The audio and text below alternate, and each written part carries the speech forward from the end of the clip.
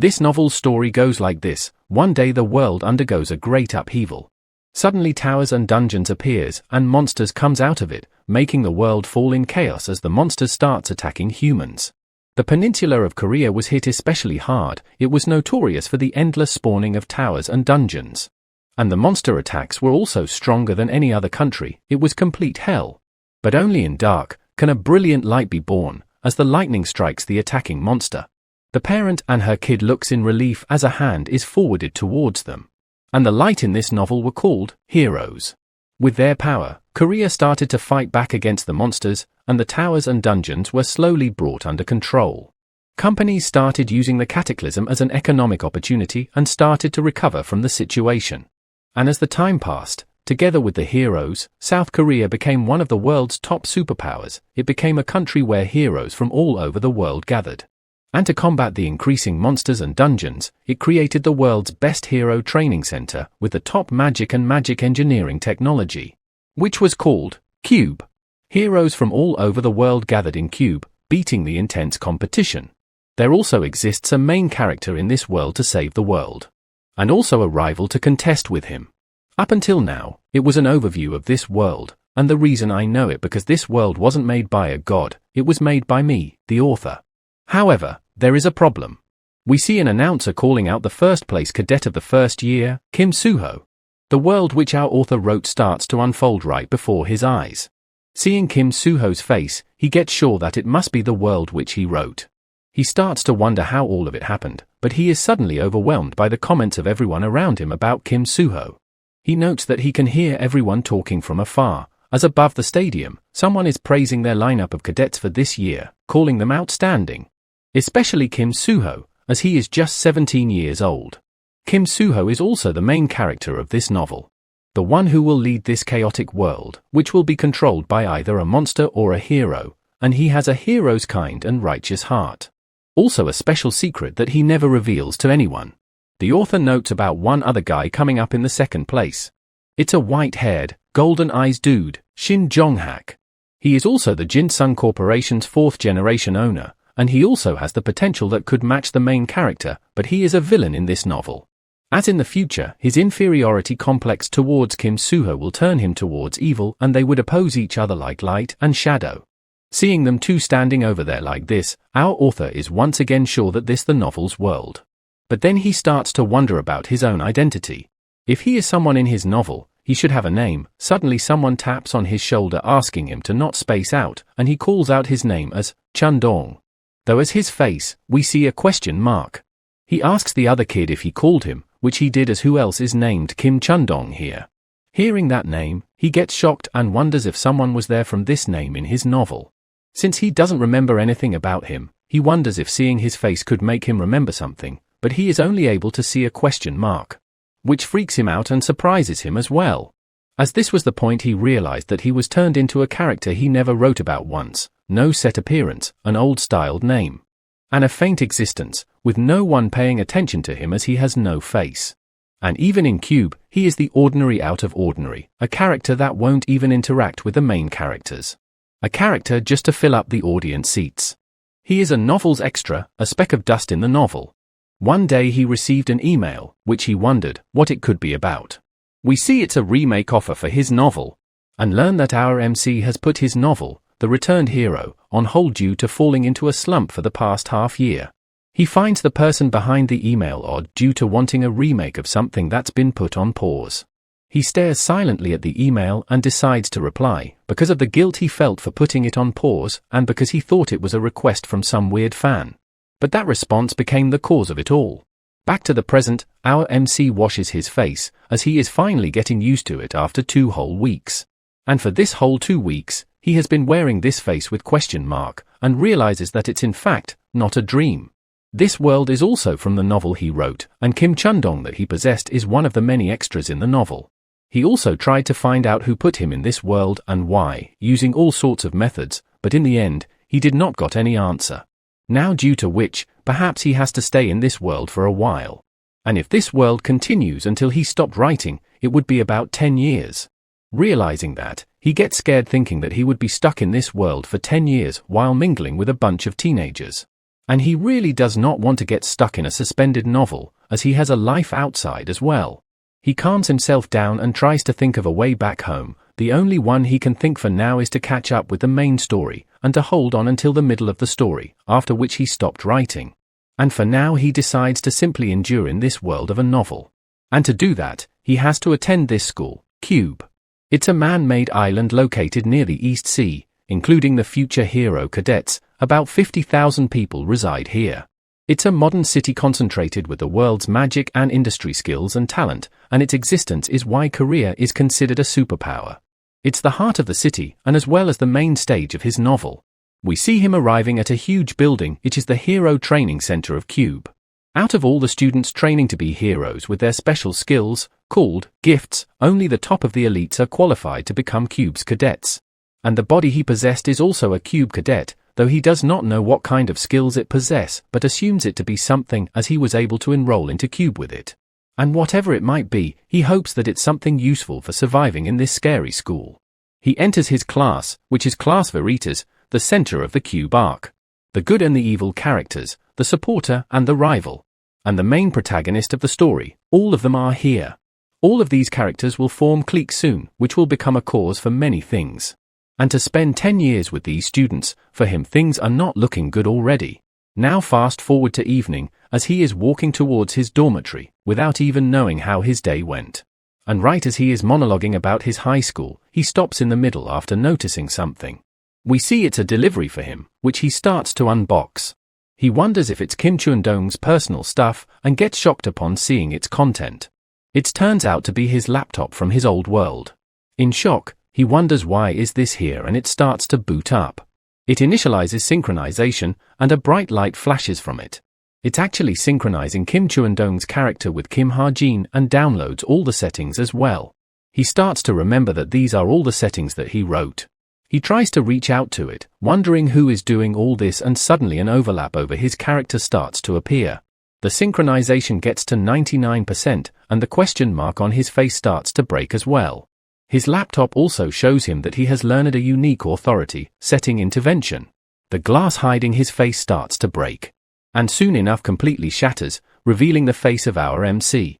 And as the synchronization completes, all of his stats gets resetted. He looks at his laptop screen, his real face. Seeing the notifications around him, he starts to wonder what is happening and wonders if it's enlightenment. It's an awakening that happens when you go beyond your limits, and it's called enlightenment in this world. And when it happens, all of your skills, gifts and abilities becomes digitized so you can see them and you can become much stronger in more efficient way. In simple words, it's a status window. He starts to look at them one by one, firstly synchronization and reset, which stands out the most to him. Though he is not sure what it means, but due to he got his face back from a question mark, and compared to Chun-dong's abilities, he is very weak, but instead he got points. And the next thing that caught his eye was setting intervention, which he wonders about. Ha-jin realizes that he does not remember writing any ability like that, and wonders what does gaining more importance mean here. Suddenly, he realizes that perhaps it means that he needs to become more important in this novel. And the reason for why they gave him this notebook and strange ability is because he has to interfere in this world's main story.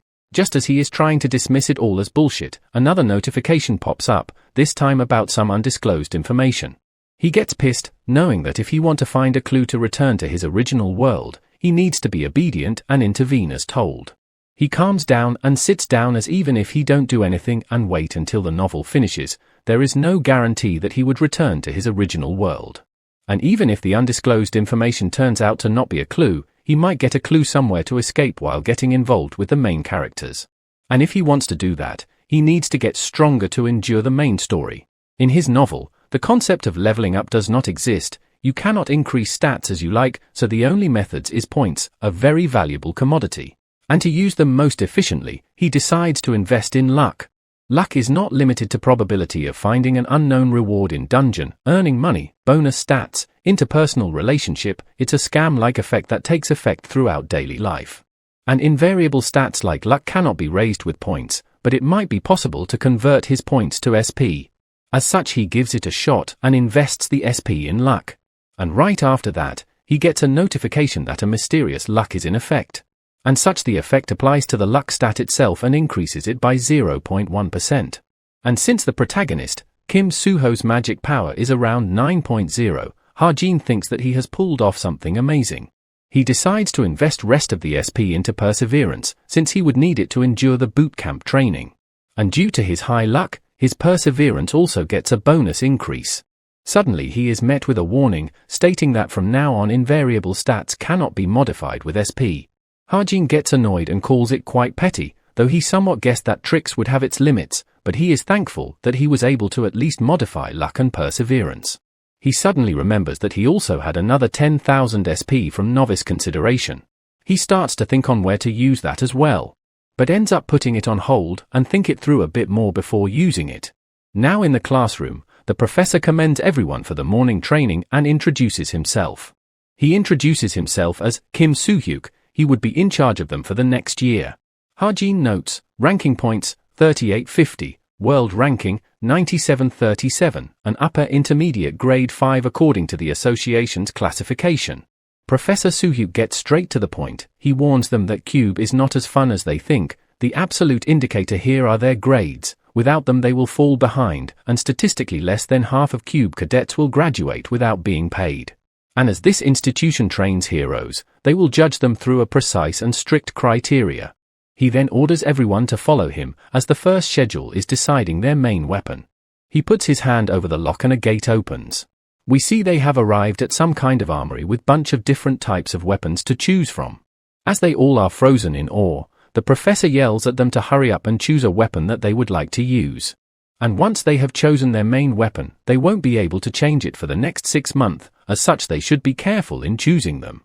We see bunch of students choosing their weapons such as bows, rapier, etc. Ha-jin observes that the main characters have chosen their weapons without any problems and realizes that it's his turn now. And since his current stats are not enough to wield weapons used by cadets, he has to be careful in choosing. And if he raises his stats to wield these weapons from now on, it would decrease the efficiency of his investments, so the weapons that he is able to use will have a few conditions. He looks for a weapon that he already wielded in his original world and something that he would be able to adapt to the quickest. And as he chooses his weapon, a student notices it. Everyone starts commenting that if he is picking that for real, and the professor is also shocked upon noticing it. He confirms with Ha-jin if this is really his weapon choice. Everyone starts to stare at Ha-jin, and the professor asks that he recalls he used a sword at the military academy. He simply replies that he decided to switch. The professor simply agrees while saying that a cadet makes all the choices at Cube. Whether it's a good decision or not, a cadet must take all the responsibility for it. Though hearing all that, he is not fazed in his decision. He starts hearing everyone mocking him for picking that weapon. But Ha-jin explains that even in this world this weapon is good, at least for those who cannot use magic. The bullets often used in this world are called magic bullets, because they are infused with mana. They have much more power than a metal bullet. However, even these merits, the main reason people neglect these weapons is because they have clear limits. The first reason is that no matter how strong the wielder is, the damage it can do is fixed. The second reason is, guns have shallow origins and barely any history to them. This world is made up of legends and mythology. The artifacts from the legends and myths actually exists, and the deeper the origin, the higher the weapon grade is. That is why the cadets favor old, prehistoric weapons over modern weapons, that trust their own skills instead of relying on magic bullets. Even if they hit their limit, they borrow the power from the armament to go one step higher. Though for Ha-jin, he thinks that it all has nothing to do with him. He does not consider himself some main character, he has never touched a sword either, so he won't be a match for other cadets. Choosing this weapon might not be too bad of a choice for him. He can use it immediately, and just by using it, he can gain SP from standing out. And since he has chosen his weapon, it's time to get his gift. It is an ability that could very well be called a superpower. Usually, only one gift is given to a person, but there are few exceptions. The holder of a gift that has yet to be manifested, and the one that has already manifested the sword sent gift, Kim Soo-ho. Soo-ho, upon noticing Naeun, asks if she is here to train as well. She replies, why else would she be here? But Soo-ho asked since there aren't many people here after classes. And upon seeing her, Soo-ho also remembers that there is another sharpshooter in their class, hearing which, she realizes it's Ha-jin, on whom for some reason she is annoyed as well, prompting Soo-ho to ask her on why is she making such a face. She replies she cannot call him a sharpshooter as he can barely shoot a range of 1 kilometer, and she assumes that he has given up on becoming a hero, and if he drops out in the middle so it won't go on his records, so he must be stalling. Hearing all that, Suho tells her to not say such stuff like that easily. Naeun gets confused by it and Suho is standing and smiling nicely. She shouts at him to not nag at her and he apologizes. She tells him to leave if he is not here to train. Outside, Harjin seems to be listening into their conversation, wondering if someone was talking about him. Fast forward, he is again in front of his laptop, thinking that since Kim Suho was able to become the greatest hero with just one gift, it would mean gifts are really important, and the first gift writing gives 10,000 SP, which he cannot miss. He first writes a simple gift, which consumes his 10,000 SP. The gift also edits itself on its own, which surprises him. And it's usable on all ranged weapons, meaning not just firearms, but bows as well. It's also a growth-type gift. It may be bad right now, but it can be raised, making it much better in the long run. As such, he decides to go with it. With that, he feels ready, as now he has to survive with this gift from now on until the main story ends. Now, next day in class, the teacher is explaining about the towers and dungeons. While Harjin is thinking how few lines he scribbled without much care has ended up in a textbook, and if others knew about it, they would shed tears of blood, but for him he is breezing through the lecture thanks to his observation and reading gift. As its name states, he can observe everyone in his field of vision, and can also read the settings chronological timeline on his laptop without any intermediary. Naeun is sitting all quietly through the class, and the teacher finally ends her lecture. And just as she leaves, she throws a tantrum of not being able to show any practical skills and only reading theory all the time. Suddenly a guy comes and tells the whole class to report to the plaza in 20 minutes. Hearing that, she gets excited, unlike some students. The student also informs them that it's for practical training, annoying Harjin. Since everyone knows on what type of content this class will cover, the professor moves on with announcing the teams first. Each will have 4 members, 2 warriors, 1 sharpshooter, and 1 supporter. Unless there are special circumstances, these will be the team until the mid-semester exam. The teams also have been mixed with high and low-ranking cadets, so that there will be no issues, and he finally tells them to find their teammates. Seeing his teammate, Harjin is in shock, thinking that there is no way he can be on team with that person. We see he is in the same team as Yonya. Everything is as per the novel. There are numerous lead roles that exist to interact and clash with the protagonist to lead the story along. But among those lead roles, Yonya is definitely special. She is the top favorite to succeed Korea's top guild, Essence of Straight, and also a successor of the reputable Yu family. In the first half of the novel, she clashes with Kim Suho, but eventually she becomes influenced by him and becomes a strong supporter, which makes connecting with Yonya very important, as he can get more SP as he become more involved in the story. Hence, Harjin decides to make sure to grab Yonya's attention during today's training. The rest of the team greets Yonya, Jin Hosung, and Hazuki. Yonya is annoyed and thinks of the dialogue choices in her mind, and decides to greet them gently and talks very formally with them, making them feel weird since they are the same age. Yonya looks for the last member, and Harjin comes along while calling himself out. She asks for his introductions, and Harjin knows that she hates people who aren't confident. But suddenly the other members jump on him, asking about the weapon that he chooses, while informing him that he is famous within first year for choosing that kind of weapon. The professor comes behind him, asking if they really free enough to be chit-chatting here. They get scared, and the professor tells everyone that the coordinates of the monsters that each team will fight has been sent to their smartwatch and orders them to move quickly. Harjin teams arrive at some beach location as they are making a run towards the ocean. Yonya tells them to get ready as they will be arriving soon. As they are talking about the monsters' information, Harjin is running behind them and is already tired. And even though he is sure that his stamina stats are above average, all he can do is just keep on their tail, making him start to wonder if this is the average standard of a cube cadet. They finally stop as Yonya states that they have reached.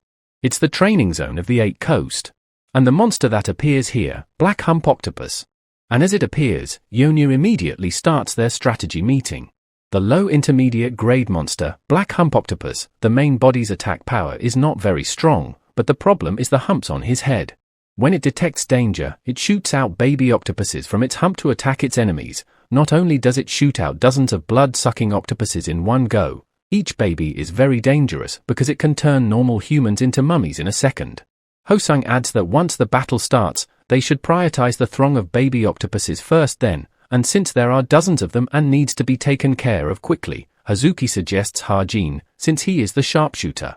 But Yonya replies that she will handle them, and orders the warrior to stand back and preserve their magic power, since they need to cut down the black hump octopus in one hit because it has strong regeneration abilities.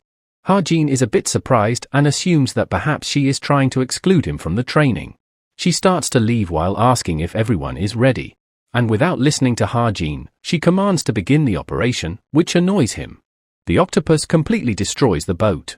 And Hosung is on land trying to attract his attention towards him. As the first thing they need to do is to lure him to the shore. The octopus notices him and goes underwater and rushes towards him. And as it surfaces back up, Hosung starts running, while Hazuki and Hajin gets ready to attack. And at last Yonya also appears with her main weapon, a whip. The octopus starts attacking with his hump and launches baby octopuses onto them. Hosung starts sweating, noting that it has already started exploding. We see all the baby octopuses are coming right towards him as he is trying to run away. Suddenly Yonya appears and takes care of all the baby octopuses. Seeing the power of Yonya, who is ranked 7th in cube, Hosung is left in awe. He thanks her and immediately runs away, leaving her on her own to defend.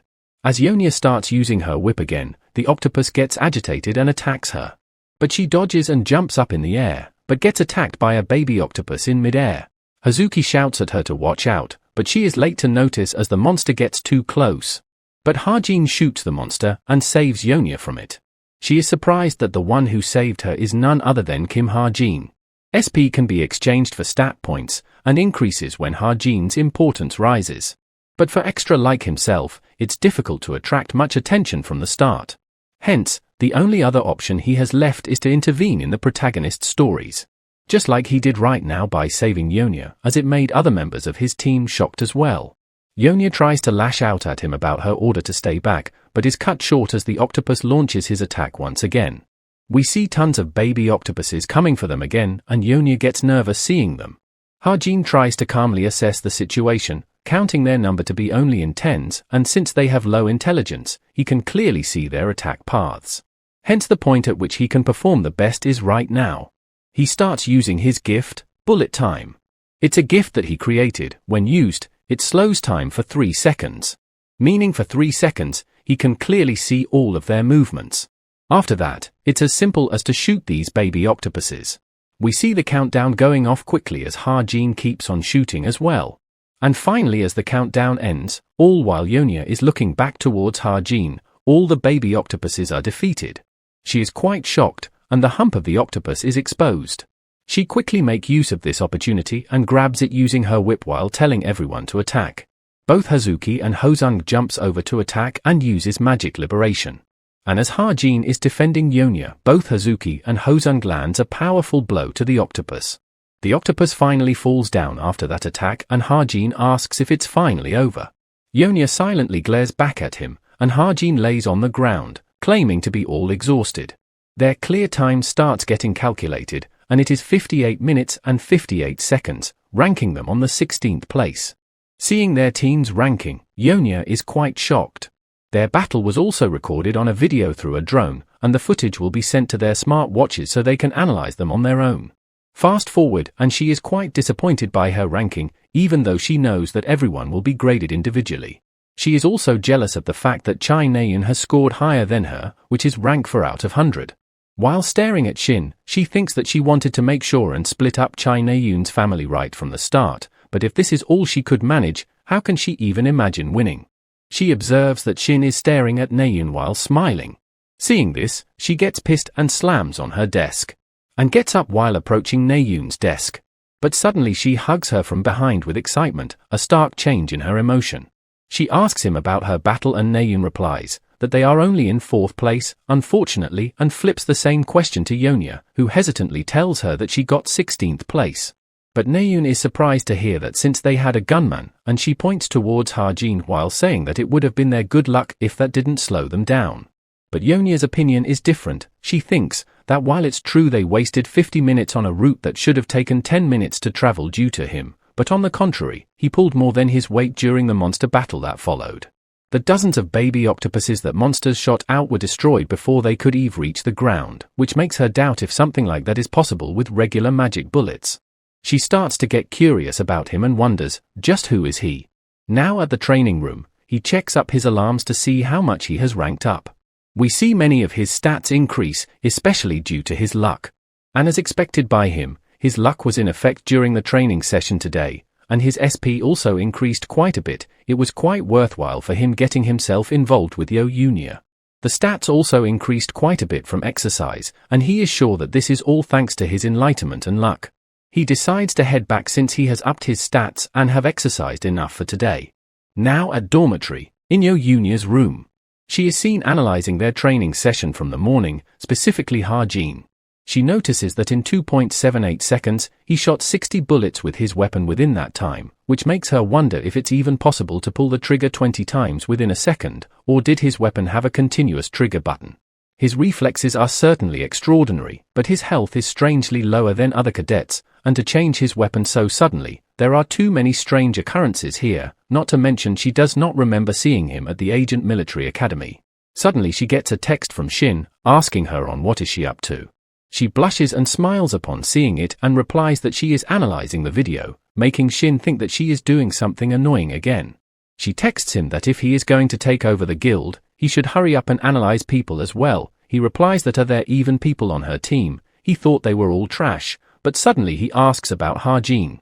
She smiles and thinks that Shin pretends to be disinterested, but in the end he was curious after all, calling this part really cute.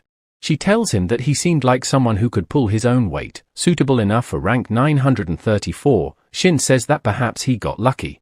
Hearing this, Yunia goes silent for a bit and thinks, he just got lucky, in a doubtful tone. Now at Creator's Sacred Grace, guild building. A guy informs the vice captain that the guild observation was scheduled on the Friday 2 weeks over. She doesn't pay much attention and tells him to take a look at something, excitedly. We see she was looking at Kim Suho, calling him really amazing, and she is introduced as Yoon Sung-ah, Creator's Sacred Grace's vice captain, rank 307. Looking at his movements, she calls them fluid as water and swordsmanship that does not resemble anything else that exists. It's almost as if he is dancing. Not to mention the extraordinary cutting force, almost as if he is cutting through both the monsters and space itself. Essence of the straight, desolate moon, Frost Sanctuary, she can understand why all the top guilds of Seoul wants him. She also excitedly claims that she wants to bring him here, no matter what it takes. She then moves on to the next cadet, Kim Harjin, and suddenly she notices something. She is quite surprised seeing him use that weapon. Her assistant comments that there were stories about him in the guild communities briefly, and thanks to him being on the same team as Younia, many people have watched this video. He used a weapon that was not automated and shot 60 bullets in 3 seconds. 59 of those bullets hit their target. Even if he were to pull the trigger on reflex, his weapon shouldn't have been able to handle it. Because of the eccentric talent of Kim Harjin that was showcased through such a weapon, internally they are calling him unorthodox. And he has also changed his weapon from a sword to this as soon as he came to Cube, and Sung-ah states that it's enlightenment. It's a phenomenon in which a person realizes their talent. You do not know what talent you possess prior to being enlightened. Because of this, there are rare occasions when people would change their weapons since it would not correspond to their talent. But if such an instance were to occur, it regresses their career by at least 3 years. The Agent Military Academy highly encourages cadets to use a variety of weapons. And to think he got enlightened at 17, it's quite quick, though he does not seem that attractive as it's only limited to that weapon. But she decides to check him out regardless and asks if there are free scouts available, and her assistant replies, there aren't any, since the current leader is so extraordinary that everyone is at their limits. Hence, she decides to leave him be for the time being, since if he is a pearl in the mud, he would surely shine on his own, and they will know if the title of unorthodox is too much for him or not. Soon enough, they will. Now at Wednesday, we see Kim Suho is fighting some random guy. We learn that it's the day for anti-personnel training. This training progresses in groups of 2. All of trainees utilizes training weapons, so it's easier to judge and lessens the pain felt. Suddenly someone shouts out Harjin's name in anger. We see it's the instructor, as Harjin is crying about being the only one who has to go up against an instructor. She explains that it's because the training for firearm has yet to be finished. Using a real weapon in anti-personnel training can lead to serious injuries, and so, just for him, she will face him, and Ha-jin starts crying that he cannot do this anymore and tries to surrender. She forms a fist while saying that there is no surrendering in real life and tells him to raise his guard. As she punches down, Ha-jin is able to avoid it. She is quite surprised by it, and while Ha-jin seems nervous, she once again tries to punch him, but he dodges by leaning backwards a bit. She notices that even though his posture is trash, he is still following her attacks with his eyes. 1,000-mile eyes. With this skill, you can see far away, and you can vaguely predict your target's movements. Though of course, this skill simply shows him, he still has to do the actual dodging himself. Students around mocks him by saying that he looks obnoxious by jumping around like that. As he notices them laughing at him, his SP increases, making him wonder if being indulgent more efficient.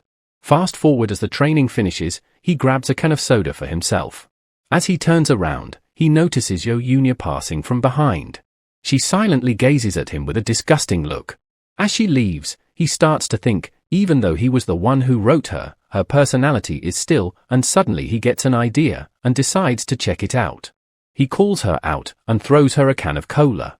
She asks him if he is picking a fight, but he replies, he was carried hard in their last fight, so he is giving her this in hopes of getting along. Though it's actually a test, if being indulgent to the extras was enough to gain him 40 SP, how much would he gain if he had a conversation with a member of the main cast?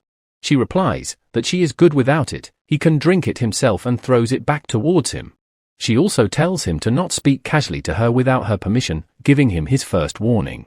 As she leaves, Ha-jin does not say anything. Now while walking, she feels that the weight of her bag is off. She opens it up and sees the can that she threw back to Ha-jin. Due to his, she gets pissed and calls Ha-jin an idiot.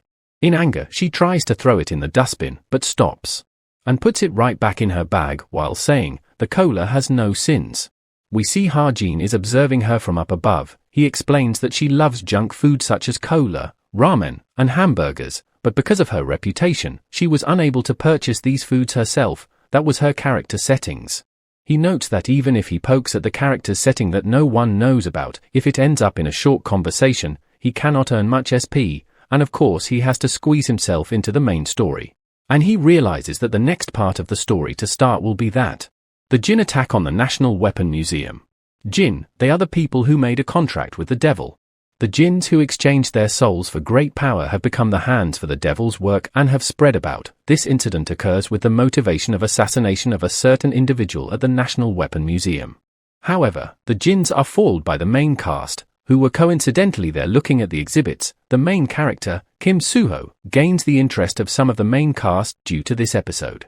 Not only two of the main cast, Kim Suho and Chai Naeun, show up, but since it's still near the beginning, the Jin is not even that dangerous.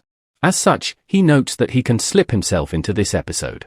As he is starting to think for a way to slip into the museum, a teacher catches him standing around and asks him why has he not returned to the dorms as the daily lessons are over. As such, he puts away his laptop to go. Suddenly his laptop starts to act weird and he gets an email from someone. Club. A club at Cube is for extracurricular activities within the academy. It can be thought of as a gathering where cadets would organize independent activities. Academic, martial arts, experimental learning, hobbies. There are over 100 unique clubs within the Cube.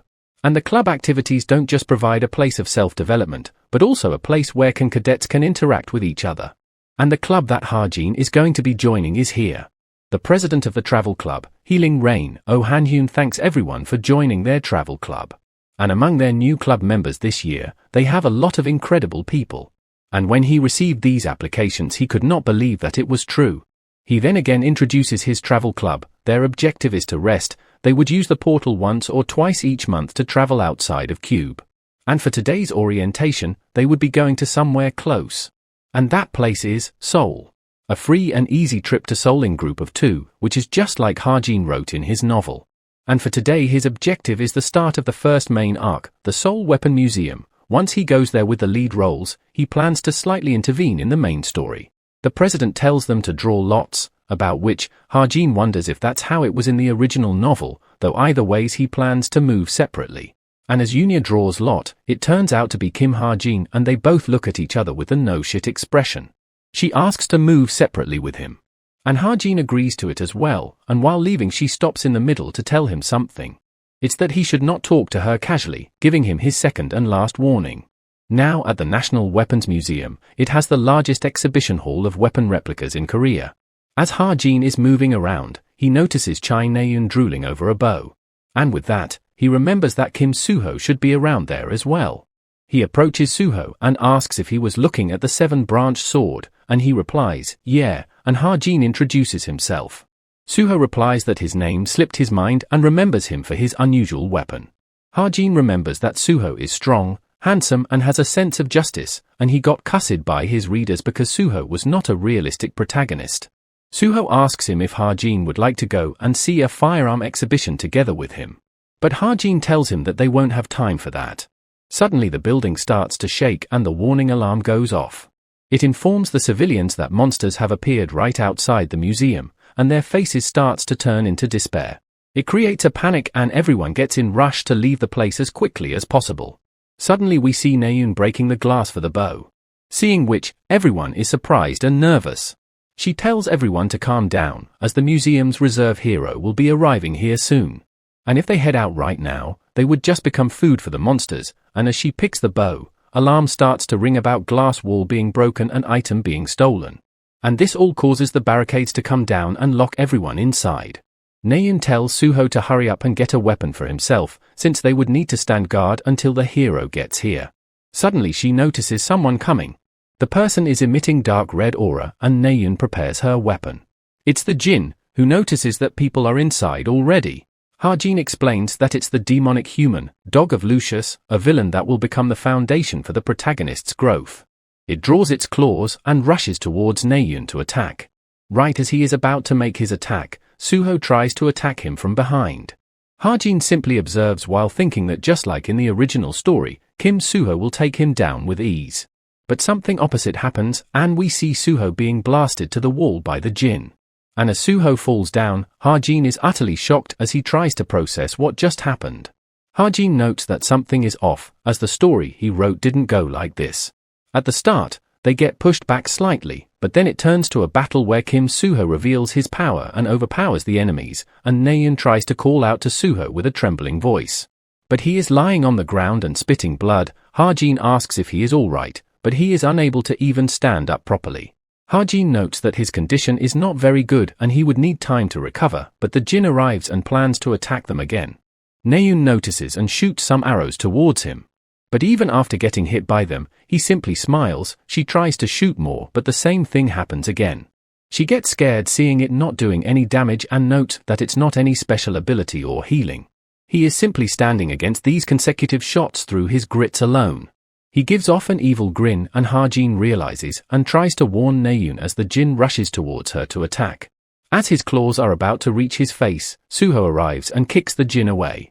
He asks her if she is alright and she asks the same thing to him.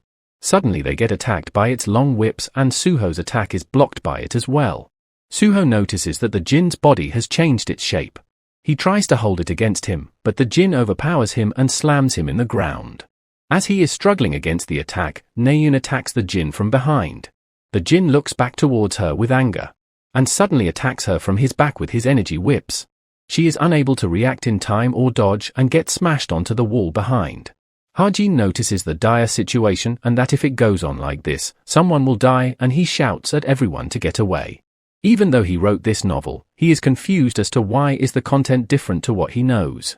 He takes out his laptop and calms himself down and also a bullet from his magazine to try and do what he can.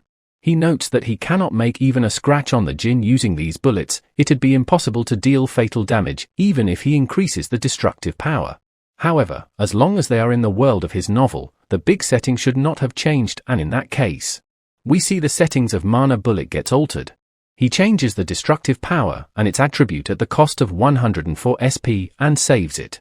He explains the reason why this world needs many heroes, attributes and synastry, overcomes the difference in power and allows individuals to display a greater strength. He aims his weapon at the Jinn, knowing that he is of dark attribute. He shouts at Kim Soo-ho while aiming his weapon, as the thing that exhausts darkness is without a doubt light. He starts shooting his weapon while telling him to move, his bullet which have been converted into a white light bullet.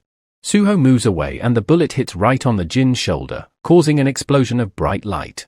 The Jinn's whole arm gets blown off and he starts screaming in pain.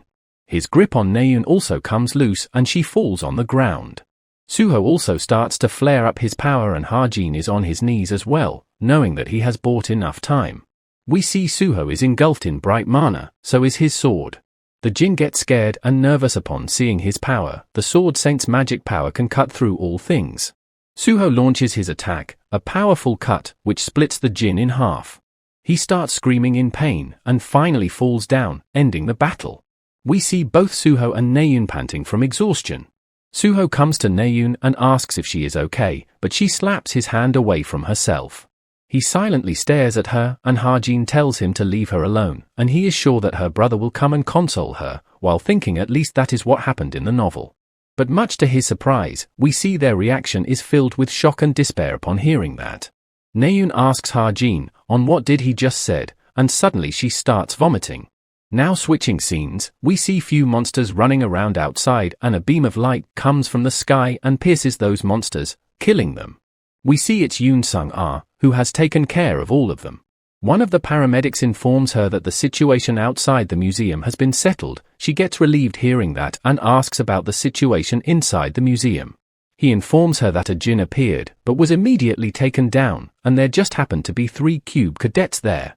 She commends them and asks for their name. He replies it was Chai Naeun, Kim Suho, and before listening the last one, she runs off. She gets excited upon getting the chance to meet with Kim Suho in a place like this. On the way there, she sees Hajin, calling it perfect timing. She suddenly gets up close to him and greets him. She tries to ask for Kim Suho, but he informs her that Kim Suho is inside before she could even ask. As she is leaving, she suddenly realizes something. It's the fact that he knew beforehand that she was looking for Kim Suho. Hajin opens his laptop outside, as the appearance of Yoon Sung-ah scared him, wondering if this situation is connected to the story changing. He tries to first get things straight. A foreign character named Kim Hajin has become involved, but his importance is insignificant. So far things have progressed without issue, so he considers himself not important enough to influence the story, though suddenly he realizes something important. Something that he completely forgot about. The fact that this novel has a co-author, and this world is the remake version of the novel he wrote. If this world is based on what was written by the person who wrote the email, it makes sense that things that he has not predicted will occur as well.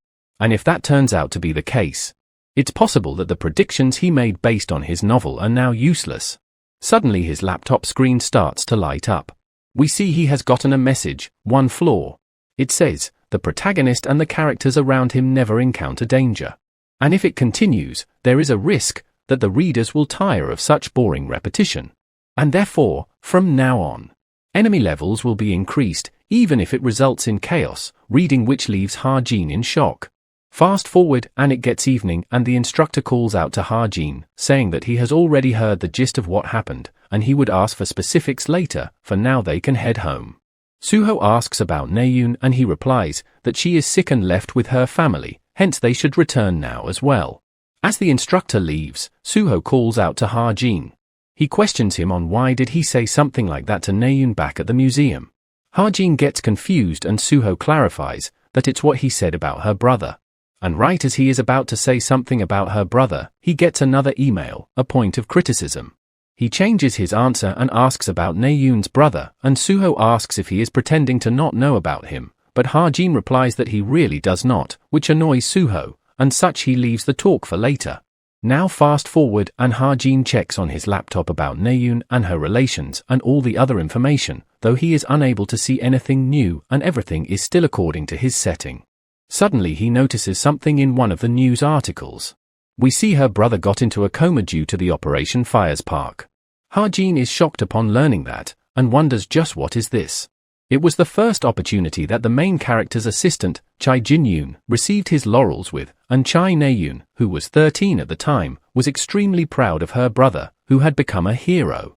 At least that's what he set up. Suddenly he gets another message. It's a notice that the message will be provided once Hajin recognizes the modified settings. In the original work, he was the Chai Na-yoon's reliable brother and Kim Suho's assistant. However, we see a scene where Jin-yoon is lying on the ground with blood splattered all over him. It was deemed that the main character had too many assistants, hence the settings has been changed to the words below instead. A point of change: for years ago, Chai Jin-yoon, after being appointed as a hero, got into an accident and received Demon's brand and has become a demon seed. And seeing this change leaves Ha-jin in shock and speechless. Now switching scenes, we see news playing about the museum incident and how the vice leader of Essence of Straight took care of the monsters, but it gets turned off by someone in the middle. We see it's Naeun, who is sitting all depressed in the hospital. His father comes rushing for her, while shouting her name, and she is surprised to see him as well. She asks him on why did he left his work, but to him she is much more important and hence he asks about her condition, to which she replies that she is fine. He tries to get her to do close examination, but she resists, while saying that there is nothing wrong, and asks him on why did he came all the way here. He replies it was simply because he was very worried for her, and she once again tells him that she is doing fine. She then calls him out to ask something. She asks if she can go see her brother once before she get discharged from the hospital. Seeing her face, he holds her hand and agrees to it. Demon seed, demon, the higher entity of jinns, can brand human to turn them into a demon seed. Humans that have turned into seeds enter an incubation period where they bud and blossom into strong demons. And in his settings, the incubation period was set up as 5 to 6 years, and half of the time has passed already. And now Ha-jin can only think of one solution to this convoluted situation. Quickly, as fast as possible, before the demon in Chai Jinyun's body wakes up. He needs to kill him. He wonders how, and who will be the one to do it. They cannot just leave it to anyone. No mercenary would accept a request to kill the 4th generation of a rich family, and because there are no indicators of a seed budding, it's impossible to suggest taking action against it. It would be impossible for Kim Soo-ho to defeat a fully blossomed demon. Even if the currently active heroes mobilized, a few of them will inevitably be sacrificed. That is why it cannot happen. All of those people need to become his strength in the later parts of the story. Which means, in the end. And we see Naeun calling out to her brother while telling him that she is here for him. On the other hand, Ha-jin decides that he needs to be the one to kill him. Naeun starts talking to her brother about the incident and how it was her first time seeing a jinn, and the fact that she almost died. She also starts to talk about Ha-jin but suddenly stops in the middle. She changes the topic by saying, "Let's not talk about that."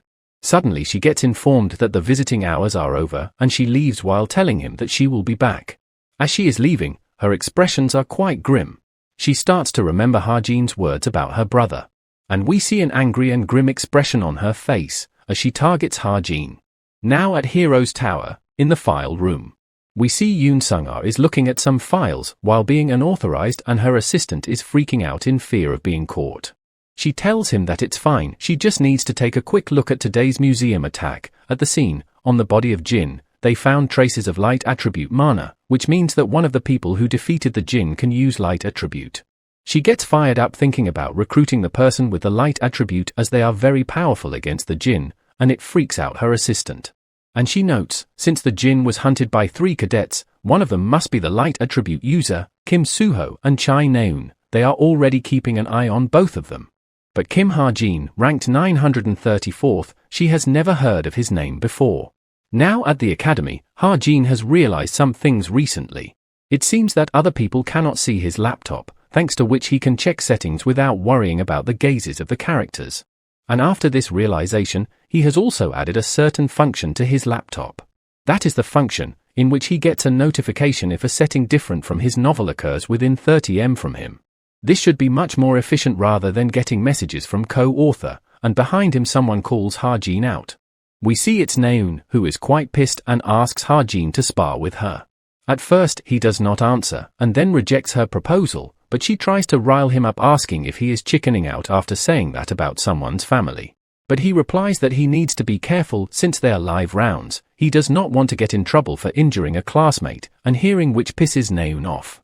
The instructor comes and asks them on what are they doing. She tells Naeun to back off since Ha-jin does not have a training weapon yet, which she annoyingly does so. As she is walking away, Ha-jin thinks that he does not need to apologize to her yet. Since he has a primary goal, and he is working his ass off to become stronger, so he can kill her older brother. And even if he improves their relationship right now, she would feel even more betrayed in the end. Switching scenes to another club room in the cube. We see the president of the club is introducing himself. The club's name is Truth and his name is Yoon Hyeon.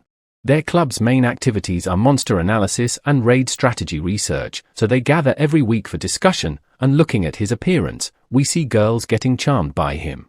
A handsome appearance, the ability to capture the audience. These are both abilities of a demon. The cube, which is an important stage at the early parts of the novel, sees various events like cadets' kidnappings and monster invasions. Yoon Hyun is the villain that leads those events. He is a djinn that has obtained the charm ability from the demon, Lilith. And his primary target and the reason for why Ha-jin joined this academic club is none other than Yo Yunya. As the first orientation, Hyun tells everyone to take it easy. He introduces the high intermediate monster, the Mountain Tyrant, which appeared with the outcall, hence he is a monster with almost 50-year history. Both in and out of cube, information regarding high-ranking monsters is very valuable, and information regarding their weak points is valued at millions of dollars. He then asks everyone to the weak points of the Mountain Tyrant and then specifically targets Yo Yunya, who replies that she does not know yet, and the president replies that it is the correct answer, since discussing like this is one of the joys of their club. He tells everyone to join the after-party if they want to have a discussion. Ha-jin asks Yunya if she is going to go there, but she ignores him and leaves. Ha-jin gets pissed and asks again, this time, formally. She replies that she is, as she might get some useful information. He then asks if she is going to share it with her guild's raid team. The guild, Essence of the Strait. 50 years ago, during the outcall, it was founded with Yo Yunya's family at the center. They are currently one of the major guilds that influence South Korea. Ha-jin tells her that he has heard the deputy guildmaster's pull is quite strong within the guild lately, to the point that she, the traditional inheritor, is threatened, which is why she is uncharacteristically going to the after-party to get information. Hearing all that, Yunya asks him to get to the point. He replies that he will tell her about it, the weak point of the high-ranking monster, Mountain Tyrant. She gets surprised upon hearing that, and he replies that she would need to rack up achievements if she wants to take over the guild in the future. He tells her that the blue emblem on its heel, if she attacks there, she can stop the Mountain Tyrant's movements. Though he is not giving it away for free, and since her guild operates the Essential Armory, he wants her to buy the Desert Eagle from them. She goes silent for a moment and asks the basis of his claim, and Ha-jin smirks with confidence and replies that he does not have one. She is left speechless on his reply and gets pissed while calling it a waste of time, and Ha-jin tells her that he promised that she is going to lose big time for not trusting him. He thinks if she decides to ignore him, the information worth millions will go to waste. Though if she believes him, he would end up with an powerful ally. Next day, she calls to his secretary and tells him to pass something to the raid team. It's that the blue emblem on its heel might be his weak point, so try to attack that, while blushing slightly, while Ha-jin states she would be an ally, who will one day be known as the Queen of Seoul. Now back to Ha-jin, we see he has a loan notice on his name for 300,000 won. Seeing which he gets utterly shocked and is left speechless. He realizes that Kim Chun-dong took out a loan of 300 millions, which is the most amount a cadet can take as a loan. He starts to wonder, just what the hell was he doing? He then quickly checks his bank balance, which is only 3 million won. He realizes that at this rate, instead of going back to his world, he will die paying of debts for the rest of his life. He decides to first get money somehow now. Currently he knows two ways of making money. The first is stocks. Towers and dungeons still pop up everywhere in this world. Guilds were created to find and raid those. Treated similarly to other enterprises, a public guild stocks can be sold and bow on the stock market. And he already knows which guilds are going to make it big, but he does not have the money to invest, so it's not an option right now. Then the only option to remain is field hunting. It's the danger zone where monsters appear. Unlike towers and dungeons, the danger levels varies greatly, but you can immediately trade in the bodies of monsters for money. Though right now, his stats are only a little bit better than an average adult, which makes him wonder if he can go on field hunt at this level. Reinforcing training guns that he have right now would just be a waste of SP, as such he tries to think of some other way. Suddenly he gets a knock on his door, with a package for him from Yo Yunya. He gets confused and wonders what is it. As he opens the briefcase, he is left surprised with its content. Now fast forward, in Gangwon-do Wonju, Field Region. We see a receptionist thanking Ha-jin for using the portal, and Ha-jin notes that she is being super polite, right after he told her he is a cadet. He steps out of the portal station and into the city. And we get a clear view of a busy city street. The Gangwon-do region is a low-danger field. Foreigners are here everywhere all the time to hunt, hence it has been dubbed International Metropolis. We see few people are searching for party members and some other selling potions. Some are also selling news about a crazy man who is on a hunt, naked, and while walking he suddenly notices something. It's an agency, which makes him think that it would be more advantageous while selling if he had an agency, and wonders if he should just find some agent here. Suddenly someone approaches him from behind, asking if he is here to hunt monsters. Ha-jin asks him if he is an agent, to which he replies that he is, and he tries to give his card, but it falls, and Ha-jin notes that this guy is a bit clumsy. Upon looking at his card, Ha-jin gets surprised seeing his name, Park Soo-hyuk, the best agent representative in Korea, and the man who will become Kim Soo-ho's agent. Ha-jin is quite surprised upon meeting him at a place like this. And just like that, Ha-jin tells him that he would make contract with him, which surprises Park Soo-hyuk. Ha-jin notes that this world is still beginning, hence a lot of people have not found their value in the story yet. It would not do any harm to make connections early on, but he wonders if it's okay for him to take away Soo-ho's agent. Now at the field zone, Ha-jin asks him if it's okay for him to follow along. He tells Ha-jin to not worry and he leave him behind when it gets dangerous, making Ha-jin think that usually agents without cars wait outside of the field. Park Soo-hyuk notices the footprints of Hobo Goblin, which are easy to hunt and goes for about 300,000 to 400,000 won per head. But Ha-jin is not sure about it, as one magic bullet costs him around 200,000 won, and more expensive monsters would be better for his profits, and hence he points at another monster. We see it's some kind of boar, and Park Soo-hyuk confirms it's a steel boar. He informs Ha-jin that it cannot be defeated by his weapon, it won't pierce his outer skin, and Ha-jin replies, they will see about that. Soo-hyuk is quite surprised upon hearing that, and Ha-jin replies that his weapon is quite good. Thinking that it is a weapon that he received from Unia, in exchange for information about that mountain tyrant. As such, we see him taking out his new weapon, Desert Eagle, high grade, steel attribute. Seeing which, Soo-hyuk freaks out and Ha-jin has also added a certain setting to this weapon using SP. Soo-hyuk warns him again, that he is going to only agitate it further. But Ha-jin does not listen and takes his shot on the boar. We see the bullet piercing through the steel boar, leaving Soo-hyuk completely surprised. The boar also falls down in one single shot. We see the changes that Ha-jin made to his new weapon as well. And while standing over the cliff, Ha-jin calls his new weapon, not bad. We see his Desert Eagle has a blue smoke coming out of its barrel. And after looking at its power, Soo-hyuk compliments the weapon and Ha-jin's amazing shooting ability as well, but Ha-jin replies that it's nothing special. Suddenly he takes another shot at something, scaring Soo-hyuk. And he asks what was it, and Ha-jin points that there was a black pelican over that cliff. Surprised, Soo-hyuk asks if he could really see that far. And Ha-jin replies that much distance is nothing more than a hand stretch away for him. Finishing up his work, Ha-jin starts heading back. Now it gets evening and we see both the corpse of the steel boar and the black pelican. Soo-hyuk states that despite only being two, they were extremely heavy, and Ha-jin asks if he would be able to carry it outside the field. Soo-hyuk replies that perhaps it would be better to just pay the dispatch cost and call 911, and he would also deposit the reward money to Ha-jin tomorrow. Hearing it all, Ha-jin thinks it's as expected of Soo-hyuk, knowing how to get things done. They shake each other's hands, and Soo-hyuk asks about his first hunt, and also asks what would Ha-jin spend his reward money on. Ha-jin gives a straightforward answer that it would be for stocks.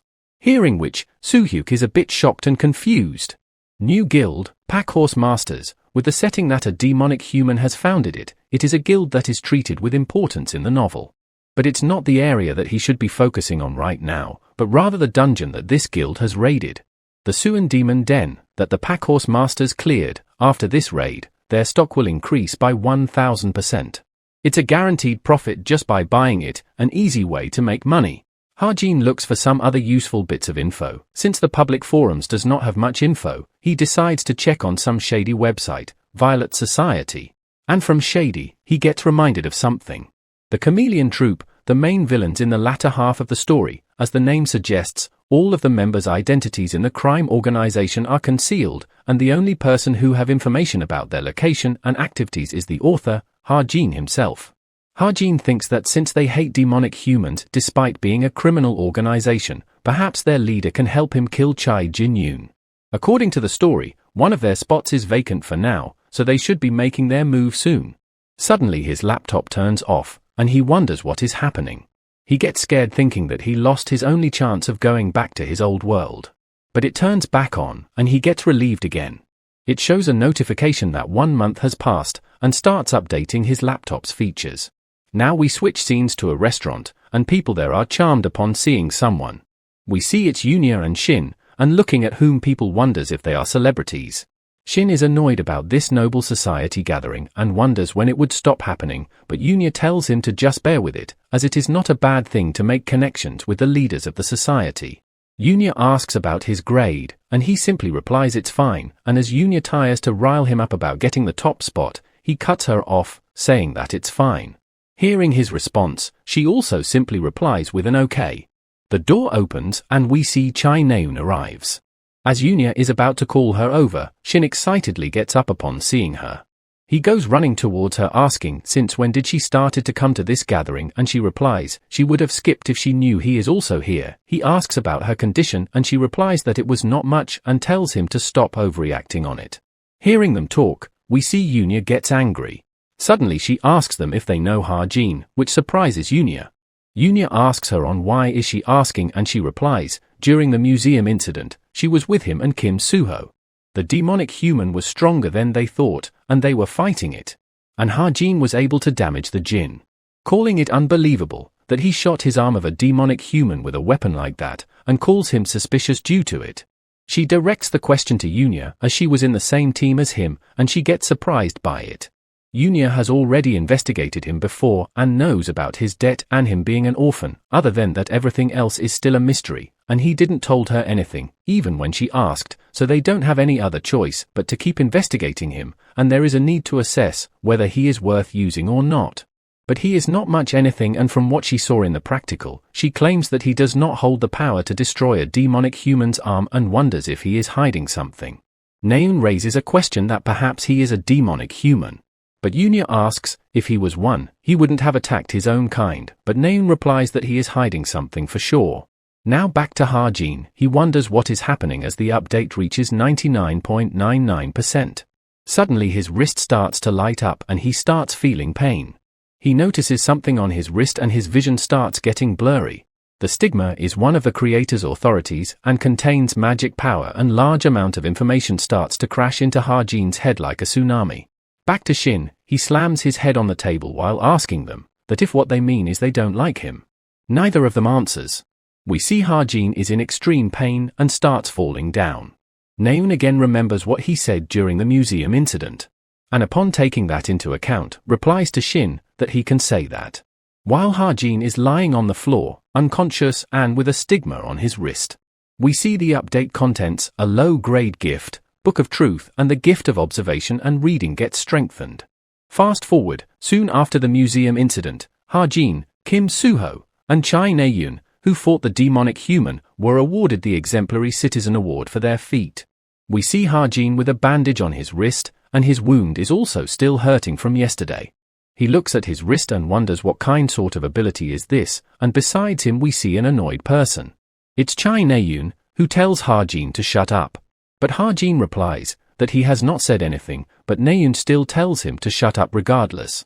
He asks Naeun if she forgot, and she asks, forgot what, and Ha-jin replies that he has saved her.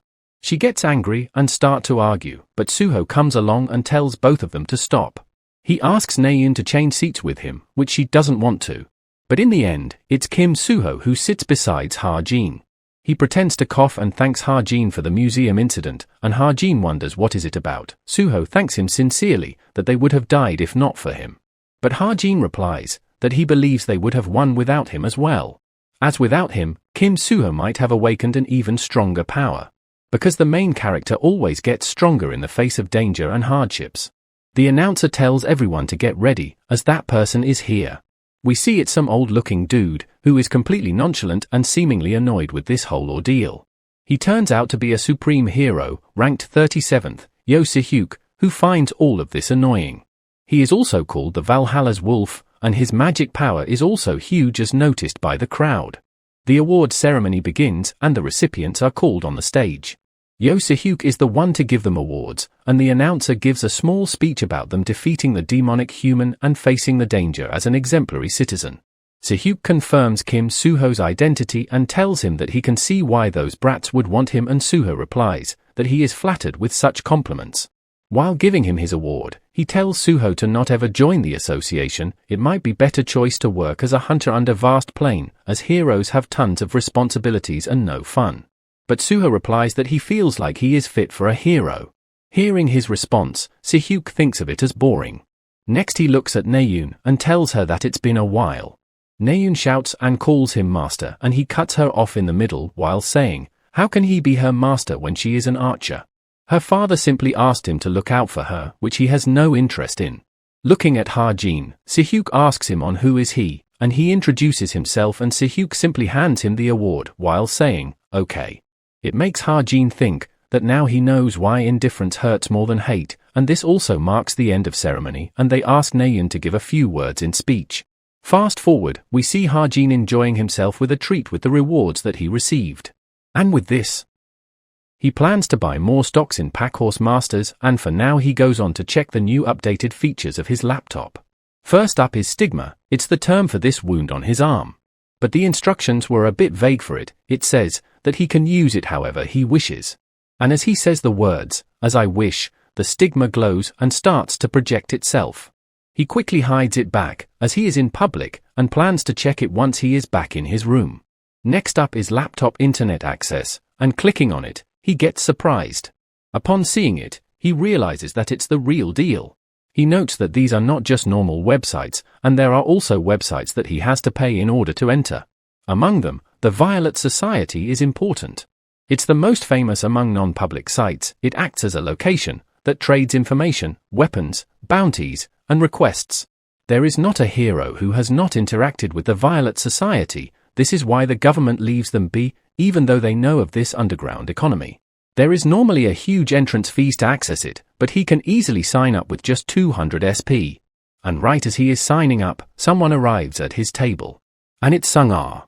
She asks Ha-jin if he knows who she is, and she was surprised upon seeing him disappear during the ceremony. She gives him her card, and there is a great significance in Yoon Sung-ah offering you her card. She tells Ha-jin that there is something she is curious about, and asks Ha-jin if she could ask him a question, and Ha-jin notes that this is the first step of Yoon Sung-ah's scouting. Ha-jin knows that Sung-ah seems kinder than anyone in the eyes of media, but her real personality is quite different. She throws away anyone who does not meet her expectations. Even if she recruited them with much difficulty, she adheres to the law of the survival of the fittest like an animal in the wild.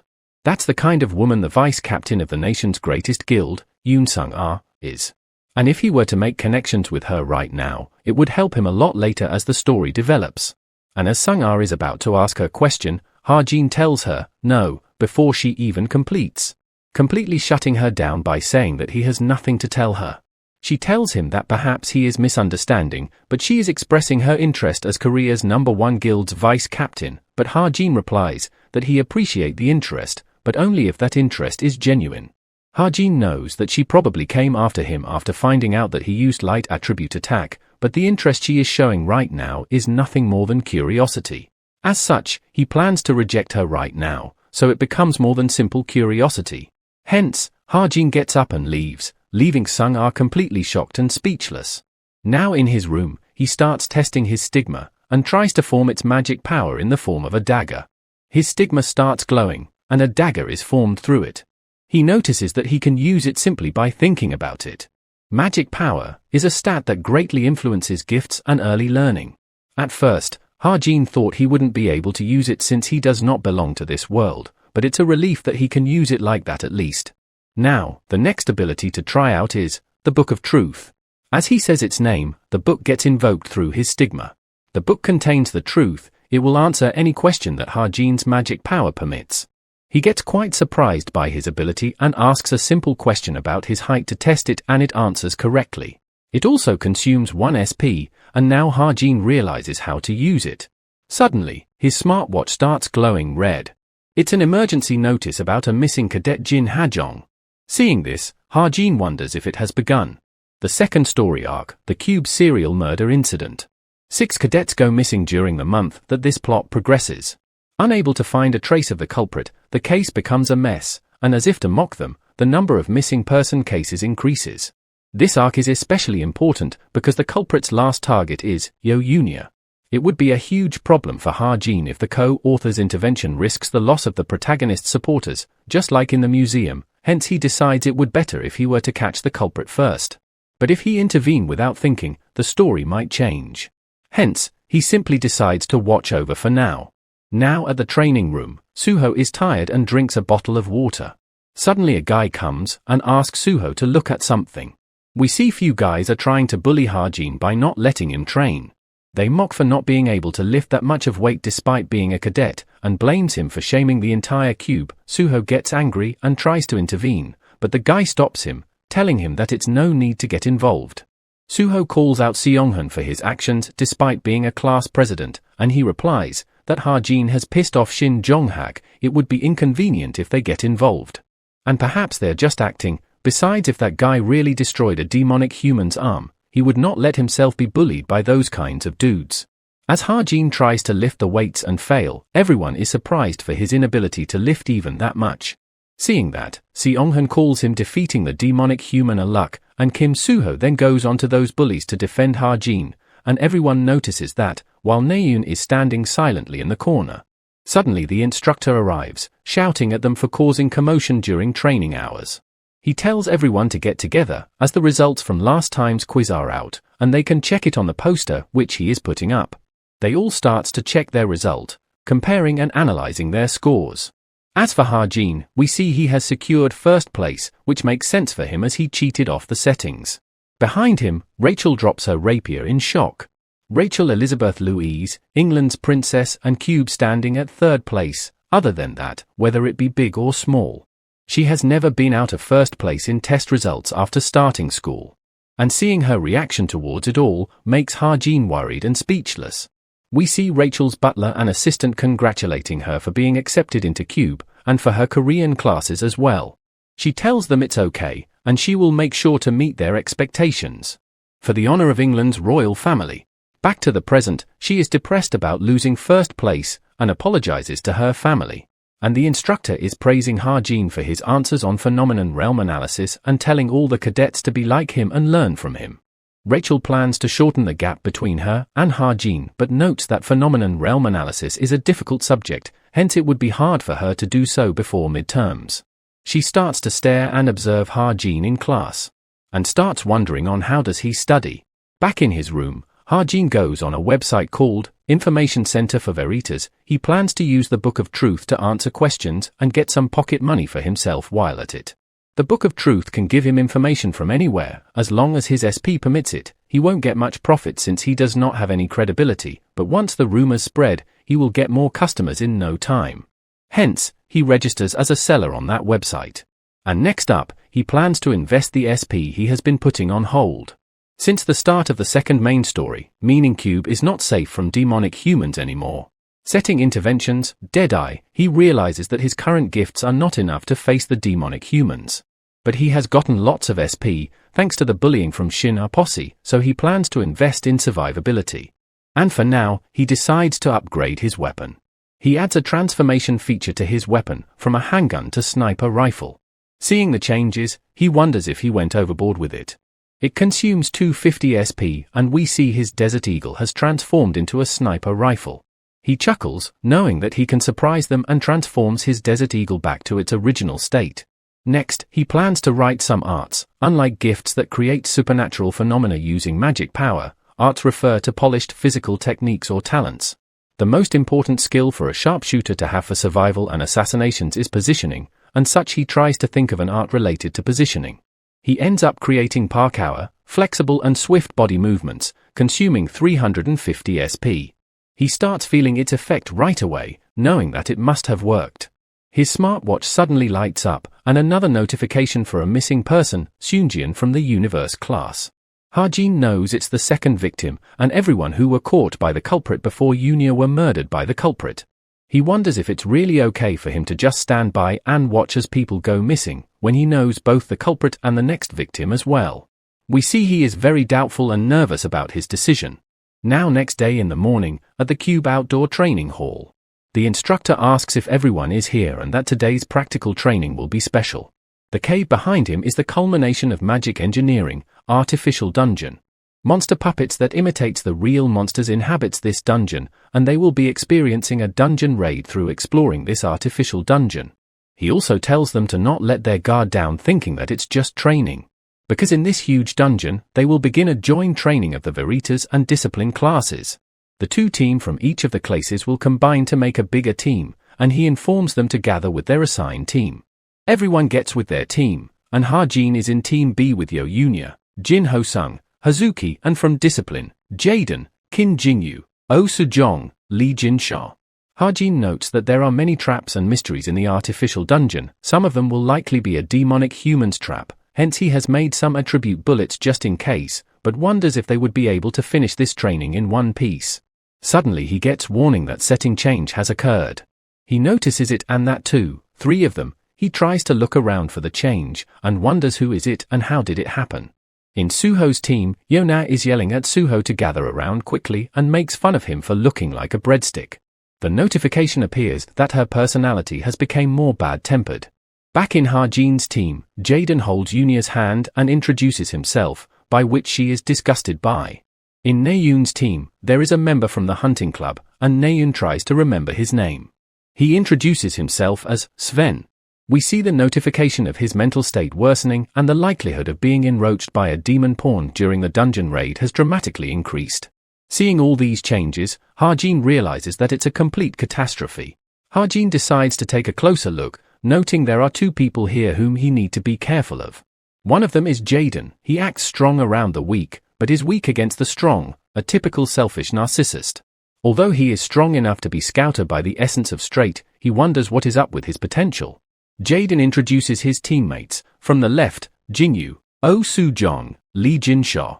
Yunya also introduces her teammates, Jin Ho-sung, Hazuki, and takes Ha-jin's name wrong as Lee Ha-jin instead of Kim, which pisses him off.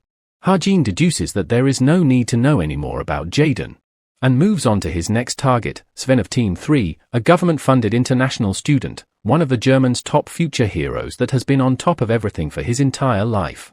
And one thing to note is, he likes Naeun. Just like the endless international students that enter the cube, Sven was one of that became a cube cadet with a dream of climbing to the top.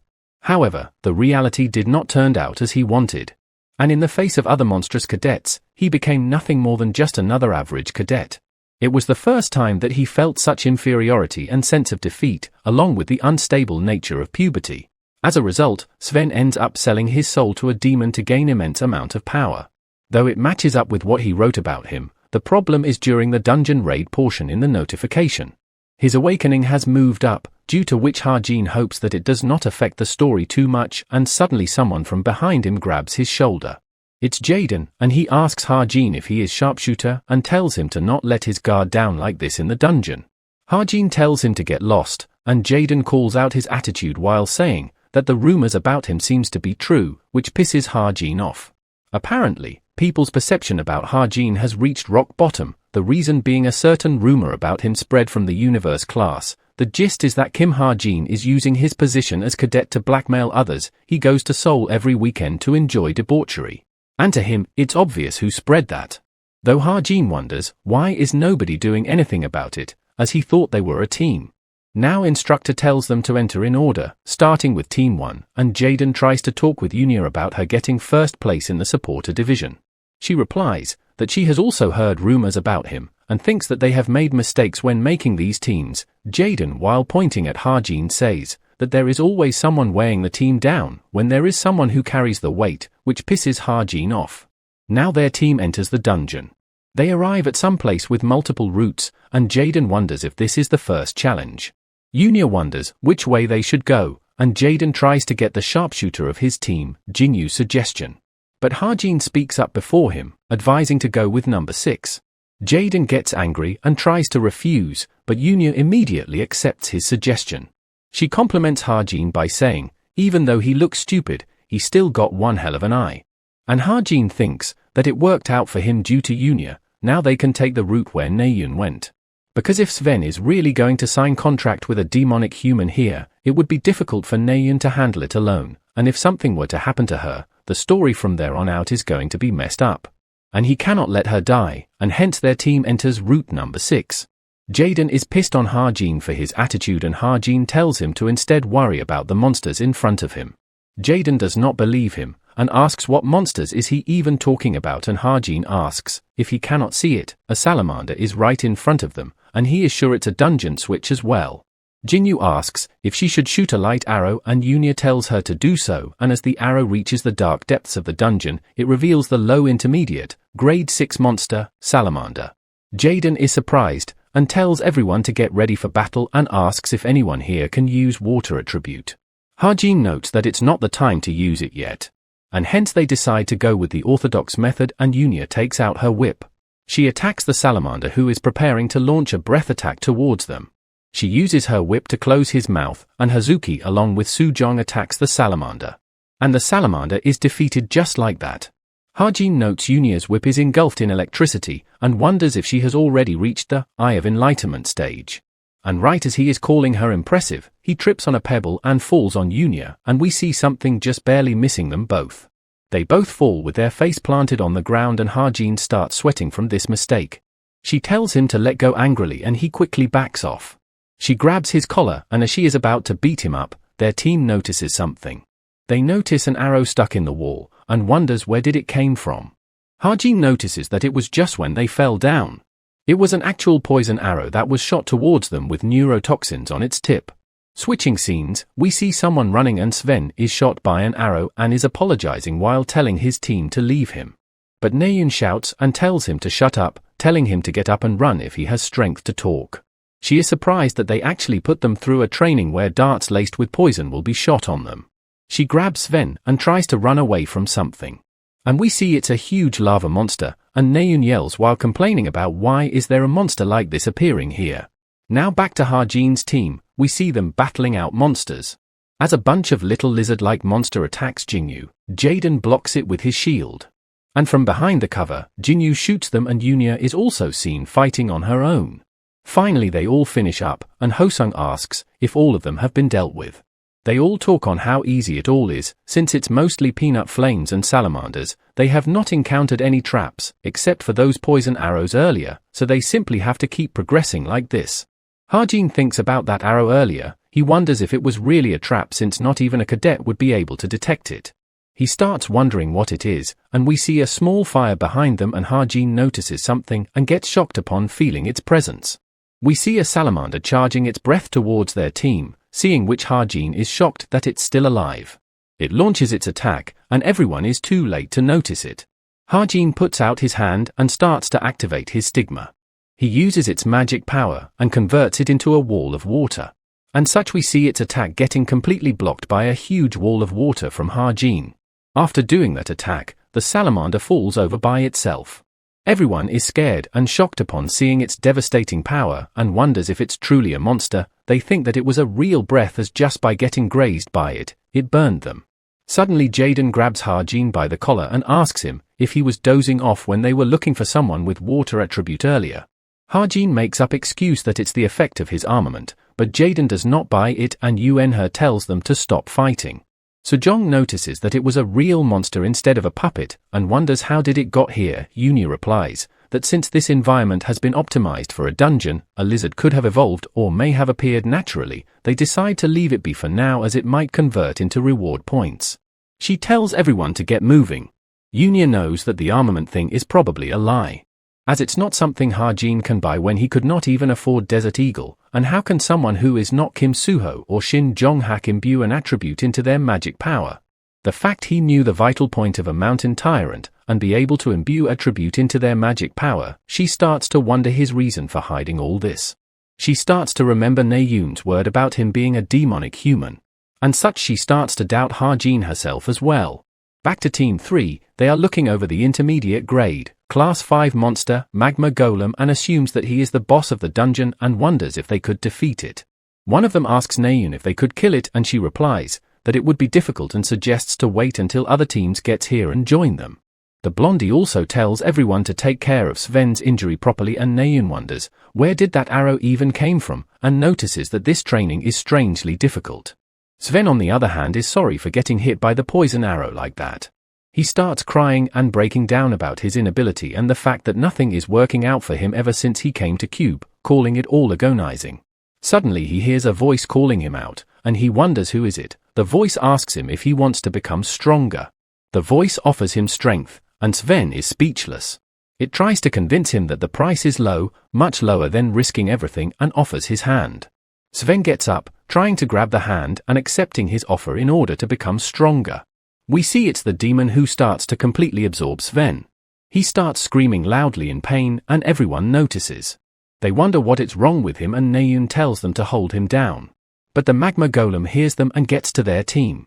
Naeun immediately shouts at everyone to run away, as the golem spits out lava through his mouth. The golem swipes on the place they were all standing. But they all have already started running away and Naeun is also carrying Sven on her back. The golem destroys everything, and her teammates are sent flying in the air, and Naeun is also barely able to make it. She starts coughing from all the debris and smoke and the golem gets close to her.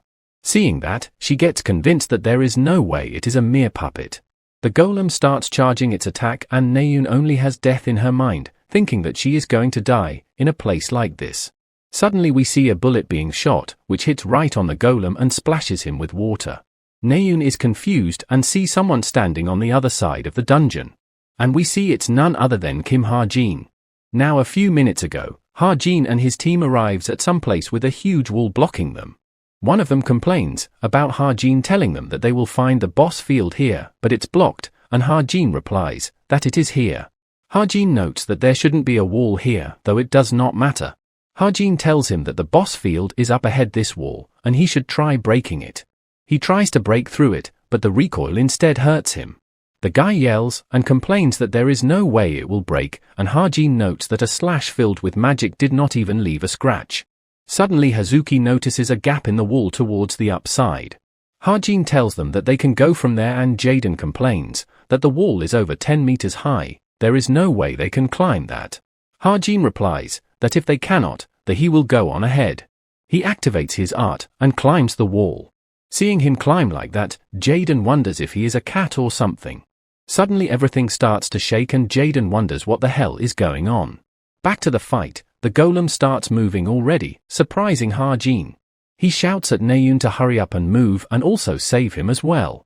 Suddenly Naeun's team arrives, shouting battle formation, and they start attacking the golem.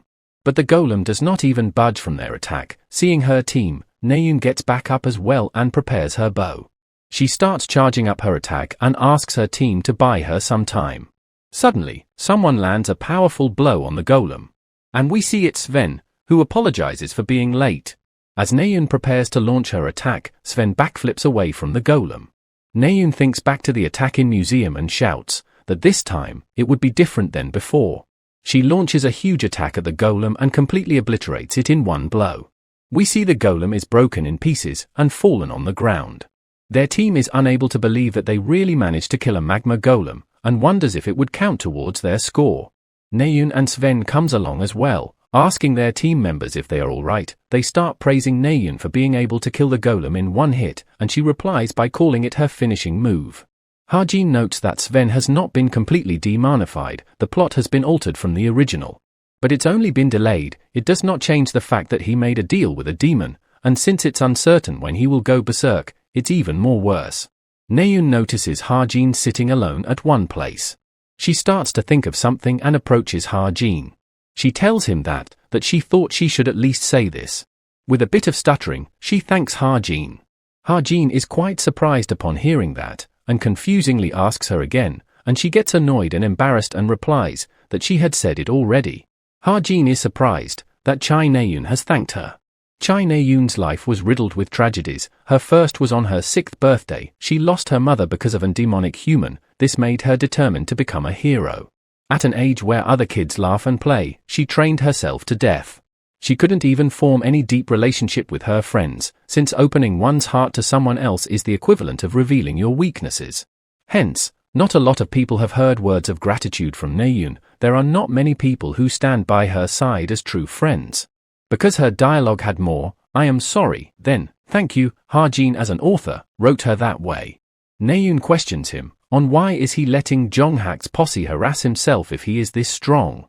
As he managed to stop the magma golem earlier, if he has that much skill, he would be able to beat them with one punch. But Ha-jin replies, even if he wanted to, he is letting them be, because he cannot beat them. Naeun doubts it as she replies that she saw the power of his weapon earlier. He shows her his weapon, saying that it's a private weapon, which will explain it. Seeing which she freaks out, saying that he will get expelled if they find out, and Ha-jin replies that is why he only uses it when he really needs it. And besides, he already found a way to hide his weapon in Stigma. He won't have to worry about getting expelled because they won't find anything.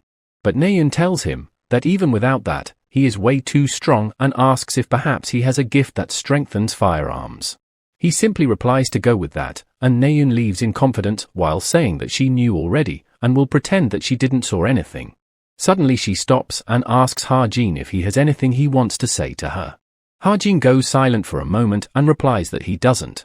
Hearing which, she leaves while saying, I see, and Ha-jin knows that if he apologizes right now, she would have forgave him for mentioning her brother.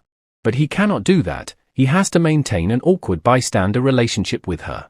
Because in the future, he has to kill Chai Jin-yoon. One of the girl from her team asks Naeun if she is close with Ha-jin, and she annoyingly replies, no. Hearing which, Sven is seen with a creepy expression. Suddenly an announcement is made to suspend the raid and exit the dungeon as quickly as possible. Several problems occurred in this dungeon raid experience. A few cameras within the dungeon malfunctioned at the start of the test, real monsters invaded the artificial dungeon, the distribution of examiners got messed up, and they realized this problem too late. A serious incident occurred, but there were no causalities, so instead of dispatching an outside agency, Cube assured the cadets that they would independently investigate this matter. In other words, the demonic humans who've taken up the executive seats at the Cube have successfully covered up this incident. A large-scale investigation of this will occur after the second arc is over, and for that Ha-jin decides to worry later. The side effects of contract with a demon are hypertrophy of emotions and obsession. The worst-case scenario would be if Sven's emotions get out of control and make him go berserk while he is alone with Naeun. And to prevent that, he decides to check Sven's and Naeun's tendencies. He starts to open the messages, but feels guilty for accessing Naeun's messages. We see she has a chat with Sven about a bet. And according to the original story, this is the day when Sven will go berserk. As such, Ha-jin decides to follow them and plans to prepare some things in advance. And since he is also more or less grown, he decides to head to the Mount Gari dungeon. Suddenly his smartwatch lights up and Ha-jin wonders why this person is calling him. As Ha-jin picks it up, we see it's Kim Suho who has contacted him. After greeting Ha-jin, he asks if he has some free time on Friday, as there is something he would like to ask of him. Now at Mount Gari, the location in Gangwon-do which rages with pure and spiritual energy. Because of this, Mount Gari was called the Mecca of training by martial artists nationwide. However, the people who came to Mount Gari are not restricted to martial artists. Instead of fighting monsters, there are people who roam across the country to search for valuable treasures. And we see a weird-looking dude introducing himself as one of them. Ha-jin simply replies, I see. He thinks that Ha-jin is looking for ginseng root and tells him that he won't find any that way, but Ha-jin replies, he is not, and there is a place he is looking for. But the guy ignores his answers by saying that everyone says that and starts a long speech about his business. Ha-jin ignores him and moves on, while the guy thinks that he has a long way to go. Suddenly Ha-jin trips on something. And we see it's a ginseng root. Fast forward and we see him eating that ginseng root, and he used his setting modification on it to increase his variable stats by 2 for 30 minutes. Though he would have earned at least 700 million if he sold it as it is. Suddenly he starts slipping off the mountain and notes this cliff is so high, making the place he is searching for almost impossible to discover. In the middle of Mount Gari, once we get past all of the vines and moss, there lies an undead dungeon. The dungeon's boss is an intermediate grade 1 monster, Death Knight. Even if he is strengthened by the ginseng root, he is no match for it right now. But it does not matter right now for him. Suddenly we see many undead starts rising from the ground. And for Ha-jin, his target is not the dungeon's boss today, but the hidden stage. He uses his stigma and brings out his weapon and shoots away the undead. He starts defeating all of them quickly and uses his clairvoyance to see the path. After mapping the whole path, he backflips over them and shoots all of them one by one. With that, all of the undead are taken care of. He notices the number of undead keeps rising, meaning that he must be approaching Evangel's abode.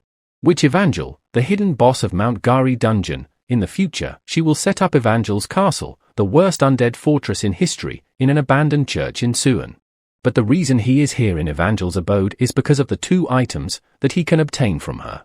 The growth-type weapon, Ether, and Evangel's seed. It is a weapon that made the character, demonic human, Toma, an executive of the wicked. There is no better item he can use than Ether in order to grow quickly. We see Harjin arriving at an long pathway and uses his clairvoyance to see the way. We see a huge tree with purple crystals growing on it at the end of pathway and a little child sitting there. Harjin knows that a matured witch will be hard to deal with. They must be killed when their body and intelligence is still incomplete. The little kid notices Harjin coming. Harjin stares at her silently and it gets hard for him to kill her. He tries to snap out of it since it has to be done and Toma did it as well. And besides, he was the one who created her after all, and hence, he pulls out his weapon. A witch in her spiritual form cannot be killed by his normal weapon in one blow. In that case, he unleashes his stigma, and turns the light attribute magic power into a spear. He notes that the ginseng is working pretty good and throws the spear while thinking that he feels he became Yo-Yunya or something. We see the spear lands a clean shot at her. But he notes that she is still alive, although we see her slowly fading away. Her body starts cracking and she completely disappears. And Harjin notes that perhaps it was just a reflection of her nature. And from her, he gets both the weapon Ether and Evangel's seed. With Ether, all of his variable stats gets increased by 0.6, and Harjin notes that the attachment effect is really nice. And he is sure that it would be even better when it grows. With these stats he is finally on equal grounds as a cube cadet. And since he got 47 SP, and he has put the remaining ginseng on Violet Society, which should be sold pretty soon. But an even more important thing would be Evangel's seed. The Witch of Despair is quite the villainous name, though he is sure it would become an ally if grown well. Growing the seed is quite simple as well. Instead of water, he just has to feed it a small amount of blood. However, since the witch's nature and tendencies change depending on whose blood it is, he needs to be careful whose blood he feeds it with.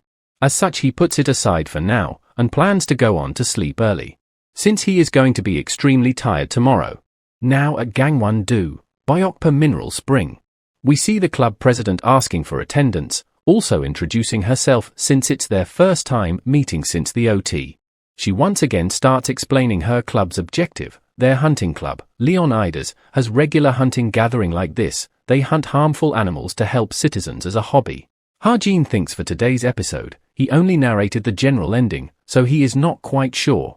Naeun gets severely injured, and Ven dies from the aftermath of a demonic human's rampage. This incident was nothing more than a plot device to make Suho care more about Naeun. By making them think that the demonic human's target is Naeun, and while everyone's attention in the search team is on her, they will make their move on their real target.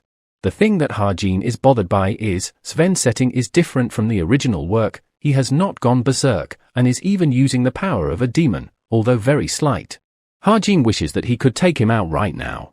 Naeun notices Harjin taking glances at her direction, and wonders why does he keep loitering around her when he is acting like he does not care. She starts to misunderstand and questions if he likes her or something. Sven warns her to be careful, and she asks if it's about Harjin, and Sven tells her about the disappearances lately. But Naeun tells Sven that Harjin is not that kind of person, which angers him. Harjin observes them both as the hunt begins. At the hunt, we see weird creepy tendrils attacks a deer and chokes him out. And it's Sven who is using his demonic power, and suddenly he hears someone calling him out and he immediately stops using his power. It's Naeun who is carrying a deer on herself, while claiming to have won their bet. But she is shocked upon seeing Sven score, and asks him on how did he got so many. Sven tells her that he won their bet, and Naeun replies, guess, she would have to fulfill his wish then, and asks him what is it. Sven starts blushing and is about to ask her out. We see Harjin is observing them from the bushes, knowing that Sven has contracted with the demon of lust, Asmodeus. For Sven, whose desires have been amplified from becoming a demonic human, patience is out of the question. Sven asks Naeun to go out with him. And Naeun is taken back from his sudden confession, and Sven asks if she does not want to. She replies, of course not. She would not accept a confession from someone she have not been acquainted with for a week. Harjin is waiting for Sven to quickly reveal his true demonic human's nature. While Naeun also tells Sven that she only likes guys who are stronger than her. Hearing which, Sven gets agitated. Naeun starts to leave and Sven starts showing his demonic power, asking if it's really the case. And if it is, then she would have to come to him if he is stronger. Naeun turns back to tell him to leave it, but is shocked and is suddenly attacked. We see his tendrils have made contact, but Sven feels something is off. We see Ha-jin is here and has protected Naeun with his shield. As he is asking Naeun about her condition, he gets attacked by Sven. Naeun tries to pick her weapon and Ha-jin is getting choked by Sven. Naeun starts to concentrate her magic power in her hand and attacks Sven. But it does not affect him, and we see him going completely berserk while spamming Naeun with his love confessions. Naeun charges a huge amount of magic power in her hand, and Ha-jin is surprised to see it.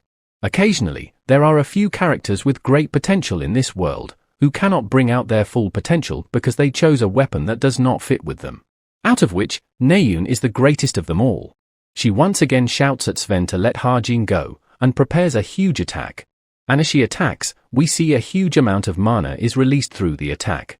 We see Naeun's attack has created a huge and long crater. Seeing that, Ha-jin asks Naeun on what was it. She replies that she does not know herself. Naeun asks if he is okay, and he replies he is, and she asks again if he is really okay. Suddenly she starts falling unconscious while saying it's a relief, and Ha-jin calls out her name in worry. Fast forward, it gets night, and Naeun starts waking up. She is shocked upon finding herself on back of Ha-jin. Ha-jin tells her that she was not getting up, so he was carrying her down. She asks him to let her down, and Ha-jin tells her that he is really going to do it, and Naeun angrily tells him to hurry up. And as soon as he puts her down, she is unable to stand up. She gets scared as she is unable to use her legs, and wonders what happened to her. Ha-jin asks if this is her first time experiencing magic power exhaustion, hearing which leaves her dumbfounded. Seeing her expression, Ha-jin explains that it's the state of decrease in magic power in speed due to it being exhausted within your body, and Naeun shouts that she knows it already. He tells her that she won't be able to walk for a day or two, so get on, which she hesitantly does so. Ha-jin asks if she is keep going to use bow, and she asks, on what the hell is he talking about suddenly? Ha-jin tells her that she must have felt it too. And he knows that today she unconsciously unleashed her gift, a power that can drastically increase her abilities as long as there is a conductor for her magic power, a supreme sword that can massacre hundreds of monsters and humans with a single slash. A woman unmatched in large scale, all-out war, an overlord of the battlefield. And for that future she should let go, but suddenly Naeun gets angry and asks, who the hell is he for saying that? Seeing her reaction, he realizes that it's still a long way to go. Ha-jin drops her at the portal customs and tells her to find her own way from here. Naeun asks him where is he going, and Ha-jin leaves saying that it's time for dorm curfew, while Naeun yells at him to wait and take her with him. Next day, we see many people start commenting about the incident with Sven. And we see Ha-jin entering room 303 for something. We see it's Suho there, who greets Ha-jin. Along with him, Kim Horak, Shin Jonghak, Yo Yunya, Lee Younghan. He notes that all of the important people have gathered here already. Now we go right before the day of the hunting club. On his call with Suho, Ha-jin asks him what is it, and Suho replies, it's about the incident where several kids have gone missing, and Cube has entrusted them to investigate this incident. To prevent bringing external forces into this matter, Cube entrusted a few trainees selected by grade with the culprit tracking mission. In the background, Naeun calls out to Suho to come with her, and he tells her to wait and tells Ha-jin about all the representatives for the first years. And also informs Ha-jin that Cube will be doing its investigations as well, since it's highly likely that the culprit is also a trainee. They said it's easier to track it from the inside. Ha-jin asks what does it all have to do with him. Suho replies, it's because he heard that he had good eyes and also that Naeun recommended him, which surprises Ha-jin. Back to the present, Suho thanks him for coming and Ha-jin thinks it's his pleasure as he will gain a lot of SP from this.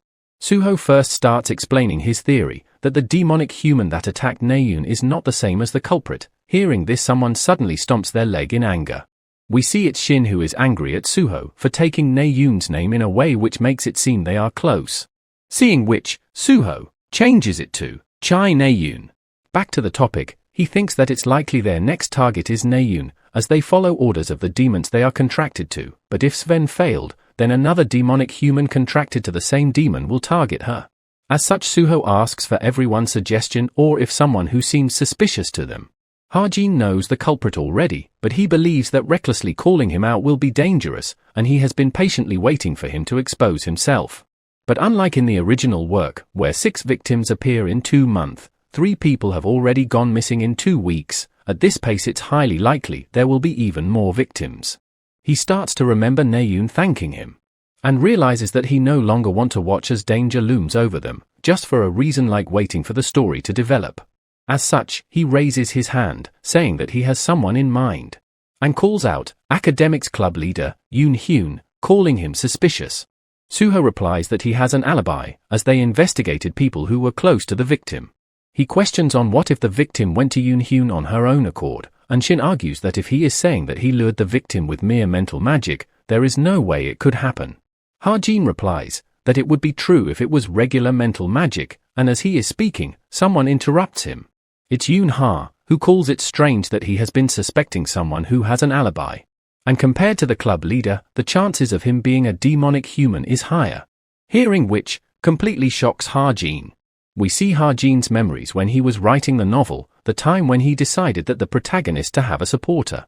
A chaebol character who helps Suho, a vicious personality, but not one of hate. As he decides her name, Yo Yoon Ha. Back to the present, we see her accusing Ha-jin of being a demonic human. Suho defends Ha-jin, that he also has an alibi, as he used Portal around the time of the crime.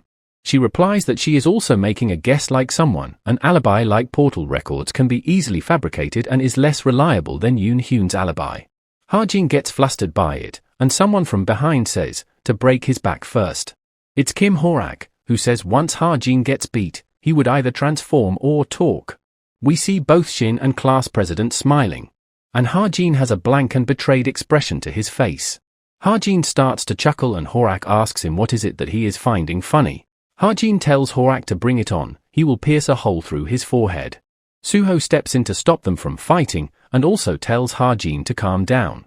Ha-jin tells them to ask Naeun, as that day both her and him, but before he can explain himself, someone attacks him with a basketball. And we see it's Shin, who angrily asks him on why is Naeun's name is coming out of his mouth. Ha-jin replies that they worked together to kill the demonic human when she was attacked, while they were busy playing childish tricks with their posse. Hearing which, Shin gets angry and class president tries to calm him down. Saying all that, Ha-jin begins to leave. Suddenly he slips and we see Horak attacks him from behind. But Ha-jin has ducked down and dodged his attack completely. Horak is surprised that Ha-jin dodged it, and Ha-jin also pulls out his weapon, while saying that Horak needs a beating to understand. As they both are about to fight, Suho steps in and stops them both. He tells Horak that it's enough, and also to Yoon Ha, and she can ask Naeun if she is so suspicious. Yoon Ha immediately contacts Naeun to ask her about this. And Ha-jin storms off from there in anger, as Suho tries to stop him. Naeun defends Ha-jin and tells Yoon Ha that he is not a demonic human, but Yoon Ha does not reply back and is speechless. Now back to Ha-jin, who has stormed outside the building. He crouches down and wonders what he is doing, with a very sad expression. Not only did he fell into the novel he wrote, but he is also having emotional disputes with the characters he wrote with love. He tucks his face while saying that he is sick of it all. And he wants to see his friends and family, and wants to return to his home that has only 1 year left on contract. He wonders how the time is flowing in the original world. If it's flowing normally, would he be considered a missing person? And he starts to think about his parents and what if they were searching for him, what if they are feeling sad because of him? And starts questioning if he could even go back to his original world. Suddenly, he gets a notification that his perseverance has increased. He chuckles and smiles, while saying that it's killing his mood. He is glad that he increased his perseverance stat. The past him would not have had the courage to commit suicide, but he most definitely would have given up on returning. He wipes away his tears and starts to get back up, and stands around while looking in the distance. Inside the building, the president asks, where is Ha-jin, and Suho replies that he was a bit difficult to approach. Yoon Ha confirms with Horak that he used his gift earlier, which leaves him nervous and speechless. Yoon Ha is surprised that a mere sharpshooter was able to dodge the attack of a martial arts gift, and questions on who is calling who suspicious now. Suddenly she gets a message from Yoon Hyun, asking Yoon Ha if he can see her in the study room before the club meeting tomorrow. Yoon Ha replies back, sure. And we see Hyun is covered in blood, while smiling looking at her text. Fast forward to next day, Ha-jin narrates that he understands why people say you should keep yourself busy in moments of melancholy. Exercising, hunting, and investing in stocks as usual does not give him much time to think because of fatigue. But he wonders what is up with Suho and the class president, while thinking to not bother him and that he is fine. Ha-jin wonders what the hell is he doing with his own characters. He should really stop doing useless stuff and think about getting back home. Suddenly Naeun arrives, and Ha-jin asks her if it's okay for to come to school already, and she replies, there is nothing to do for her at home either ways. Suho gives her his hand to grab onto, but she tells him that she can move on her own, and Shin gets angry about Suho touching her. Seeing Shin gets angry for Naeun, Yoon-ha also gets pissed. Now the instructor arrives and tells everyone to take their seats. He then informs them that midterms are only a week away now. Practical exams will begin as soon as the written exams are done, and the practical will be assessed based on 2 categories. Duels between trainees, and monster battles against a phantom beast a mage will summon. Both categories will be far more difficult than regular lessons, and hence they should devote themselves to it. Ha-jin notes that written exam will be easy, but the problem is duels. Duels involve using one of the 3 nomination tickets a trainee is given, which allows one to nominate a trainee they wish to duel. It may seem like an opportunity for high-ranking trainees to nominate mediocre trainees to obtain tons of points, but a countermeasure is placed by Cube to prevent it, which is compensation point system. For example, even if the rank 1 trainee wins against the lowest rank trainee, the amount of points they earn changes based on the rank difference, and also the rank 1 trainee receives negative points. But, of course, there are some people who completely ignore this system and use their nomination tickets on people they don't like so they can beat the crap out of them. And there is also one more thing which is bothering Ha-jin, which is the fact that Rachel is sitting too close to him. Rachel, she does not even talk to Ha-jin, yet keeps hanging around him. She always used to study alone at the back. He wonders what is she doing and if she is peeking at his notes. We see Ha-jin writing 2 names on his notebook. Rachel gets confused on what is it, and Ha-jin thinks that these are his parents' name. Now Hyun messages Yoon-ha that he is in the study room, and we see Yoon-ha arriving there.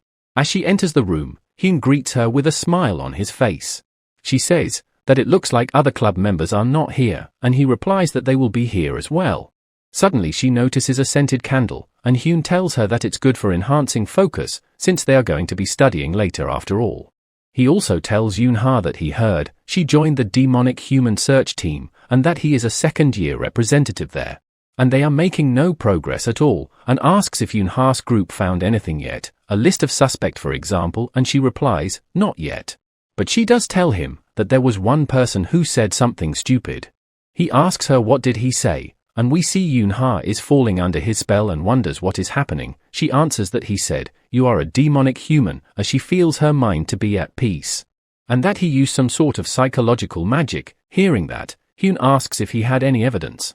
Right as she is about to say, of course not, she realizes something. Hearing the word, evidence, gets her thinking something, and Hyun tries to clarify that he misspoke. He meant to ask if he was basing it on anything. Yoon-ha gets suspicious and readies her weapon while telling him that innocent people don't ask for evidence when they are accused of crime. She takes out her whip and asks him for his true identity. Suddenly a black aura starts to surround him as he stares at her while saying that there is still time for her turn.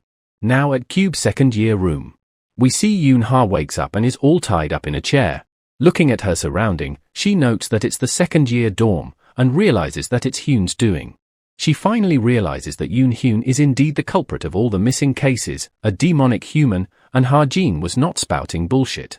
She tries to calm herself down and tries to somehow request for help, though she struggles to do that, while prays for anyone to save her.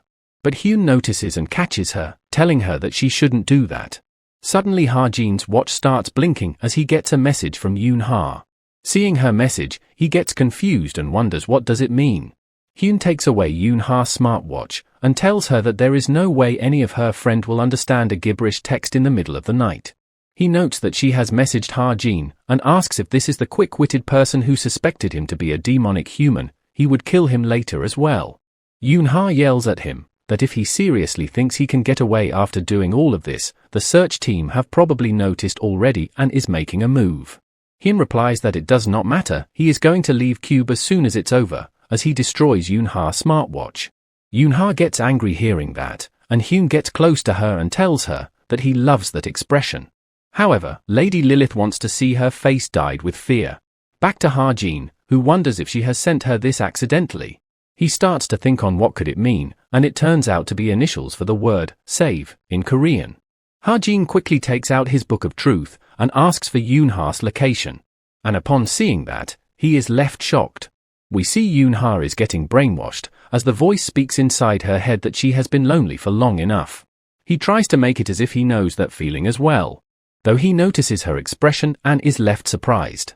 He calls her willpower strong, and he cannot believe that she still has not been brainwashed after all this, even though all she has to do is let her mind go at once. He tells her to not be afraid, as Lady Lilith have given him permission just for today. And she wants her as well. We see her again struggling to free herself, and Hyun tells her that it's no use, even if she managed to loosen it, as there is no way to run in the face of Lady Lilith's magic power. But before he is finished speaking, he gets shot right in his head. Blood starts spilling everywhere, and Yoonha is shocked upon seeing it. Hyun starts screaming in pain, and Yoonha hears Ha-jin's voice, telling her to look how she ended up after doubting someone she should have trusted. Hyun angrily asks Ha-jin for his identity, and he tells him to forget about recovering, as the bullet was specially made, so unless he gets it surgically removed. Hyun takes out his claws and attacks randomly, asking Ha-jin on where the hell is he. Hyun breaks all the glass windows and almost hits Yoonha, who dodges the attack. Yoonha falls over, and Ha-jin mocks Hyun by telling him to not waste his strength, as Hyun angrily lashes out at him, demanding to know where the hell is he. Ha-jin again takes a shot at him, while telling him that he is extremely far away right now. Hyun starts coughing blood and falls down. And we see Ha-jin is shooting from a tree from extremely far away with his Desert Eagle sniper rifle form. Ha-jin has Hyun on his aim, as he notes that long-range sniping is the best. Ha-jin tells Yoonha that he would be using all the bullets that she gave him by today, and he is sure that she will give him something even better, if she have a conscience. Hyun tries to get away, but Ha-jin shoots him in the back. And he starts to tremble, as Ha-jin has his aim on him. Ha-jin puts his weapon down for a moment and tells Yoonha that he saw something that he should not have, and asks if she is alright, to which she replies, she is. Ha-jin tells her to take a nap, as the search team will be there soon, to which she complies with by saying, okay. And she falls asleep, while giving Ha-jin a heartfelt thank you. Fast forward, Yoonha is waking up in the hospital. We see Suho is sitting beside her, and she asks him on what is he doing here. He asks her if she is hurting anywhere. The doctor told them that there is nothing wrong with her body. She freaks out and gets up, and asks Suho again on what is he doing here. He replies that they were taking turns nursing her, Naeun, Jonghak, Horak, and she asks, why? Suho replies that it's because they are partially responsible for this situation. They should have taken more care as members of the same search team, but they were too focused on something else. And Suho apologizes to her for that. She tells Suho that he probably gets told a lot by others that he is stubborn, hearing which confuses him. Seeing him, Yoonha thinks that at first she thought Suho was only a talented guy in the first place, but perhaps she misunderstood. And from misunderstanding, she remembers about her argument with Ha-jin. She asks Suho if that person came. Suho asks, who? She suddenly turns away from the question and says, never mind. Yoonha then starts to simply stare at the blue sky. We see Yoonha messaging Ha-jin with a thanks and that she will repay him. And with this all, Ha-jin gains a tons of SP, along with a mastery increase of his Deadeye skill. Ha-jin notes that this is the most SP he has gained from a single action, but the reward of taking care of one of the main arc is bound to be amazing. It's not much of a bonus, since he had to make few investments in a few things to snipe, but this much is good enough since he managed to save Yoonha. Suddenly Park Soo-hyo comes and calls out to Ha-jin, and tells him that he was surprised when he got a sudden call from him and asks if something is wrong. Soo-hyo quickly kneels in front of Ha-jin, thinking that he called him to cancel the contract and begs him reconsider, and Ha-jin tells him that it's nothing like that. He shows him a briefcase and tells him that he wants to invest in SH Entertainment. Hearing which, Soo-hyo is left confused and too shocked to think anything. The ginseng root that he had put up on Violet Banquet came back as a whopping 400 million won return. He used 250 million from that to invest in Pack Horse Masters, and invested the remaining 150 million in SH Entertainment. as the growth potential of SH Entertainment is just as certain as Pack Horse Masters. Seeing Ha-Jin's investment, he is bricked up and says that he cannot take such a large sum. But Ha-Jin tells him to take it, and to buy him an magic pouch and HUV with it as well. He asks Soo-hyuk for his age and he replies that he is 29, hence Ha-Jin tells him to speak causally with him, since he is older, but Soo-hyuk freaks out, as he cannot talk like that to an investor, but Ha-Jin tells him he will cancel it if he acts like that. Hearing which, he changes instantly to a more casual tone. While walking out, Ha-Jin asks him to stop by a convenience store first. Ha-Jin starts scratching a lottery ticket and Soo-hyuk asks him, why is he doing it all of a sudden? He replies, he cannot do so without a guardian. As the ticket is scratched, Soo-hyuk asks how much is it, and Ha-Jin casually replies that it's 20 million won. Hearing which, Soo-hyuk completely freaks out. He gives that to Soo-hyuk as well, telling him to invest it and send him an edited copy of the contract. He tightly tucks the ticket with himself, and Ha-Jin asks him on what is he doing, and he replies that someone might steal it. Now at evening, in some abandoned warehouse, we see a little kid is rising from what seems like shadow. He tells his boss that they have started to make their move. Pack Horse Masters has been listed, and asks on what should they do next. She tells him that they will just take the item and leave the rest. But the kid replies that there is also a weird thing happening. Someone has been buying Pack Horse Masters stocks intensively. At first he invested 3 million, 10 million, and then he suddenly invested 250 million, and doubts that it's too much money for someone to invest in a guild without even a guild page for good fortune. The boss tells him to forget about it and just focus on what they need to do. She asks if there is anything else to report and he replies that a few interesting pages have opened on Violet Banquet and asks if she wants to take a look. Relic Search Party, Jonggak Bozintang, Truth Agency, and his senses says that Truth Agency smells fishy. He asks if he should put a request there, maybe they would find that person for them. Hearing that, she gets angry and calls out his name, Droon. He gets scared and replies that he was simply joking, and also tells her that the Cube's midterms are also starting from tomorrow. The hot topics there are Rank 1 and 2, Kim Soo-ho and Shin Jong-hak. A few members are planning on infiltrating, and asks his boss if she is going to participate as well. To which she replies that she will. And we finally get a full look at our new mommy waifu. She hopes that there she would find someone interesting and useful.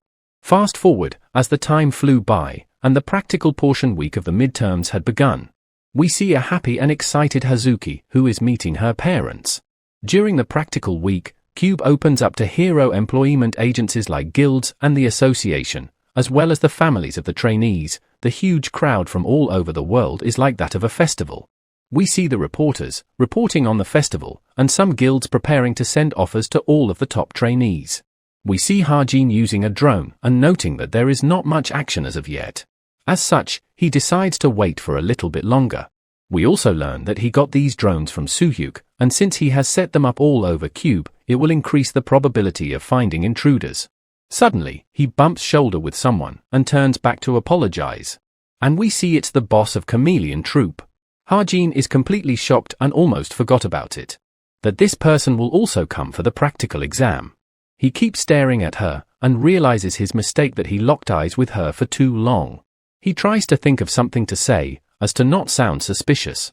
And he ends up calling her so pretty, which leaves both of them speechless and with a deadpan expression. She simply ignores his comment and walks away. She contacts Droon and he asks her on what is it. She tells him that the one she passed by earlier, he saw her through the perception blocking item. And such, she tells him to investigate Ha-Jin. Ha-Jin remembers that it's not only heroes who are here to scout trainees, but the Chameleon Troop is also here at Cube. Their objective is to scout either Kim Soo-ho or Shin Jong-hak, but since Soo-ho doesn't fit in with their belief, he is disqualified, and they start paying attention to Shin Jong-hak. That is how the story goes. Their infiltration itself should not cause much of an issue, but if the story changes and they start fighting the exam site security heroes, it won't end with just 1 or 2 people dying. Suddenly someone shouts, "Nothing at all," and everyone takes notice. We see someone saying that he does not see anyone suspicious, and the girl tells him to stop goofing around and search properly, since it would be really bad for them if someone got past Cube security during practical week. And he replies then they just have to eliminate them before they become a problem, and we learn they are high-grade heroes. Oh Jung-hyuk, rank 1737, 6th grade hero, and Seo Youngji, rank 2000, 7th grade hero. As they are moving around arguing, and Jung-hyuk telling her to go eat with pizza, we see a mysterious person strolling behind them. He comments about Ha-jin, and is surprised that he saw through the perception-blocking feature of Siren's necklace, and saw their boss. And with this, he is finally getting interested, as all he see here are weaklings, to the point that he is about to die of boredom. He asks Droon on what kind of guy is he, as he would like to go first and brawl with him, hearing which, Droon thinks that he is such a muscle brain. He tells him to stay put, they can confirm whether he shows promise or not, even if they don't do anything. Since they are going to start it soon, the duels. At the arena, the announcer says that the first match is about to start, and the first duel is one in which a nomination ticket was used. We see Ha-jin walking in the arena, as someone calls out to him. It's Yoon-ha, who asks Ha-jin if he is heading to the arena. He replies that he is first up, and hearing which, Yoon-ha calls out to her assistant. She gives him 100 top-grade bullets. Though he cannot use them during the test, but he can use them however he likes, and he can let her know if he needs more. And for his information, she is not trying to call it even with something like this for saving her life. And tells him to think of it as a gift. She also informs him that she has not told them about him providing support during the demonic human incident, despite them keep asking, and Ha-jin requests her to keep hiding that, as he thinks that it would get complicated if it gets out that he was the one who shot Yoon-hyun. Yoon-ha says that she understands that he is hiding his strength for some reason, but it would be difficult for him to pass the practical exam like that, hearing which confuses Ha-jin. She asks him if he knows who is he up against. Now we switch scene to the waiting room, and see someone exercising. And it's Kim Horak, who says that he will make sure to crush Ha-jin.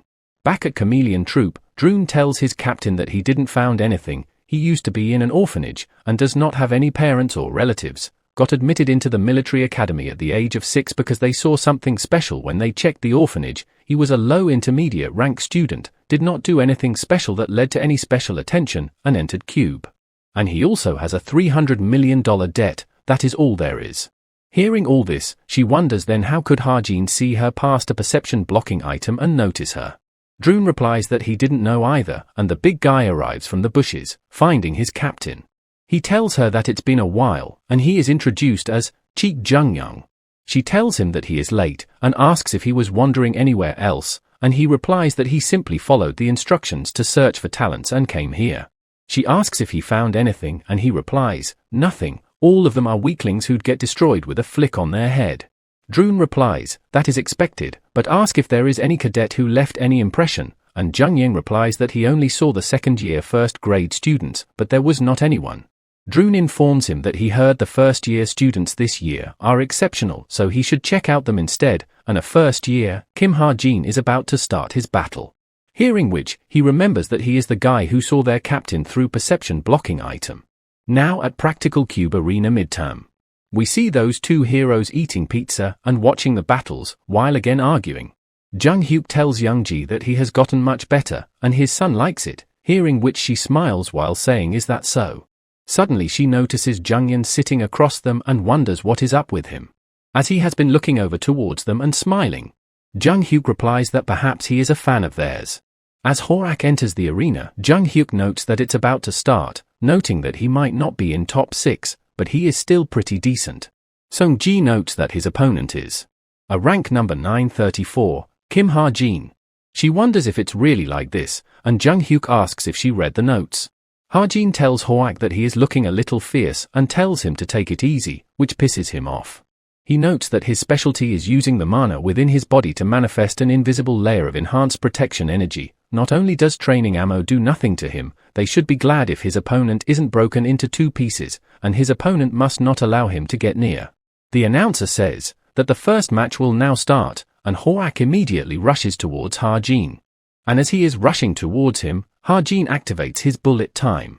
He moves away in bullet time to dodge, and has also increased the amount of time he can stay in it, up to a minute. And notes he can catch up to his movements, but Horak punches the ground and we see Ha-jin gets up in the air, while wondering if he is a tank or something. Horak chases Ha-jin through the arena, and while running, Ha-jin points his weapon towards him.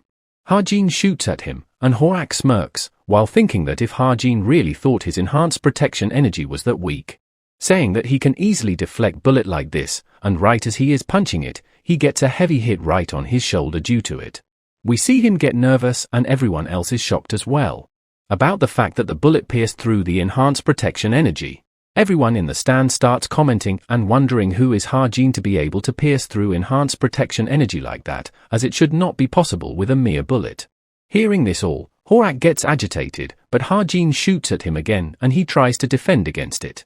Ha-Jin thinks that if Horak thought he could deflect these bullets, it's unfortunate for him, because these bullets have been infused with the mana of stigma, and also have anti-demon powers. Seeing this, everyone starts to cheer for Ha-Jin. Horak gets angry and slams on the ground, lifting up the whole arena. But Ha-Jin is able to dodge and jumps backwards. Ha-Jin suddenly throws a knife towards him while telling him to be careful. Horak dodges and wonders if there is some kind of device on the knife.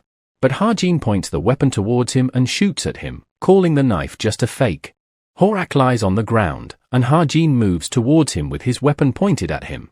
Everyone is shocked, and we see Ha-Jin is about to pull the trigger. Horak is nervous about being defeated, and everyone is looking in anticipation and shock as well. Jung-hyuk wonders if he ran out of bullets, and Song-ji comments that Horak looks exhausted as well. We see Horak trying to stand up, and Ha-Jin stares at him with a blank face. Suddenly he smiles and drops his weapon, while surrendering. Everyone is left shocked and speechless upon seeing that. The announcer announces the end of duel and the winner, Kim Horak, who is incredibly pissed at Ha-Jin for surrendering like that.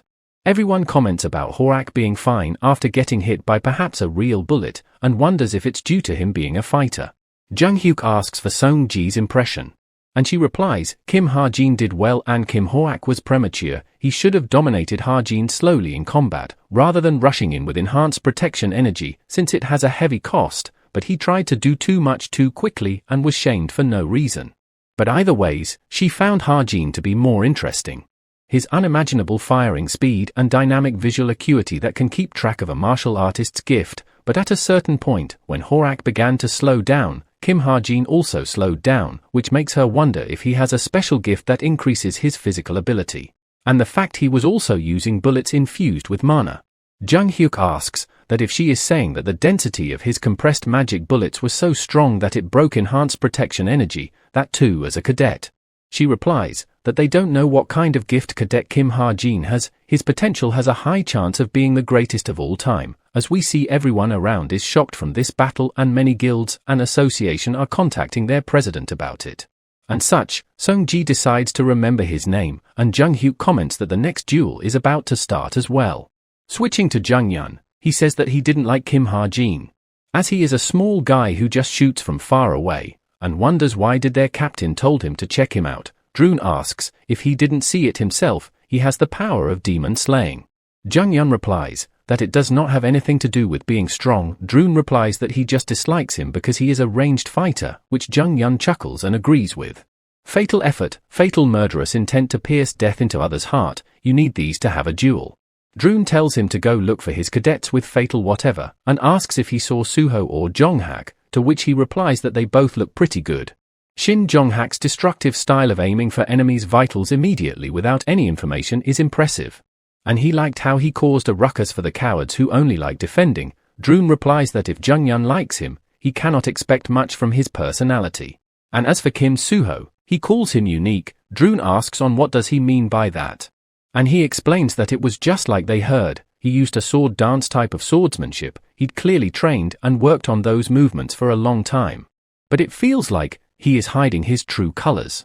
Droon asks if that means the number 1 in Cube is different, and he replies that he doesn't know. Neither of them are at a level where he wants to fight them immediately.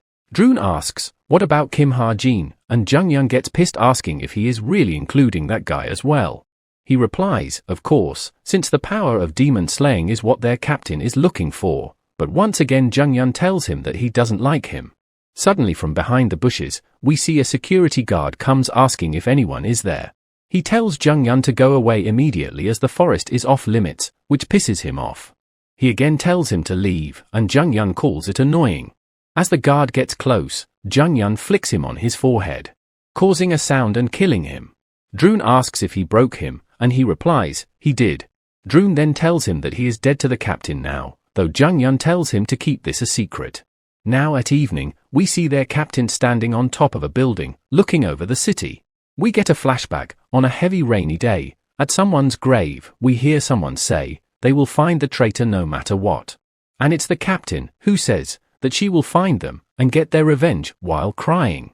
Back to the present, she grips the railing and contacts Droon, and orders him to check Kim Suho, Shin Jonghak and Kim Ha-jin, and he asks on what is the order. She replies that the power of demon slaying can break demonic bodies, hence, make Kim Ha-jin the highest priority.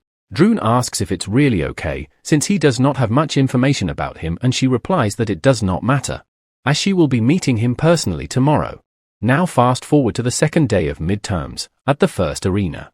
People in the stands notice the scouter for the Blade Guild, and the Holy Grace of God Guild as well as the audience level, which is completely different from the first day, because today's duels are Rank 1, Kim Suho vs Rank 8, Yohei, and Rank 3, Rachel vs Rank 4, Chai Naeun.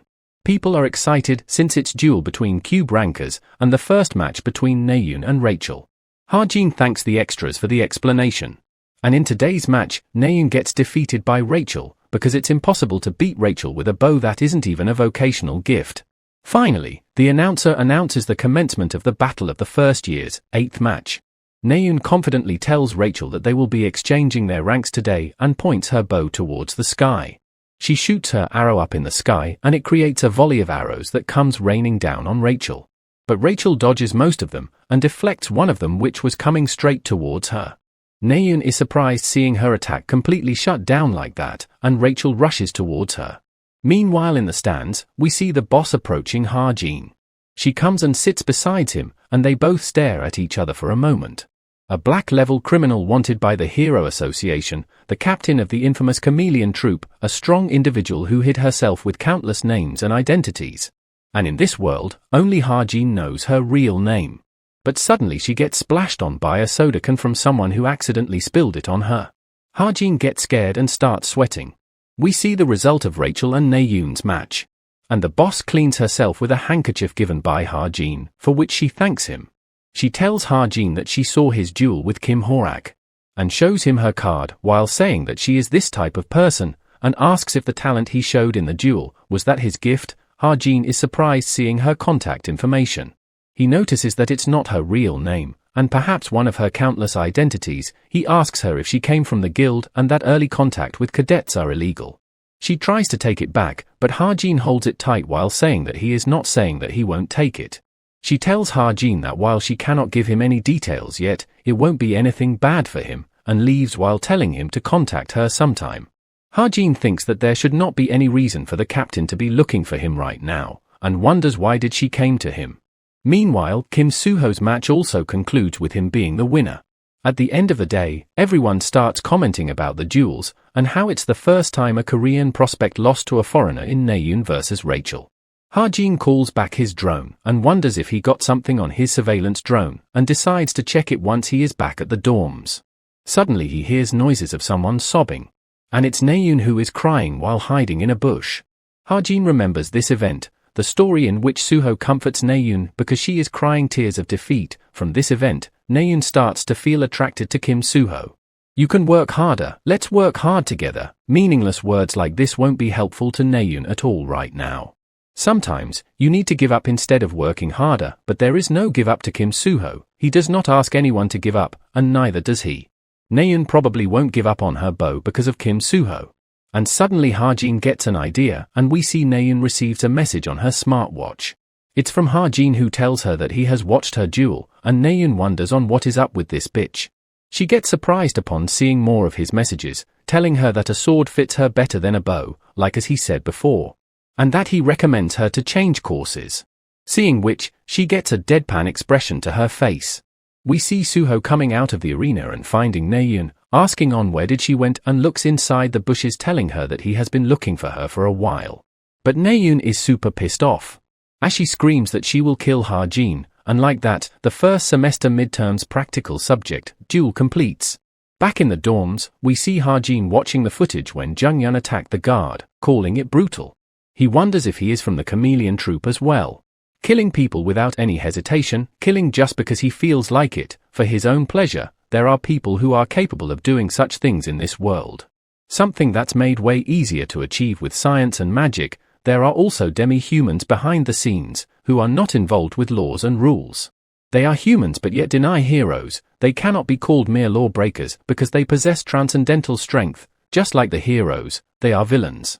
Hajin cannot simply focus on the villains that appear in the existing novel story, based on the co-author. In the novel that's been changed, they don't know when or what kind of villain will appear. Now at Midterms Practical, Monster Battle Examination Center.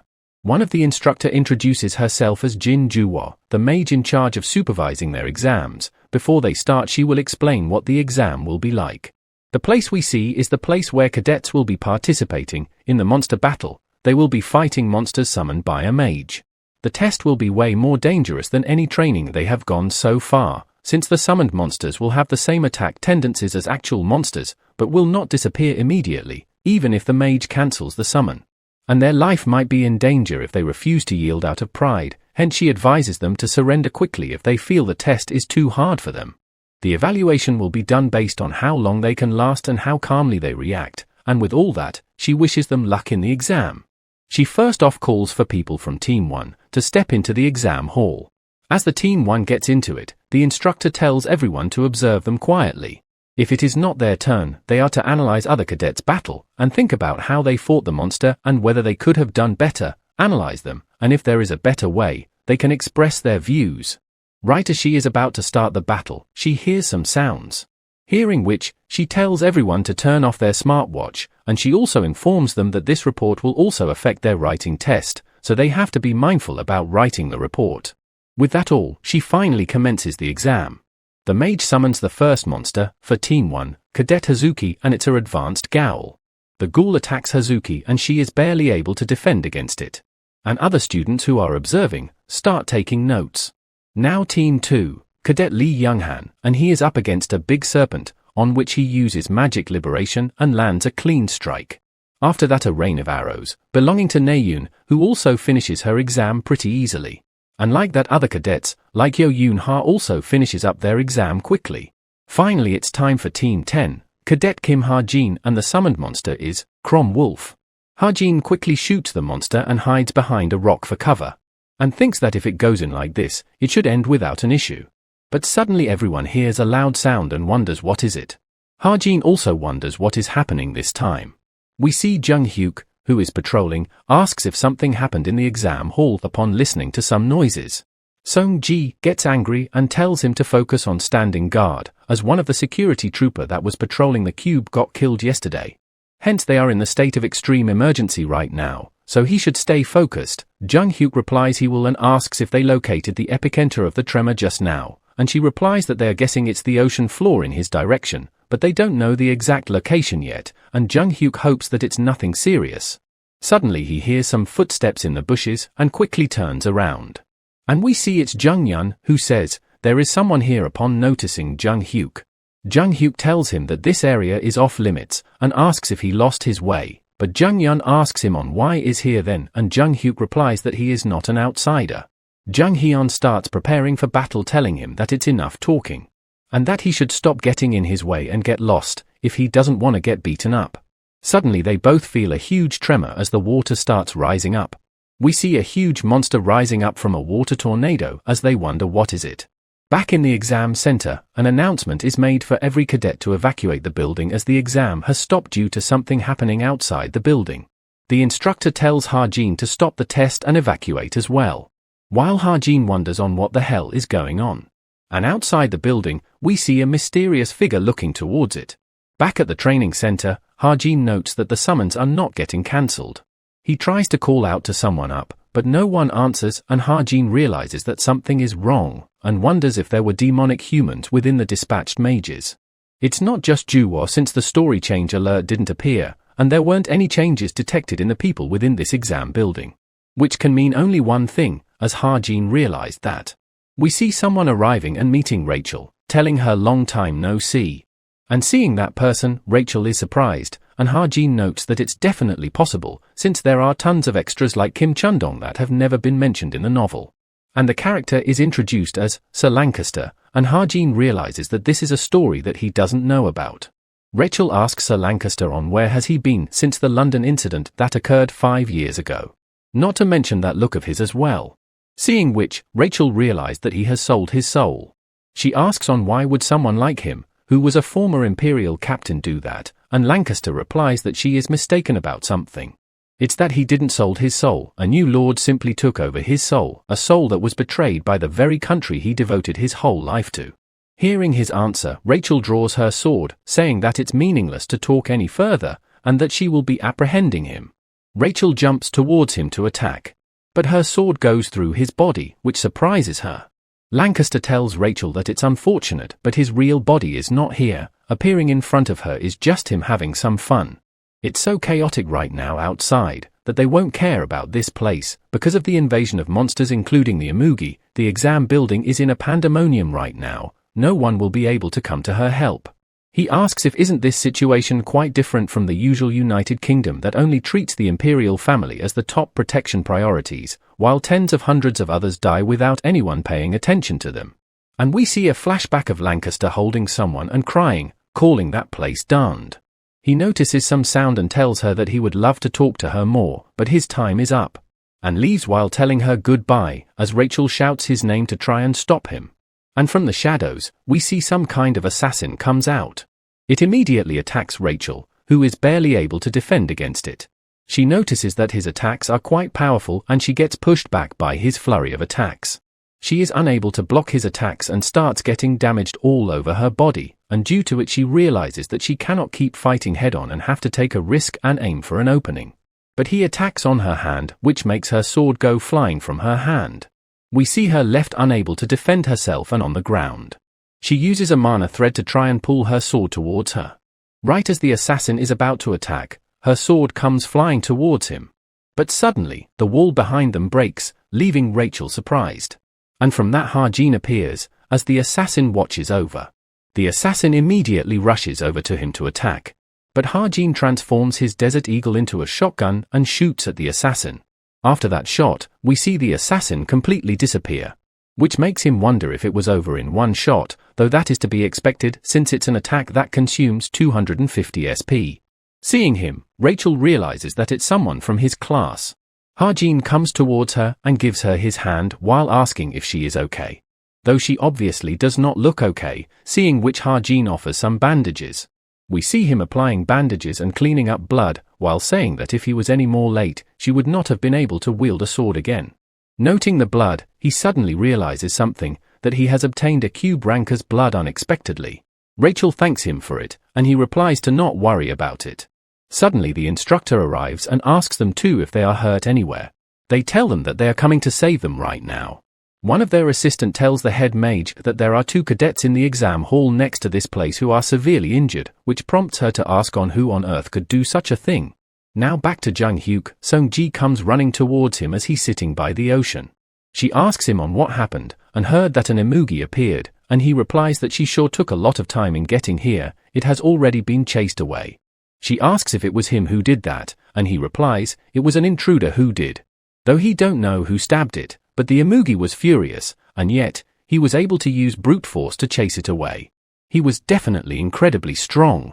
Sung-ji replies she cannot believe that, and Jung Hyuk says that he does not believe it either, but it's highly likely that he is the suspect in the police station murder, and hence they should put out a search for him.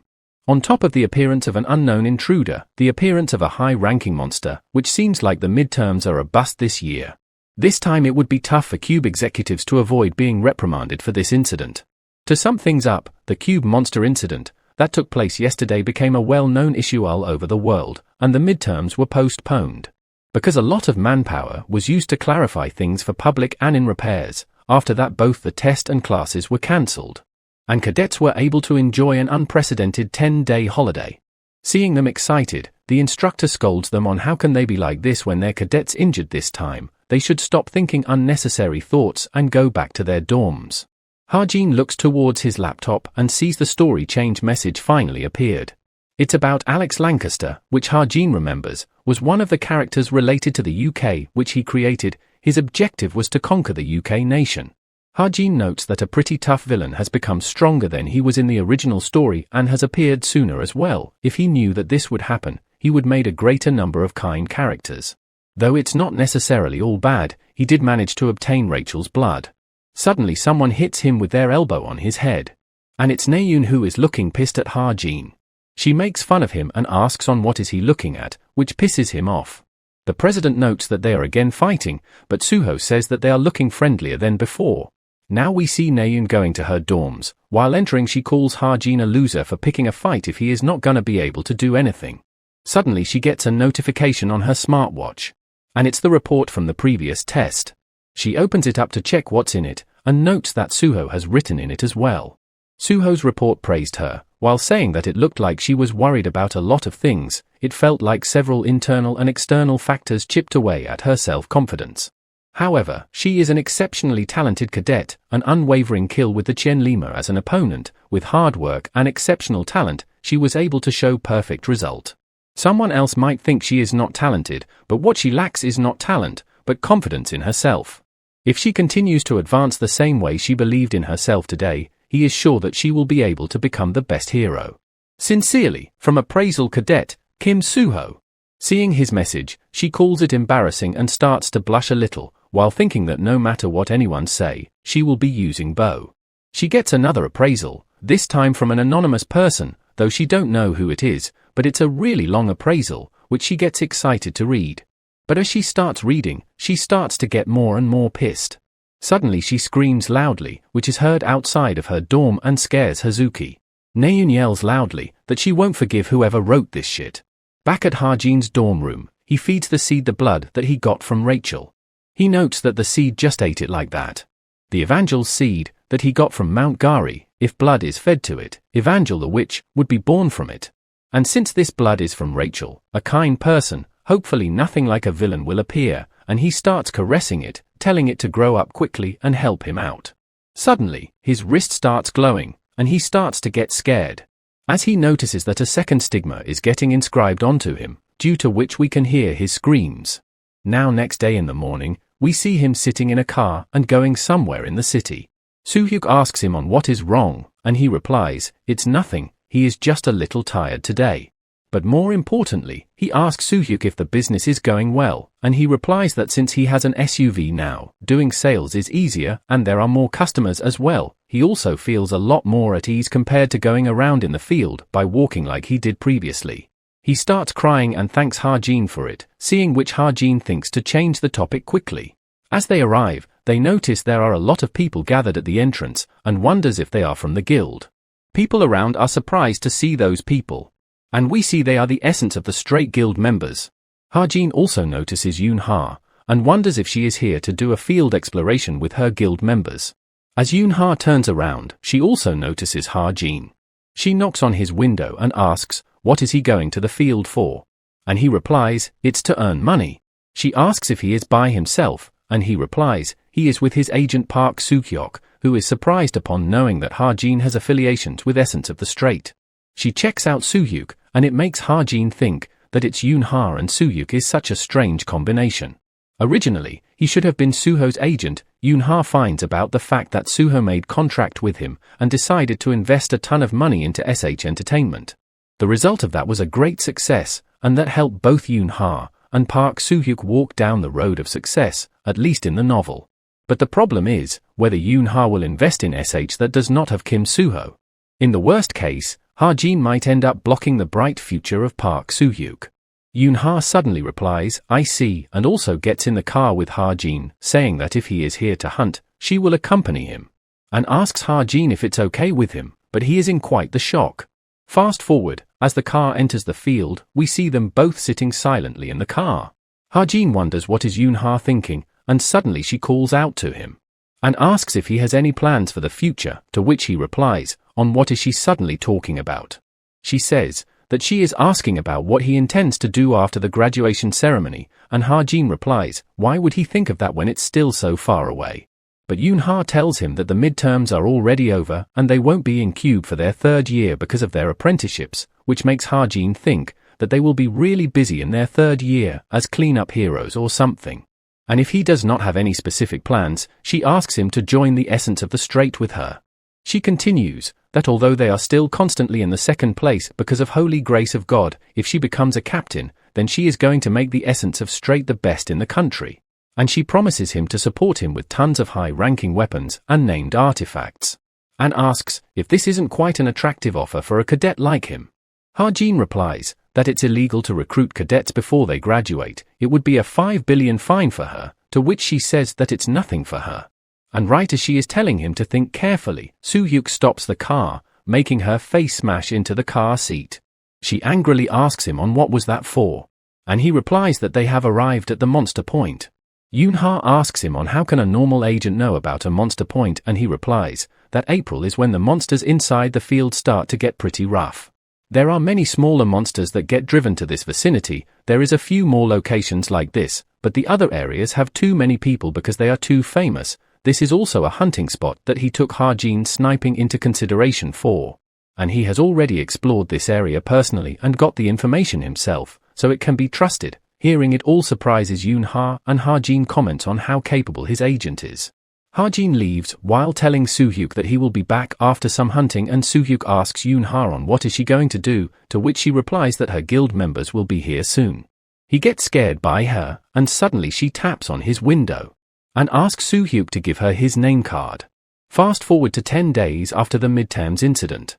The classes that were suspended resumed, and the cadets return to Cube, and we see the students are checking their ranks.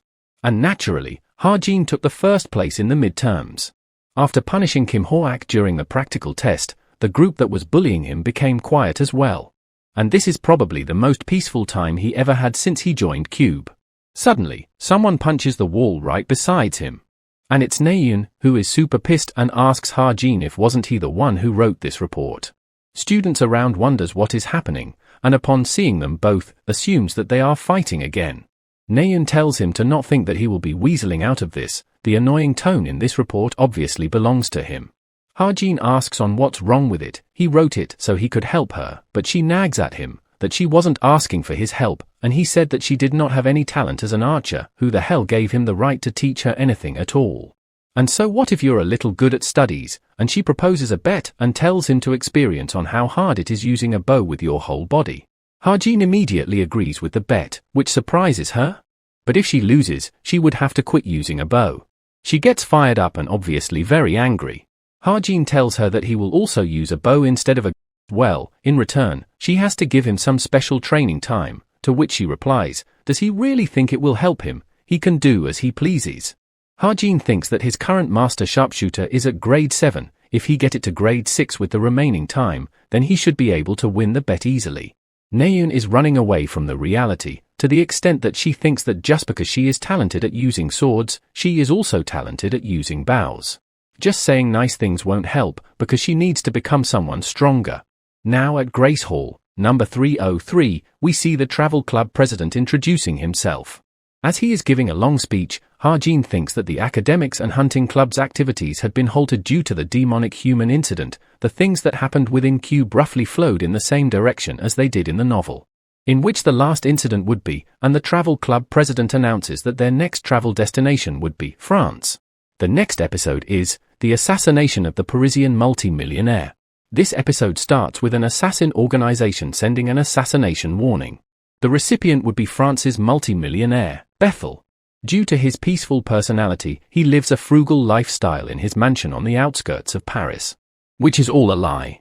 Bethel was a wicked fraud known as Burbit. He had swindled numerous people and accumulated his wealth from all sorts of wicked deeds. While he has been able to escape getting caught so far, the Darkness's footprint that was found was the real thing. Since he is a wanted man, he could not ask the police for help, and he doesn't have enough time to hire people who'd be strong enough to protect him from them. Bethel felt shivers down his spine. However, even if the skies fall, there will always be a way out. One day, Bethel thought of an amazing solution when he saw a certain Cube cadet visiting Paris to sightsee.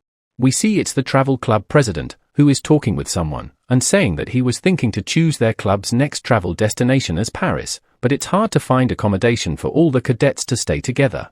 And we see Bethel coming forward with a proposal to live in his mansion with all the cadets, which was his plan. He probably planned to use the cadets as his bodyguards by gathering them at his mansion. Suddenly, he gets a request on his laptop on the Room of Truth. He is surprised as this is his first request, and it's to find a swindler who got away after swindling his family, and he would like the details of the person below. Seeing which, Ha-jin remembers the person. Now at an abandoned warehouse.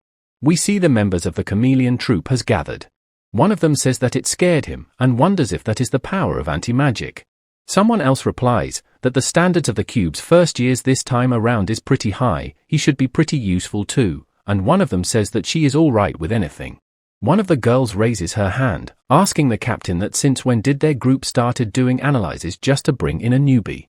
And someone else says that he thinks he got potential, more importantly he likes that he does not have any parents or lovers. The girl asks on what is that has to do with anything.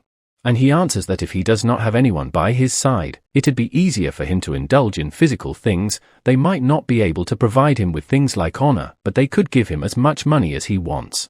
And on top of that, their priority is to catch and punish the traitor. If he has the talent to help them, then they must recruit him.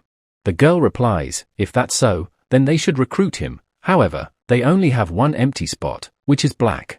Would they want to give it to a newbie, the position that the chameleon troupe recognizes as the strongest, the color of that man who betrayed the former captain? Jung Yun steps forward, saying that since they have no choice, he will take up the position of black, and give him his color instead. But the members object, as Jung Yun is too stupid, which pisses him off. Droon replies, then the answer would be a majority vote by the captain. She asks, those who agree to recruit Kim Ha-jin into the chameleon troupe, show her hands. And we see majority of them agrees. Droon counts 8 agreements and 2 objections, meaning Ha-jin's recruitment has been confirmed, and it annoys Jung Yun. The captain tells Jane to look at something. It's the invitation to the Paris VIP party, and she realizes that it's the mission location this time around. She tells the captain to leave it to her. Chameleon Troupe's yellow, as stealing a single ring is nothing for her. We switch scenes to Suho and Naeun, who seem sleepy and tired. The President Han-hyun confirms everyone's attendance and tells everyone to draw lots and move to the portal. Ha-jin thinks that he has not even went to Europe in reality, yet he is going there 10 seconds from now via the portal. According to the novel, Yoon-ha and Kim Suho were supposed to team up. And the rest will be just pair up accordingly perhaps. We finally see Paris and Eiffel Tower as the travel club arrives. And we see Naeun and Ha-jin has paired up, about which she is pissed while wondering on what the hell is up with her luck, and Ha-jin asks on why is she complaining when she was the one who drew the lot. They start arguing again, and people around are commenting how cool they are upon seeing that they are cube cadets. Suddenly someone calls everyone over. And we see the President Han-hyun getting all lovey-dovey with a girl, as they both ask each other on how each of them has been, and everyone watching starts to get pissed thinking that he came here so he could meet his girlfriend. Han-hyun introduces his girlfriend, who is also their doctor for this trip, and her name is Natasha. Ha-jin stares at her, as she greets everyone and tells everyone to have a good time. They tell everyone to gather back here by 7 p.m. as there is a party in the evening. As Ha-jin is leaving, Naeun asks him on where is he going. He replies that he wants to eat something, and asks Naeun if she is going to tag along.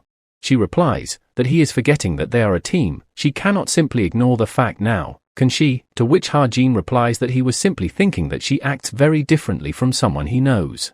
Ha-jin then tells her to follow him for now, and she asks if he knows where to go, and he replies that he has it in his watch, as he did some research before coming here. Hence, she should just follow him. Though while walking, Naeun tells him that she is very picky with her food, and he replies that he knows, to which she asks, how would he know?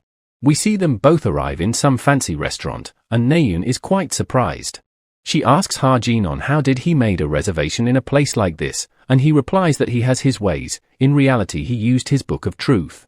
He hands her the menu and tells her to order whatever she likes, which she agrees to.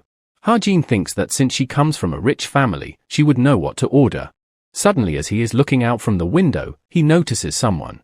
He immediately gets up wondering what was that, and Naeun is confused. He quickly runs outside while telling Naeun to wait, as she asks him on where is he going. Ha-jin wonders if the story changed, or did another unknown actor appear. We see a couple walking and Ha-jin calls them out. It turns out to be Sung-ah as Ha-jin wonders on what is she doing in Paris. Looking at Ha-jin, she gets nervous, and Ha-jin tells her that she walks real fast, calling her Miss Sung-ah, and asks her on what is she doing here. But she tries to act like she doesn't know him and asks Ha-jin on who is he. Ha-jin asks on why is she acting like she doesn't know him, but she doesn't reply and we see the guy with her comes forward. Ha-jin notes the system alert above them and tells them to excuse him, as he has mistaken them for someone else. He opens up his laptop while standing outside and reads the story change alert. Jane and Sung-ah, now he knows the reason for why she is in Paris. Both of them were in holy grace of God. As people in the same batch, Jane and Sung-ah would participate in several missions, and also experience various incidents. For Yoon Sung-ah, who led a tough life, Jane was the only person that she could call a friend. But at the most critical moment, Jane decided to betray Sung-ah. We see a place surrounded by fire, and Sung-ah on the ground asking Jane on why did she betray her. We see some substance is dropping from her face. As she replies to Sung-ah, that it was because she felt like it'd be fun.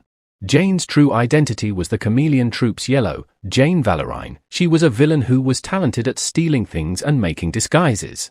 Back to the present, we see Sung-ah in some thoughts, as the guy with her gives her coffee.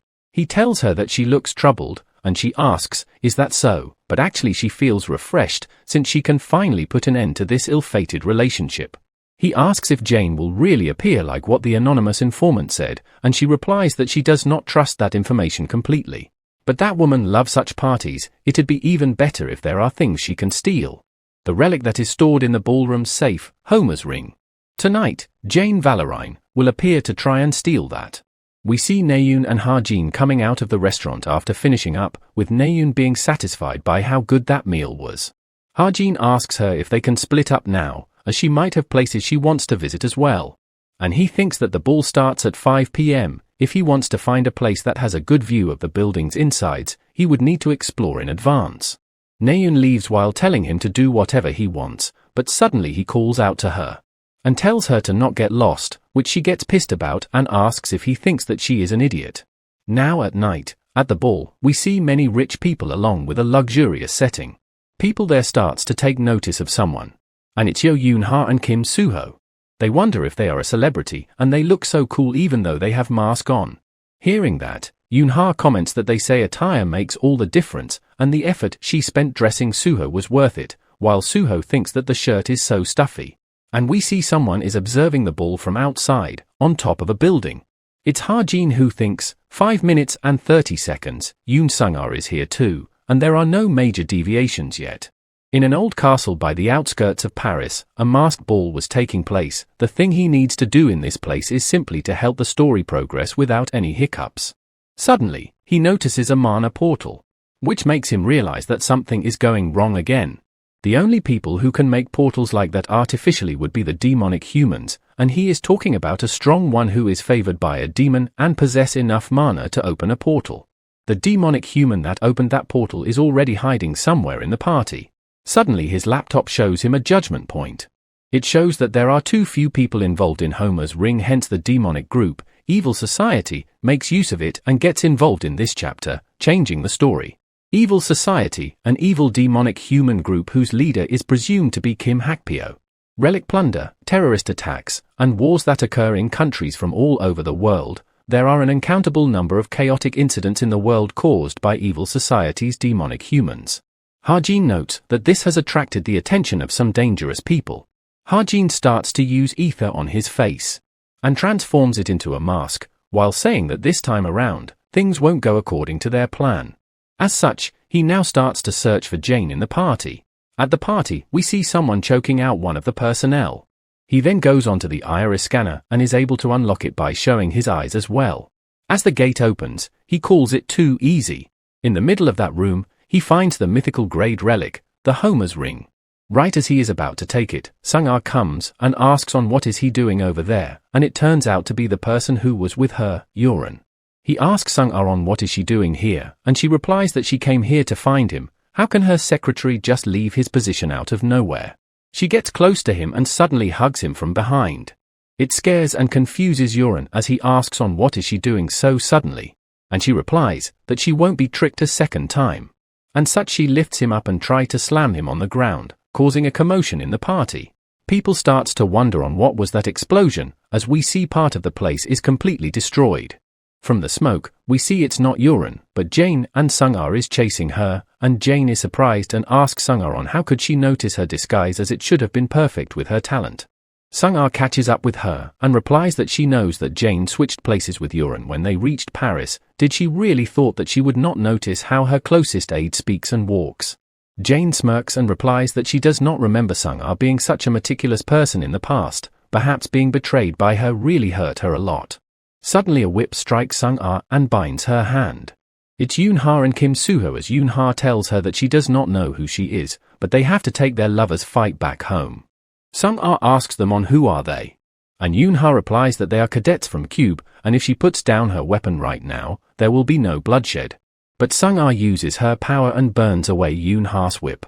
Suddenly as she is distracted, Jane attacks her, but she is able to dodge. Their attack starts reaching towards Yoon-ha as well, and Sung-ha is barely able to block them. But she uses her fist to attack Jane's sword, and it breaks, surprising her. Right as Sung-ha is about to finish her off, Soo-ho blocks her attack. She asks on who the hell is he, and tells him to get lost before she cuts him as well, but he tells her he won't, and though he doesn't know why they are fighting, he won't let anyone just get drawn into their fight. It'd be best for them to stop right now. Sung-ha gets pissed and kicks Soo-ho right in the gut. As she looks back, she finds Jane gone, and we can see her escaping, while Sung-ha tells her to stop, but she starts to make fun of her. Suddenly a black miasma arises, and both Jane and Sung-ha are shocked, as they wonder what is that. We see a demonic human, with tentacles-like ability, holding the Homer's ring. From outside, Ha-jin takes notice of her. Switching to Naeun, she is frustrated upon getting lost. She is certain that she followed the map though, and wonders why is she back at the same place, and calls her watch useless. She questions on which lousy company made this. She will make an inquiry right away. Though it's her own dad's company. She notices that he has not answered his calls or has he read his messages, and she wonders just what the hell is going on. Sung-ah is surprised to see a demonic human, and she warns her to put the ring down immediately.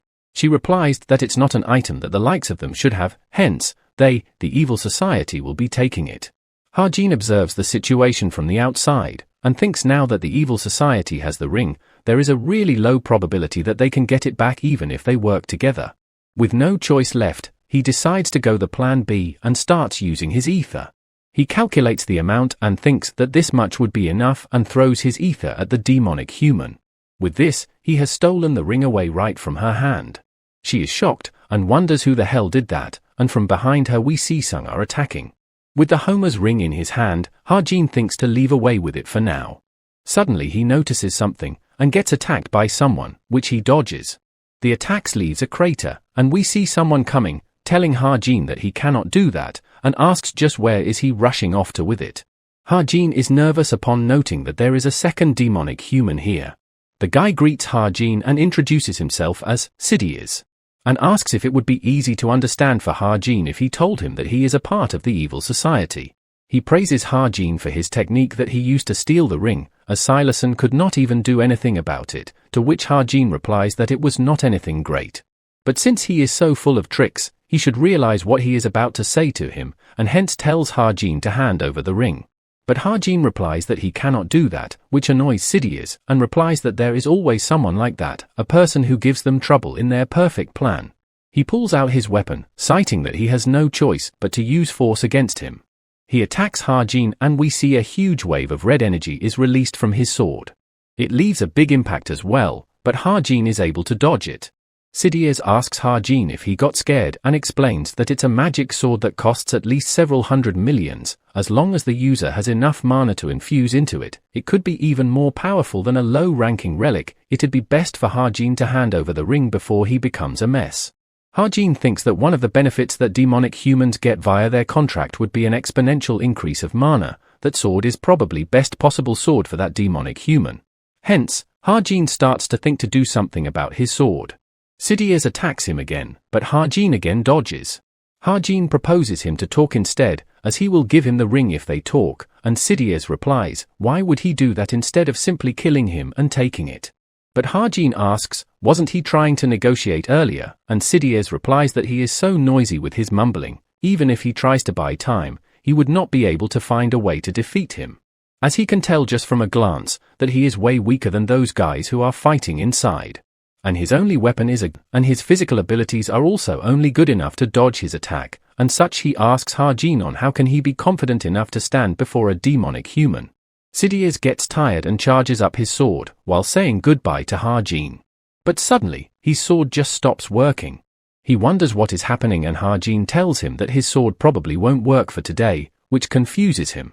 And Ha-Jin continues that it's because he is a lucky person. Sidious calls it bluffing and there are times when equipments malfunction, however he can still kill him easily without a weapon, as he believes. Ha-Jin asks if that's really the case. Ha-Jin decides to use the rest of his stigma and change it into light mana. Sidious attacks him, but Ha-Jin changes his weapon to shotgun mode and shoots at him at point-blank range. Now switching to Naeun, who has given up on finding the party location after getting lost. She notices a lot of police cars and wonders where they are going, and sees her smart watch and notices that no one from the party has contacted her either. Looking at which, she gets disappointed and wonders why is that. She thinks that she has gotten influenced in a strange way. Suddenly she notices Ha-Jin sitting beside her, and is surprised and asks him on why is he here. But Ha-Jin replies that he is a little tired and she gets confused and asks on what did he say again. Ha-Jin suddenly falls on the bench, and Naeun freaks out and asks him if he is sick. She tries to call him out, but he has fallen unconscious. Suddenly we switch scenes, and Ha-Jin starts to wonder where is he. But he remembers, it was that time he finished his sats. Suddenly someone calls out his name. And we see it's his parents, and he asks them on why did they come all the way here, as it's so cold today as well. Ha-Jin starts crying, as he has messed up his exams. His parents hugs him and consoles him, telling him that it's okay. Ha-Jin starts to wake up from his dream, with tears in his eyes and laying on a bed, as he wonders where is he. Naeun and Suho enters the room, with Naeun asking if he is already awake, and Ha-Jin is surprised to see them as well.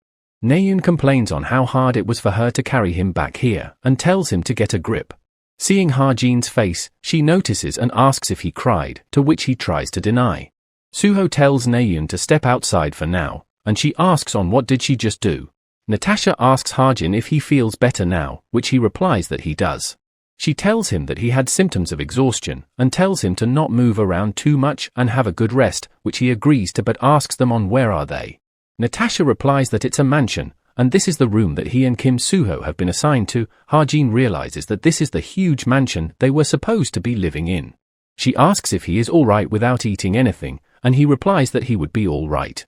Ha-Jin notes that the assassination incident is about to start soon, and it's a good thing that he woke up before the incident started. Natasha tells him to rest up, and asks Naeun to leave the room with her, which she is reluctant to do so, and asks on why do they all keep asking her to leave the room.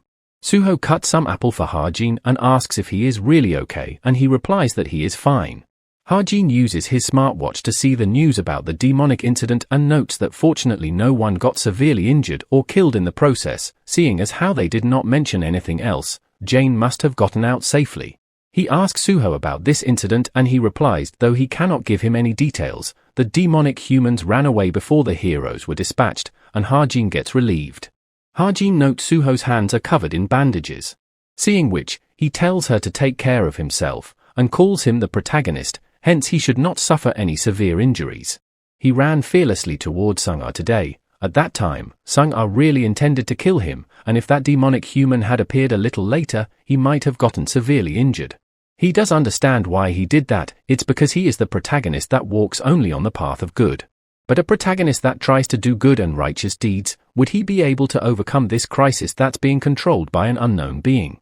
And would he be able to send him back to his original world? Suho replies that he is no protagonist, such things don't exist. And if he is a protagonist, then Ha-Jin is one as well. No, more like everyone in this world is a protagonist. Hearing which, Ha-Jin seems to have a change of view. Suddenly, he tells Ha-Jin that he saw the report that he wrote for Naeun, and tells him that he was kind of harsh, and Ha-Jin replies that he was not, she does not have natural talent for archery. Suho asks if this is why he made a bet with her to compete with bows, and Ha-Jin replies, yeah, and he wants her to give up if he wins. Suho argues that it's the path that she chose, and he does not think that it's anyone's place to ask her to give it up. Ha-Jin asks if he wants him to cheer her on and comfort her even though she is obviously meant to walk down another path. Not everything can be resolved just by saying nice words like you do, What if one tries their best to the very end, but all that awaits is despair? What would he do then?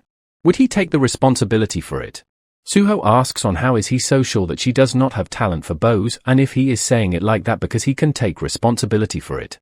Hajin replies that he have thought a lot about this way more than he have, and he have observed her way longer than anyone else as well.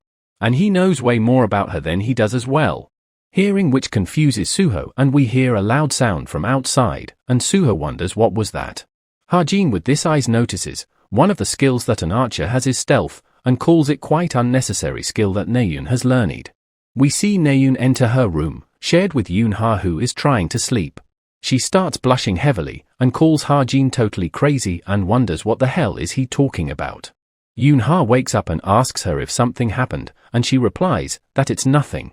Yoonha tells her to go to sleep if nothing happened, as she is really tired right now, and Naeun does so while telling her good night.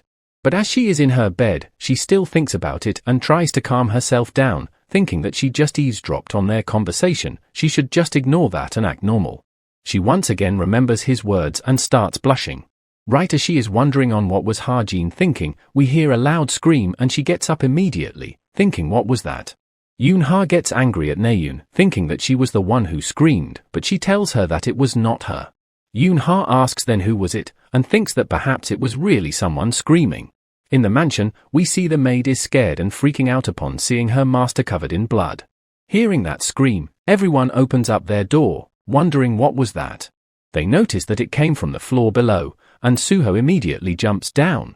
Hajin and everyone is surprised, as he wonders if he is a monster or what. Suho rushes over to the location and opens the door in hurry. And seeing the horrific sight shocks him. The maid starts crying and asks Suho for help, saying that the Lord has been murdered. Everyone gathers and wonders on how could such a thing happen, as Natasha checks up on him.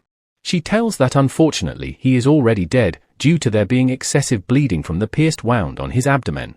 The butler says that this was surely done by the people who were jealous of him, and how could someone do something so evil to him when he lived his life for the sake of others? Everyone is quiet and seems to be mourning his death. Natasha tells everyone to wait outside and let the police and ambulance come. All the cadets should return to their rooms. But suddenly, Hajin turns the lights on. Natasha gets surprised and asks Hajin on why did he turn the lights on. He goes to Bethel's body and Natasha tells him to not tamper with the crime scene. She tries to make him go away forcefully, but Hajin pulls out his gun and points it right on her face. Everyone is shocked seeing it, and Naeun asks if he is gone crazy. He tells Natasha that she is lying right now, and Bethel is not dead. Villain Burbot is not dead. After he deceives people with his fake death to escape the crisis he is in, he becomes the greatest schemer as he joins the demonic humans. Because his villain role is improvised, Hajin does not know what will happen in the future. It'd best for him to take him down now if it's possible. Everyone is looking incredibly shocked by Hajin's revelation. Hajin notes that it's hard to convince others. With this involvement of his, he does not know what kind of uncertainty will occur and ruin the story flow. And he remembers Kim Suho's words about being the protagonist and smiles while thinking that even without thinking a lot, some stupid guy will be able to overcome that uncertainty. He once again says that Bethel is not dead, and he is deceiving everyone by playing dead. Natasha replies on what is he talking about, as she is a doctor and she checked that he is dead. Hajin explains that firstly that wound, it's too shallow for someone who got struck from the top. Next would be the excessive bleeding. The only fatal hit he took was to his heart, yet his blood not only soaked this huge mattress, it also overflowed to the ground. And the most important thing would be, and he does something in his smartwatch which leaves everyone shocked. He shows his real identity, while saying, con artist Burbot that's on the global wanted list, he looks awfully similar to Bethel, isn't it? Natasha is left speechless and she asks Butler if he has called for police and ambulance, which he has. She tells Hajin that in this case, they can just ask them instead of arguing among themselves, since the opinion of professionals would be more trustworthy than a mere cadet. As such she tries to leave while saying to conclude this matter when the police arrives. But Hajin points his weapon towards Bethel, which scares Natasha. She gets flustered and asks him on what is he doing. Everyone else also asks him the same thing. Hajin tells Natasha that he will shoot after counting to 3, it doesn't matter since he's dead, right? He starts his counting and Natasha panics, asking someone to stop him, while saying that Bethel is already a corpse, there is no need to do that. The count goes to 2, and Natasha says that they have already called for police. What could he want more? And asks him to put that weapon down right now. Right as he counts to 3, Natasha starts to cry out of fear, and quickly rushes off to him and covers him, telling Ha-jin to not shoot, revealing that he is her father, and everyone is left shocked. The butler tries to leave quietly, but Ha-jin shoots beside him and stops him, and tells him to not get the police but the heroes instead, and tell them that they caught a wanted criminal. Fast forward, and it gets morning, and we see the police are taking away Natasha and Burbot's unconscious body. The assassination incident was a self-fabricated scenario set up by Burbot and Natasha. Burbot, who was wanted all over Europe for his crimes, planned this so that he could get away from the police dragnet that was closing in on him. The fact that the fool that his daughter, Natasha, happened to bring was a cube cadet had contributed positively to his plans. The plan was known as the coming back after suspended animation. While the ingredient to put someone into suspended animation is very expensive, Natasha, who was a doctor in Cube, was able to obtain it easily. The next step was simple. After creating a fake wound on Burbot, who was put into suspended animation with the help of an illegal mage, she just had to spill the blood all over the scene. The ambulance workers that had arrived wouldn't be able to tell whether he was faking death, and all the police members around Paris had already been bribed by Burbot, and so, a similar-looking corpse had been provided to switch places with him when he's being transported. After that, the cube cadet that was made a fool of would then give his testimony, and the words of a cube cadet are 100% trustworthy. With that, Burbot would officially become dead on paper, but in actual fact, he would be reborn under a new name. However, it's no longer the case. As we see, the first question he got on his website was about Burbot as well, about which Ha-jin notes will increase his credibility as well. Yoon-ha arrives from behind and asks him if he is Sherlock. As there was that incident with Yoon-hyun and now today's incident, she suggests that he could open up a detective agency at this rate, to which Ha-jin replies that a sharpshooter needs to have observant eyes. Though she questions him on how does he knows the faces of the criminals, and Ha-jin replies that it's a family matter, and his tone puts Yoon-ha in confusion as she asks him on why is he speaking formally so suddenly. From family matter, Ha-jin starts to think about something, wondering what was Kim Chun-dong's family history. Now we switch scenes to someone looking over a huge aquarium. We see the demonic human, Silason, is kneeling in front of him and reporting that an unknown person who wore a leopard mask got in their way. He was exceptional at stealing things, and even Sidier's lost to him. He asks if he was not like a demonic human, and she replies that he was not like a hero either. He orders her to look into the heroes and hunters, and if she finds him, she has to report to him first without taking any action, to which she obliges. But then he asks her on why is she going around and advertising that she is a demonic human. Confused, Silason says, "Pardon?" He replies that it's that face of hers, and asking why is she basically advertising that she is a demonic human while being very angry. She apologizes and changes her face, while saying that she will make sure to find him in the shortest time possible. He also asks her if she retrieved the magic sword, the weapon that Sidai's used, and she gets nervous in telling him about that. Meanwhile, we see Ha-jin holding that sword, wondering how is he supposed to use this. It's a weapon that is useless to him since he is unable to control magic that is not stigma normally, though he thinks that it would sell for quite a high price, but something does not feels right. And the next item he got, the Homer's ring, originally a certain amount of magic power needs to be infused into it to modify it, but there is no need for Ha-jin to go through that trouble, as he can just use some SP to change a few words. And such the ring transforms and its status changes as well. A relic that increases magic power and also increases intelligence permanently, and it's not a bound item, so he can transfer it to someone else as well. Compared to someone like him, who does not have enough magic power, Kim Suho or Chai Naeun would be able to put it to better use. It would be especially more effective for Naeun, who has more magic power. Now he goes on to check his stats, and other than speed and perception, the rest have not increased by a lot, but fortunately there was an increase in gift. And with this, he is starting to feel like he has hit a wall, and thinks that he probably needs to work even harder than he has done so far in order to break his limits. Though, he still should be able to beat Naeun at this level, and right as he is closing his laptop, he remembers that he was supposed to find out about Kim Chun-dong. He enters Violet Society, thinking that there is no way that the co-author would leave Kim Chun-dong's past totally blank.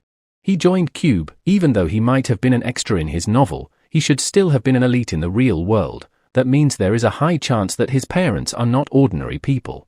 though searching for information on him might be a tough task. Troubleshooter, Yo Jin-hyuk, he is someone who is known to be the best at finding all sorts of information on people, but he is also very expensive. But since he is very good at finding people, he decides to hire him, only to hit a realization. The fact that he has no money as he has been investing, which he completely forgot about, and suddenly he looks over and notices the evangel seed starting to twitch, and he realizes that it's already its feeding time. Now at some huge building, we see Yoon-ha looking something on her smartwatch. And we see she is calling her uncle, Yo Jin-hyuk. Fast forward, we are suddenly in Norway, which Ha-jin questions as well, and calls it a long story. And suddenly he gets hit by a snowball right on his face, and says that the story might be short as well. We see it was Naeun who threw it on him on purpose, which pisses him off. The club activities that got paused after the Sven incident resumed again. The hunting club borrowed a mountain cabin on a hill and organized an event for the resumption of club activities. The club president calls everyone over to explain the event.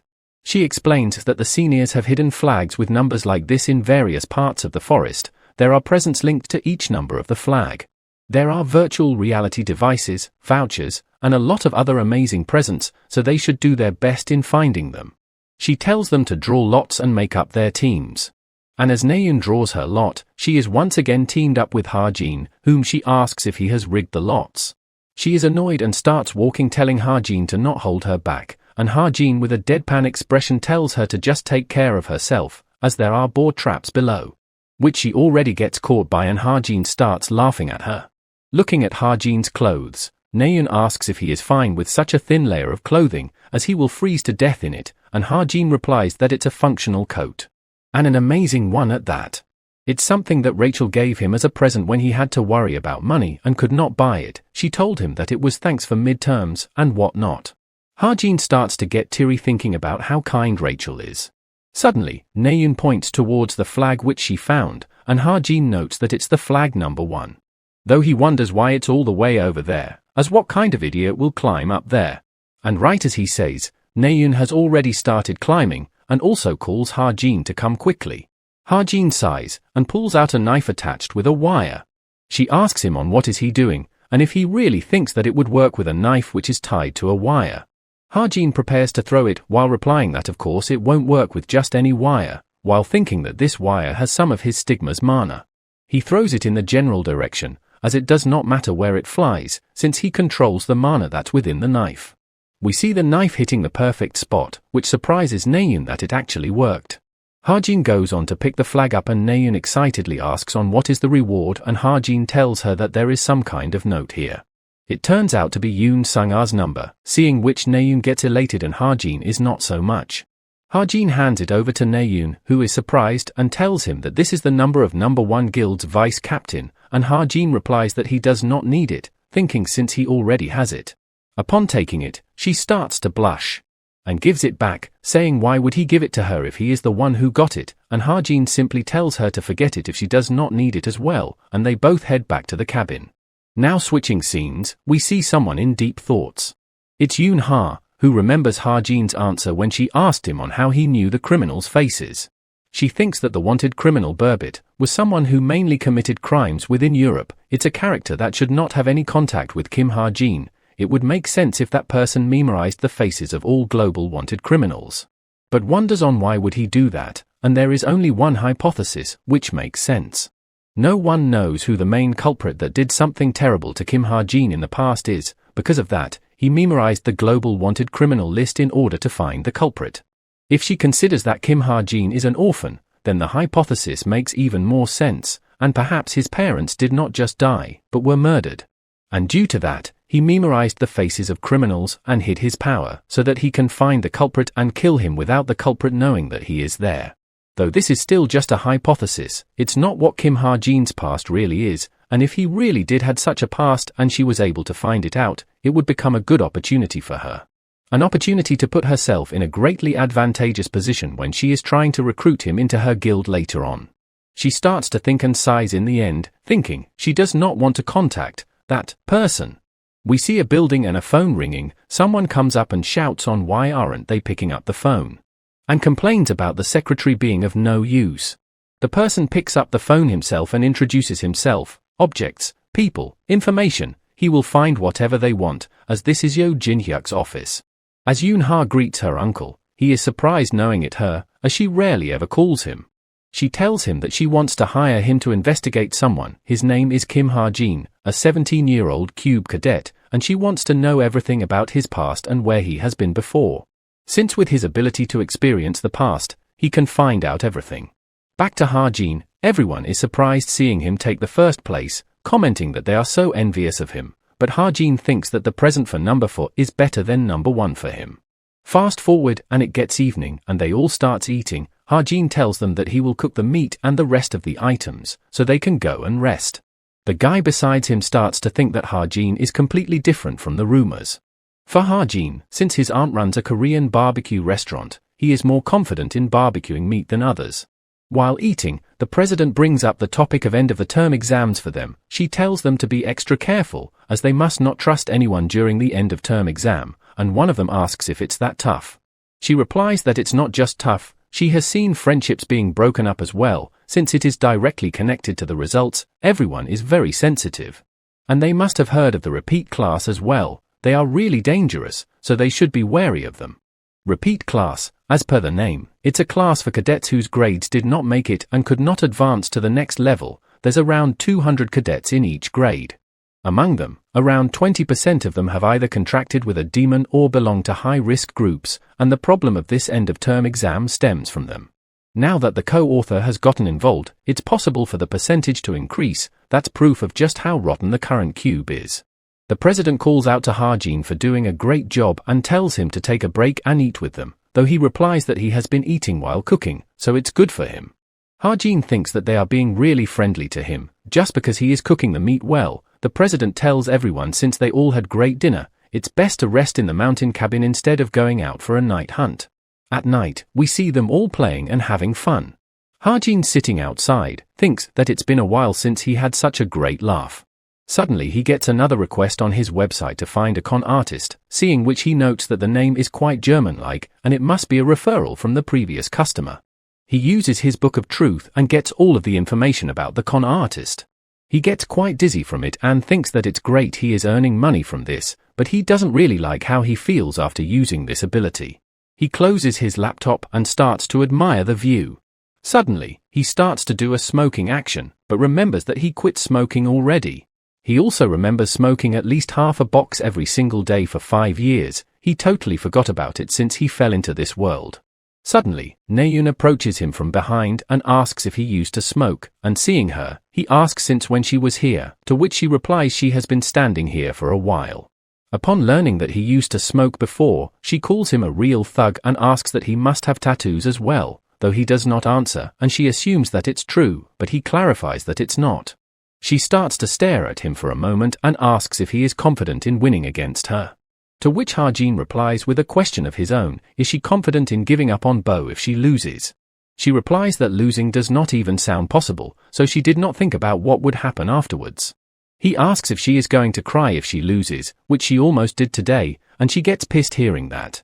She then shows him an article in news that was written about him in France today. Apparently Yoon-ha showed it to her. They said that he was the Korean Sherlock that caught the notorious con artist. Naeun says that she cannot believe they are calling a thug who is always quarreling with her and smokes Sherlock. Ha-jin gets tired of her banter and tells her to go to sleep. She makes fun of him while going for it. She stops again and asks him what is it like to smoke though. In winter, at some old orphanage, we see Yoon Jin-hyuk waiting for something, almost reaching his limits. As just a little more and his mana will be depleted, but just then he notices someone with a baby in her hand.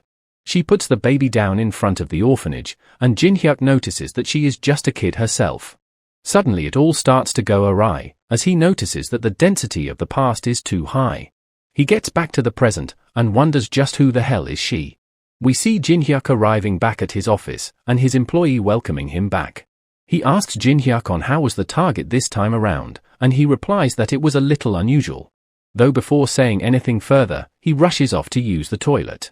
17 years old, used to be from orphanage, Jin-hyuk went back to the day target entered the orphanage to take a look, but he could not see the target's parents, instead saw some kid put the baby down and left. He could not find out much, and the past was strangely covered in a thick fog. It seems that if he wants to find out more, he would need to maintain his top condition. In any case, he thinks it would take quite a while. It's too much work to do for free, even if it's a request from his niece. But his employee tells him that he would probably needs to do it even if that's the case, as another request to look into Kim Ha-jin's past just came in, which surprises Jin-hyuk. And what is worse is that, this time around, it's coming from the top rank of Violet Society, a red diamond rank purchaser, which surprises Jin-hyuk as it's the same rank as him. He reads the request and notes on top of being a red diamond rank, the letter is very politely written, and also have an abnormal deposit amount, with which he gets certain that it's a request from the Chameleon's troupe. He gets a bit nervous and excited while saying that Kim Ha-jin, there is really something about him. Now on Friday, the instructor announces that 4 weeks from now would be finals. The practical exam for the finals would be much harder than the midterms. They would be tested on what they learned about being hero in this semester, hence they should make sure to be thoroughly prepared. Ha-jin thinks that unlike the midterms, which had more entertainment, the finals does not have a prepared arena or audience. The finals would be held at a certain remote island in Korea. A survival exam would be conducted on an island that's overflowing with monsters and beasts. But if the co-author gets involved, then there will be a ton of changes that will occur there as well. And there are lots of other variables besides the co-author as well, as such he needs to be on guard.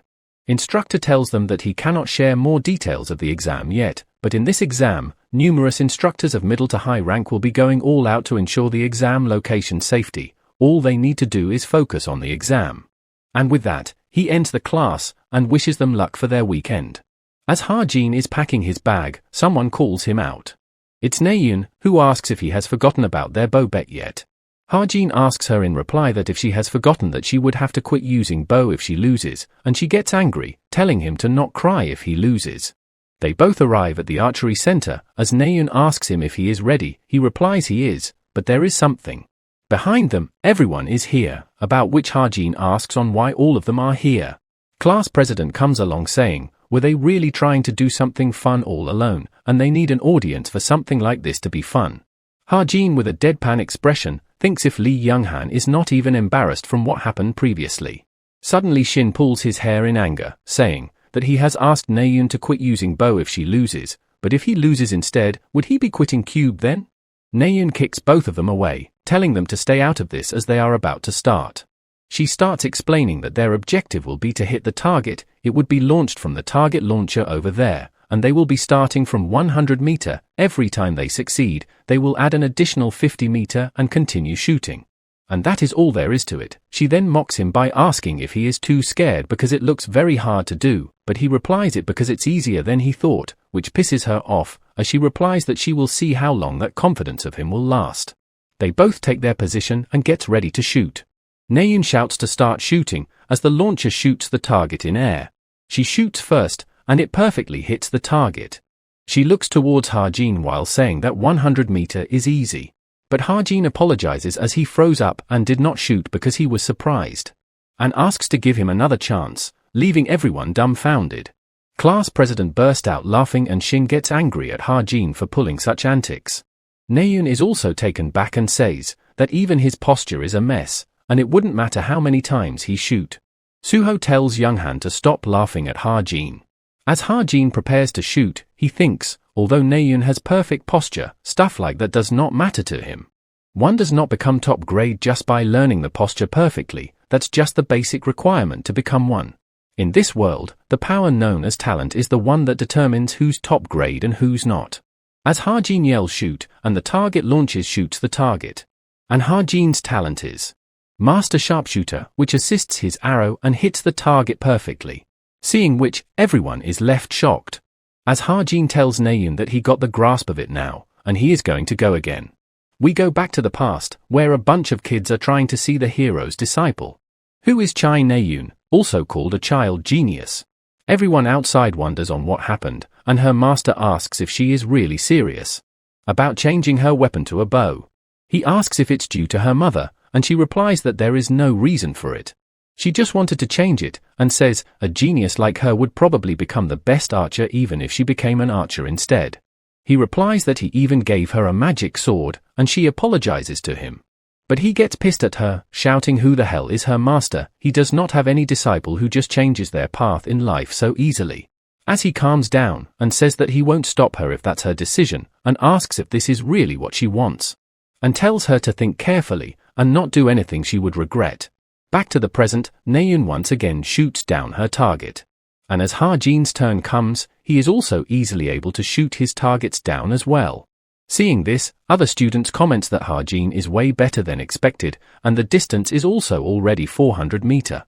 Someone pops up behind them and says that he is not just keeping up, he has been shooting immediately after Naeun hits her targets for a while now. He would get it if it was just 1 or 2 shots, but isn't it natural for someone to feel psychologically intimidated in a match like that when there is constant pressure? But Ha-jin is looking relaxed despite being in such psychological war. As such, in quite a bit of surprise, he wonders if Ha-jin would really win it. And Shin gets angry hearing that, as he looks over at Naeun with concern. As she hits her next target, she misses the bullseye. Seeing which, Ha-jin once again tells her that she is not suited for bows. She asks if he is scared, and what is up with his cheap provocation. He should just shut up and fire the arrows. Ha-jin knows that Naeun does not have a calm personality. She gets angry and shaken at the slightest provocation.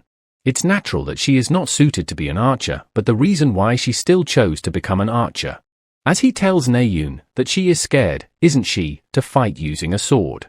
She gets pissed and tells Ha-jin to watch his mouth.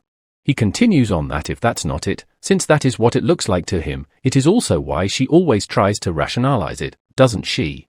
Saying stuff like, I am as talented in bows as I am with swords, I can also become the best hero with a bow. Though, considering she changed to bows halfway, she is doing pretty well as an archer. Hearing this all, she gets more agitated and tells him to shut up. And with his next line, he completely shakes her up, that with her level, she would never be able to kill even a single demonic human, not to mention avenge her family. As she shoots this time, her arrow completely misses target. It leaves everyone, including Naeun, shocked. And as such, Naeun loses her duel against Ha-jin. Now at evening, as Yoonha is walking outside, searching for Naeun, she looks over and finds her sitting on a bench. She asks her on what is she doing here, and everyone is looking for her. Naeun asks Yoonha if she heard about it as well, and that Ha-jin brought up her family. She starts getting teary, thinking on why does he do that, as he has helped her before, and while she does not consider each other close, she did think that he is not a bad guy she heard in rumors, but still wonders on why does he keep doing stuff like that. Yoonha also wonders on what would Ha-jin gain from doing stuff like this. Suddenly she realizes something, as if their relationship takes a turn for the worse, it would be problematic for her as she wants to recruit them both, and due to which she plans to do something, though she is a bit annoyed in doing that. She tells Naeun that Ha-jin has no family, and it's probably for the same reason as her. She also tells Naeun that she kind of guessed it, and perhaps Ha-jin identifies with her. He wants her to understand him even if he does things like that to her, and he wants her to live a good life. Yoonha finally leaves saying that she knows she might have lots of things to think about, so she would be going first, and tells Naeun to not be too late. Sitting alone, she starts to remember her past, about being asked on why she switched to bow, and she replies that she was just getting bored of swords. As hearing that, her brother pats her on the head, and tells her that no matter what path she chooses, he would support it, as he knows that she would do well. However, she has to promise him something. In the future, when she is ready, he wants her to think about what she really wants to do. As such, she starts to think about it. Switching to Ha-jin, we see his SP has increased by a lot, and extreme luck also activated in human relationship, seeing which Ha-jin wonders, what is this? Fast forward and we see Jin-hyuk telling Yoonha that there is something definitely up with Kim Ha-jin, and he would be able to know after further investigation, but he might turn out to be related to a terrible illegal organization, while thinking that it would be best if he did not mention Chameleon Troop to Yoonha. He confirms with Yoonha if it's okay for him to keep looking into Ha-jin. She smiles and replies, of course, as she has already made up her mind that she is definitely going to bring him over to Essence of the Strait. Hearing which he starts to smile, saying that seems like he would have to put in more effort, and hearing which Yoonha asks if he is misunderstanding something here. We switch scenes to Ha-jin, who arrives at training center, as apparently the rumors about the shooting competition spread quickly since a lot of people were watching, though he did not expect it to be called in by an instructor. Though with how things turned out, he is a bit scared going into the classroom. Suddenly he notices another person who is here and peeks through the corner. He gets surprised seeing that it's Naeun, who is training with a sword. And as she turns around and sees Ha-jin, she quickly hides the sword behind her back in embarrassment. Ha-jin awkwardly calls out about her training, and Naeun, while embarrassed, hesitantly replies that it is what she was doing, and asks if she is not allowed to do that. Ha-jin replies that it's not that, and suddenly notices her new hairstyle and calls it out. Naeun asks him on what about it. And Ha-jin asks if she cut it due to him, but she replies that she cut it because it was getting warm, and asks if Ha-jin really thinks that she would dwell over stuff like that. Ha-jin smiles and compliments her new hair and asks if it feels refreshing. She blushes slightly and replies, it probably does. Ha-jin leaves while telling her that he is going to be training over there as well. Naeun thinks that Ha-jin was a swordsman to begin with when he threw away everything he learned throughout his whole life and chose a different weapon. It makes her wonder about what kind of feelings did Ha-jin had at that time. She then starts to channel mana into her sword. Seeing that it's reaching all the way to the ceiling now, she gets excited. She starts to remember his words about her keep using bow, and wonders if he knew from the start. Fast forward, back in his dorm, we see Ha-jin doing some shopping for the upcoming final exams. He notes that they would probably check for their belongings before they enter the exam location, but that it's meant to catch handmade defense tools and weapons, as long as he tells them that he brought all this along in case of emergencies, though suddenly he hears a sound. We see it's from Evangel's seed, who is crying for food, as Ha-jin gives into its demand. He notices that it's gotten quite big, and wonders if it's about to be born. A newly born Evangel would look around 3 to 4 years old. He should be able to raise her if he gives her a different look using the witch's power. He starts to tickle and play with it, and tells it to come out soon. Now at ST Hotel, in the outskirts of Seoul. We see Jane asking her captain if she is serious about disguising herself as a cadet and infiltrate the finals personally. She replies, she is, and that is why she needs her help. Jane asks if she really needs to go that far, and she has gotten obsessed with something weird again. Captain replies that there is someone whose ability she wants to see for herself, and she has something she wants to get from the exam location as well. Jane sighs and agrees, while saying that it's not like anyone could stop her anyways. As she starts using her ability to disguise the captain, and also starts to give her the information about the cadet she is about to disguise her in, the details of how she speaks, her personality, and her habits are all written here, so she should memorize them all. Though Jane says that she is very uneasy about it and the captain tells her that she gets worried quite easily now, this is not even a big deal. Fast forward, we see the captain disguised as a cadet and is surrounded by her clingy friends. She notes that these are the friends who were mentioned in the notes earlier, as she calls it all really easy, and imitating a cadet, piece of cake. Right as she starts her acting all cutesy saying that she got no boyfriend, Ha-jin arrives. Upon noticing each other, both of them are left shocked and surprised. Ha-jin gets scared and quickly turns away. He wonders what was even that, and why on earth. Is the captain here, disguised as a cadet? Fast forward, and the theory exam ended and right now, the final exams have started. We see the captain enjoying with her friends and Ha-jin staring at her. Captain, who was still disguised as Seo E-jin, is still at Cube. After the midterms exams, Ha-jin did not think that she would appear at Cube anymore, but contrary to the original novel, she appeared again. Though he don't know the reason, he considers this a chance to obtain SP, and hence he plans to follow her around. He acted friendly towards her and also talked to her, but the only thing he got out of her was a can of soda. It makes Ha-jin thinks that perhaps he needs to observe Kim Suho and Shin Jong-hak more. The instructor tells everyone to gather up and starts to explain the rules of the final exam. They have to survive on that island for 5 days and obtain points.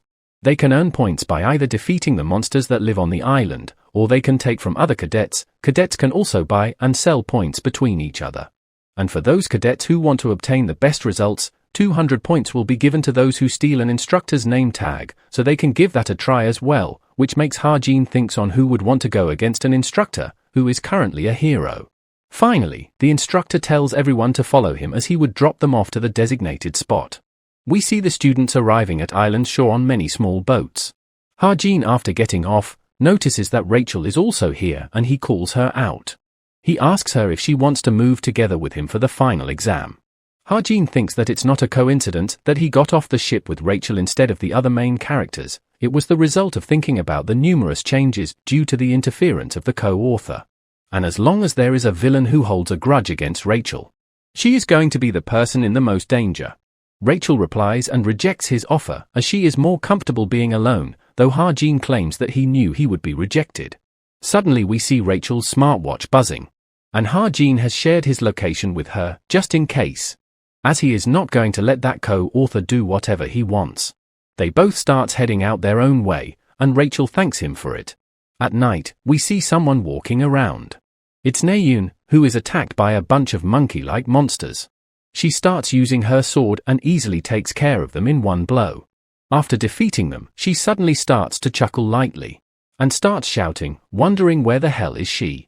She wanders around all depressed, thinking that ever since she arrived on the island, she has been killing monsters like crazy, and is unable to find a place for food or to rest. She starts thinking that at this rate, she is going to be the first one to be eliminated. Suddenly, she notices a bright light ahead in the bush, and she starts running towards it, thinking that she is also smelling something delicious from it as she is getting closer, assuming that perhaps someone has secured food. As she finally arrives at the source, thinking that she is saved, it turns out to be Ha-jin's camp. She is quite shocked upon finding him, and Ha-jin tells her that fighting between cadets starts after another 12 hours. In surprise, she asks him on where did he got all this, and he replies that seeing how long the test was, he guessed what it was and made preparations, hearing which, she replies that she forgot that he always had good grades. She also compliments on how smart he is, and as her stomach growls, she gets embarrassed and Ha-jin stares at her with a deadpan expression. He asks her on how many points does she have and she replies, 25, hearing which, Ha-jin offers her food for half of her points. Though she is taken back by the amount at first, she quickly agrees to it, and Ha-jin asks if she is fine with eating pork bellies. She replies that she would have to eat if she doesn't want to die.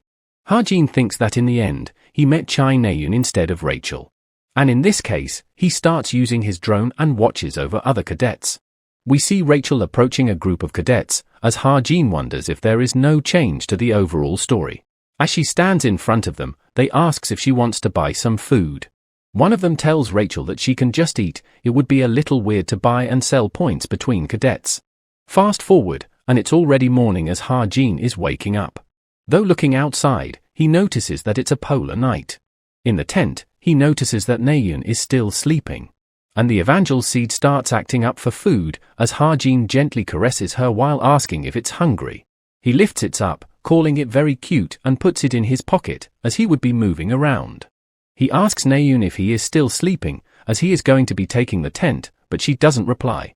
As such, Ha-jin leaves her be, as he just needs to take the tent, and thinks that from now on, fights between cadets are allowed. If it's possible, it's better to retire the dangerous people first. However, they are not allowed to kill anyone.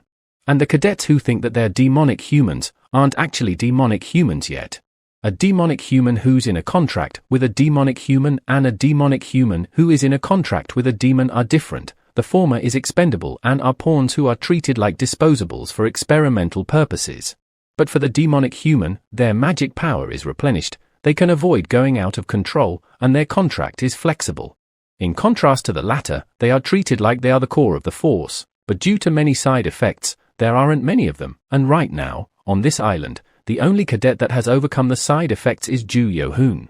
And we see Ha-jin deciding to head to a higher ground, with his first destination being the Tree of Life, which is at the center of this island.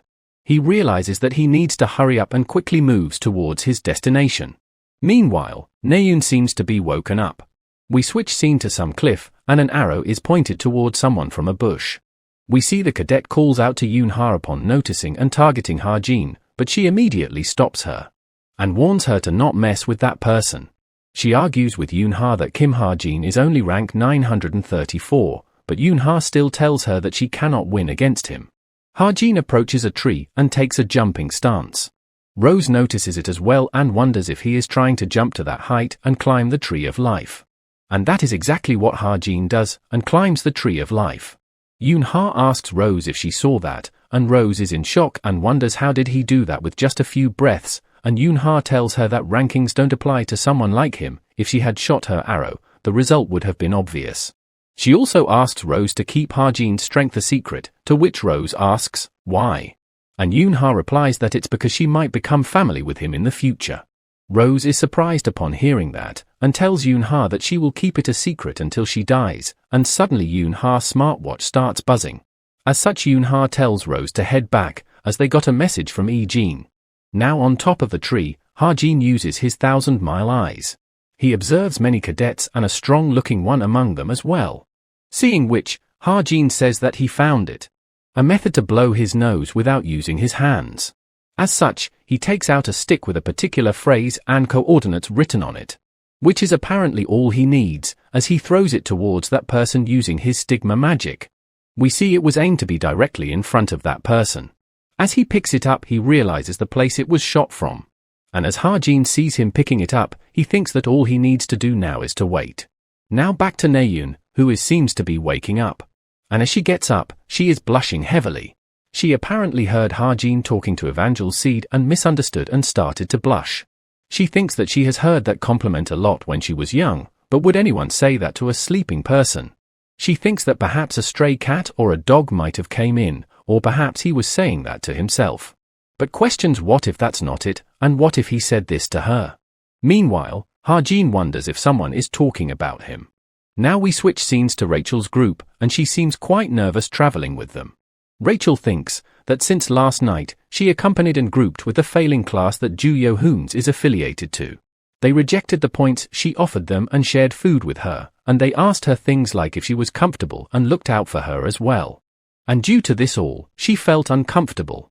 In the middle of the final exam where other cadets are trying to raise their grades, they don't seem to be doing anything to acquire points. They don't care how many points other cadets have acquired. And to her, it feels like they are focused on her instead of points. She feels that something is strange, and decides that she should not stay with them any longer, and thinks that she should have partied up with Jin instead. Suddenly a guy calls her out from on top of a tree, and she gets scared. He tells her that he has found a 10-point grizzly, and asks if she would like to catch it together with him, as he thinks it's a little too much for him to do alone. Rachel agrees to do so, and thinks that she would just help a bit and leave.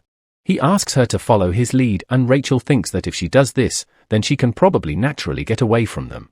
As they arrive at the location, the guy says that this is place with that big bear right over there.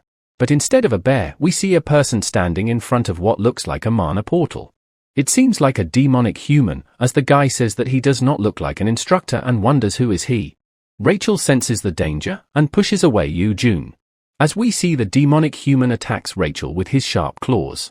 Rachel is surprised upon seeing a demonic human following her all the way to the island. But she realizes that the first thing they need to do is to run away, and she asks Yoo-jun if he is injured anywhere. He starts acting injured while saying that he is bleeding, seeing which Rachel is confused and replies that he does not seem to be hurt. He then acts scared and quickly runs away. Rachel realizes what's happening and comments that he is not great at acting. She also knew that things were suspicious. But she didn't know that a cube cadet will be an inducement for a demonic human. She misjudged that. The demonic human begins attacking and sends a large slash towards Rachel, which she dodges. But the demonic human immediately catches up to her and attacks, which she blocks. She notes that he has incredible destructive power. However, she believes that she can handle that much and deflects his attack. The demonic human again tries to attack her, but she crouches and finds an opening to counter. But suddenly, he disappears and reappears behind her while her foot gets binded by something. As she looks behind her, she realizes that it's a feint, as another demonic human appears. And this time she is unable to dodge their attack. Suddenly, we see an attack coming from the sky which completely shoots through the demonic human. Suddenly the second demonic human attacks her with a flying slash. But Kim Suho arrives and slashes the attack itself. And then shouts at Naeun to launch her attack. And Naeun shoots a huge arrow right at him. We see more cadets arrive along with Naeun, and she asks Rachel if she is okay. Since that person probably was not an instructor, Rachel replies that she is alright and thanks them for helping her. Suho looks over the cliff and thinks that he probably jumped off the cliff before the arrow could hit him.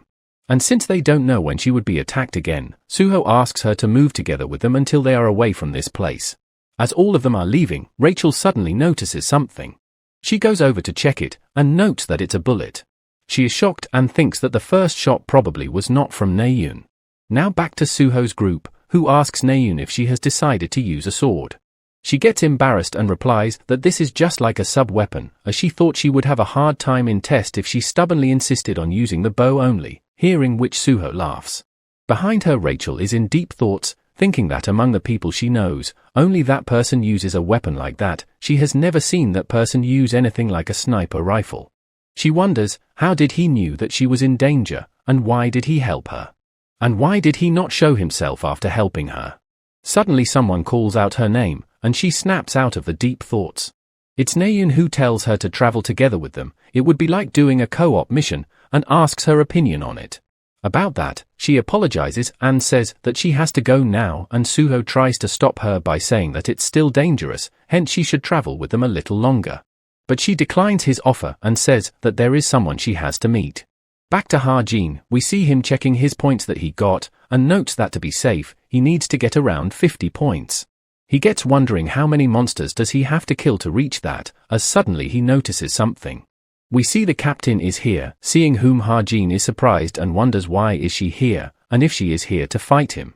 But there is no way he can defeat her right now, and thinks to run away. But he decides to calm down first, as her objective for coming all the way here is probably to observe. As such, he hesitantly asks her on what is she doing here. She draws out her sword and Ha-jin hopes that she is not here to fight. Though seeing it, he realizes that she totally does. She asks Ha-jin to take out his weapon, but Ha-jin tells her to wait, as he knows that if he were to fight her, he would have zero chance of winning. But the requirement to win in a duel between cadets is different. He tries to distract her by talking, and all the while starts using ether. Captain tells him that if he does not pull out his weapon, she would have no choice, and he asks her to explain what's happening first. She asks if he is intending to waste time by talking nonsense. And in that case, she would take it that he is okay with her attacking him then. But Ha-jin has already stolen her smartwatch without her knowing. She asks him what happened, and if he is intending to surrender. Though Ha-jin shows her the watch and asks if it looks like hers, hearing which she checks her wrist. She is shocked upon discovering her watch is stolen, and Ha-jin tells her that battle between cadets are won by the person who steals the opponent's watch first, and if he presses it now, she would be disqualified. She lets out an audible, "What the hell?" and Ha-jin asks if she attacked him without knowing what he was capable of. But he gives her smartwatch back, telling her not to be scared, while saying that he went easy on her. She is surprised hearing that, and Ha-jin immediately runs away after that, while she tries to call him out. She asks Jane if she saw that, and Jane asks, "See what?" as apparently she was distracted for a moment, hearing which the captain tells her it's nothing. The captain thinks that even though more than half of her senses are gone because of Jane's talent, she cannot believe that a 17-year-old cadet is so agile and elaborate in planning, and wonders if she should have turned on a spell release technique. Back to Ha-jin, who has set up a camp. He says that he was so scared right now, as he would have died if she really fought him back there, and wonders if he should be glad that she is in disguise. But he was able to discover a tent in the middle of the confusion, and since he is safer now, he decides to eat first and then use some of his points. As he is looking to spend his points, he notices a sound from the bushes. It turns out to be Rachel, who finally finds Ha-jin. He asks if she was looking for him. She is a bit hesitant to reply, and suddenly her stomach growls out of hunger. She gets embarrassed from it, and Ha-jin asks if she would like some food. Rachel then asks Ha-jin on what he's been doing alone so far, and he replies that he has just been going around trying to get points. Though he thinks that he is a little embarrassed to say that he was the one who saved her.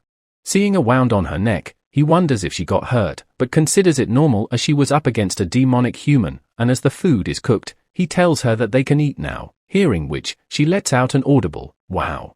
Suddenly, the evangel seed inside Ha-jin's jacket starts to act up, as Ha-jin asks it on what's wrong, but the seed jumps out of his jacket.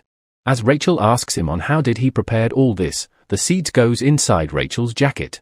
And she completely freaks out and screams.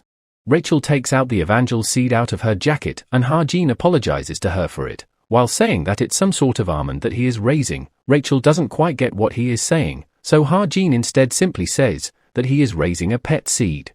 She asks he should be raising things like that by planting it in the ground so that it won't fly around, and he agrees to do that. As they both finally decides to eat, Rachel suddenly calls him out to ask him something. She says that even though she is a little late, but would he like to team up with her, as it'd be something like a co-op mission. Ha-jin tells her that she is saying the same thing as Naeun, and Rachel freaks out and asks if Naeun has already proposed to him, but Ha-jin replies it's not it, and agrees to team up with her. She asks if it's really okay, as she already have a team of sorts, and Ha-jin asks what does she mean by that. She tells him about Yo-hoon, and Ha-jin tells her to not worry about him. She gets a bit confused by his statement, and says, "Pardon." But Ha-jin again tells her that it's alright, she should just team up with him. While we see an angry Shin sitting, who is surrounded by a bunch of cadets lying on the ground. As Yo-hoon arrives at the location of his team, he sees all of them lying on the ground and gets shocked upon seeing Shin Jong-hak there. Shin greets him and immediately attacks him, and misses on purpose. We see he has thrown the stick, which Ha-jin threw at him, and it had challenge along with coordinates written on it. Yo-hoon tells him that it was not him, and that it was sent by someone else. But Shin Jong-hak replies that it doesn't matter. Hearing which, Yo-hoon gets scared, while Shin gets up and walks towards him, saying that he simply doesn't like vermin like him. He grabs him by the throat and tells him that the ones that don't know their place with their tongues out are like snakes. Now at the northwest side of the island observation tower. We see Sung-ah looking out of the window, as suddenly someone calls her from behind. The guy asks her on who is she thinking about. She replies, Kim Ha-jin, and the guy asks who is that, and wasn't she head over heels for Kim Soo-ho? She replies that her favorite cadet is Kim Soo-ho of course, but she got some pretty fascinating information. 2 days ago, she got a top-secret report, Yo-yoon-ha report. In that report, Yo-yoon-ha had evaluated Kim Ha-jin to be even more outstanding than Kim Soo-ho. Though there is a chance that information is false, but they have already discovered the special circumstances of Kim Ha-jin, the fact that he can use the mana of light, and thinks that they can allow a cadet like that to deceive them once. The guy asks if it's impossible to verify that information, and she replies that she will try when she have time, and he asks if she is going to pick a fight with him. She points towards her badge, saying that she has this. A bait that is worth 200 points. We then see Rachel alone outside of the tent, thinking that the person who protected her was probably Ha-jin. But more importantly, she wonders why did he told her that it wasn't him. It's also a question on how did he knew that she was in danger. She suddenly remembers someone telling her that they will protect her in the past. And she thinks that today's ambush was probably his doing as well. It all makes her wonder if she should have died back then as well. We switch scenes to Ha-jin hunting a monster. As he kills it, he says that today's hunt is going pretty well. Although Rachel did not seem to be in a good condition this morning, but she recovered quickly after he gave her meat to eat. Suddenly he notices something and goes to check it out. There he finds a huge lake, and he is surprised knowing that there is a lake in a place like this. He thinks that there should be a monster worth quite a few points here, a crocodile monster perhaps. He makes a sphere of light, thinking that it should be easy to lure it out with it if he shines it over the lake. Suddenly he hears some noise and looks back, shouting, "Who's there?" But he doesn't see anyone and thinks that whoever they are pretty good at stalking. But he uses his 1,000 miles eyes, while saying that now that he discovered them, they cannot escape from his eyes, as we see that it's Naeun. He immediately shoots at her, while missing on purpose. She comes out of hiding while being pissed, and Ha-jin asks her on why is she stalking him, and she replies that she wasn't after him. He asks her on what is it then. She gets a bit hesitant to reply, and Ha-jin notices it and tells her that she is lost for words because she was stalking him, and she refutes it and changes the topic, asking on what did he do to her. But Ha-jin tells her to answer his question first, and she replies that she has told him already that she was not after him, she is after Sung-ah. He asks if it's the Yoon Sung-ah that he knows of, and she confirms and asks on why is he speaking casually to her. He ignores her and opens up his laptop, prompting Naeun to ask on why is he suddenly kneeling down while talking, and he tells her to wait. Ha-jin remembers that he knows the whereabouts of Yoon Sung-ah within the novel. During the first and second day, she was monitoring Kim Soo-ho. During the third and fourth day, she should be monitoring the rest of the promising cadets, and the fact she is after him means he is also among the list of Yoon Sung-ah's promising cadets. Naeun asks Ha-jin on how did he do what he just did, that thing he made, the sphere of light. He replies that what she said was correct, but also warns her to not try to find out more information, and tells her to shut up if she understood, with a charismatic smile, but Naeun is disgusted by it. She asks if he has gone crazy and replies that she is not even interested, and won't ask anymore, and it pisses off Ha-jin as she was the one who asked it first. He tells Naeun to go the other side since he arrived here first, and she reluctantly agrees to his orders. Hajin thinks that he might come off as arrogant to her, but he cannot tell her the truth. Since if he tells her about the mana of stigma, then he would also need to tell her about the fact that this world is within a novel. Fast forward, we see Hajin has killed many monsters to collect points. He notes that it's been 2 hours since he has split up with Naeun. Since he was busy farming on low-medium grade monsters, he managed to obtain 15 points pretty quickly. Suddenly his gaze shifts, while saying that there is a problem, and we see someone arriving and greeting Hajin. We see it's Sung-ah, who tells Hajin that they will be meeting for the first time, since she got rejected. Hajin doesn't have much of a reaction except for, I guess, and Sung-ah asks if she appeared too abruptly, and asks Hajin to relax. She informs Hajin that she is actually here to conduct events, on top of testing the abilities of cadets. He asks her about events, and she replies that the rule is very simple. She would be staying in one spot and will only use her left hand, and he can attack her all he wants. And if just one of the attack is able to deal damage to any part of her body other than her left hand, or make her take a single step, then she will give him her name tag. She asks, "It's easy, isn't it?" And Hajin thinks that the name tag of an inspector is worth 200 points.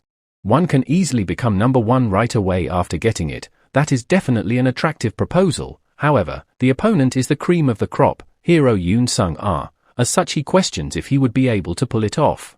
She asks how would he like to proceed, if he would like to give up here or will he take up the challenge. Hajin chuckles and pulls out his weapon while saying, "What a sudden event this is." He shoots the bullet towards Sung-ah, who is completely unfazed by it. The bullet gets incredibly close to her, while she thinks that it's time to see how strong Hajin is and easily deflects bullet.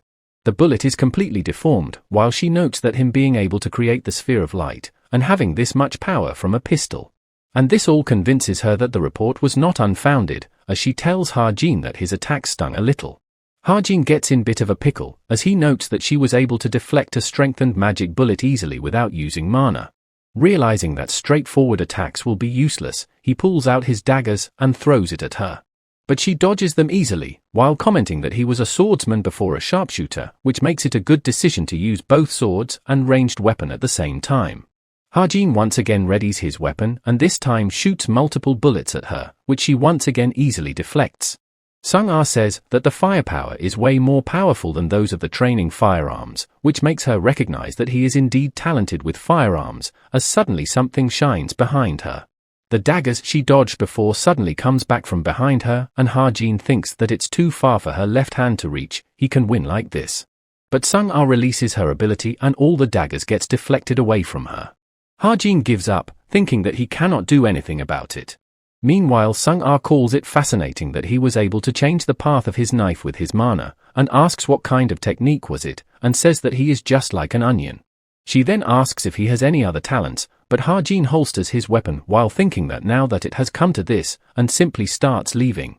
Sung-ah gets confused by his behavior and tries to stop him. She asks him where is he going, as things were just getting fun, but Hajin looks back and tells her that she moved. Since she said that she would only use her left hand, but she has used her leg as well. Sung-ah gets pissed and asks Hajin if he is treating her proposal as a joke. Hajin replies that he was just trying his luck, as it's just a waste of time since the difference between their stats is obviously huge. As such, he gets moving while saying that he will give up here. But actually, he was half serious about insisting that she lost just now, but she is too scary, so he was unable to go through with it. Sung-ah tries to stop him, saying that he will regret this, but he simply ignores her and walks away. Meanwhile, we see Captain was standing on top a tree branch and observing the fight between them. Droon contacts her and asks if the infiltration was successful, which she replies, yes. Droon says that it wouldn't be a good choice to be moving separately from the team, as her friends might say that she is suspicious, but the captain replies that it's a worse choice to travel with them. Suddenly she hears something, and Droon asks her, what happened? She replies that she heard a heartbeat, and that butterfly sapling is about to awaken. Butterfly sapling, it's a spirit-type monster that leeches off a tree like a parasite. It appeared on the last day of the final and was killed by all the main characters. In the process of that, Kim Soo-ho obtaining the dust of the sapling, and Rachel getting a hint about the enlightenment was how the original story went. However, right now, she has formed a team with Hajin, and in order to help her with enlightenment, Ha-jin would need to lead her to join the battle against the butterfly sapling. But there is a problem, as Rachel calls out to Ha-jin and asks him on why does he keep going circles around this vicinity. And the problem being, not even Ha-jin knows where exactly the butterfly sapling will appear. We switch scenes and see an incredible amount of large monsters are piled up, with someone saying that they would probably get first place in the finals like this. And it's Kim Suho and his team, as Rachel asks if there is only 20 hours left until the test is over, while Younghan runs away to drink some water. As Suho is getting up, Naeun calls out to him to ask something. And she asks, what does he think of Kim Ha-jin? He replies, why is she suddenly asking him that? And she says that it feels like he is hiding a lot of things. He was constantly suspicious both in the museum and in Paris. It's also suspicious that he's pretty high-ranked and strong despite having that frail-looking body of his, which Suho agrees with as well. Suddenly, Suho remembers Ha-jin words about Naeun. And upon remembering, he starts to smile, which causes Naeun to ask on what is with his reaction. Suho replies that he is simply agreeing that he looks like he is hiding a lot of things, and due to his previous reaction, Naeun thinks that Suho knows something and angrily asks him to tell her as well. But Suho replies that she should find out herself, and why is she asking him instead? Suddenly a huge tree root starts growing beside them, and as they all look over, they see the tree root starts moving, which shocks them. Ha-jin notices it as well, as we see cadets trying to run away and defend themselves against it. Rachel feels the trembling, and wonders what on earth is this. Ha-jin calls her out and tells her to go to the source of the tremors and kill the monster with him, and she must protect him when they are near the monster. Rachel agrees with his plan, and Ha-jin thinks that the cadets who felt the tremors must be heading towards the butterfly saplings now, and he won't let them have this opportunity. And like this, both Rachel and Ha-jin heads out to join the fight. Meanwhile, Sung-ah is also observing the monster, and the guy contacts her that such monster was not expected to appear and wonders if they should stop the test. But she replies that it's probably going to be alright. The abilities of the cadets taking the test right now should be able to take it down without any problems, and the black guy replies that her ways are way too old-fashioned. She asks if he really thinks so, and tells Vieri to not underestimate them, as the cadets are the hero. And heroes always grow during crisis, as we see Naeun using her sword to cut down one of the roots. She excitedly exclaims, "How's that?" and Suho says it was incredible. But he also tells her that the cutting power will increase way more if she circulate the sword energy near the sword, and Naeun gets annoyed and tells Suho to tell her about that later. Younghan questions on why does they keep appearing endlessly no matter how many of them they take down. Suho replies that if taking down the roots is not doing anything, then they would have to destroy the main body first. One of the cadet tells everyone to look over to the tree, as it's strange and something inside the cocoon is moving. The cocoon starts to break and we see a huge butterfly coming out of it. Everyone is shocked to see it, and the butterfly spreads its wings and starts flying over them. It also starts to spread some kind of dust on them, due to which everyone starts to lose their strength and consciousness. Naeun also loses her consciousness and falls on Suho. Suho carries them both and have them sit beside a tree, noting that they are simply asleep and the dust is not venomous. He holds his breath, and notes he won't be able to keep moving like this and would have to defeat it before catching another breath. Suddenly he notices two people jumping out of a tree towards the butterfly. And Suho gets shocked upon seeing that it's Ha-jin and Rachel, who both also have masks on them. As Rachel and Ha-jin arrives, and upon noticing cadets lying on the ground, she wonders if Ha-jin predicted all this and prepared everything in advance. Ha-jin calls out to Rachel and asks her if she sees the butterfly monster over there, and he would be defeating it, but he would need her to protect him from the roots. She agrees with it, and Ha-jin pulls out his weapon and shoots its wings, causing it to scream in pain. The roots attack Ha-jin, but Rachel comes to defend and slices all the roots which are coming towards them. As the roots fall back, suddenly the ground starts to tremble and Rachel notices that it's from right below them. As the roots attacks from below, Rachel pushes Ha-jin away from them, but her leg gets caught in the process. And she gets thrown right into a tree with powerful force. Ha-jin looks over and is shocked, and the roots targets and attacks him this time. But he gets saved by Kim Suho's timely arrival, and Suho opens his mouth to ask something. But instead inhales some of the dust instead. Behind them, Ha-jin notices that Rachel has fainted, and he wonders what should he do now. Suddenly the evangel seed in Ha-jin's jacket rushes off, which shocks Ha-jin as he asks it, where is it going? It straight up goes for Rachel's blood. Suho asks if they are trying to take down the butterfly, and that he will help as well, though he won't be able to move for long. Ha-jin thinks that his stigma's magic can make about 3 more fire bullets. He has to wrap this up with only that. Ha-jin accepts Suho's help and asks him to lend his hand. He tells him that as he saw, his last bullet missed. It's quite fast, which is unusual for a spirit-type monster. To make sure he can kill it, he would have to get close to it and aim from there, and he has to hold its attention until he can get close. Suho agrees with his plan and imbues his sword with mana. And upon seeing it, Ha-jin notes that it's the magic of the Sword Saint and wonders if it's stronger from back when he saw it in the museum. Suho looks back at Ha-jin and calls it quite strange, and Ha-jin asks, "What is?"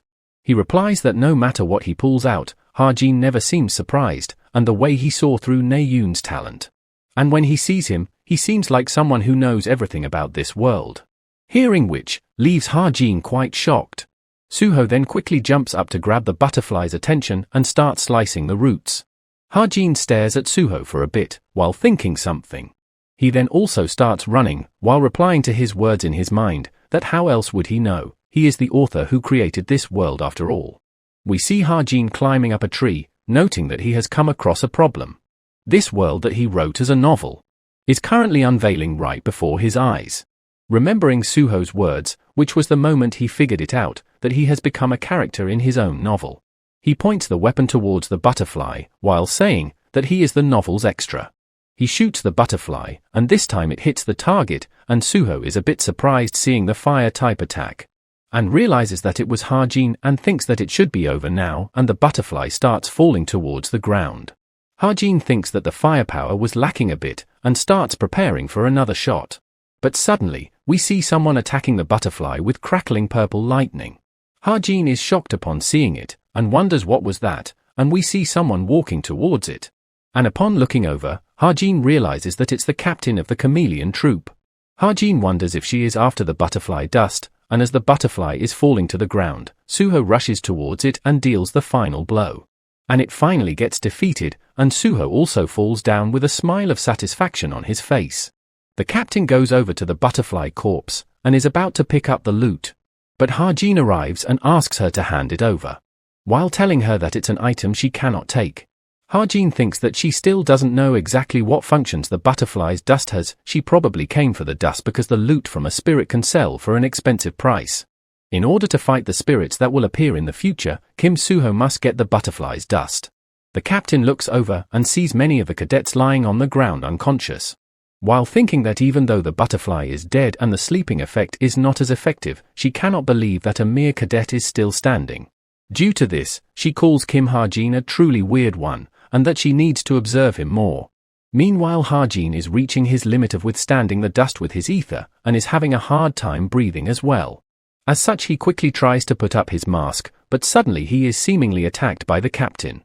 Her powers creating a complete black ball, isolating both Ha-jin and herself from the world. Inside there, she removes her disguise and asks Ha-jin that he knows her, doesn't he? And Ha-jin replies that she is Lee Shuo-peng. The captain starts thinking on who is Lee Shuo-peng, and remembers that it's the fake identity she used while approaching Ha-jin in the past. She replies that she is indeed her, and questions Ha-jin, according to him, on what does he think she is here for. Ha-jin replies, isn't she here to supervise, and the captain asks how long has he known that she was Lee Shuo-peng. Right as Ha-jin is about to once again lie, she attacks him. She almost threatens to kill him, but stops and instead threatens to beat him up if he dares to lie, and Ha-jin gets scared and answers that it was back he stole the watch. As when he saw her up close, he knew that she was a little different, and she gets confused about his statement. And Ha-jin tells her that he has pretty sharp eyes. The captain thinks Jane's talent cannot be seen through just by having sharp eyes. However, Ha-jin was not only able to see through Jane's talent, but also the cognition impediment device. And due to all this, she starts to think that perhaps Ha-jin's mana is anti-magic. It's a special circumstance where all the mana within him is anti-magic. In that case, it'd make sense how he was able to see through Jane's talent, since he just needs to focus mana on his optic nerves to do that. And if that's true, then it means his very precious resource that she must not lose. She removes the sphere and hands over the butterfly dust to Ha-jin, while trying to ask something in return. Though she stops in the middle, and thinks what to say, and Jane tells her to please not say anything strange and to just do what she says if she doesn't know what to say, and to not rush and take it slow. Captain finally speaks up and asks Ha-jin for his contact number. Fast forward, Ha-jin thought that he was going to die. But he did manage to achieve an important objective. And now he wonders, how can he give this to Kim Soo-ho naturally? Since the captain suddenly interfered, he has to think of a way. Suddenly, he remembers about Rachel and the seed. We see the seed is shining in gold color, and Ha-jin upon seeing it, realizes what is happening and thinks that it's happening right now of all times. As Evangel is finally hatching. We see Rachel in her sleep, thinking that she needs to defeat the spirit quickly, and that she needs to become the number one and become the pride of the imperial family. Suddenly she has a weird feeling and wonders what is happening.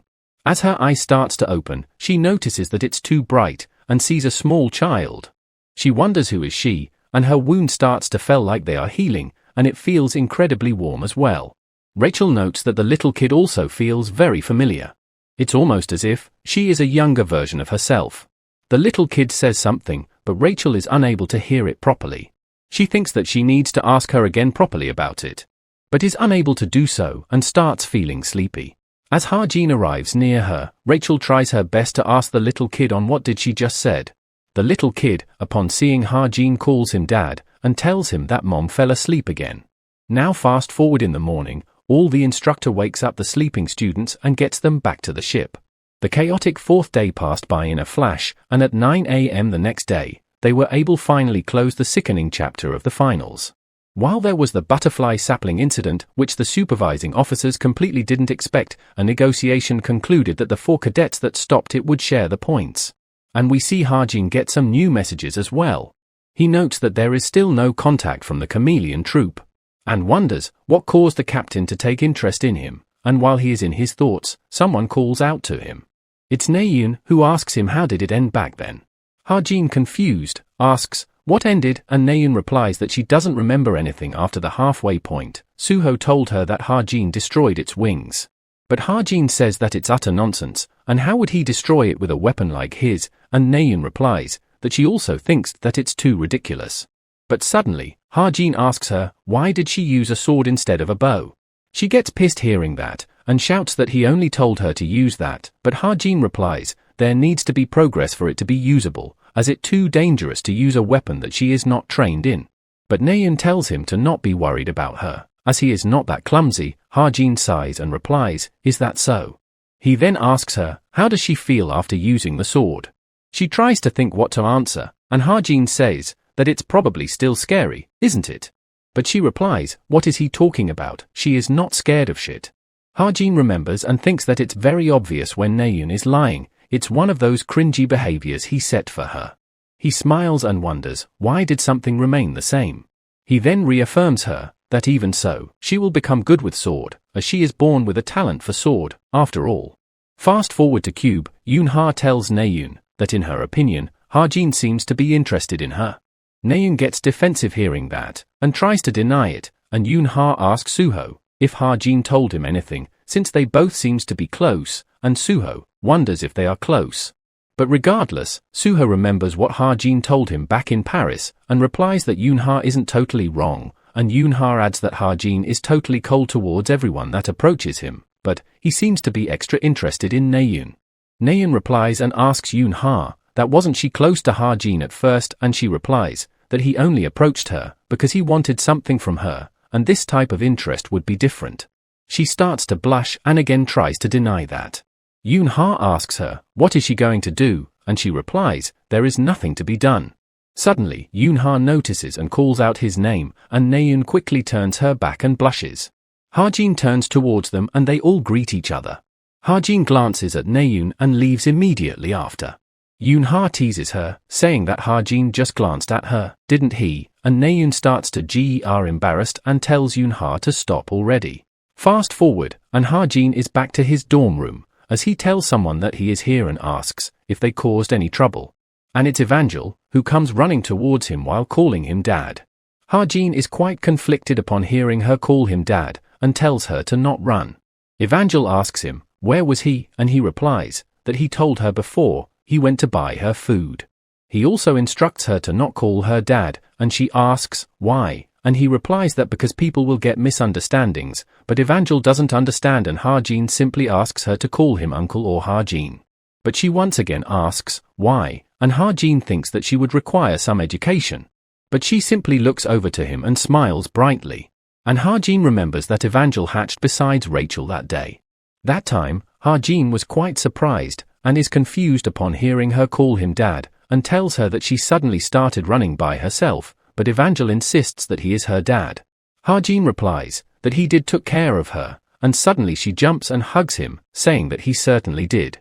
As Harjin notices a helicopter flying above, he asks Evangel to turn back into being a seed, and she gets confused. Harjin explains that round and small previous appearance, but she asks, what about mom? Harjin thinks to himself that she really shouldn't call her that and tells her that she is busy, and such Evangel turns back into her seed form. And this is how she ended up in his room, and Harjin thinks that this whole thing looks as if he has a secret child, and such calls Evangel out to eat first. We see her quite elated in eating the food and finding it tasty as well. Harjin asks her to eat quietly, which she does so. And now, he looks over to the dust of butterfly sapling and wonders what should he do with that, as apparently, it helps to awaken hidden dormant potential. White it sounds simply, the main point here would be the target of the dormant potential, which means it can apply to both people or objects that have dormant potential. Originally, this should have landed in the hands of Rachel and Kim Suho. But now, Harjin thinks on how can he give it to them. Now we switch scenes to Rachel's room, who is lying on her bed and wondering, whose child was it that she saw? Actually, it was more like that she felt her instead of seeing her, and she still remembers it vividly. She wonders, if was the spirit of the tree or something. There are a lot of things that are still unknown about the power of the spirits after all, or perhaps she was simply hallucinating. But for that to have been a hallucination, she still keeps thinking of her warmth. And she feels like that they will eventually meet one day. Now fast forward to sometime later, we see a huge stone statue. And below that, Yoonha seems to be waiting for someone while looking at her watch. The person arrives, as Yoonha notices and says that he is finally here. And that she thought he would reject her, as the person turns out to be Harjin. She also tells him that there is one more person they are waiting for, and since it seems that they will be late, they should go first. Harjin replies, okay, and wonders who is it. Now as they are traveling in the car, Yoonha says that she heard that he did pretty well in the final exams this time around, and Harjin replies that it was only 67 points and Yoonha tells him that he should have aimed for 20 points or less if he doesn't want to attract attention. And that he is starting to get attention of other guilds as well. As Harjin is looking out of the window, Yoonha says that it's coming into sight, and seeing it, Harjin is quite surprised and Yoonha welcomes him to her guild, the Essence of the Straight. Some time ago, Harjin got a notification on his smartwatch about the guild tour announcement. Guild tour. This event is made so that cadets that are on school holidays can observe how heroes perform missions in person. The guilds in the country are given priority to choose the cadets that they want based on their ranking. And Harjin is also curious about what heroes do, and he is sure that there will be other missions besides the one he wrote about. However, each guild can only choose up to 3 cadets from the first and second years. Because of that, first years usually don't get chosen if they are ranked 300 or below. And based on his ranking that he obtained when he joined the academy, it would probably be hard for him to make it to the top 300 even though he did really well in the finals, calling it such a pity. Suddenly, his watch rings, and he is surprised that someone actually contacted him, and he wonders, who the hell is it? It's from the Hero Straits, as he is chosen for the guild tour, and if he doesn't want to go, he can also contact them to inform. Now back to the present, at the Essence of the Straight. A guy walking them starts to explain about the tour, saying that there are a lot of missions that takes place here. Missions that are of a certain level and above can only be taken on after the office has completed its analysis of the mission. Harjin glances over at Yoonha and thinks that she was probably the one who put his name on the list. The daughter of a guild leader should have that much power. As the guide takes them to one of the room, which Harjin figures out is the analysis room. The guide says that he has heard Harjin is the number one in theory, hence he wanted to show him this room first, and the guide is in between intermediate and advanced grade and the left-hand man of Yo Yoonha, Park Sang-ho. He is the hero that is in charge of this round's guild tour, and he also looks like a nice person. So good to the point that if he weren't the one who wrote this novel, even he would not have thought that he is a vicious villain who would backstab Yo Yoonha in the future. And suddenly, another person arrives. noting that the cadets are here. She is also a hero that is in between an intermediate and advanced grade, Lee Jin-ah. She starts to mock Ha-jin and takes dig on Yoon-ha by saying that the world has gotten a lot better. To think someone who is ranked 934th is able to have a guild tour at Hero Straits, and she wonders who managed to pull that off. Ha-jin thinks that there is no way she would have a good impression of him. Since Lee Jin-ah is supporting Jung Hoseok, the current vice-captain of the Hero Straits, she is probably disgusted with the daughter of the guild leader who is also the rightful successor. But that is only happening right now. In the future, she would join Yoon-ha as one of her people and climb to the position of vice-captain with her own strength, the most outstanding person within the guild. Sang-ho tells Lee Jin that Ha-jin ranked first when it comes to theory, and she replies that it doesn't matter, as she was also number one when it came to that. And that the theories that cadets learn about aren't even that crucial, hearing which pisses Ha-jin off. As she asks Ha-jin, wouldn't he agree with it, while calling him theory number one kid. Suddenly, she gets an idea and gives him something to solve, saying that if he is that confident in his abilities, he should try solving this. Sang-ho tells her to not divulge the information to others like this, and she replies that it's fine since it's nothing special. Ha-jin gets quite pissed, as she tells him that he should give it a try, that is if a kid like him can even understand it, and Ha-jin thinks that this is making him competitive. He accepts it and asks her to borrow some paper. She once again tries to make fun of him, by saying that does he think he can write the answer down if she gives him some paper. Yoon-ha then gets a message on her watch that the last person has arrived on the first floor. As such, Song-ha asks her to go with him to fetch that person together. Meanwhile, Ha-jin is staying back in the analysis room to solve the paper. Ha-jin notes that the content of this is about the variables that could occur when raiding a dungeon, and this is definitely a question that a cadet wouldn't be able to answer. But for Ha-jin, as long as he has observation and reading, he just needs to write down the calculations that appear in front of him and copy it down on the paper. We see him almost being done, and is on the last part, but someone suddenly snatches the paper from him. It's Lee Jin, who asks him if he is still doing it, and haven't he realized that everyone has gone out, and tells Ha-jin to stop doing this unnecessary thing and leave already. Ha-jin gets quite pissed due to that. Though he ends up leaving, thinking that he was not able to write down the last part, and that she better not ask him for the last part later on. As the lift arrives on the first floor, we see him walking into Naeun. She is shocked seeing Ha-jin here, and asks Yoon-ha on what is he doing here, and she replies, who knows. She starts to smirk and tease Naeun, and Ha-jin thinks in surprise that the last person turned out to be Naeun, though he wonders why didn't Yoon-ha told him about her. Now it gets evening, and we switch scenes to Jin-hyuk's office, who is quite shocked as he was only able to get a few pieces of paper as the result of digging thoroughly for a month. Kim Ha-jin, the number of people he has been connected to so far, who his parents are and how he became an orphan, no matter how hard he tries to find information about him, he wasn't able to find a lot of details. He looks defeated, saying that his niece sure gave him a difficult task. But the more difficult it is, the more his interest is getting piqued.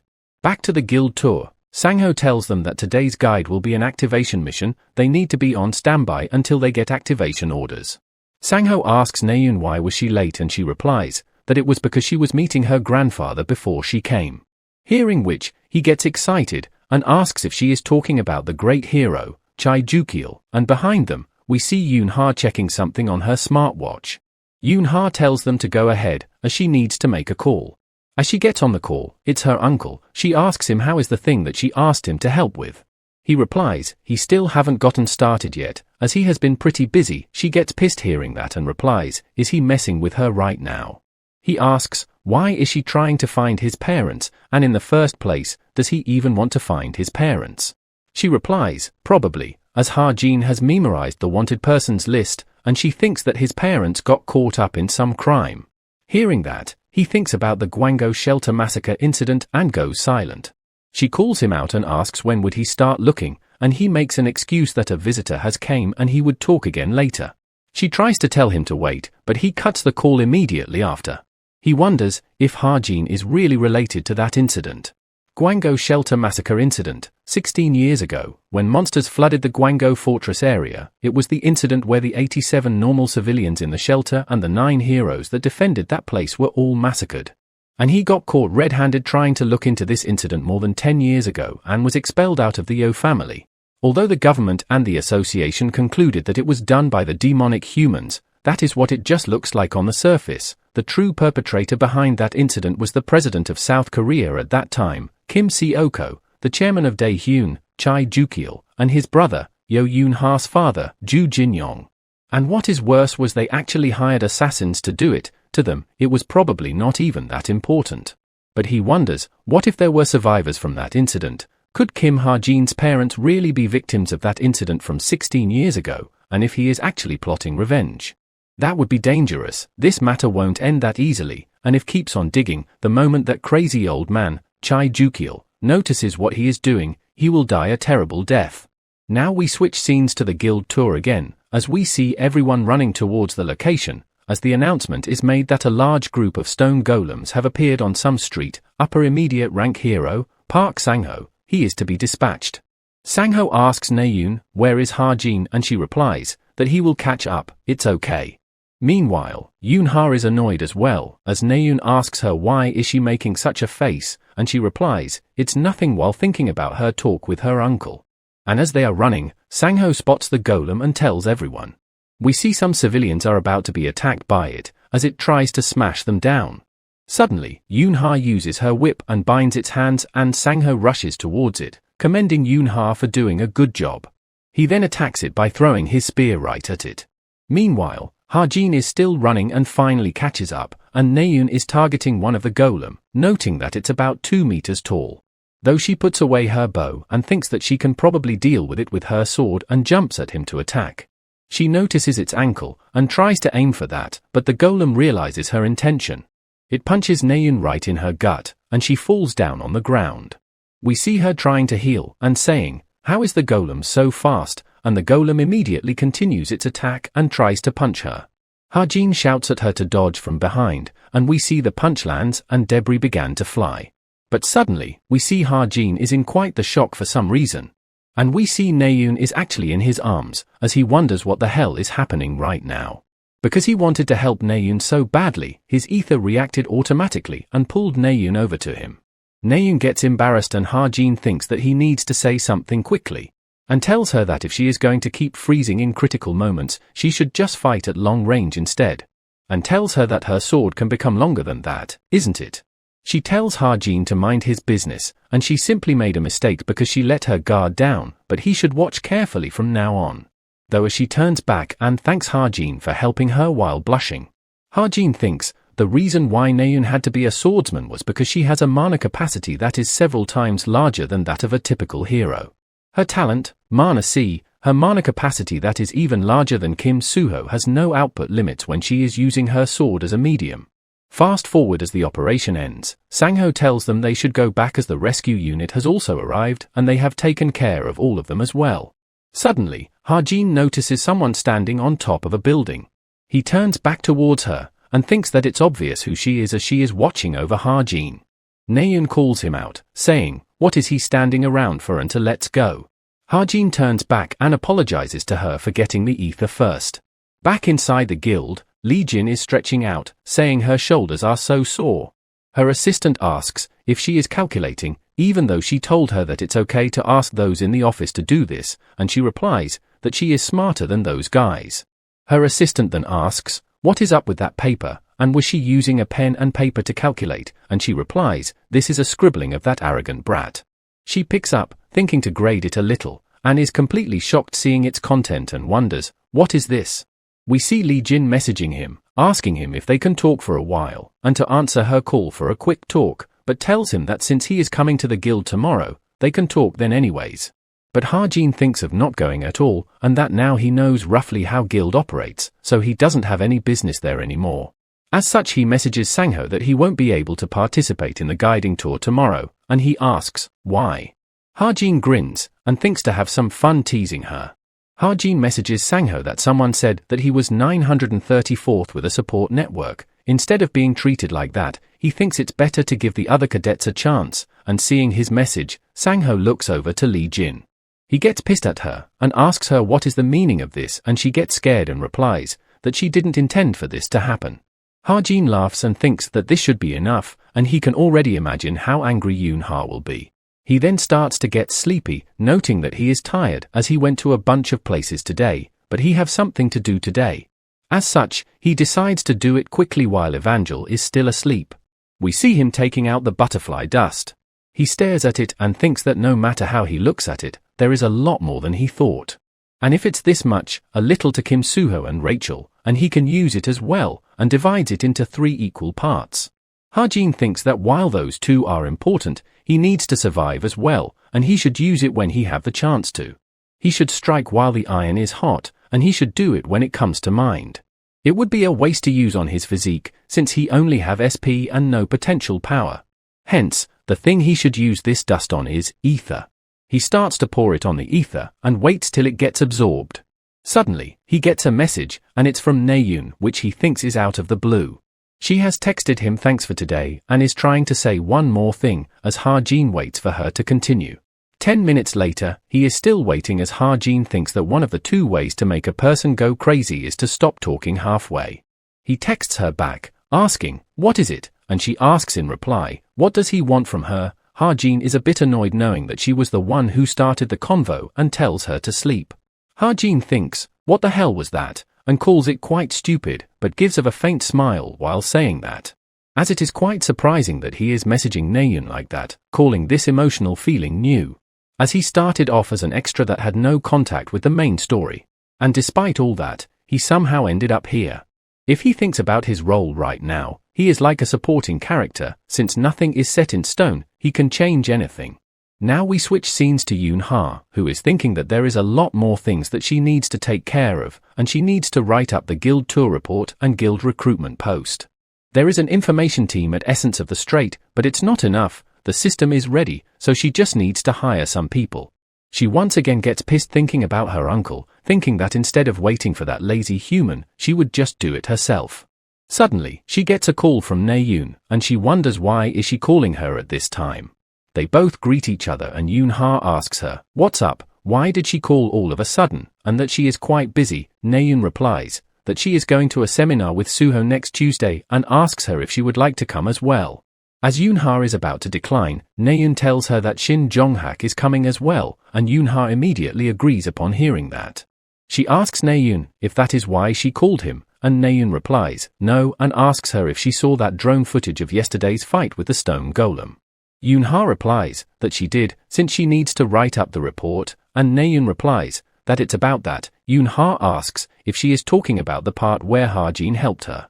Naeun gets flustered and refuses, and Yoon-ha teases her by saying that it was filmed properly, and it looked like she went right into his arms, hearing which she curses, and tells Yoon-ha to not dare to share it. Yoon-ha smirks and replies, why would she, and asks her if it felt good, and Naeun replies, what is she even saying? Yoon-ha laughs and tells her that she is busy and hangs up.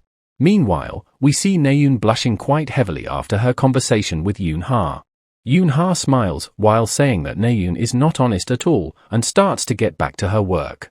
She suddenly gets another message, which annoys her. This time the message informs her that Ha-jin is giving up on the guild tour and that it was Lee Jin who said that, hearing which she is annoyed and tells him to hang up. Yoon-ha gets very pissed at her and calls her crazy, as they were barely there in getting him to sign the contract, and is also annoyed at Kim Ha-jin, saying that his moves are unpredictable. Meanwhile, Ha-jin gets a notification of his SP increasing, and he is confused about it, though he is happy for receiving it. He then decides to invest this SP as well, and thinks that no matter how hard he tries, his physical stats will fall behind with time. So the best he can do is choose and focus. Since he used the sapling dust for his ether, he is going to put all the SP into a weapon instead of physique. Ha-jin notes that on the outside it looks like an unlucky talent, but since his luck is in the top 0.1%, the effectiveness for him will be good, although whether the writing will be successful or not is another issue. But he decides to go through with it. As he types in the talent, he prays for it to be successful. The talent writing is successful, but due to not having enough SP the quality decreases, but Ha-jin's luck activates and loss recovers. Ha-jin breathes relief, while thinking that he is not totally satisfied, but since this is an unbelievable setup he should be thankful for that much. Ha-jin notes that his preparations are complete, as the reason he rushed the enhancement preparations is due to a reason. And once again, he gets a message on his smartwatch. It's from the travel club, with their next destination being decided as England, as the reason for rushing was due to the main story starting again soon. Fast forward after a week, Ha-Jin's summer break was like a consecutive series of hellish training sessions, because he still need to train even though he put all of his SP into weapon. And despite training so hard, his stats are still average. But his ether was able to complete its maturing. To summarize the changes, physical strengthening has increased by 0.7, and it's got 2 additional functions, to details manifestation, which can manifest some color and feel. He thinks to give it a try, and thinks that it would be hard to make a firearm since its composition is complicated, as such he tries to make a knife from it. He succeeds, and notes that it looks and feels like a normal knife. But he uses his identify skill and checks its stats, and we see the random enhancement skill is applicable on it as well. He throws the knife and says that its power is nowhere near the normal, as the knife pierces through the rock and slices it in half. Ha-Jin is quite surprised upon seeing its power, and calls it pretty useful, though compared to the relics, it's not as powerful, but what is important is its outer appearance. A normal-looking item would cause others to drop their guards, and that's when daggers will stab through heart of the one who let their guard down. That is good enough. Now back in his dorm, he tells Evangel to be nice and quiet while he is out for his club activities. And he would also buy her delicious food, and she happily agrees. He also tells her that she can only make animals with the spirit friend, and she must not make any of humans. She gets annoyed by all of his nagging and tells Ha-Jin that she got it already. Ha-Jin then leaves for his trip and they both say goodbye to each other. Now we switch scenes to Rachel, and someone tells her that she doesn't need to worry anymore. And their contract with Cube has ended, and they have decided to recruit trustworthy agents, and she thanks him for it. And Henry then says about Ha-Jin, that the cadet who saved her, he would like to approach him using the Imperial Guild offer, if she is okay with it, and she gets happy hearing that, and replies that she likes the sound of that and tells them to proceed with it. Rachel thinks that the Ha-Jin she saw back then was definitely way above the level of 934th rank, and other guilds might already be aiming to recruit him as well. Though she says that she is only observing for now, as approaching cadets early is illegal, and even though the Imperial Guild isn't lacking in any way compared to Korea's famous guilds. With the Imperial Guild's priority recruitment right, they will be able to legally propose a much better offer than any other guild. Now we switch scenes to the travel club as the president says, since everyone is here, they should depart for England. We see Naeun is burning up due to the heat, and Yoon-ha asks her, why did she wear the cadet uniform here? Naeun asks Ha-Jin if he doesn't feel hot, and he replies that he totally feels comfortable, seeing which, Naeun calls it annoying. Now as they arrive in England, they are quite taken in by its beauty. The club president points at the place where they will be going today, and it's up in the sky, called Clancy Island, and they were taking the portal together to move there. Ha-Jin remembers, Clancy Island, this place is made by the English government using the floating crystals that they possessed. It's a place where everything money-related is located. It has all sorts of entertainment, auctions and release events for new items. It's an island of gold which is basically like the Las Vegas of England. This is the place where the main story this time around will start. As they enter it, they are quite amazed by it, with Naeun commenting that it's really been a long time she has been here, and Yoon-ha says the same thing. Suho asks if they both have been here before, and Naeun excitedly replies, it was with her brother when she was 11. And she suddenly gets sad remembering him, while saying that she hasn't came since then. Suho tells her that it's his first time, and asks Naeun to be his guide. She gets back again, and tells them to count on her for this. The club president tells them that there will be a big event on the islet at 7 p.m. He has asked them whether they can participate in the event, and they have gladly allowed them, so they are free to walk around and enjoy themselves before the event. As he asks if anyone has questions, Naeun raises her hand. She asks if they can go to casino as well, and he replies that they can, as a cadet is considered an adult. Hearing which, she pushes everyone, telling them to go to casino with her. At the casino, Ha-Jin thinks that it more fancy than he thought, and Naeun excitedly goes on to exchange some tokens. As he goes to the reception, she asks Ha-Jin to show her his identity card before the exchange. As he is giving her his card, he asks her, how many years have she worked here, as we see it's Jane in disguise. She replies, 6 years, and Ha-Jin tells her that it's quite long and thanks for the tokens. Ha-Jin thinks that it's expected that Jane has already infiltrated this place, and the event that Oh Han-hyun mentioned will be taking place at 7 p.m., and it's a huge problem, since the event is really big, and also because all the beasts from all over the world will be gathering here to go after that thing. And although he wants to remain cool-headed, he cannot help but feel nervous. because this is the place best to earn money for someone like him, who lives on luck. He smiles knowing that he still have time as the event starts at 7 p.m, as such he goes on to raid the slot machine first. And after that he tries to see his next target and sees Naeun playing against some blondie, and losing. Hajin remembers that person as Vert, and Naeun, after losing everything starts to get up and leave. Vert calls Naeun back and tells her that he doesn't feel good winning a kid's money easily and offers her 25% back. Naeun gets angry hearing that, and tells him that she can take it back easily if she played seriously. Hajin remembers that in just short of 2 hours from now, Naeun will end up crying in the hotel after losing all the money that she brought here. Because all of them are con artists. Especially their leader, Vert, who is one of the important characters in his novel as well.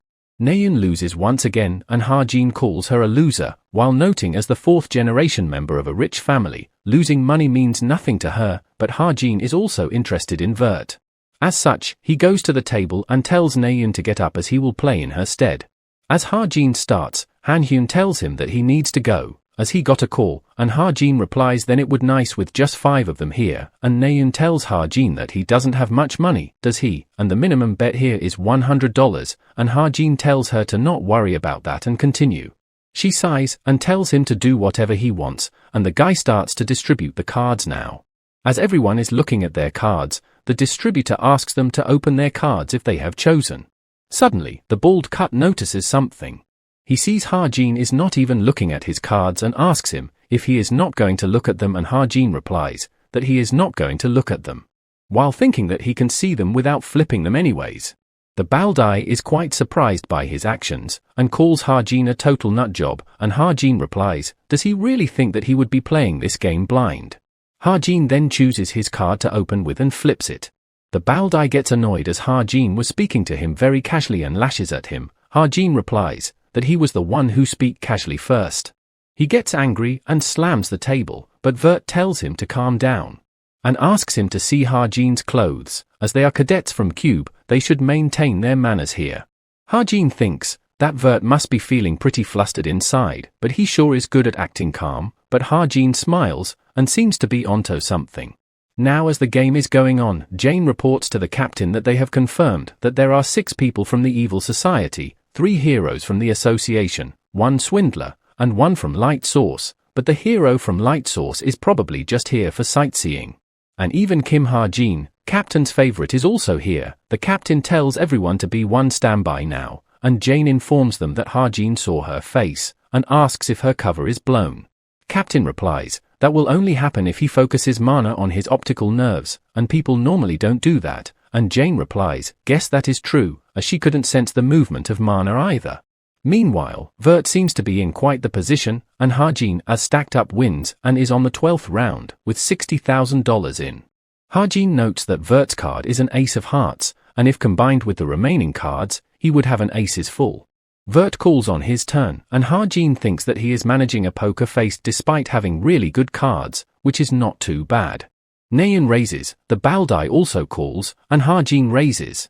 Hajin thinks that Vert's current cards would be an aces full. In order to win, he would need to have at least a 4 of a kind, and he wouldn't normally aim for such cards, since the chances of a 4 kind appearing after a full house is really low, but for him it's different. Vert tells Hajin that he knows that he doesn't have that much money, and Hajin thinks that he is indeed lacking in money here. As such, Vert asks him to bet that ring of his as well. Hajin takes it out and Vert tells him that he can tell it's an artifact from a glance, and asks Hajin why does he have a ring around his neck. Hajin with a serious face replies that he has his reasons, seeing which, Naeun gets concerned. She quickly gets up and tells Hajin to leave with her as well. But Hajin asks her, what is she doing, and tells her to sit down, and she replies that she would give him the money that he lost as well, and if it's important enough for him to be wearing it wherever he goes, then it must be precious. But before she can complete her sentence, Hajin pulls her hand and tells her to sit down. He gets really close with her and tells her that he definitely won't lose, so just stay still, and it causes her to blush. Hajin tells Vert that this ring is really expensive, and he will make this ring a part of this bet as well. But in return, he wants him to bet his bracelet as well, which Vert agrees to do so. As they both put their belongings down, he asks them to open their cards, and that he will be starting first. As he reveals his cards, it turns out to be Full House and Naeun is shocked upon seeing it. Vert starts to laugh while saying that he feels bad for him and starts to take in the rewards, but Ha-jin tells him to wait, as he still has not opened up his cards yet. Hearing which, Vert gets nervous. Ha-jin reveals his cards, saying that he is quite lucky himself. He smiles and Naeun is quite shocked upon getting a 4 of a kind, and the bet being his win. Naeun shouts, "What the hell?" and Ha-jin tells her to not be so surprised as gambling is all about luck after all, and Vert is completely shocked, as he wonders what on earth happened. We then see him getting dragged by the security, while he shouts that Ha-jin cheated and he is not the one who did. Naeun replies that he doesn't have any evidence, as even the security checked him. Naeun is quite pissed, calling Vert too noisy after losing. Ha-jin appraises Vert's bracelet, and notes that Vert still doesn't know the true value of this bracelet, because while this bracelet can store mana, the user isn't able to use that mana themselves. Though he notes that it can be solved by just imprinting other magic aspects onto the bracelet, Vert will only realize it 1 year from now on, and Ha-jin decides to imprint a physical strengthening magic onto it. Naeun calls him out and asks, what was he planning to do if he lost, and Ha-jin replies that he would have committed suicide by jumping off into Hangang, and Naeun tells him to not say such things. Ha-jin asks her if she wants her money back, as 1/3 of this chips belong to Naeun, and she replies that it's not that, he can have them, as he won them after all. Though hesitant, she tells him that he looked pretty cool. Fast forward, Suho and Yoonha is here, as they both greet them. And we see Ha-jin and Naeun all dressed up. Seeing him, Yoonha asks him, why does he look like that, and he asks, what is so bad about his look, and that he simply visited an antique shop, but Yoonha asks him, where did he got all this money from? As Naeun is telling them about Ha-jin's performance in the casino, someone arrives from behind upon noticing Naeun, while saying, look who we have here. He comes directly to Naeun and greets her. In surprise, Naeun asks him, what is he doing here, and he replies that he is here for some fun. Looking at Ha-jin, he asks Naeun if he is her boyfriend, and she gets flustered and replies that he is just a friend. He tells Ha-jin that he saw him raking in tons of money, and to think he was Naeun's friend. Yoonha also recognizes him and asks if he is the hunter, Kim Junwoo from Light Source.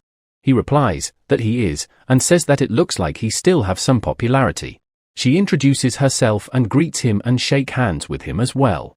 And we see the captain is watching all of them, standing in some alleyway behind. She calls up on Jane, and we see her arriving right behind her and gets out of her disguise, while telling the captain that it's ready. Fast forward, and a reporter reports that right now, they are at the River Thames portal that leads to Clancy Island. And all sorts of VIPs are gathering in this place to take part in the event, which is hosted by an international company, Loton Corporation. With the shocking news that the white crystal will be shown, it has gathered the attention of the world. We then see a car arriving and some girl seems to stepping out of it.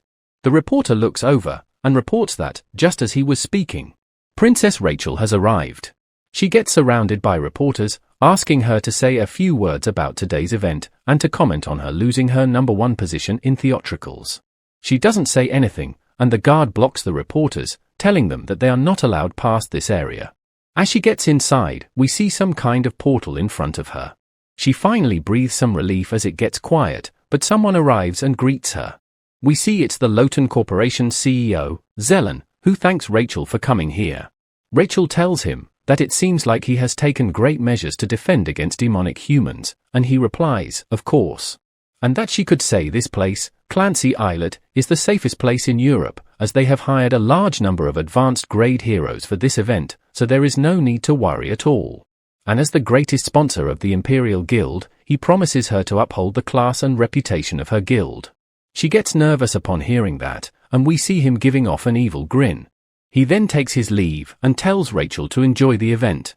At one of the table, we see Ha-jin sitting and thinking, there is still 30 minutes until the event starts, but it is already so crowded. But that aside, in a world that is swarming with demonic humans nowadays, he cannot believe that such a dangerous event is being hosted. Ha-jin wrote the Loton Corporation to be one of the most corrupt companies in the story. While there aren't any demonic humans among its executives, it's a place where the deeds that they do are as evil as the demonic humans. And those kinds of people are in the possession of the white crystal. While it's an item that mustn't fall into the hands of the demonic humans, how these people will use it won't be much different in the hands of the Loton Corporation.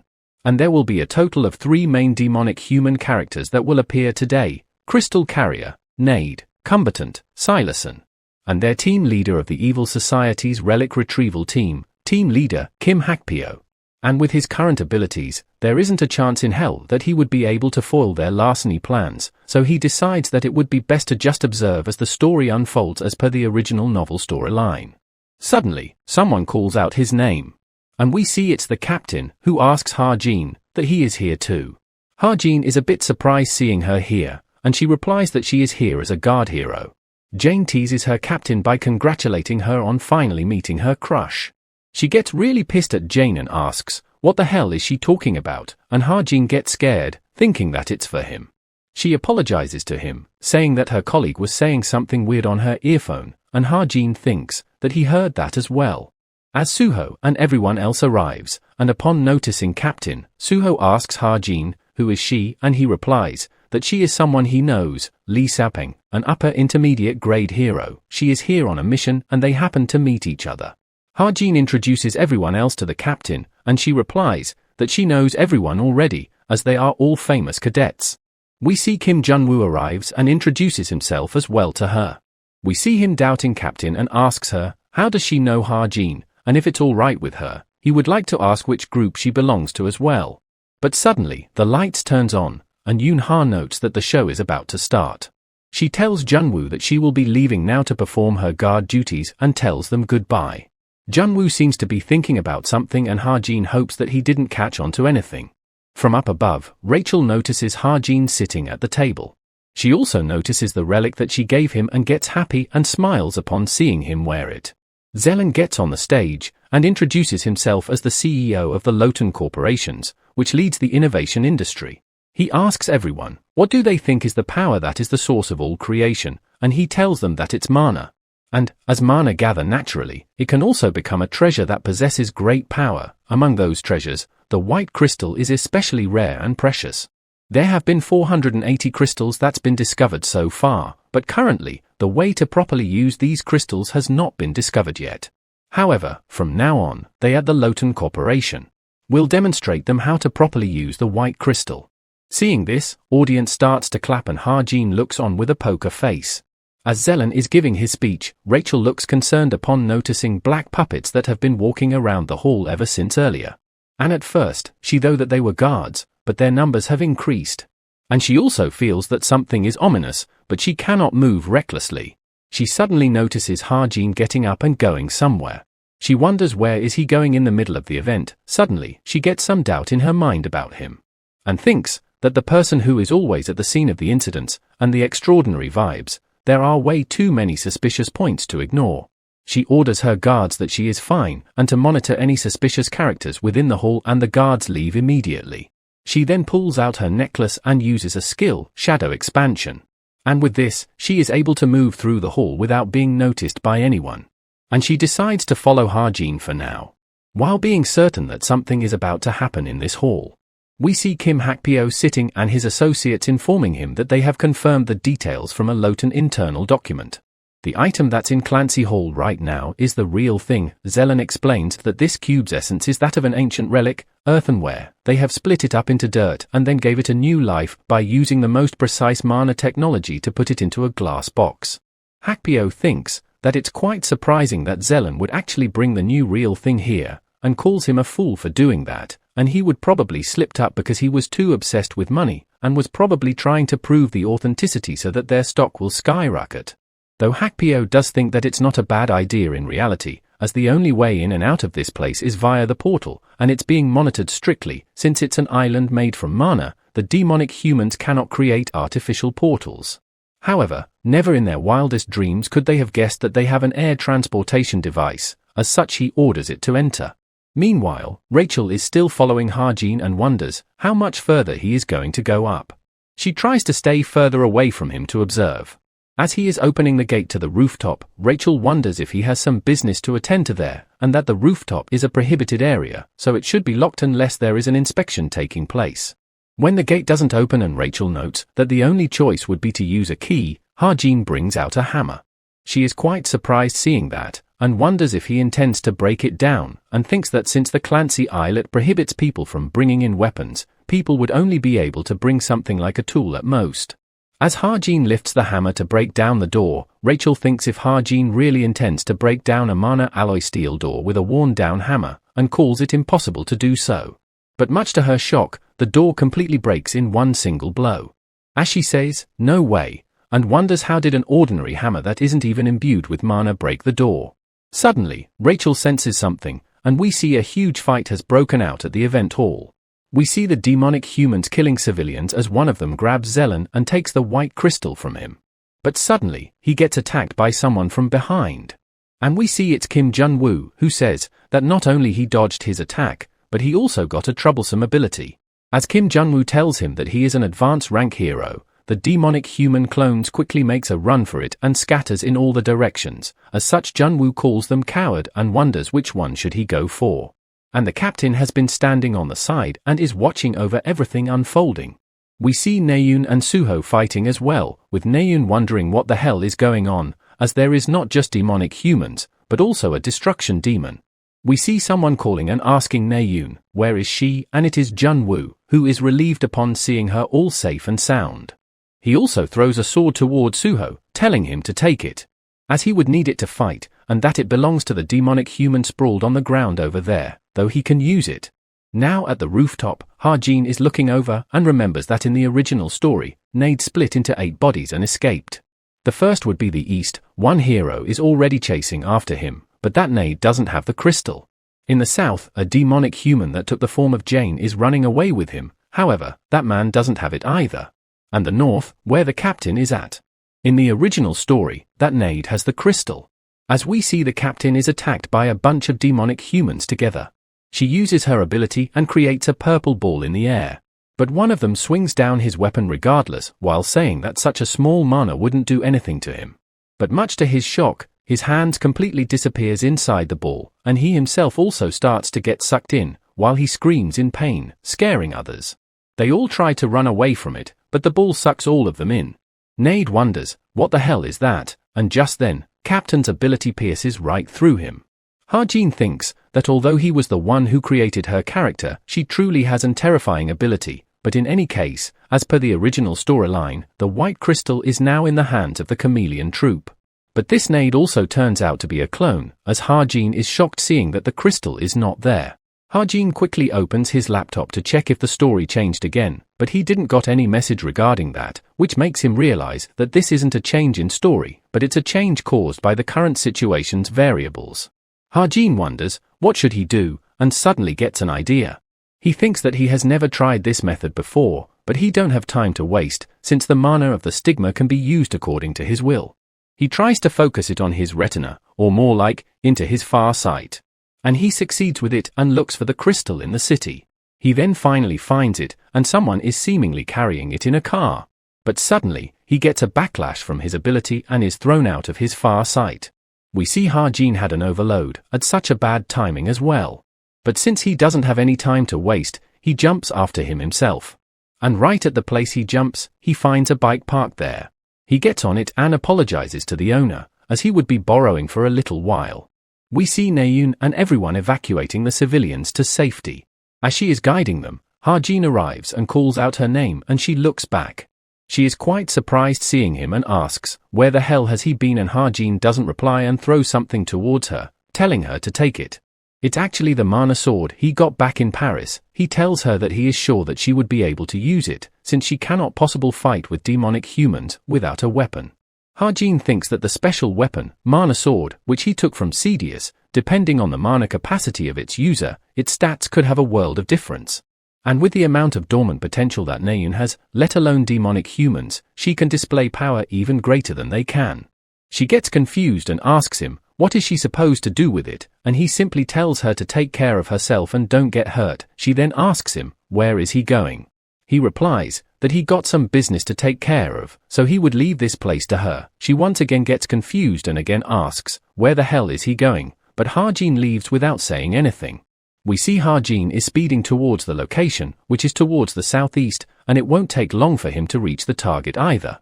The guy tells the driver that they will reach the location soon, and the driver replies, they will arrive in 1 minute. They said there aren't any issues with the transport aircraft either. But suddenly, as the guy looks outside, he sees someone. We see it's Ha-Jin, who uses his bike to slam the car and crash it. The car completely flips over, but the guy is still alive, as he comes out and tells Ha-Jin that he is a dead meat now. The guy calls his boss over, and Ha-Jin thinks that this was the reason he was daring to act up like this. He had something like this up his sleeve. Ha-Jin notes that it's the A0937B transport aircraft, and he uses his SP to send this transport aircraft back to its hangar. The demonic human is quite surprised and confused upon seeing it leave like that. He starts shouting at it, asking where the hell are they going, and Ha-Jin starts to walk towards him, while saying that now that the interference is gone, shall they start talking? But suddenly, Ha-Jin looks back and notices that something is there. Suddenly someone arrives, creating a huge impact on the ground. We see it's Junghyun, who is holding 2 people in his hands as well, along with one other demonic human, while saying that he was wondering what took him so long. And that guess a fly got in the way, and he also seems to be holding Rachel on his shoulder. Ha-Jin thinks that he cannot believe Junghyun is here right now out of all times, which is a really bad situation. But suddenly, he notices Rachel on his shoulders, and is quite shocked and wonders, what is she doing here? Ha-Jin starts using his ether, while thinking that this has become a complete headache. Ha-Jin quickly grabs the white crystal from in front of him, and Junghyun tells him to put it down while he is still asking nicely. Ha-Jin points his weapon towards the crystal and tells him to put down Rachel first. Junghyun replies that he brought her here because she seemed to be tracking the crystal, and guesses that she is pretty important. But suddenly his mood changes, as he asks Ha-Jin, between him ripping her head out and Ha-Jin putting the bullet in that case, who would be faster? Ha-Jin tells him that it doesn't matter, since if he doesn't let her down, he won't get what he wants either. Junghyun tells him that he got quite big balls, and calls it his loss and puts down Rachel. And then he asks Ha-Jin to hand it over, since it's good now, and Ha-Jin throws the case towards him, and Junghyun thanks him. Ha-Jin notes that it doesn't matter that he gave it, since it's not an item that he can handle anyways. At first, he was going for the best case scenario by handing it over to Rachel and letting the Imperial family be in possession of it, but now that Junghyun is here, he can only use it as a chip for negotiation. And he would also ask her when she wake up as to how she got caught, and we suddenly see Junghyun smirking and planning something. He quickly rushes towards Ha-Jin to attack him, and we see Ha-Jin is completely frozen, while thinking that he let his guard down. And we see the punch causing a huge impact in the forest. As the smoke clears up, we see Junghyun being quite impressed and says, "Wow." As Junghyun stops right before punching him, while saying, "Would you look at this?" Looking at Ha-Jin, he thinks that he is quite bold, as he is not even blinking, the attitude of a fighter that watches his opponent's movements until the very last moment. Junghyun stands down while telling Ha-Jin that he wasn't as pathetic as he thought he was. And he walks away while telling Ha-Jin that he likes him. Meanwhile, Ha-Jin's fear kicks in, as he falls down on the ground. He gets scared thinking that he almost died, as after he came to his senses, a fist that as big as a head was right in front of his eyes, so he didn't had time to react at all. And had he done anything stupid, his head would have probably blown off, and to think that an overwhelming difference with his opponent would help him in that situation. We then see Rachel waking up, as Ha-Jin asks her if she is alright. As she gets up, she asks what happened to the enemy, and Ha-Jin replies that it's all right now as he left. Hearing which, Rachel is left confused and asks Ha-Jin, what does he mean by that? Ha-Jin explains her the situation, that the crystal fell into their hands, and he asks her if she was also tracking the crystal. She replies that she was tracking him instead. She then shows Ha-Jin a bullet, while saying that it's his, isn't it? Ha-Jin remembers that bullet, and Rachel tells him that she found it during the final exams. Ha-Jin thinks that guess she found him when he was sniping at long range previously and recovered this bullet. He moves his hand to take the bullet while telling her that it's indeed his. But Rachel pulls the bullet away and puts inside her pocket while saying that she followed after him in case a similar situation happened. Even though she wasn't much of a help because the opponent was too strong, which she feels bummed out about. She then asks Ha-Jin why did he help her back then, as they could attribute it to coincidence during the midterms exam. But during the final exam as well. And due to this, she cannot help but think that he has been observing her closely. Ha-Jin wonders what should he say and tells her that the truth is, he is a big fan of hers. hearing which she is very confused and shocked. She asks once again for clearance, and Ha-jin tells her that it's true as he even joined her fan community as well. Ha-jin wonders if it was too fake of an excuse, but it's not like he can tell her the truth though. He cannot tell her that she is a main character of a novel who is exposed to great danger, and if she dies or gets hurt the storyline will become totally messed up. From that statement, Rachel asks if he means that he likes her while blushing. Now back to the place of the event, we see many ambulances and officials have arrived at the location and Yoon-ha is sitting all tired. Naeun comes running towards her and asks her if she saw, and Yoon-ha asks, what? Naeun replies, that, and Yoon-ha asks, what's that? Though she also says that she saw a lot of things today, and the one who left the deepest impression amidst all the chaos. And the one who destroyed everything barehanded, the hunter of light source, Kim Jun-woo. And the talent of the Sword Saint, which allows one to mow down everything, Kim Soo-ho who cut all the overwhelming incoming attacks like paper. And she remembers Naeun in her list as well, seeing how she used her mana sword to destroy the monsters. And upon using the mana sword, Naeun gets quite happy and excited and calls it quite awesome. But back to the present, Naeun tells Yoon-ha that Ha-jin rode off with a bike, which doesn't get much reaction out of her. She tells Naeun that she briefly saw that, and that he seems really good at riding it. She asks Naeun if he told her where he was going, and she replies that she doesn't know either, and more importantly, she wonders where did that bike came from. Suddenly, Soo-ho arrives and tells them both that he heard that Rachel has disappeared and asks if they saw her. Naeun replies that come to think of it, she didn't saw her either, and asks him, since when was she gone, as she was still here right up until a brief moment before the demonic humans charged in. Yoon-ha wonders if that means that they were actually trying to capture her in the midst of the commotion.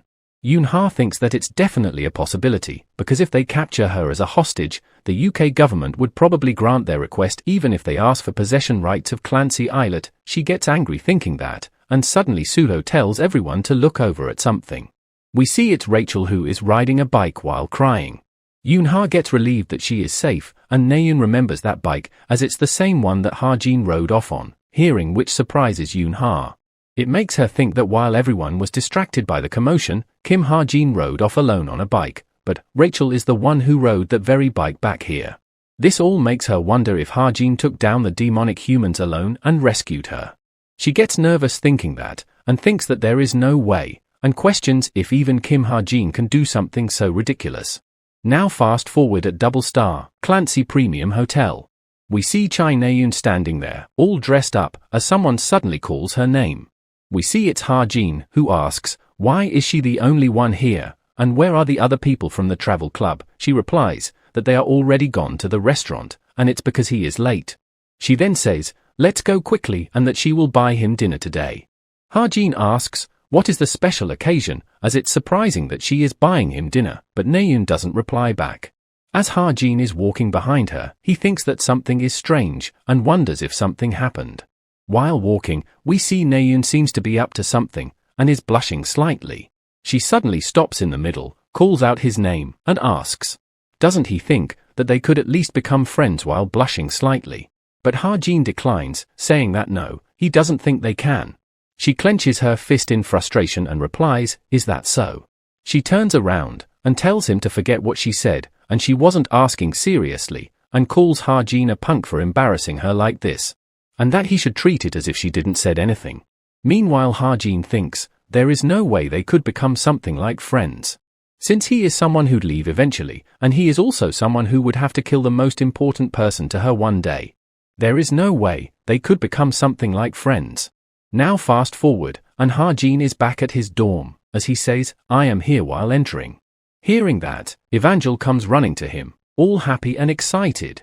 She asks him, where is her fried chicken, and Ha-jin gives the bag to her, saying that he brought 2 pieces for her. She happily takes it and runs away while thanking him, as Ha-jin thinks that he is suddenly feeling at peace now, and feels like a father. Evangel had been quiet and obedient for a while, and there is only 3 days left of school break, as such Ha-jin decides to wrap up things that he hasn't able to finish.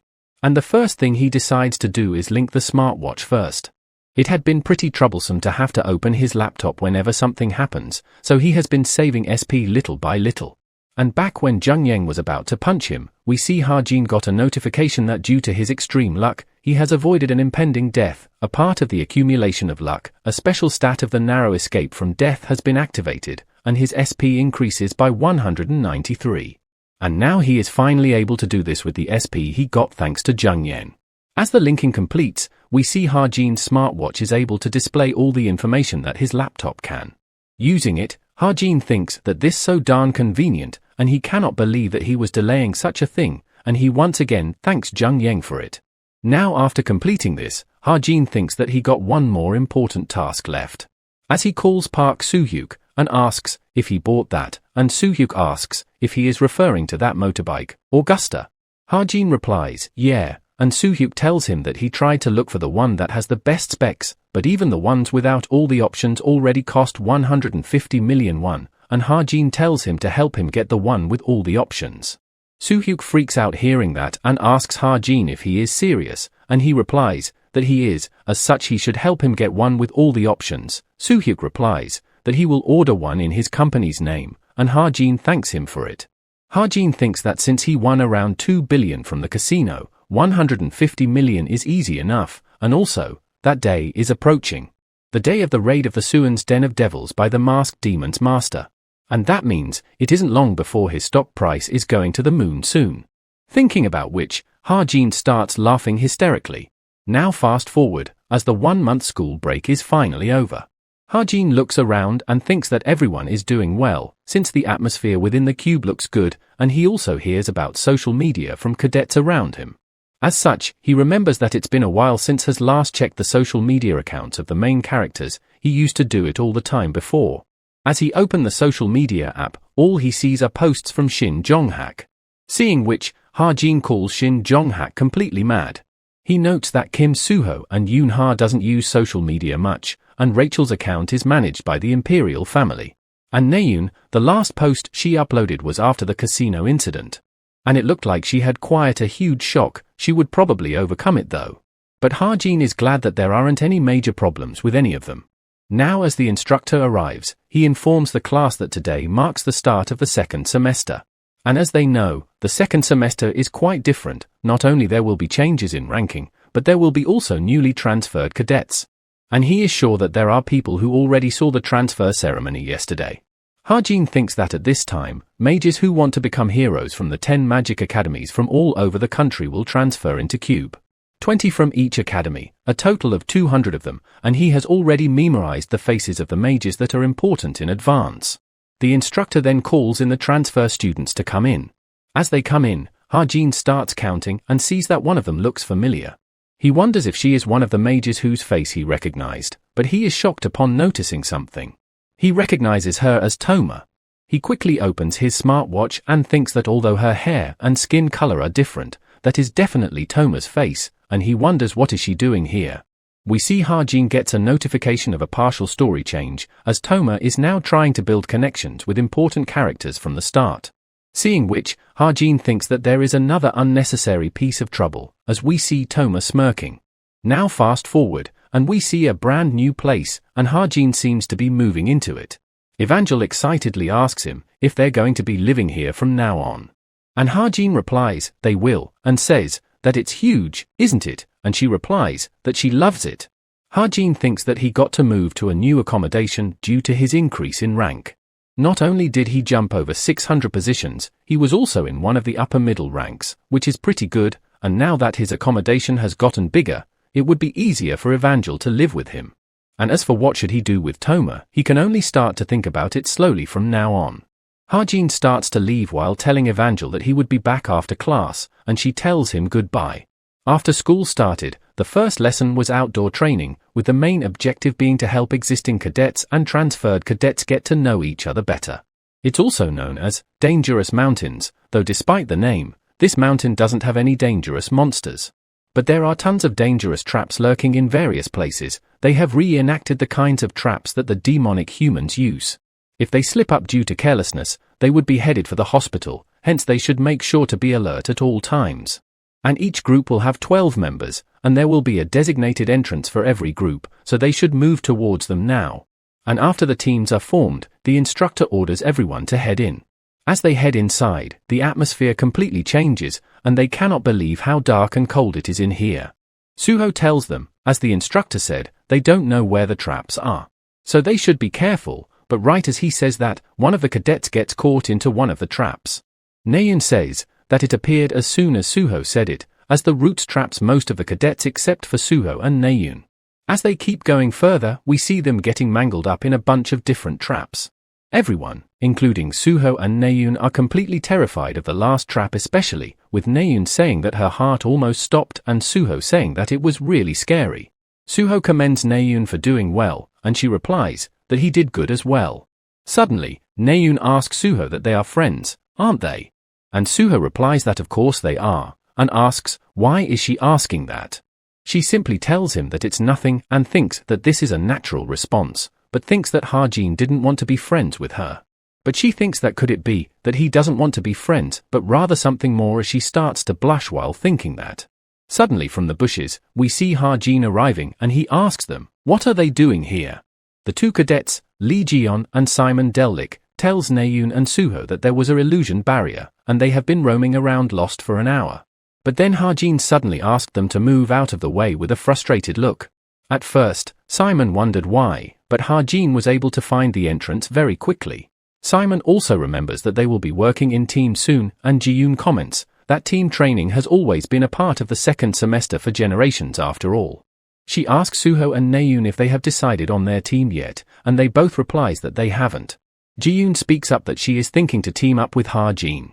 Hearing which, Naeun is quite shocked, and Ji-yoon says that they will have to choose their team members across different ranks anyways, and he is the best among cadets whose ranks are in the triple digits, and he is also pretty smart. Naeun tries to argue for them to not do that, and tells them that he is cold-hearted and hard to deal with, so she doesn't think that it would work out. While saying all this, she thinks to herself, that why is she even saying that? Simon chimes in and tells them that more importantly, don't they know there is a really negative rumor about him? That he leaves Cube very often, and he also heard that he goes out to enjoy all types of indecent entertainment when he goes out. And from what others said, he also routinely pays money to gangsters as well. But Naeun gets pissed hearing all that about Hajin as she walks on Simon in anger and asks him if he has seen him do that himself. Simon gets scared and replies that it's not him and it's just a rumor, and Naeun once again asks him if he has seen him do that himself, and he replies that he hadn't seen it. Naeun replies that despite all this, how can he still believe in such a ridiculous rumor? Suho also agrees with Naeun and tells Simon to not spread such rumors if they didn't see him do that themselves, and Hajin isn't that kind of person who would do that either. And now they all starts to leave as they have rested enough, and Ji-yoon tells them, see you later. Now we switch scenes to some building and see someone clearing their throat. We see it's Yoon-ha who was checking her voice change, which is perfect. And since this is the first time meeting, she notes that there cannot be any mistakes. The Information Guild, Falling Blossoms, it's a completely independent of the essence of the Straight, consisting of intelligence agents that only works for her. We see her wearing a mask and a hoodie as she greets everyone. They all greet Yoon-ha back and refers to her as Master. Yoon-ha notes that it's a good start and thinks she has split Blossoms into 3 divisions. Team 1 would collect information or plans of competing guilds, CJAC. She tells them that it would consist of Creationist Benevolence, Forlorn Moon, etc. Finding out the plans of their competing guilds will be the top priority. And Team 2, they focus on letting her know of new dungeons or appearance of new monsters that are upper intermediate grade or above, called Watchtower. And the last, Team 3, they will only move in shadows and perform background investigations, tailing others, kidnapping and blackmail. And if needed, they would take lives as well and will be called the Shadows. She gives her order to Team 3 to find out about the past of 5 targets, however they are strictly prohibited from allowing themselves to be seen or be hurt by them. Yoon-ha thinks that it goes without saying that 4 of these 5 targets are just fillers, and she tells them that it's all for today and that she hopes to see great results from them. As she dismisses them, Yoon-ha thinks that there is only one real target, and that being Kim Ha-jin.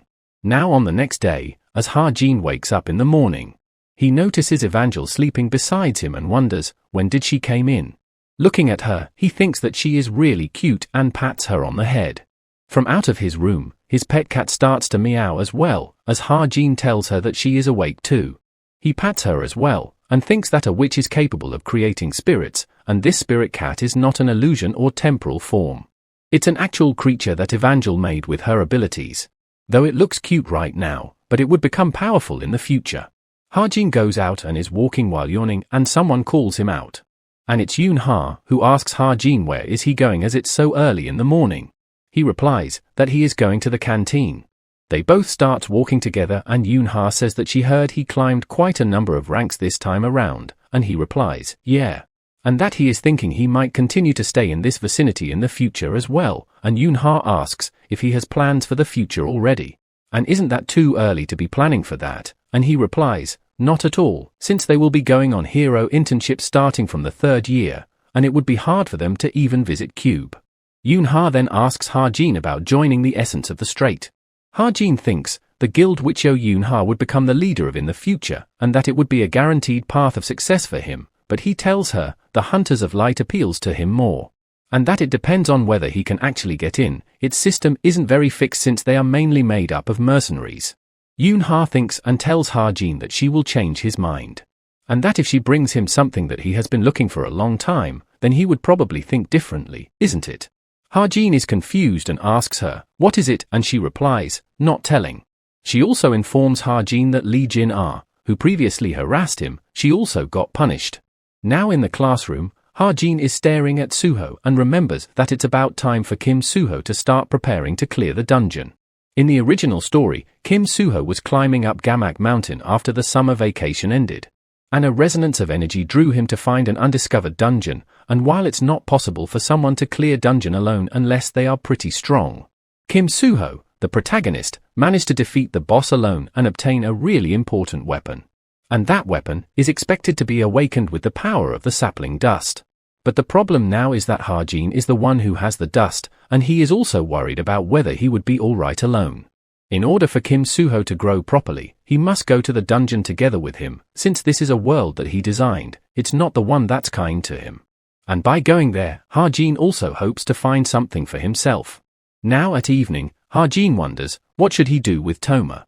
As he would like to prepare some measures against Toma before the dungeon raid starts. But Toma isn't fully on the demonic human side, and if he could find her father, then he could possibly win her over to their side. Because she is only after one thing, which is to find her missing father and kill him with her own hands. Though the problem is that he doesn't know where to find him either. He has tried using the Book of Truth, but he might not have had enough mana because it only gave him some vague information. And since the fixer, Yo Jin-hyuk, only works within the Korean peninsula, it would be meaningless to ask him if the target is overseas. As such, Ha-jin tries to think of someone else he can ask for help, and with that he remembers someone from Chuan-dong's memories. The only connection that Kim Chun-dong has, a graduate from the Agent Military Academy's intelligence course, Kim Ho-sob. As Ha-jin contacts him and introduces himself, he is quite surprised upon being contacted by him and says that it's been a long time since they talked after the admission ceremony, and asks him, what's up? Ha-jin replies that it's nothing serious, and that since he is working in a company that's dealing with information, he was wondering if he could help him find someone, which he will pay him for as well. Ho-sob replies, he can, as long as he knows the name, and Ha-jin thanks him for that. Suddenly, Ha-jin also asks if his boss is giving him a hard time, and Ho-sob replies, how does he know? And Ha-jin says, it's because he sounds so lethargic. Ha-jin recommends him a guild if he is having thoughts on quitting his current company, and assures him that with his skills, he would be surely treated well. It's an information guild known as Falling Blossoms. Ho-sob thanks him for that, and Ha-jin gives him a good luck. And after cutting the call, he tells Yoon-ha that she owes him one now. Now at night, we see Kim Suho training with sword and practicing his moves. We see him thinking about something, as suddenly, Ha-jin arrives from behind the bushes, asking if he is still training this late. Upon noticing him, Suho asks if he is here to train as well, and Ha-jin replies that he was just taking a stroll and that he is really working hard, even though it's just a start of the semester. As if he is training to clear a dungeon, and Suho chuckles nervously and replies that there is no way he would do that. But Ha-jin mention Gamak Mountain, hearing which shocks Suho. Ha-jin continues on that he knows he found a dungeon entrance there last week, isn't it, and that he is intending to raid it all by himself. Suho asks, how does he know that, and Ha-jin replies that he saw him by coincidence, as he go out of the academy pretty often, after all. And that he is not boasting, but these eyes of his. They are quite good, and they are quite useful even outside of Cube, as such, he tries to propose Suho something. It's that he would go to that dungeon with him, and the reward ratio would be 9-1. If he finds a branch, then he would take few leaves from it, and ask Suho, how does that sound to him? Suho reveals that just as Ha-jin thought, he has discovered a dungeon on Gamak Mountain last week. He assumes that it's small in size because it's still a new dungeon, and he thought that it was at a level where he could clear it all by himself. Ha-jin replies that even if it's small, it's still a dungeon, it would be hard to solo it, and Suho agrees with the risk to clear it alone. But he suddenly drops his hoodie and says whether he can trust Ha-jin with his back is a separate question. He starts getting ready to fight Ha-jin, stating that he needs to confirm his abilities first. Ha-jin is quite taken back from this development, as he wasn't expecting this, but Suho assures him that it would only be a simple test, and he is going to be fine, though Ha-jin is scared, thinking, like hell it would be. As even if Suho decides to give him one-hand handicap, he would still barely win, as the difference in their abilities are too huge, so he has to avoid fighting him head-on at all cost. Ha-jin tries to make up excuses that it's disadvantageous for him as a shooter to fight in an open terrain like this, and his abilities are greatly affected by his weapons, so he thinks it's a little unfair with him. Suho doesn't listen to anything, claiming it doesn't matter because he is not testing how good his weapon is. And he doesn't need to win against him either, he would stop himself when he is satisfied with the results. Ha-jin gets his mouth shut from hearing that and thinks that Suho is hell-bent on testing him. He tries to think of a way. He knows that the moment he infuses mana into that wooden sword, his bullets won't work at all. If they fight head-on, not only will he lose, he would look pathetic. In order to pass, he can only hope to get lucky. Suddenly, he notices something on the ground, and Suho says that he will start immediately if he is ready. Ha-jin starts doing something behind his back while saying that he don't need to prepare much, and they should start right away. Hearing which, Suho quickly closes the distance between them, though Ha-jin uses his eyes to track his movements. He activates bullet time and steps backward, while claiming to be able to see the movement his wooden sword will make. He dodges Suho's first strike, but Suho immediately goes on for a second stab while still being in mid-air. Ha-jin gets slight scratch, noting that Suho is quite fast, and he cannot just be on defensive, as such he takes out his weapon and shoots, which Suho dodges. Suho quickly makes some distance, as Ha-jin notes that even with bullet time, he is so fast that he is barely able to dodge him, and the longer it drags out, the more at disadvantage he would be. Looking at Suho's jacket, he thinks that he needs him bait him into taking just that one step. Suho disappears from his sight and appears right behind him. Ha-jin looks back in shock, wondering when did he get behind him. He quickly fires his ether and attaches it to the tree behind him. He quickly pulls himself towards it, dodging Suho's strike. Suho comments that he is able to dodge something of this level, but he quickly catches up to him with a single step. As Suho gets up close to him, Ha-jin thinks, just a little more, and Suho's foot gets right over his jacket. Right as his feet touches the jacket, he is flung back in the air. Ha-jin smiles, thinking that he did it, and we see Suho crashing on the ground. Ha-jin quickly gets behind him, asking if he is satisfied with this. Ha-jin notes that what he did doesn't inflict any damage and is volatile because it would only last for 10 minutes before disappearing. And he is quite glad that he invested his SP into this, while Suho accepts his defeat with a smile. He gives Ha-jin his hand and accepts his offer to go together with him. Ha-jin grabs it and says that he can count on him. Now at some abandoned factory in Suwon, we see Junghyun, who asks Drune that he destroyed the relic like he told him to. Is it really okay to destroy something so precious? Drune tells him to not worry, as there is a way to get double its value back, which is when they use this item from UK. As such, Drune activates it and it starts shining golden. The light shines on the broken sword, and it starts to get reformed. And we see multiple copies of the sword are also being created, and Drune explains that they are replicas made from fragments. There is no need for any other processes, it can make parts of the relic even with just the crystals. And based on the test results, this weapon possesses an ability that's above low-grade relic. The relic can produce around 30 swords with just one sword, and based on mana capacity of the crystal, they can make 6 more of them. If they sell each one at minimum of 700 million, it would be at least 5 billion. Junghyun smiles hearing that, commenting that this is a goose that lays golden eggs. Jane arrives and claps to get their attention, calling it amazing, and says that she has an important thing to say. It's that Masked Demon's master has started to raid Suwon's Den of Devils. She confirms with her captain that they are their next target, and she replies, they are. And they, the chameleon troupe, will be stealing from the masked demon's master this time. While walking back, Suho thinks the movements that Ha-jin showed him. He notes they were both slow and full of openings, and he also did his best to dodge his attacks. And also that unknown attack at the end, which gets him wondering, what on earth was that? He wonders if it's some kind of physical power, or an instantaneous mana discharge. But after thinking for a bit, he smiles and laughs, stating that he can figure it out, no matter how hard he thinks.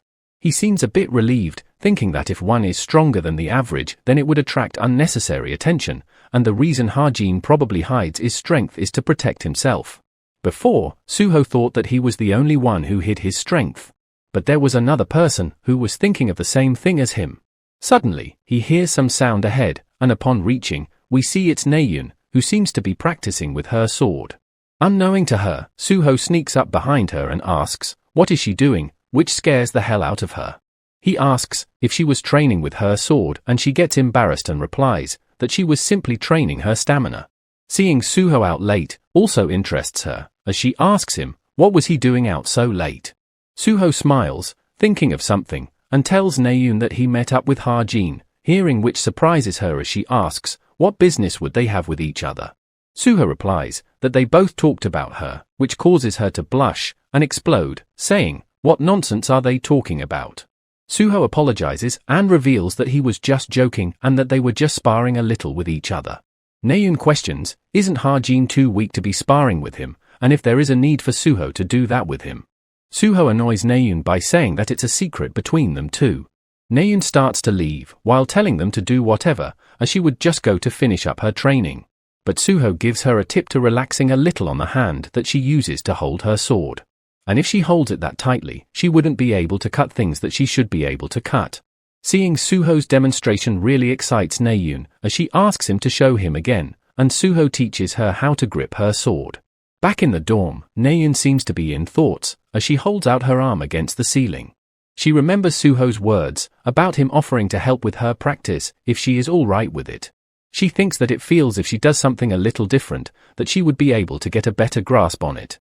But all this thinking gets her frustrated, as she gets up calling it quite stressful. She looks towards her gaming console, while saying that it's the only way for her to relieve her stress late at night. It's a device that many active heroes use to do image training. A virtual game that is popular all over the world, Gladiator of the Century. The league that opens every season is broadcasted, and it's so popular that even the media is interested in the winner. And there is a special thing about Gladiator of the Century as well. It's different from a normal game, as it doesn't have stats or any items. Which means that one can only try to win with their own fighting instincts and control over the body, as she starts to boast about her results. Though as she is here to relieve some stress, and such decides to ignore the rankings and find someone to fight with quickly. She notices someone passing by, named Extra 7 with 43 wins and 43 losses and of the platinum rank. She sends him a challenge, thinking that it would be a piece of cake for her. He accepts her duel request, as Naeun thinks that the basis of a fight is to figure out the opponent. She decides to wait and observe to see how his attack, but as soon as the match starts, he rushes towards her to attack, which surprises her. He starts landing consecutive strikes on her, the moment the duel started.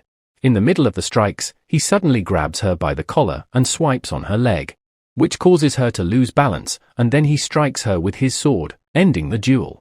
She gets pissed afterwards by his sneaky tactics, calling him a little rat. Stating that she cannot lose to him, she challenges him to another round, which he once again accepts. But she loses again, and as she keeps re-challenging him, she keeps losing. She gets frustrated and accepts that she cannot win against him, not even once. She tries to request one more round, but he declines this time, saying that he needs to go to sleep. She tells him to wait, and asks if he always logins around this time, and which he says he does. She asks if he can duel with her every time they meet, which he agrees to. As the guy logs out, wondering who Naeun was, as she was so darn persistent. We see it was Kim Ha-jin behind that character, who apparently won 7 consecutive times against Naeun. Though he was only playing to check if his talent also works in the game. Ha-jin thinks that the function of the random enhancement is way better than he thought. He got a little worried when his mana was starting to run out. The concept of this is literally enhancement. With this trait, his gaming device is on a whole different level as compared to others. And even in game, he feels that his senses are completely enhanced.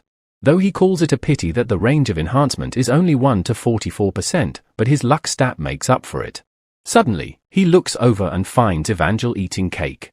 He quickly takes it from her, questioning how did she eat so much so quickly, and if she eats more, she would upset her stomach.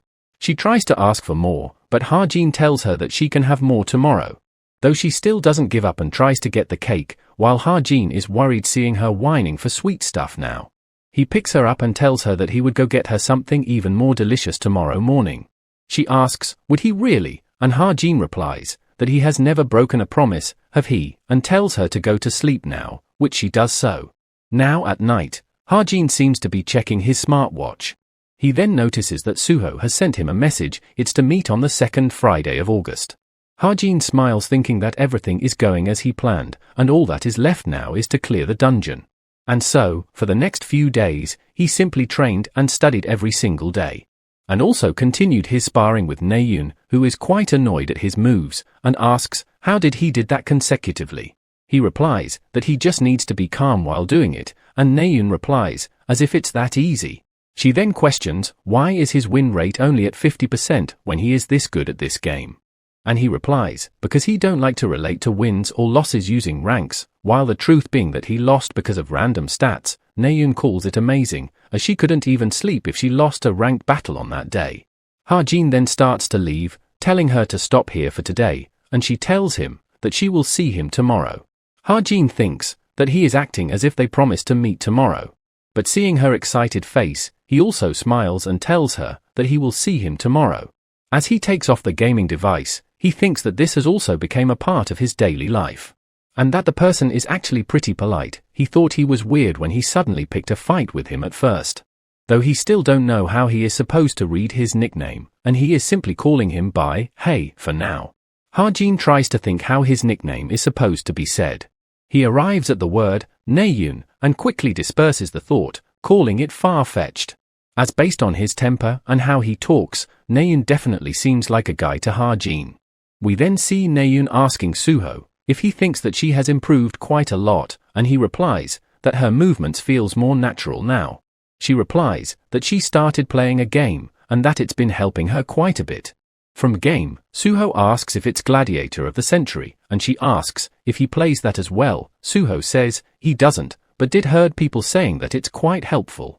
She continues on that it's not just the game, but she also met someone quite skilled there. He is skilled, has good personality, and he actually spars with her a lot as well.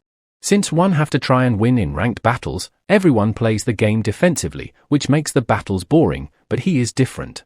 As he always charges forward, attacks that are fast like a raging storm, and each step he takes causes his opponent to be scared, which really helps her get good in close combat battles. Suho replies that he must be quite skilled if she thinks so, and he might even be an active hero. Naeun replies he isn't, as she asked him. Suddenly, Ha-jin arrives and calls for Suho as Naeun turns back hearing him and blushes slightly. Upon noticing Naeun, he asks what were they two doing. Suho tries to reveal that Naeun is training with someone, but she hits him on the back and corrects him that she just met someone coincidentally while training. Suho is a bit confused as Naeun gives him the eye. Ha-jin tells Suho to let's get going and says goodbye to Naeun as well. As Suho starts to leave, Naeun asks them, where are they going, and Suho replies, they got something planned, and tells her to not overwork herself. As such, she also says, see you later. Ha-jin also wishes her good luck on her training, which she is a bit surprised by, and she says same to him. Seeing them together like this, she wonders, when did they got so close? She remembers when Sulo told her that they were talking about her, as she wonders if it's about her, though she tries to dismiss it, as how could that be when he doesn't even want to be friends, so she decides to simply ignore them. Which she clearly cannot, and hence, she tries to follow them. She tries to hear what are they saying, and gets close. She overhears Ha-jin asking, how is Naeun recently? Which causes her to blush heavily and freak out, thinking, what did he just say? Fast forward and we see a shop called 24 Hours Grandma's Rice Soup. Both Suho and Ha-jin seems to be eating there, as Ha-jin asks Suho that the dungeon is somewhere in Suwon, isn't it? He replies, it is, and they need to be careful. As Suwon is the most dangerous place in the metropolitan areas, that's because when the outcall is active, the terrain goes through drastic transformations. and more than half of its area becomes dangerous to travel in. And so, normal people are prohibited from entering the western side of Suwon, and Gamak Mountain is right around that border. And while Ha-jin is the one who designed this world, there are a lot of undiscovered hidden pieces. Among those, there are a couple that he wouldn't even dream of trying to get on his own, but if left alone, a few of those will fall into the hands of the main villains in the story. However, it's a different story if he go with Kim Suho, whose skills are above those of an intermediate grade hero, as they might be able to find those hidden places faster than the villains. And when he thinks of this while looking at Suho, he suddenly starts to look adorable. He thinks that Suho will probably take care of the equipment and rations. There is more to prepare than he had imagined. Suddenly, we see someone dressed in a high coat enters the shop with their face covered as well. Ha-jin looks over and wonders who is that criminal-looking person. And as that person notices Ha-jin, they freak out, and they go on the reception and tells them that they were the one who talked on the phone, and the shopkeeper tells them to wait a moment. We see it's Yoon-ha who starts to get embarrassed, and Ha-jin realizes it's her as well and smirks. He speaks out loudly, asking, "Who do we have here, and if isn't that Yoon-ha," which causes her to get nervous. Ha-jin remembers that Yoon-ha loves commoner food, and with a fake voice, she tries to deny it's her, but Suho, upon hearing her, recognizes her totally, as he is completely oblivious to the situation. Yoon-ha's favorites are hamburgers. Ha-jin invites her to eat with them, but she once again tries to deny, saying that they got the wrong person, but Suho also tells her to join them. She keeps trying to deny and gets teary and really embarrassed. As the shopkeeper comes with her order, she quickly runs away, while shouting that she doesn't know who Yoon-ha is, as the shopkeeper tells her that she hasn't paid yet. Ha-jin tells the shopkeeper that he will pay for her portion as well. And after this incident, Yoon-ha avoided Ha-jin for 3 whole days. Fast forward, it finally gets Friday, as Ha-jin arrives at the location. He meets up with Suho, and asks him where are they going, and he just tells him to follow him. Fast forward, and they have reached and are climbing the mountains. On the way up, Ha-jin wonders, how long have they been walking for now? And Gamak Mountain is a dangerous place since it's near the borders of the Forbidden Zone. He needs to watch his surroundings until they arrive at the dungeon. They finally arrive at the location, as Suho shows him the entrance, while saying that they are here. Ha-jin peeks inside while saying that this place is truly something that would be hard to find even if someone knew the location of it. Suho agrees and tells him that the passageway is quite narrow. So once they are inside, it would be hard for them to run away. Would he be all right with that? Ha-jin smiles and replies, of course. He takes out his golden weapon and shows it to Suho, while saying that it's pretty strong. Ha-jin has also used his SP to make some light bullets just in case something goes wrong. But since the boss monster is an upper intermediate grade monster, light bullets can only buy them some time.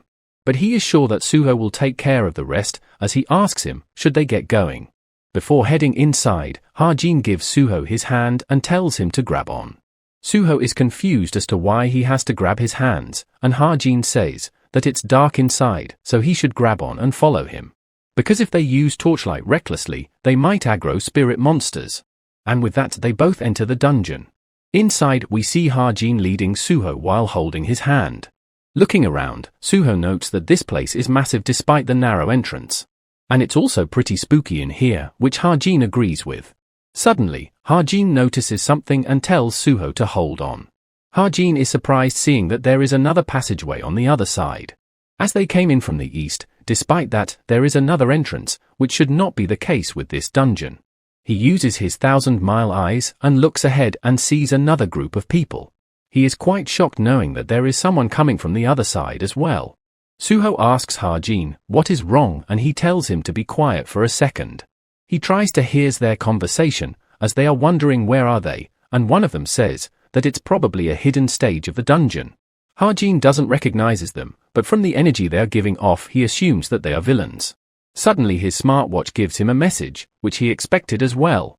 The message says that the size of Gamak Mountain is too small for the rewards that would be given. As such, the Gamak Mountain dungeon will be linked with Suwon's Den of Devils, which is nearby, to become a hidden stage. Which would mean that Suwon's Den of Devils, which is a completely separate dungeon, will be connected to this place, the Gamak Mountain dungeon. He asks Suho for the date, and he replies, it's the 14th of August. Ha-jin realizes the problem, as today is the day that a guild made of demonic humans, the Masked Demon's Master, raids Suwon's Den of Devils. And in that case, the people coming must be demonic humans from the masked demon's master, and seeing as how there is only 2 of them, they are probably here for reconnaissance. Hajin gets frustrated, as it had to happen today of all days, and Suho asks him if something happened. He informs him that there are people on the other side, and Suho gets surprised hearing that. The masked demon's master is one of the stronger demonic human organizations around. Every one of the alternate identities that they use are at least intermediate grade heroes or above.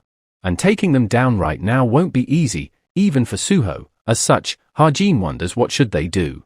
Suddenly, he hears them talking again, as the bald guy tells the blondie to return to the main squad first, as it would be a pain in the ass if someone accused them of stealing something.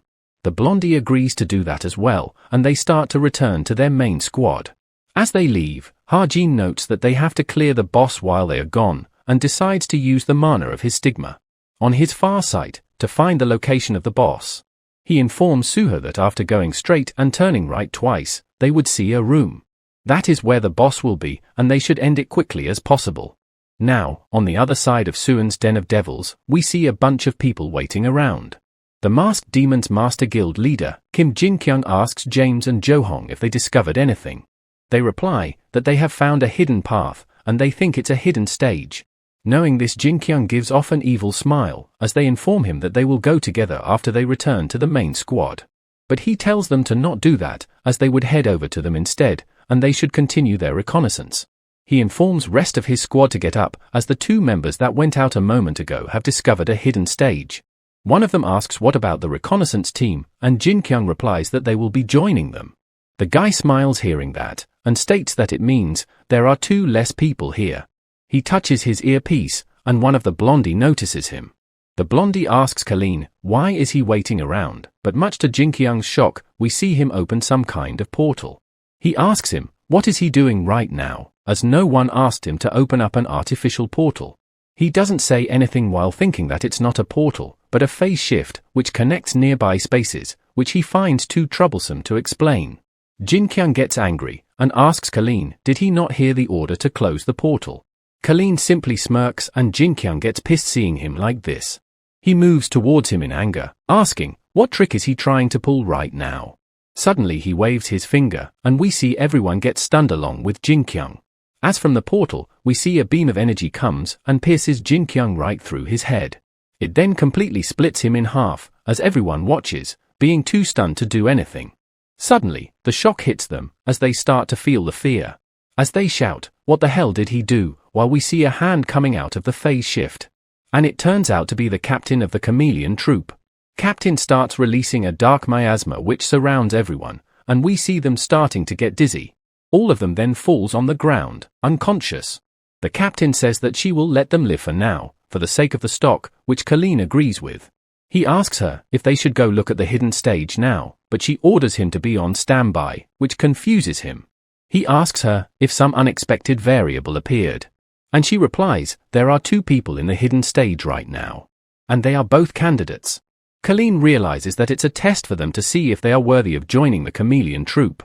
We then see Captain transforming in some kind of purple liquid and heading to where they are. We then switch scenes and see some monsters, Gaul, who are lower intermediate rank 9, undead monsters. One of them gets shot right on the face by Hajin. He then quickly takes care of the Gauls right behind Suho as well. Suho is quite impressed, thinking that they were in a situation where they couldn't see anything due to the darkness. But Hajin still managed to strike all of them in their vital points in an instant. He tells Hajin that he is really incredible, and Hajin tells him to not give him that. He tells Suho to get moving as they don't have much time, which he agrees with. On the way, they once again encounter a bunch of Gauls, and they both takes care of them easily. Hajin thinks that there are monsters waiting around every corner, but they are all low-rank monsters, so they should be able to get through the cave without any issues.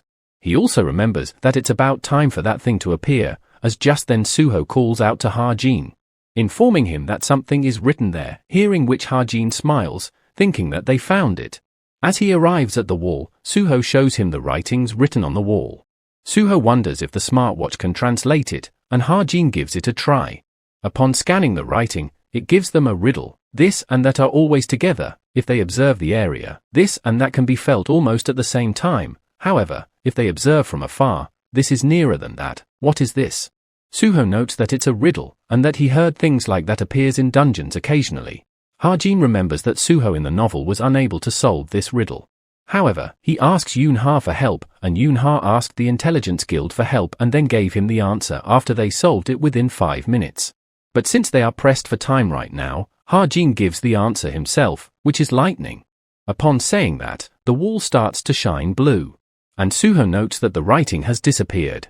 The whole area then starts to tremble and we see the wall breaking apart to open. And as it opens up fully, it reveals a complete hidden pathway.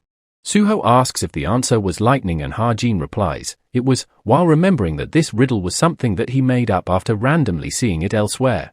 In this riddle, this is lightning and that is thunder. Lightning and thunder are always together. However, since sound is slower than light, thunder can be thought of as slower than lightning depending on how far away we are from it. That means thunder is heard after lightning strikes first. Suho gets excited and praises Ha-jin for solving it really quickly and calls him a genius, while Ha-jin thinks the opposite. Ha-jin tells him that he would tell him how he figured it out, but they should clear the dungeon first, and Suho agrees with him.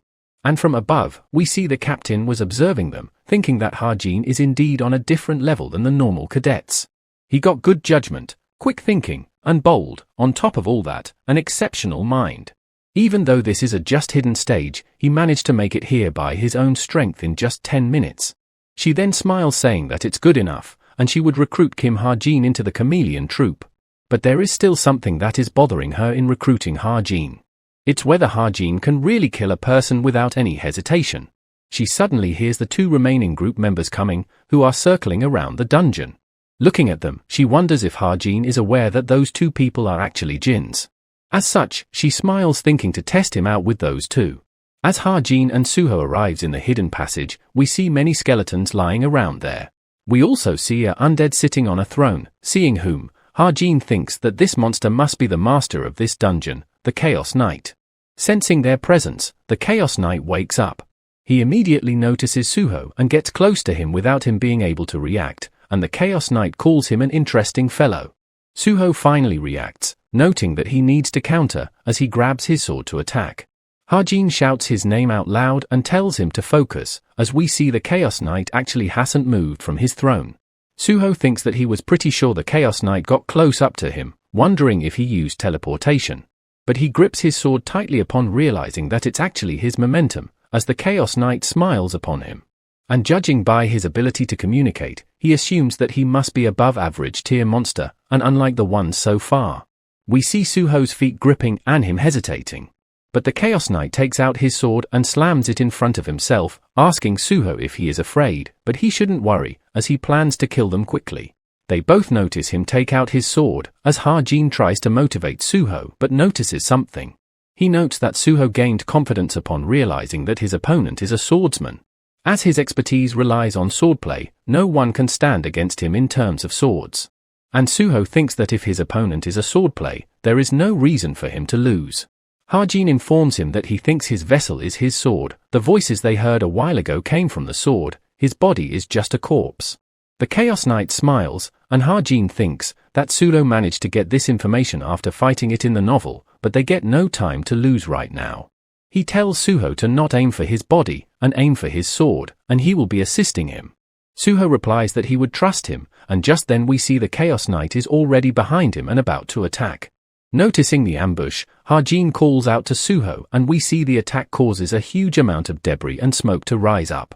Ha-jin is unable to see anything due to the smoke. But as it clears up, we see Suho has blocked the Chaos Knight's surprise attack. As they both clash, their attacks push either of them back. Suho once again rushes in to attack him and the Chaos Knight comments, "Not bad." Suho jumps over him for an overhead strike and we see their clash causing an explosion of debris. As the smoke clears, the Chaos Knight doesn't see Suho but just his sword and broken ground. In shock, as he is wondering where he went, we see Suho is right above him. As the Chaos Knight notices him, but it's already too late, as Suho has jumped towards him to attack. Suho focuses on Chaos Knight's sword, with the only goal to destroy it at all costs. But as his attack lands, both Ha-jin and Suho are left shocked. We see Suho's sword is stuck in something, as the Chaos Knight smiles and calls Suho strong. We see his sword has been blocked by the Chaos Knight's arm, and he tells Suho that he would be taking his body. Suho is unable to pull out his sword, and the Chaos Knight makes use of this opportunity to stab him with his sword with his other hand. But Hajin shouts at Suho to dodge and fires a shot right on the Chaos Knight's sword, and Suho is able to get free from his clutches and thanks Hajin.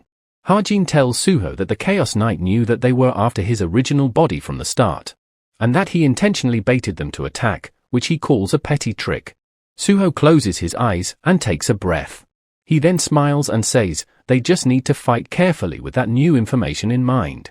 The Chaos Knight smiles hearing all this, and Suho seems concerned and confused by it.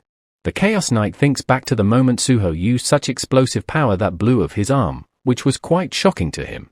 He starts laughing out loud while saying that it's been such a long time, but a body that is worth taking over has finally appeared. With his hand fully regenerated, Suho is quite surprised seeing it, and Hajin tells him that it's useless to damage his human form as he told him that his original body is the sword, meaning his human body will be gone after they destroy his sword, hearing which Suho rushes in for round 2.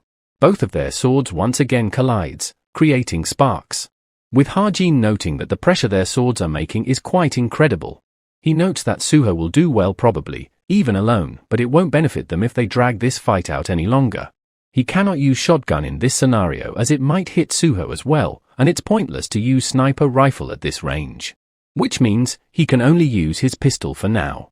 As their clash continues, the Chaos Knight's sword starts to show cracks, seeing which he is quite shocked as he is getting pushed back by Suho, noting that a normal sword should have been broken by now, but Suho's sword doesn't even have a scratch on it. It makes him wonder if it's due to the golden-colored mana of Suho. He gets angered from getting backed into a corner, and as he pushes Suho's sword away, while telling him to not be insolent, Suho backs off a bit. He seems tired with his hand trembling, but he gives off a confident smile, and the Chaos Knight attacks him again. Suho thinks that the more he fight against him, the more certain he becomes that he will be the winner in their fight, as after all he has a reliable ally on his side, and we see Hajin shooting at the Chaos Knight's arm right as their swords were about to clash. Hajin thinks that keeping the Chaos Knight from moving even for an instant is more than enough, and although the swordsman is stronger in the novel, Suho is the one with the upper hand here. And we finally see Suho cutting off the Chaos Knight's arm. He then quickly jumps up in the air and destroys his sword as well. And with his sword finally destroyed, his body starts disintegrating as well, with the Chaos Knight calling it impossible as his last words. Hajin smiles thinking that Suho did it, and that now they just need to get the reward for clearing this stage. As Suho notes something on the ground, he is left speechless, and Hajin asks him, "What's wrong?" We see there is a branch on spot where the Chaos Knight died, as Suho looks around trying to find the actual rewards, while wondering, what the hell is this branch? He starts crying thinking that the clear reward is just a single branch. Hajin asks if this is the reason that he is so depressed. And right when he is about to reveal about the branch to him, we see the 2 remaining members from the group arrives, asking, who is there? Hajin quickly turns back and realizes from the voice that it's those 2 demonic humans from before. Hajin wonders if they don't need to go back to their squad, and they tell Hajin and Suho to answer their question. The Baldai asks them, how the hell did they got in here, but the blondie stops him. He tells Hajin and Suho that their guild, Masked Demons Masters, has already put in a request to raid this dungeon. As such, he asks for their identity. Hajin replies that they had no idea, and that they are cube cadets, and they just came in because they saw a path that led to this area. They ask them, what did they do in here? And Hajin replies, there was a monster here, so they killed it. Blondie asks about the reward, and Hajin replies, they didn't got anything. He contacts his guild leader, saying that they got a situation here and have found 2 cube cadets. And from the phone, their leader orders them to kill them. James tells Suho and Hajin to blame themselves for their demise as he starts preparing for attack. He attacks them with some kind of red energy, which they both dodges. They both start to get separated by the red energy as they wonder what is going on. Hajin notes that it's a barrier which isolates people, and there is no way for him to see what is happening outside of the barrier. He wonders if Suho would be alright on his own. Meanwhile we see it's Johong going up against Hajin, who says that James always gives him the boring ones. From the golden axe on his clothes, Hajin notes that he is an active hero. Upon recognizing him as an intermediate grade hero, he asks why are they going so far to deal with mere cadets like them. Johong starts charging his attack while saying if there is a need to answer his question, since he would be dying here anyways. Harjin notes that he boasts an incredible amount of mana, and the difference between their stats is too large, and it would be a piece of cake for him to cut off his head. But even so, Harjin doesn't find the situation to be completely hopeless. Johong sees Harjin pulling something out of his back. Not taking any chances, Johong gets on guard to defend against whatever Harjin is planning. But much to his confusion and shock, Harjin pulls out a piece of rock. He bursts out laughing seeing it, asking if rock was the only thing that he could think of to resolve his situation. Harjin replies that this would be more than enough to deal with someone like him. Hearing his taunt, Johong gets angry. He notes that Harjin's mana is basically trash, which gets him wondering, why is he so confident? Johong tells Harjin that seems like he is scared out of his wits, as Harjin throws the rock towards him, which he easily dodges. But he notices a thread going behind him which was attached to the rock. Harjin grabs and pulls the thread quickly, as Johong turns around, which causes the rock to hit directly on Johong's head. And he then finally falls on the ground, unconscious. Harjin finally breathes relief, while saying that it only worked because he let his guard down, and notes that ether can be used this way as well. He then goes over and pulls out his weapon and aims right at his head, while thinking that he need to hurry up since demonic humans recover quickly, though using a shotgun would be best, but he doesn't have much mana left to do so. As he pulls the trigger and shoots him, he gets shocked, as the bullet only makes a slight dent on his head. And Johong wakes back up again, giving him a side eye. Harjin gets ready to shoot again, realizing that the shotgun was indeed needed. Johong lets out a loud shout which sends Harjin flying into the wall behind. He starts to cough blood, while commenting that it hurts so much, but he was able to use ether on time to defend himself. He is shocked upon noting that even his voice alone is this powerful. The angry Johong starts to transform, while telling Harjin that he has been acting way too cheeky, and that he didn't wanted to use this transformation on a mere brat like him. And Harjin is scared thinking that he should have ended things before it came to this. The special ability that demonic humans have, demonification. Now we switch scenes to Suho and James. Suho tries to call out to Harjin, but gets no response and he realizes that he cannot hear anything and is isolated. Suho notes that there is no way to escape and the enemy is also approaching him with murderous intent. And he got no choice but to fight. Suho asks James, why are they doing this? But James tells him to consider themselves unlucky. Upon looking closely, James notes that Suho's face looks familiar. He remembers Suho as the first ranker among Cube cadets, noting that he might have been a useful asset if they managed to recruit him, though it's a shame. We then see James almost instantly appearing right in front of Suho, without him being able to react. As James tries to cut him, Suho dodges barely, but gets injured regardless. He then plants his hand on the ground and tries to kick, but James vanishes. Suho looks back and finds James, wondering, when did he even got there? He also realizes that he have been hit on his leg in that short period when he tried to kick. Suho notes that he is quite fast, and wonders if he would be able to match his speed. He decides to give it a try and focuses, and tries to read his moves. James once again rushes towards him at high speeds, and Suho barely blocks his attack. Despite blocking, he notes that he is barely able to react to his attacks, and that he needs to somehow lure him into getting closer. He dodges one of the attacks by inches on his face, which gets James irritated, as suddenly he notices something. He sees Suho's sword coming right for him, which he tries to dodge, but still gets injured on his leg. Suho notes that he didn't came closer to him, and he is a lot weaker than Chaos Knight as well, but he is unable to find the right timing to counter his attacks. Suho wonders what Harjin would have done here, but realizes that there is no need for him to think about that right now, because this is his fight. Suho regrets boasting about fighting alone, as his skills were this lacking and his talent lies in wielding his sword to protect the world. And as long as his opponent is a swordsman, there is always a way to win. And his only option is to try his best to defeat the opponent in front of him. Suho then starts to release a huge amount of mana, seeing which James is left stunned at its amount. He thought that he was just a kid even though he is ranked first among the disciples of the cube, but seeing this, James realizes that he should not waste any time. And such, he will end it with his next attack and Suho prepares to strike as well. Suddenly, Suho feels something and he notes that it's not coming from his opponent. He remembers that this was the feeling he got when he first encountered this dungeon. It's almost as if he is being called by the dungeon itself, and behind him we see the branch glowing golden. Now back to Harjin who is lying on the ground completely unable to move. Jo-hong tells him that he will make sure that Ha-jin never sees the light of day ever again. Ha-jin is scared and nervous, thinking that it's over, as it's not an opponent he can defeat. As Jo-hong attacks him, Ha-jin closes his eyes and accepts his fate, thinking that it's his end. But as he opens his eyes again, he sees a sharp spike with blood dropping from its front as it has pierced through Jo-hong. As the spike is pulled out from Jo-hong, we see a figure appear in front of Ha-jin. And it's none other than our mommy waifu, seeing whom Ha-jin wonders, what is the captain doing here? Ha-jin grunts in pain, thinking that the timing isn't good as he is not sure if he could handle if they attacked him right now. There is a scenario where the chameleon troupe is connected to the masked demon, but Ha-jin still wonders, why do they keep appearing in front of him? As they both come face to face of each other, she starts moving her hand towards Ha-jin, while he seems nervous. She greets him by saying that it's nice to meet him, which leaves Ha-jin speechless. He chuckles, saying that they seem to see each other quite often, and she replies, of course, while revealing that she has been keeping watch on him.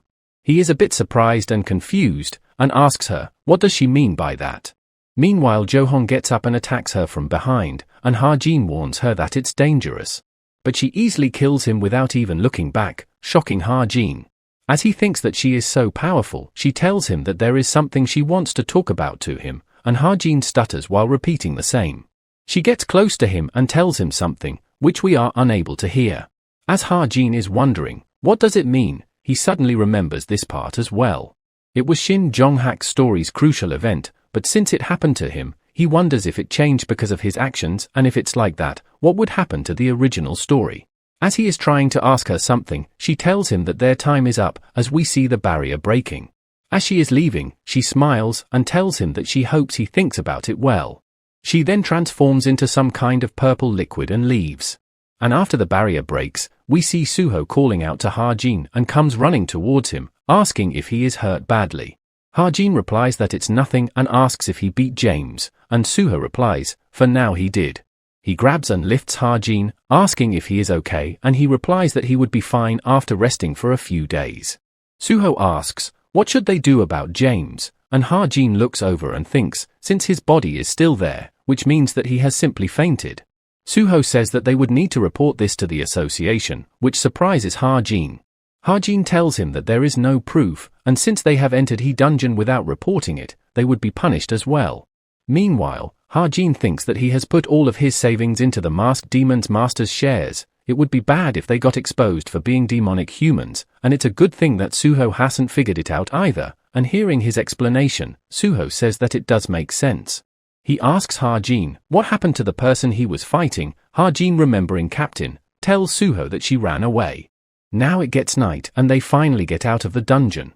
Ha-jin is quite tired while noting that using his stigma magic power even once has a huge recoil, and Suho calls out to him and shows him the branch while saying that he thinks it's not an ordinary stick. Ha-jin notes that Suho didn't forget about it and actually brought it with him. Suho tells him that while he cannot put it in words, he felt like it was calling him when he was fighting. But he tries to quickly dismiss while apologizing for saying such nonsense as Ha-jin might not understand, but Ha-jin replies that he does. As he had a feeling that this would be a great item just by looking at it, Suho asks, how? Ha-jin knows that it's an ordinary item that is hard to think of as a dungeon reward, but it's the most special stick that can be recognized if you know the myths and numerous stories about it. He asks Suho if he has heard about Mistiltine. In Northern European mythology, it's known as a legendary weapon which was connected to the murder of Balder, the god of light, and it was deemed the Godslayer stick. Hearing which, Suho is left shocked as well. Ha-jin continues, a divine weapon needs to be awakened in order to change into its true form. Which makes Suho realize that it's not its complete form, and says that he knew it, as it looked too shabby for a dungeon reward, and Ha-jin remarks how disappointed Suho was before due to it. Though despite this, he still fought against a demonic human alone and won, because Mistiltine is that powerful of a weapon, and Suho tells him that he have to find out how to awaken it. But about that, Ha-jin tells him to put the stick in front of him. He then sees Ha-jin pulls out the sapling powder, seeing which he is left shocked and asks Ha-jin, what is that? Ha-jin replies that it's an artifact, which he thinks will help them awaken Mistiltine. Suho asks, where did he got that from, as he can tell from a glance that it's precious. Ha-jin remembers that according to the original novel, the sapling powder is Suho's, but he has worked hard for it, so he should show it off a little. As such, he wonders what should he say so that Suho feels a little more thankful. And so, he tells Suho that it's his parents' relic, which completely terrifies and shocks him. Seeing his reaction, Ha-jin is also left speechless, wondering if he can't even tell a joke. As Suho gets teary hearing that from Ha-jin, Ha-jin quickly tells him that he was simply joking, as he was simply saying that it was important to him, while realizing that he overdid a little by calling it a relic. He explains that this powder accelerates potential to their peak, and applies to both people and items. In short, if he were to sprinkle it on Midterms, there will be a change, as we see it starts to release a golden aura. Right as Ha-jin was about to sprinkle some on it, Suho quickly grabs his hand and stops him. He once again asks Ha-jin if it's really okay as the powder is important to him. Ha-jin sighs and replies that it's important, which is why he should use it at times like this. Since when other time would they be able to obtain mythical item like this, but despite this Suho still hesitates. Seeing which Ha-jin tells him with a bit of force that he should accept it while he is offering, and Suho finally agrees while thanking him. As he sprinkles it on the Midterms, it starts to glow blue. And seeing its transformation, both Suho and Ha-jin are quite fascinated. And we see the Midterms shining and has grown some leaves on it. With this, Ha-jin notes that the first awakening has been completed, and in order for Suho to grow and be able to destroy their enemies, it will naturally change into the shape of a sword. As Ha-jin starts to stand up, he picks up one of the leaves as he promised. That since if he takes the stick, he would take the one leaf from it. Now as they are walking back, Suho asks if it's really okay for him to take the leaf, but Ha-jin replies that it's fine, and Suho is still not convinced. Ha-jin once again tells him that it's alright, as he wouldn't need something like a stick since he doesn't want to die in close combat. Suho still doesn't agree with it, but for Ha-jin, he thinks that it's enough for him right now. The Midterms leaf can help one's body become stronger if they boil it and drink, and they can also grind it and make it an incredible weapon. Seeing which, Ha-jin notes that it's not a byproduct of a legendary item for nothing, and he is quite happy with this reward. Right as he was thinking how he should use it, he trips on something. It hurts him a bit, and wonders why is there a tree root here, but suddenly realizes something. He remembers this exact thing happening to him before as well. Suho then calls out to him, asking if something happened, and he replies it's nothing. Meanwhile we see Ha-jin humming and see he has a ginseng root in his backpack. Now back at the dungeon, we see Jane and Captain, as Jane calls it quite nice upon seeing Ha-jin fight. She notes that even if one put all of their power into it, it's still not easy to have such force with a whip. And something she likes even more is his cold-hearted decision-making. She thinks that even though the current Ha-jin didn't knew his opponent was a demonic human, he still tried to kill them without any hesitation. As such, she agrees with the captain that she was right, and Ha-jin indeed have potential. She tells Jane it's enough, but she asks the captain where is she going, and if she is not going to watch it until the end, since Jane wanted to see the demonization as well. But Captain replies that she doesn't want to see that, and Jane asks her, why is that? And she simply replies that it's gross. Now back at this dorm, we see Ha-jin is incredibly tired from his trip. His legs start to tremble, as his whole body hurts, why he feels as if he is going to die. Evangel wakes up and Ha-jin picks her back up and apologizes for disturbing her sleep and puts her back. As he goes to put her down to bed, he sees the moon and remembers something. At the Suwon station, we hear Suho telling Ha-jin to go back first. Ha-jin asks, what would he do, and Suho replies that since he is here, he is going to meet his family. Suho then gives Ha-jin a heartfelt thank you. And Ha-jin feels quite good and warm after hearing it. Kim Suho, who is the protagonist of this world, he doesn't compromise on anything, and don't let himself burn out. He is simply a hero of justice who steadily walks on the righteous path. In the real world, it's not possible to find someone like him. Yet, Ha-jin drew him with the feeling of wanting a person like him to exist somewhere in real. Suho, which means protect, is the true savior of this world. Back to the present, Ha-jin goes quiet and Suho asks him if something is wrong, and he replies while smiling that it's nothing. He tells Suho to take care, while thinking that he is someone whom he can trust more than anyone in this world. The Hero Association calls the 9 demonic humans that stands at the top of the demonic human society, the 9 evils. The nickname is supposed to be interpreted as the nice sources of evil, a number of destruction, but the 9 evils actually considered the nickname a compliment and accepted it. The third devil. Defiance had created a top-secret sanctuary by remodeling a cave deep in the mountains of South Hamgying.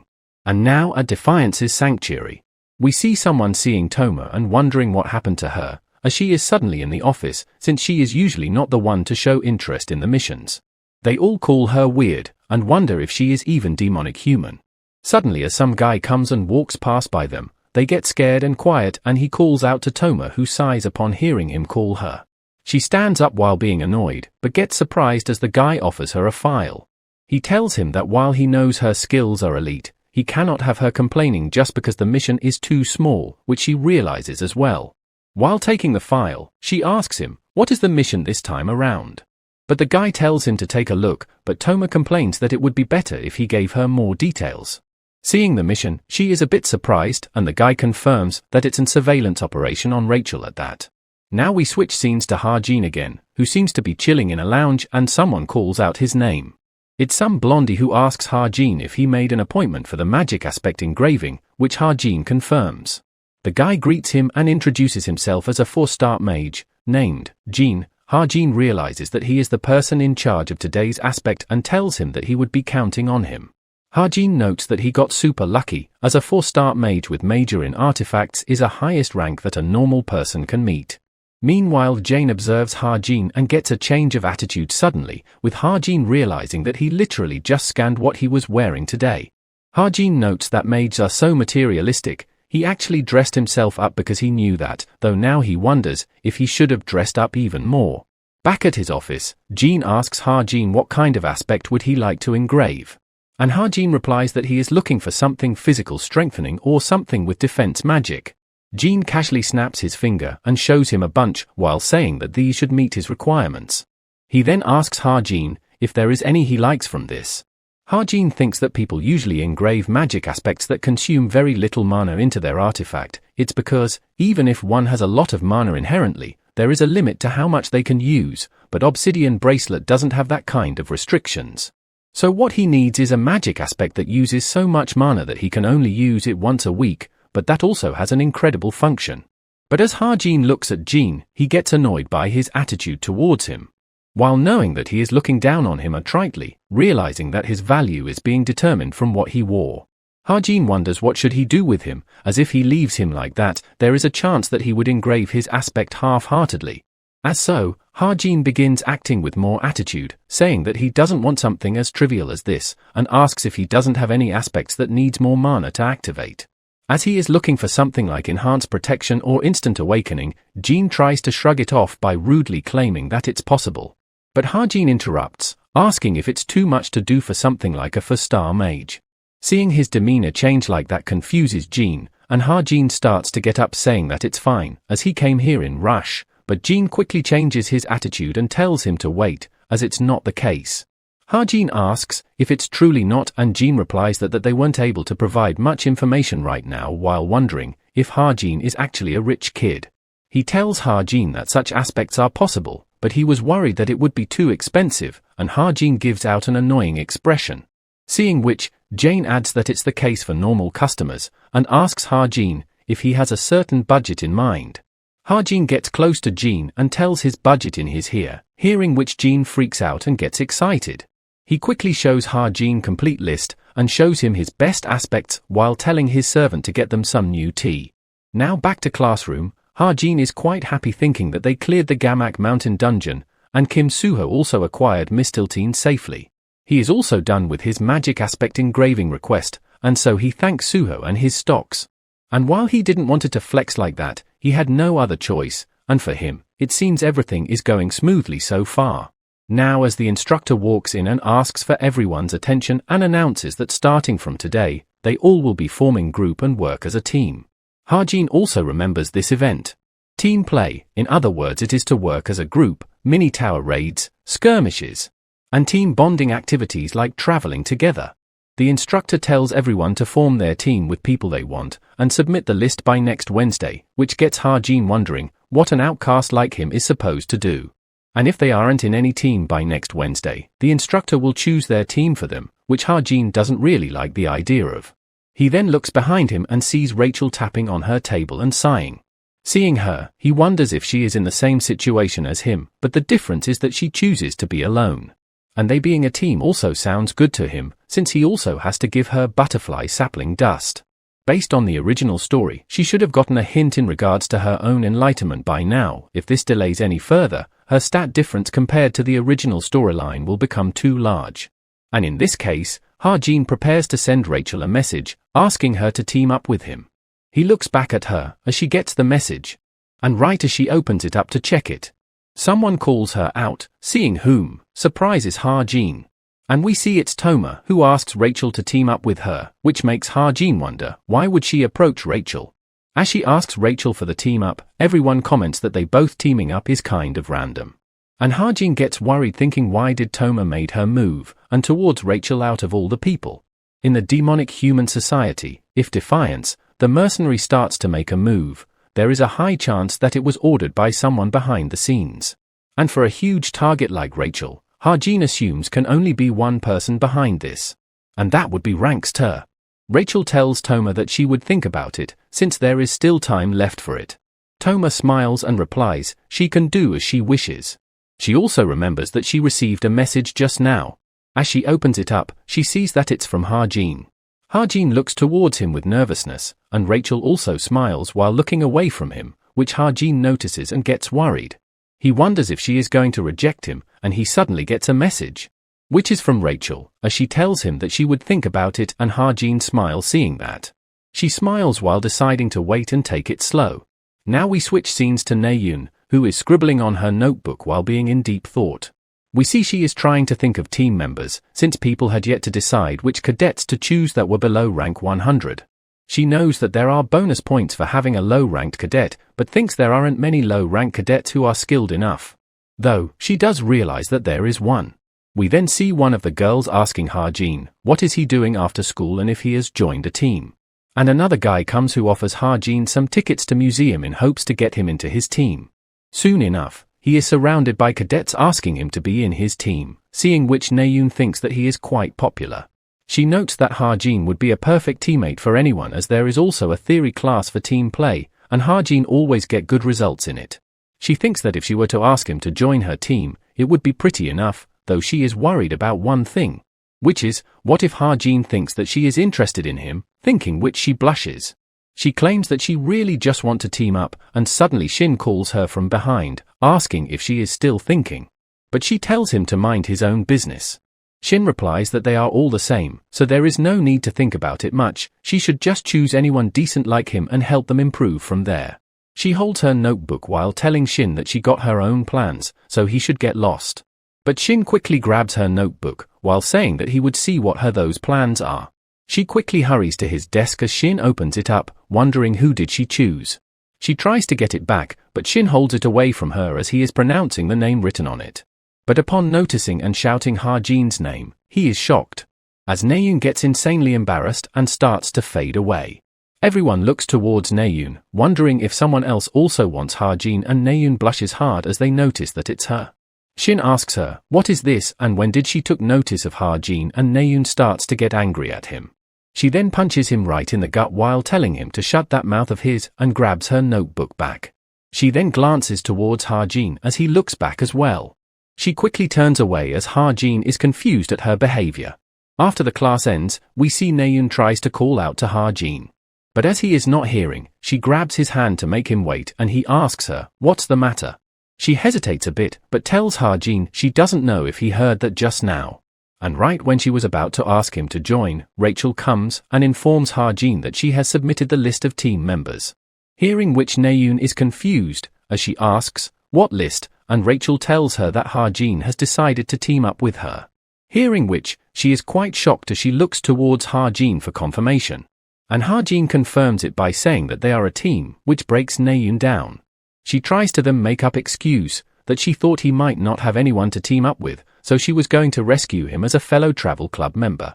And tries to leave while giving him a shoulder pat and saying that she is glad he has a team and wishes him all the best. We see Naeun seems a bit sad, as Rachel watches her go. While walking, Naeun thinks that Rachel also uses a sword like her, and her physical strength is also comparable to herself, and excluding theory classes, she also has similar results to her. She then blushes and gets emotional, while wondering, why did Ha-jin choose Rachel instead of her? Now as Rachel and Ha-jin starts walking, Rachel suddenly stops and calls out Ha-jin in the middle. She concernedly asks if he is going to try and join another team. Ha-jin assumes that she is asking this due to what happened with Naeun just now and tells her he won't be doing that, and then someone waves and calls out to Ha-jin.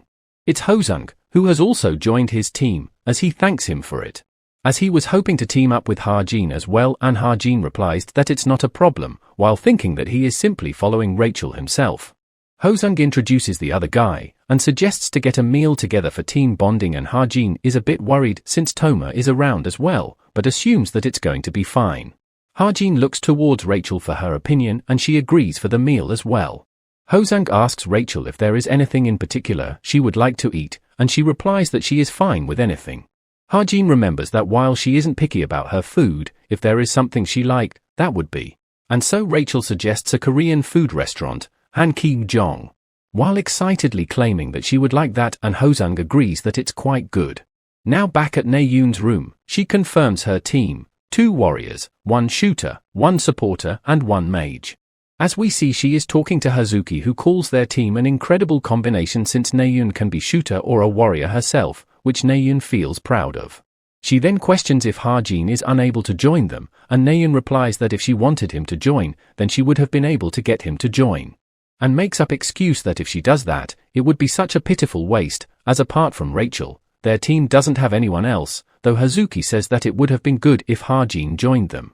Naeun tells her to stop thinking about them and proceeds to go and submit their team list, and Hazuki thanks her for that. Now as the call cuts, she falls on her bed, seemingly deep in thoughts and unable to fall asleep. She thinks that if she knew this would happen, she would have asked Ha-jin to join her from the start, and she wouldn't have to worry about the theory part then either. She realizes that she lost him to Rachel because she hesitated for no reason. And from this, she also remembers her loss from the midterms, and it happened again after she changed to using a sword in team. As such, she gets quite frustrated at all this, and thinks that at this rate, she would lose again. Now fast forward and we see Ha-jin and their team arriving in some kind of ice cave, which is their first lesson on working as a team, dungeon exploration. Normally, when a new dungeon has been discovered, the advance party will first head into the dungeon to explore it, and their objective today is to fulfill the duty of the advance party. Bokyu shimmers while saying that they have been walking for 20 minutes now, and Hosung asks Ha-jin if he doesn't feel cold, and just then, Rachel notices something and tells her team to look. And they note that there are 5 entrances, and wonders which one should they go in. Toma speaks up, saying there is no point in thinking about it and chooses one, but Ha-jin refutes her decision. Toma asks him, how is he so sure about it, and Ha-jin replies that he got good eyes for details, so it's not the correct entrance, while thinking that her motives are quite clear, she is probably trying to lure them into a trap. Toma gets angry and tells Rachel to decide for them. And Rachel also agrees to go with Ha-jin's decision. Toma still sulks, saying that she felt like this one was the right entrance, which Ha-jin calls quite pathetic. Inside that path, Dai finds a snowman, as Hosung states that the path Ha-jin chose was the right one. And so, Ha-jin kept getting in Toma's way, while she desperately tried to get Rachel away from the group, which was quite commendable. But he couldn't just let her do what she wanted. Now at this point, Toma starts to get pissed, wondering if it's really that difficult to get even one person injured and have them retreat, and calls it all Ha-jin's fault. And now that it has come to this, she approaches Rachel and tries to ask her with a bit of force to come with her. Rachel asks her, what does she mean, and she replies that it's going to more efficient to split into 2 teams and explore, since she doesn't think it's too good to rely on just one person. As Rachel is trying to refuse, Ha-jin steps in, telling Toma that they don't have time to waste. He then grabs Rachel's hands and takes her with him, while Toma asks, why is he acting so confident in here? But Ha-jin has activated his far sight and pinpointed the location. Rachel looks at Ha-jin in surprise, while he leads her to the goal. They soon enough arrive, as his team notes that the path is the clear one upon noticing the instructor. Upon reaching, Rachel tells Ha-jin about her hand, and he suddenly realizes. He quickly lets go of it and apologizes to her, while she blushes and replies that there is no need to be sorry for it. They then submit their report to the instructor, as he nods at their report, and calls it perfect, and his team gets happy and celebrates. They all surround Ha-jin, while claiming that they just need to count on him from now on. While Toma is standing behind them, quite furious. We go back to a bit when Toma was receiving the mission from her apparent superior. He gives her the objective to injure and weaken Rachel, and even the Cube executives that infiltrated C-Jack have promised to assist them, so it won't be a difficult job. And once she removes Rachel from her daily routine for a moment, their dispatched agents will take care of the rest. He then asks if he can count on her for this. And Toma confidently replies that it's simple enough, as they are just kids after all. Back to the present, Toma is incredibly tired, while saying, "Simple my ass." She then gets a notification asking why the mission was delayed, and if there is something unexpected happen. She gets pissed seeing that, as there hasn't been that long since the mission started, yet they are rushing her. She puts her head down in defeat, while thinking that something unexpected did indeed happen. As every time she tried to do something, Ha-jin appeared and stopped her, and he stuck on to Rachel like a gum. He was constantly around her during the class and even after the class ends, which gets her wondering, how could a rank 334 act so arrogantly, since she doesn't notice anything great about him? She jokingly thinks that perhaps Ha-jin thinks that those with courage obtain beautiful women and laughs about it. But suddenly, she gets a thought, that what if Ha-jin actually likes Rachel? And if that's the case, she thinks that she would just need to exaggerate a little and spread rumor that he likes Rachel. Due to which, the distance between them would grow naturally, and she would be easily able to complete her mission then.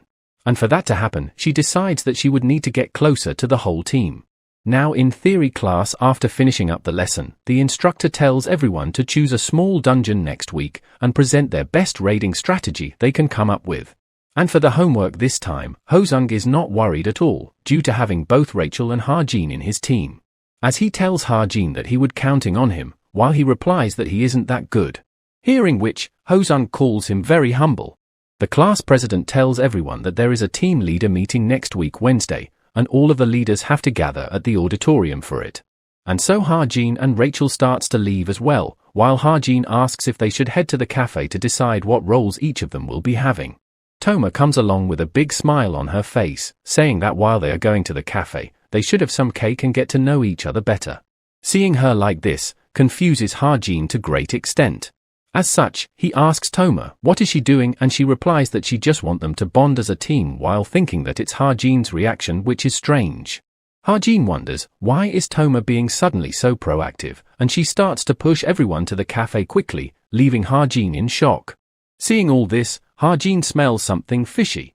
Now at the restaurant, Ha-jin has already scanned the roof and the underground, but haven't found any traps, but he still feels something is off, and Rachel calls out his name. As so, he suddenly snaps back and starts reporting. He assigns roles that Hosung and Bokyu will look for information on the dungeon, while Toma and Rachel will calculate the density. And once the research is complete, he would collate them and do the presentation. Toma then tells them to stop with the homework talk, which prompts Hosung to call her easygoing. Bokyu comments, saying that he is glad to have Ha-jin on his team, as he was really worried for this group assignment. He tells Ha-jin that having good results must be nice, and he is also getting quite attention in battles after he changed to become a shooter, to which he replies that it's nothing great, just normal for him. He then asks if he has been approached by a famous guild before, and he replies he is while thinking of the Chameleon Troupe. Hearing this, Rachel tugs on his clothes to ask him something. She asks if the Imperial Guild has approached him, and Ha-jin seems confused about it, and Rachel adds, from the England Imperial Family Guild. Ha-jin replies that he doesn't remember anything like that, but suddenly remembers that he did got something. He did got an email from them, but he didn't realize since he doesn't check it every day. Seeing this, she wonders why would they approach why email and starts to get angry as Ha-jin starts to check the email. The contract offers 100 million annual salary and commission separate, which Ha-jin considers not very good terms, considering that they are trying to recruit him, as so, Rachel asks Ha-jin to let her have a look at it as well. As she does, she is shocked seeing the bad offer, as she wonders, why are they doing work like this? She quickly starts to take her leave while telling Ha-jin to forget this email and not read it, and seeing her leave like this makes Toma surprised as well. Her plan starts to get ruined, as she thinks, how can she leave first, as she wanted him to sit and chat with Ha-jin. Meanwhile, Ha-jin wonders what happened, and so does Hosung. Toma sighs, seeing as how nothing is going according to her plan. But seeing Ha-jin's expression and the situation, she gets an idea and tells Bokyu, if doesn't he think that Ha-jin likes Rachel. Now fast forward at the gym auditorium, we see Ha-jin is taking a drink after stamina training. He tries to open the can but is unable to, as he doesn't have the strength left to do so. But suddenly someone does that for him from behind, and he looks back to check who is it as they call out his name. And we see it's Naeun, who tells Ha-jin that she wants to talk to him for a second. As Naeun looks at him with nervousness, Ha-jin asks her, "What is it?" and she hesitates in saying. She finally speaks up, it's about their team's presentation about the Hongchen Mantis dungeon, and she wanted to ask him if he knew anything about it. Ha-jin asks her, how did she manage to pick the hardest dungeon of them all, which she replies that it's not something she wanted to do either.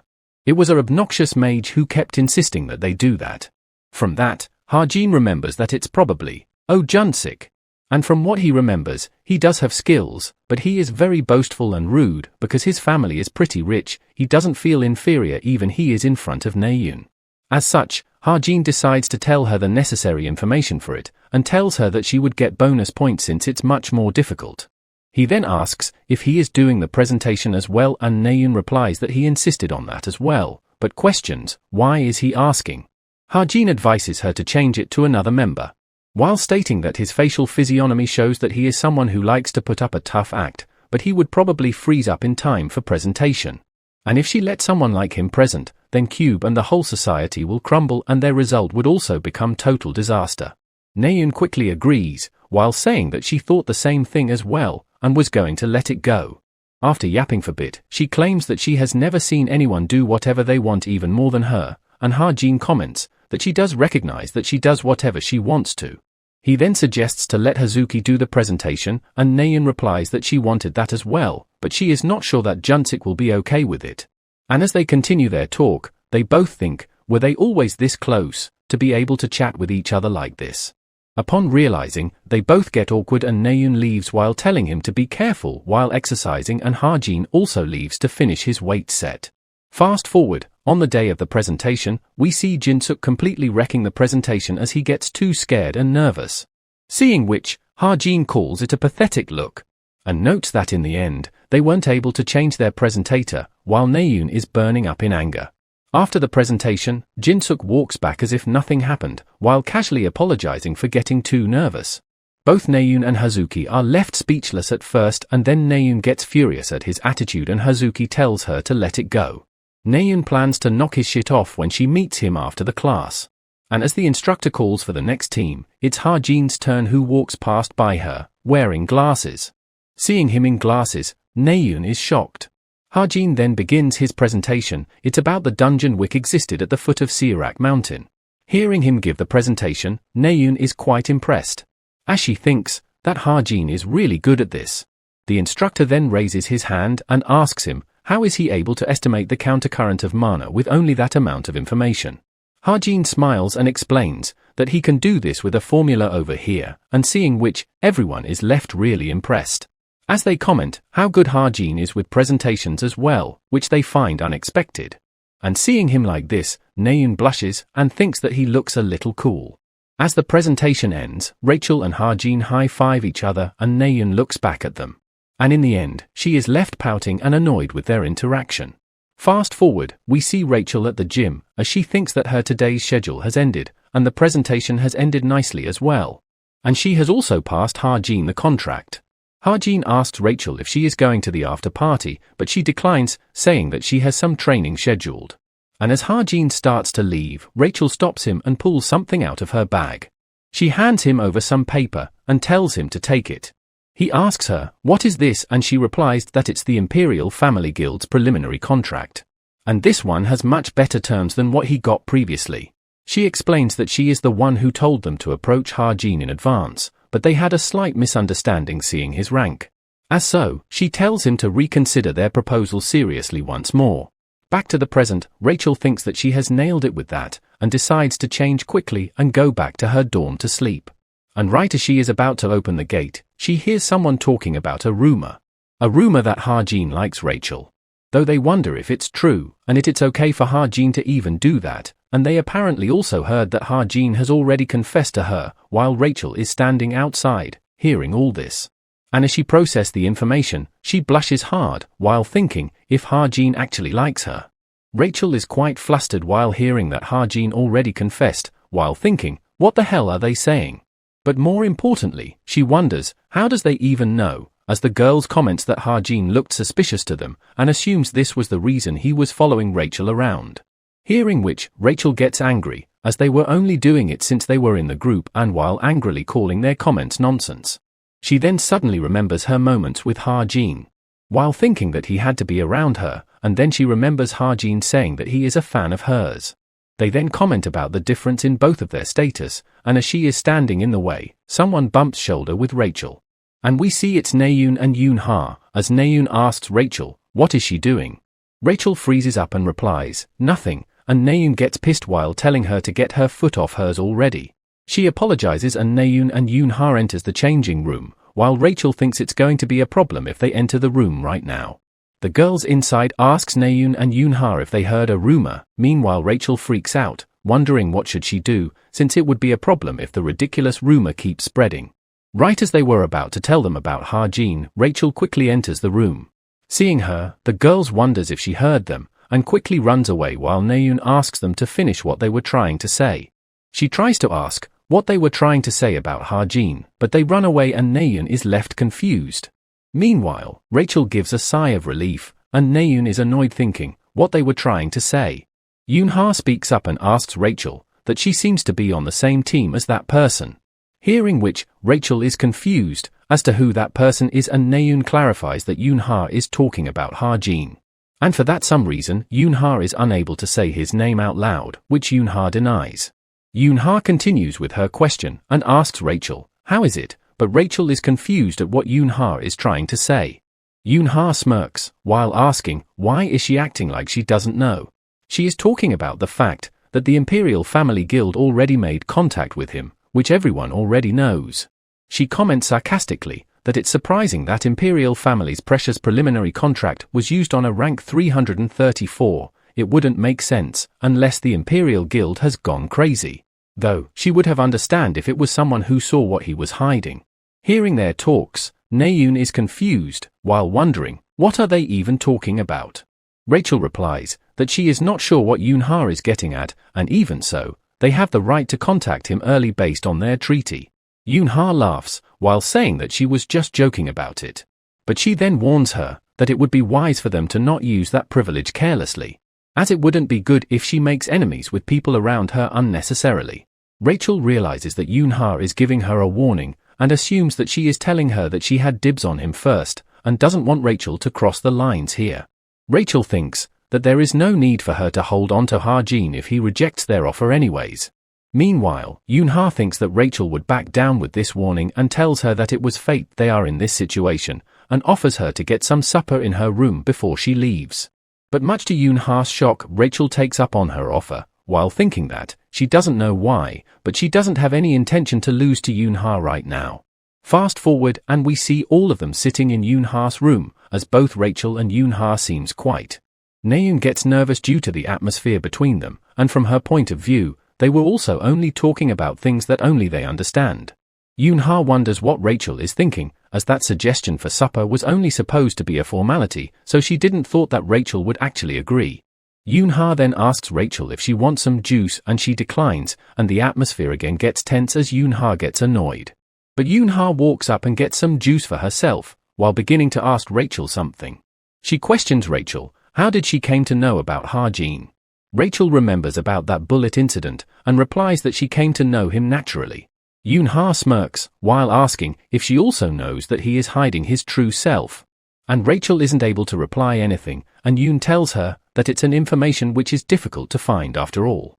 Rachel acknowledges that she knows nothing about his past, nor the reason he is hiding his strength, and replies to Yoon-ha that nothing changes even if she doesn't know such information, and Yoon-ha replies that why wouldn't it, and starts to explain about how her guild is stronger in terms of information than most guild, but Rachel interrupts, while saying that what she meant it's, she still has the upper hand, by waiting patiently until Ha-jin himself tells her why, at least compared to looking into him and finding out that information. And hearing her response, Yoon-ha is taken back in surprise. Rachel then gets up and starts to leave while saying that she is getting quite late. On the way out, she thanks Yoonha for inviting her to supper. Meanwhile, Yoonha and Naeun are completely silent. But Naeun shouts and complains about those two saying things that she doesn't understand at all, while asking them to speak in Korean, while in fact the conversation was in Korean. We switch scenes to Cafe Carrot, and there the two girls tells Toma that Ha-jin likes Rachel.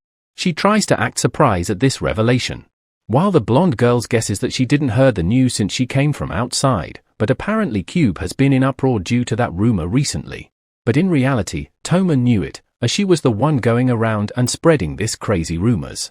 The black-haired girl comments that while they've been hanging around together a lot lately, she assumes that is due to them being a team, hearing which Toma gets a bit nervous.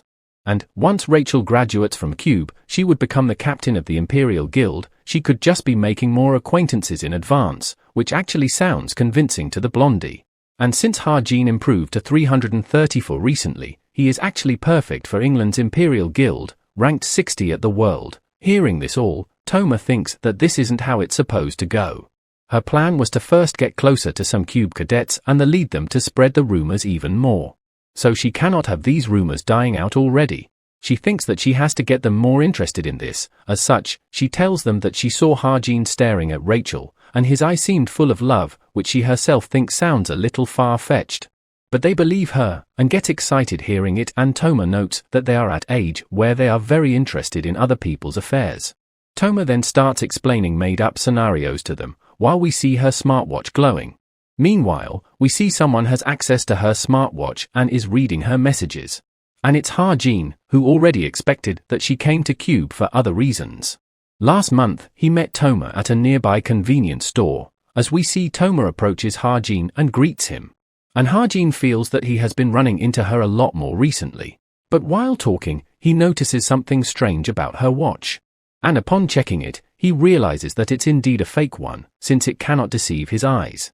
As he reads her messages, he confirms that Toma is indeed after Rachel. Although he had to use ATSP so that she doesn't realize that she has been hacked, he did got some good information from it. He chuckles thinking that Toma wouldn't imagine that she is leaking information. Some of her messages informs Ha-jin about an item that Toma's organization has put on the management center on the lowest floor in underground area B3. And since the date is tomorrow, Ha-jin realizes that he needs to hurry up, and just then, his smartwatch buzzes. He gets a message with a picture. Seeing it's a question, he wonders if it's Rachel. But later realizes that it's not her, and we see it's actually Naeun. She looks over to Rachel, who is sitting right across her, and upon seeing her ponder over it, she notes that it must be difficult for her as well. She sighs, and thinks that it's probably a piece of cake for Ha-jin. She looks over to her smartwatch, and thinks, what should she text him to ask her to teach her this? In the end, she finally texts him, simply asking to teach her the question. She claims that while she is close to solving it, she is still asking just in case she gets it wrong. And fast forward 20 minutes later, she still haven't got an answer from him, which makes her think that he ignored her. And right as she angrily gets up, her smartwatch buzz. Upon noticing it's from Ha-jin, she chuckles and sits back down. Back to Ha-jin, who took time to write an answer since he had to write something that Naeun can understand. He thinks that Naeun really works hard on everything she does, just like in the previous presentation too. Which makes him believe that she would actually become a better hero than her own brother. And from that, he remembers that he completely forgot about her brother. As although he is in coma right now because he become a seed of the demon, he would become demon after the incubation period. And there aren't any heroes strong enough to defeat him yet. No one knows how long he will stay asleep either. So, he has to do something before that happens. But the problem is that he is the only who knows that Chai Jin-yoon is in this state. It would be impossible for him to get close to him by himself. Unless he can disguise himself. He remembers and picks up the card that Captain gave him. And remembers that she asked him to join them. Upon receiving the card, he sees the name as Geronimo Mercenaries.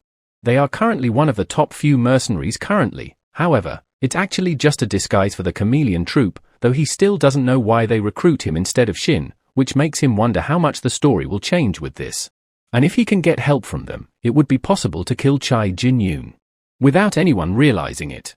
Suddenly, Evangel wakes up and calls him out, and asks if he is not sleeping yet.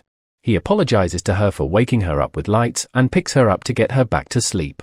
Ha-jin decides to slow down a little right now, since if the incubation period for the seed is around 5 to 6 years, he will still have 1 year left. And with that much time, he is sure that there is a way to resolve this. Fast forward to the next day, as the instructor tells them that today's practical training would be a mock relic war. Ha-jin remembers that normally for relics, the country that found them will become their owner. But there are numerous countries that have been destroyed by outcalls in the world. As such, in the current situation, relics discovered in those empty lands belong to the finders. In order to obtain those relics, guilds or even demonic humans would fight among themselves, which is known as relic war. In simple words, this training exercise is for them to experience what a real relic war would be like. The instructor explains that the size of the relic excavation site will be extremely large. The theme will be melee. The command hierarchy, methods of contacting other team members, and the location of relic are unknown, so they would need to make good decisions every turn.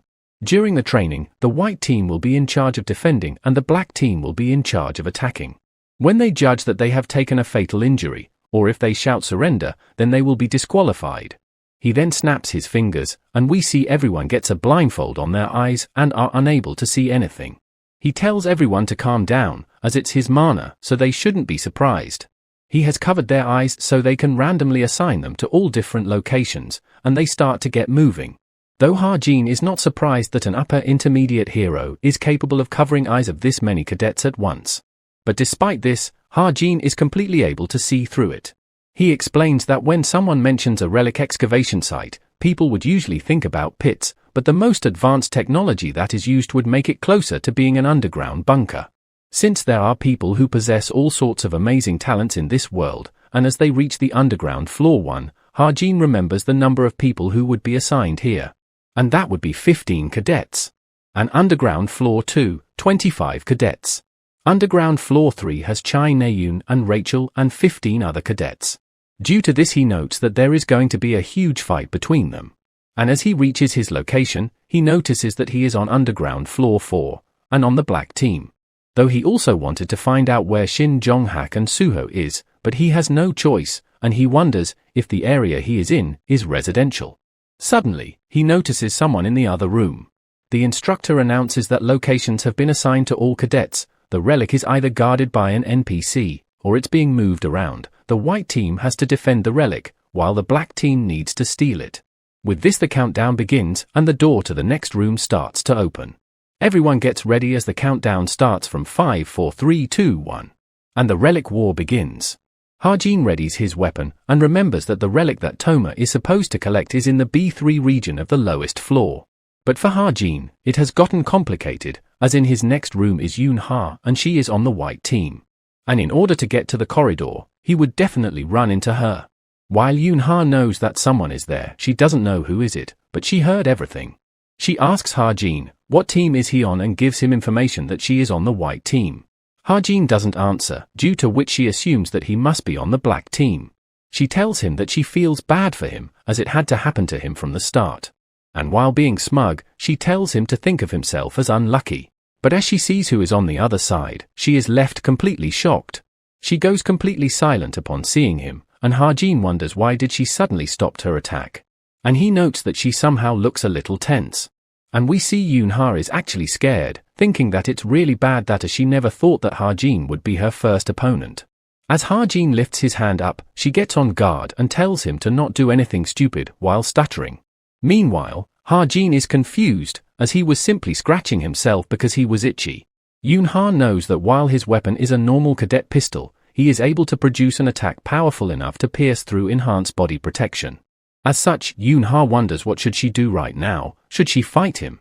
But as she looks behind her, she thinks that she is screwed, as the outside corridor is narrow and just one direction. No matter how she runs, she would in range for his weapon. But she tries to pull herself together, as this could be an opportunity for her. Since so far, she has only estimated how strong he is through observation. And this is an opportunity for her to personally find out how strong Ha-jin truly is. Right as Ha-jin starts to call out her name, we see Yoon-ha attacks him with her whip. She strikes right on his hand, which makes him drop his weapon. And as his weapon is in the air, Yoon-ha uses her whip and pulls it towards herself. She gets quite happy upon taking his weapon, thinking that she was actually able to pull it off, as she didn't thought that she would be able to take it away. And such, she thinks that perhaps Ha-jin is actually not that big of a deal. She confidently states that without a weapon not even he can do anything, but just then, she notices his weapon is missing from her hand. She gets shocked, and asks, when did he got it back, and Ha-jin replies, he did just now. She questions that she didn't even saw him move, and asks if he used mana, and Ha-jin replies, just think of it as that. Since to be precise, it isn't mana, he already had ether wire in advance to prepare for situations like this. And now Ha-jin aims it towards her. Meanwhile Yoon-ha gets scared as the space here is too small, so she would be in his shooting range no matter where she runs, and it would probably hurt if she gets shot. And if she gets disqualified right now, she would be the first one to die, and as Ha-jin is about to press the trigger, she closes her eyes. A bit later, we see Ha-jin walking out with an injured hand, noting that his bone would have broken if Yoon-ha landed her strike properly. As such, he calls her pretty strong. But when he arrives in the lobby, he is quite surprised to find it empty despite being this huge. He checks his smartwatch to see if they went to other areas already, as all the participants of the Relic War are equipped with a life signaling device. What it does is to determine the user's HP in numbers that can be seen by others. It's a device which can tell if the cadet is capable of continuing. So, if Ha-jin uses his laptop to collect the data of that device's GPS, he would be able to check the live GPS data using the linked smartwatch.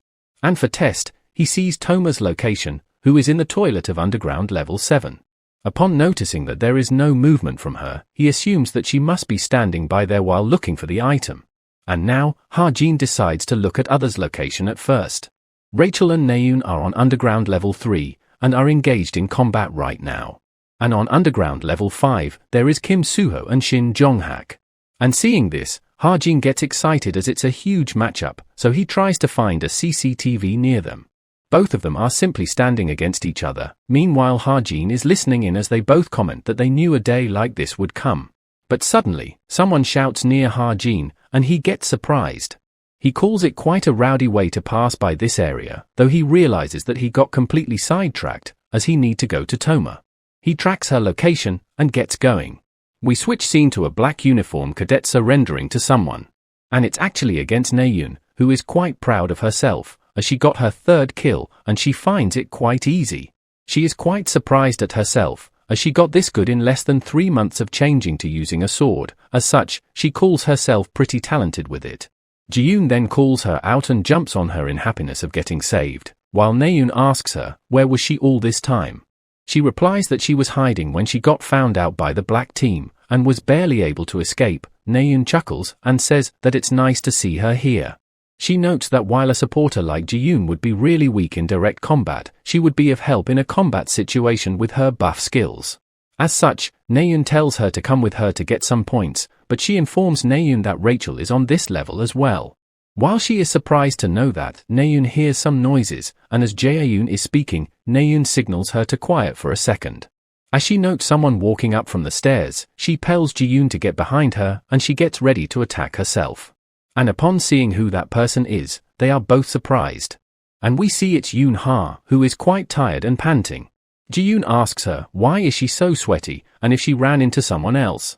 She once again refers to Ha-jin as that person, though Naeun realizes that she is talking about Ha-jin. Ji-yoon asks if she defeated him, since her rank is higher than him, and she hesitates in answering.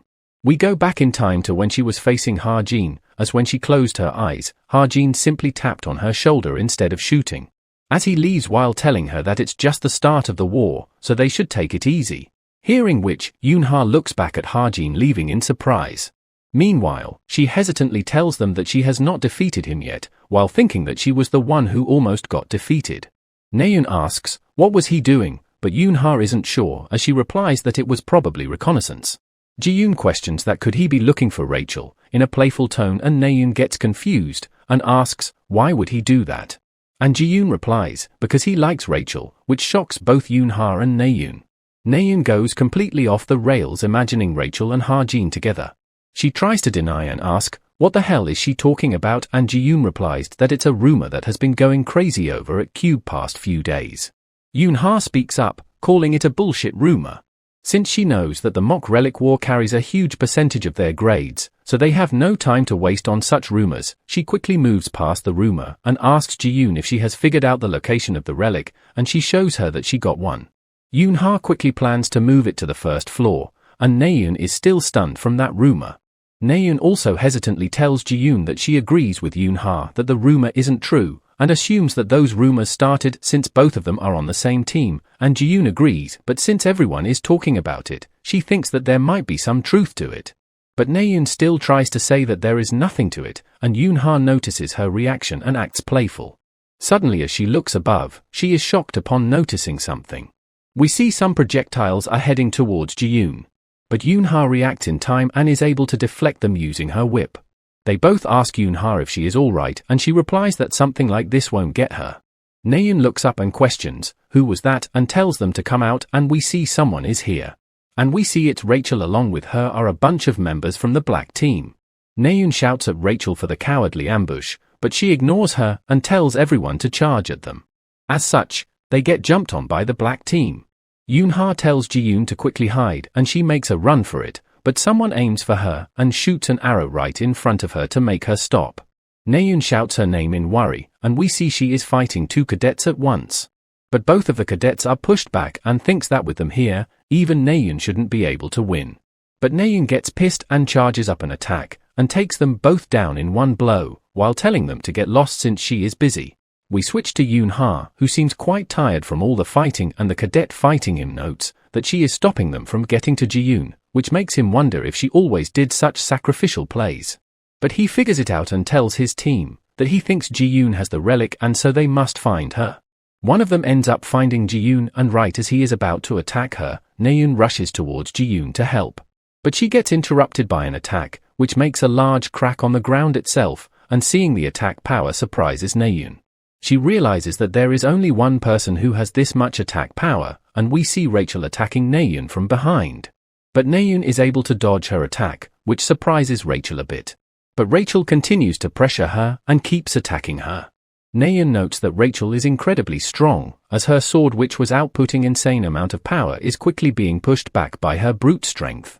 And Rachel already knows that Naeun's sword skills are lacking, so she is driving her into a corner even more, so she is having a hard time just blocking her attacks. Naeun gets frustrated and states that despite all of this, she really doesn't want to lose. She then starts releasing a huge amount of mana and applies it to her sword. As she attacks Rachel, she is able to dodge and notes that Naeun's energy has suddenly changed. And her mana is also really impressive, but despite this, she notes that Rachel is still inexperienced in using it. So instead of countering, Rachel decides to keep dodging and wait for an opportunity, but suddenly she trips and loses her balance. Naeun notices the opportunity and jumps up to attack, while mocking Rachel for her lack of focus. As she lands the attack, Rachel is able to dodge it barely, and plans to quickly close the distance between them.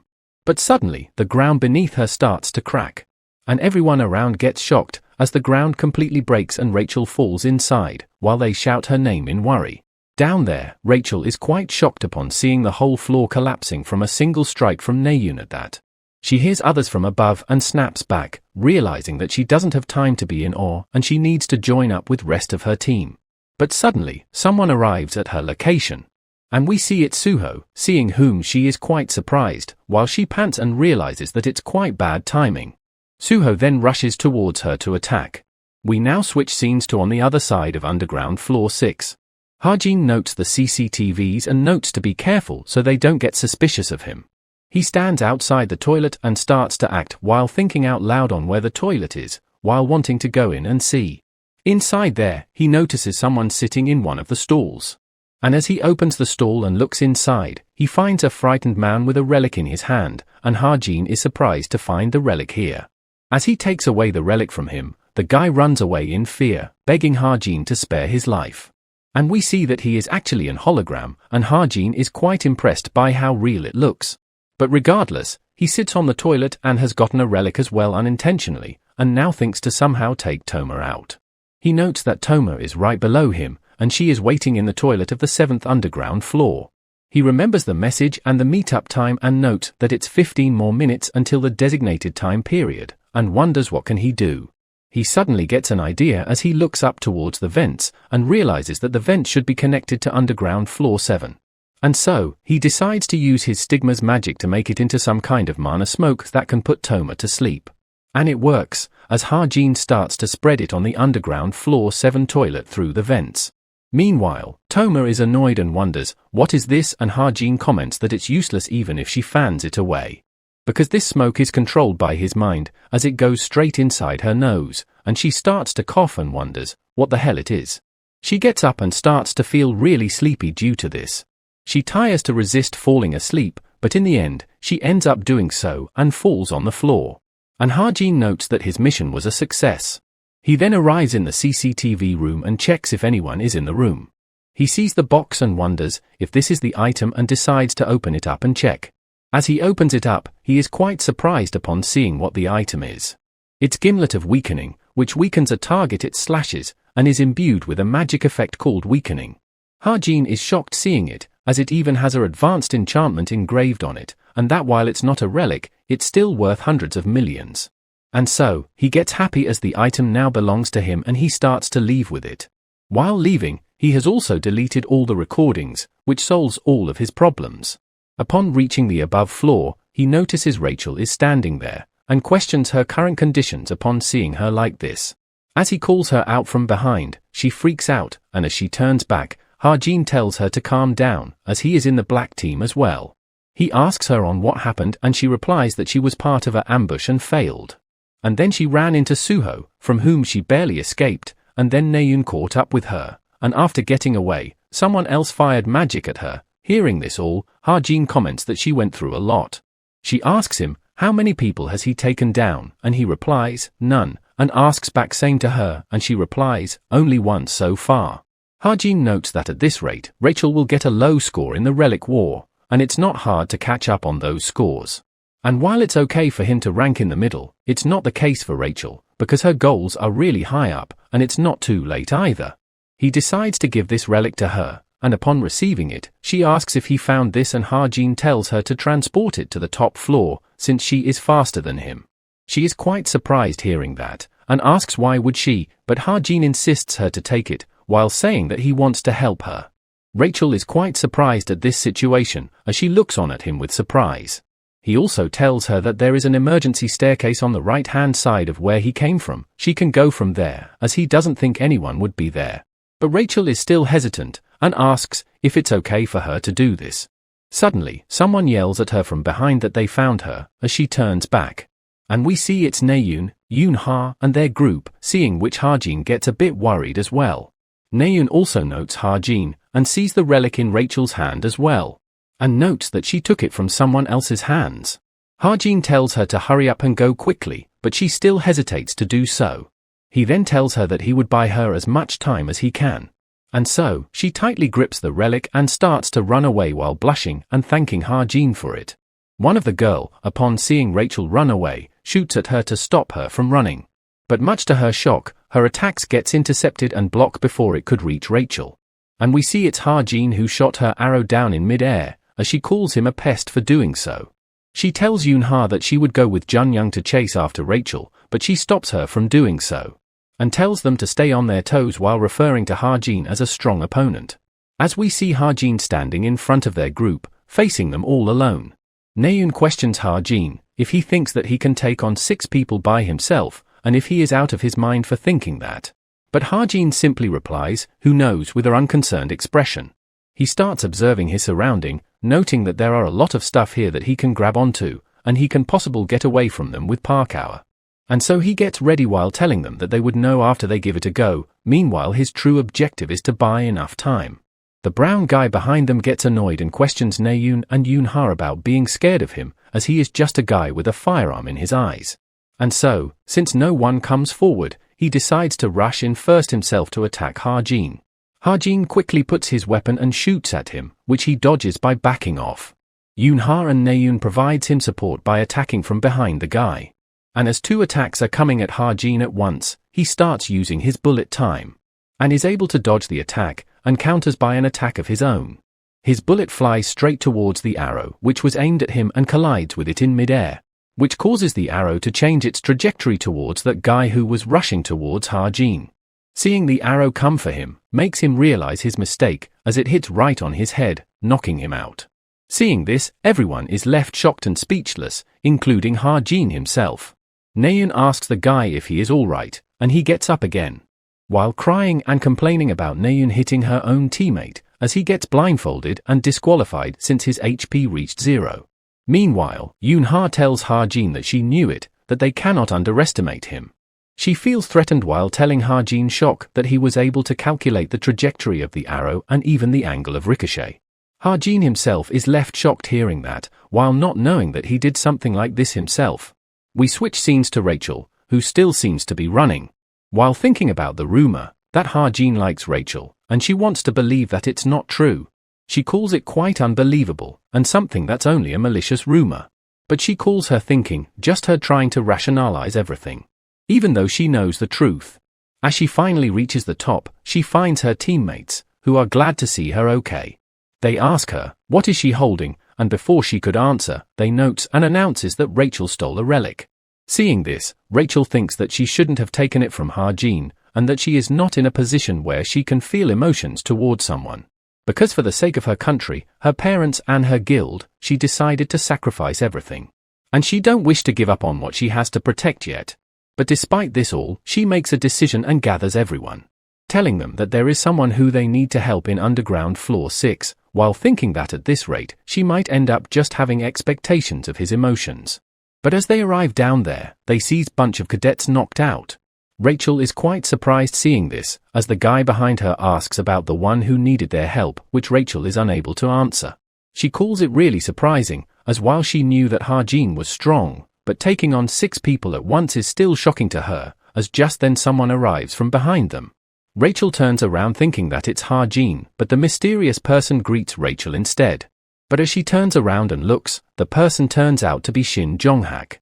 Now we go back in time to a while ago, at underground level 5. We see both Suho and Shin Jong-hak are standing face to face of each other. Shin comments that he has been waiting for a day like this to arrive, and asks Suho if he is racking his brains to come up with a smart way to escape, but Suho smiles and replies, not a chance. Shin aims his spear towards him and says that he is dying to see how long Suho can act tough, so he should bring it on and he would show him the difference of worlds between them. Suho smiles and rushes towards Shin to attack, taking him up on his offer. Both of them clash, as Suho states that he is not going to go easy on Shin. And Shin replies that he should at least not show him a pathetic performance. As their battle continues, they both seems evenly matched, and Suho dodges a strike of his spear. Shin quickly pulls back his spear, causing him to graze Suho's clothes and notices an opening to attack. He slams his spear on him, but Suho dodges, which causes Shin to comment that Suho dodges like a rat. But as he tries to pull his spear back out, he is unable to do so, as it's stuck in the ground. He gets worried and annoyed, and realizes that he made such a beginner mistake, while Suho takes advantage of this and kicks Shin on his face. It causes him to fall on the ground and also disarms him of his spear. Suho points his sword at Shin, signifying his loss, as he again remarks that it's like he told him before, that he won't be going easy on him. But Shin believes that it's not over just yet, as he strikes the floor with his palm. Suho asks him what is he talking about and notices that Shin has struck a pipe that was going through the ground. It explodes and causes a smoke screen, blinding Suho for a bit. And in the midst of that, Shin is able to escape and disappear.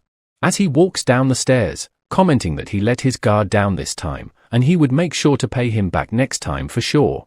Back to current time, Shin says that he was doing something else here. Both Rachel and Shin notices each other and glares at each other awkwardly.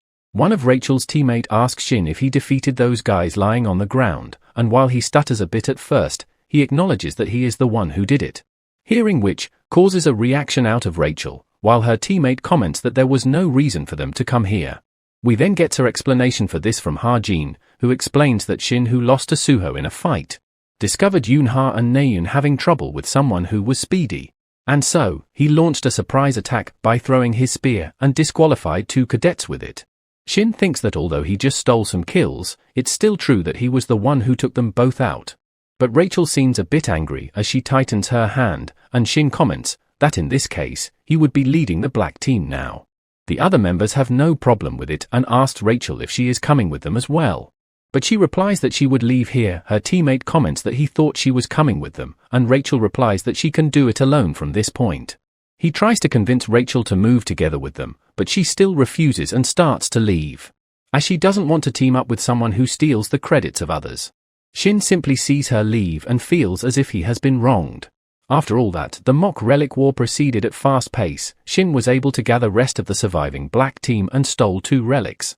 Rachel also achieved great results with her form of guerrilla warfare. Both of them were able to achieve satisfactory personal achievements outside the team's victory. Kim Soo-ho stood out with his leadership and fighting abilities as usual. Combined with the relic that Ji-yoon had, they were able to transport 5 relics safely. And as for Ha-jin himself, he was miraculously survived the combined attack of Yoon-ha and Naeun, and lasted through the relic war in his own way, by hiding in the bathroom.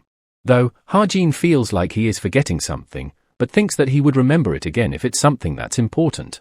And so, we switch scenes to Toma, who seems to have woken up. She remembers that she needs to find the item and looks at her watch, and notices that it's 3 p.m. She sighs and blames her watch for showing her the wrong time, and complains being given a faulty watch to use in her mission. She then pulls out a cadet watch, and sees the same time in that as well. She freaks out seeing it and wonders what's wrong with the time, and also gets an unread message. It's a notification informing her that the relic war is over, with the results out as well. Seeing which, she freaks out and quickly runs out of the bathroom to check outside. And upon seeing it completely empty, she wonders what the hell is going on in frustration. Now, as all the cadets are out of the underground, the professor questions about Toma's whereabouts, and wonders, what is she doing? He then starts to announce the MVPs and the results. Black team, 12 members survived and retrieved 3 relics, and MVPs are Shin Jong-hak and Rachel. And the white team's MVPs are Kim Soo-ho and Chai Naeun. 11 managed to survive and keep 5 relics.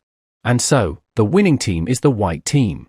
But despite her team winning, Naeun is still frustrated, as she couldn't finish her fight with Rachel, and they couldn't take down Ha-jin either, even though there were 6 of them. And the thing she heard, that Ha-jin likes Rachel. Yoon-ha arrives and asks Rachel if she is upset because of what Ji-yoon said earlier. She freaks out and denies, claiming that she doesn't even remember what she said, and Yoon-ha starts to tease her, asking her what would she do if Ha-jin gets stolen away. But once again, Naeun denies it and tells Yoon-ha to stop talking nonsense, while she laughs at Naeun's reaction. Naeun blushes while saying that there is nothing about Ha-jin that people have to fight over, while Yoon-ha comments that while she doesn't believe the rumors, she thinks that he might have joined her team since Naeun kept pushing him away. And Naeun replies that if Ha-jin swayed his heart so easily, then he is not the kind he would like to be with. And so, Yoon-ha once again chuckles, and asks Naeun, who does she like better, Soo-ho or Ha-jin, which pisses her off. She shouts at Yoon-ha again, yelling that it's nothing like that. Hearing her shouting, Shin arrives, asking her what is happening and why is she screaming. Seeing Shin, Yoon-ha gets happy and excited, and Naeun asks him, since his team lost, how does he feel? He tries to act cool, replying that it's unfortunate, but since he is the MVP of his team, it's good enough, and it cannot be helped. Since Naeun was on the white team after all, and hearing the praise, she starts to get on high horse, acknowledging the fact, which makes Yoon-ha think that she is so simple. They all then notes Professor scolding someone. And we see it's Toma, as the professor asks Toma to explain herself for staying in one spot throughout the whole test. Everyone else wonders what is happening over there, as Professor scolds Toma. Shin starts to leave, since there is nothing else to do, and Yoon-ha also happily says bye to him. But he ignores her and instead tells Naeun that he would talk to her later, which kind surprises her, and Yoon-ha gets upset over it. She once again calls out to Naeun, and she asks, what is it? Yoon-ha questions that if she doesn't like Ha-jin or Soo-ho, then perhaps it's Shin Jong-hak, but before she could even complete her sentence, Naeun gets pissed and calls her crazy for even thinking that, which makes Yoon-ha sure that she definitely doesn't like him. Yoon-ha suddenly tells Naeun that she is envious of her, and Naeun doesn't get what she means, and asks, what is she talking about? Yoon-ha doesn't reply and speaks in her mind that Naeun has 3 people she can choose from, while she has no one. And with this, the midterms' last large-scale practical training, the Relic War, finally ended. Ha-jin heads back to his room, while remembering that he didn't write Relic War in detail, so he stayed behind until it was over just in case, but nothing happened in the end. And now that he is tired, he thinks that he should have just gotten himself disqualified in mid-lesson. We then see Evangel happily and excitedly running towards Ha-jin, and welcoming him home. He also gets happy seeing her and lifts her up and asks her if she had fun. To which she replies that she did, and seeing all the animals behind her, Ha-jin assumes that to be the case. Ha-jin reminds her again about what he told her about the spirit animals, and she remembers it well, that they must not be allowed outside. Evangel then asks Ha-jin about the food, which he apparently forgot since he was so tired. She starts to cry since Ha-jin didn't bring her any food. Ha-jin quickly puts her down, claiming that he has ordered it and it would be delivered soon, and quickly goes to toilet. He orders various food for her quickly inside there, and with this, he takes a breather. Suddenly, he notices something, a piece of news, which he was waiting for, and got worried since he didn't hear anything about it. He then begins to check his stocks, as he invested around 1.5 billion in it. Seeing its current value shocks Ha-jin, as his stocks are up to the moon. He cries tears of joy as his 1.5 billion has turned to 15 billion. He thinks that the price will probably surge further, but thinks to sell just now as in case something happens. But regardless, he is quite happy that he has now enough money to fool around and do nothing for the rest of his life. But his mood changes suddenly, as he sighs and remembers something. The fact that this money would disappear once he returns to his own world. We now switch scenes to outside, and see the huge city. And now at Geronimo Mercenaries' office.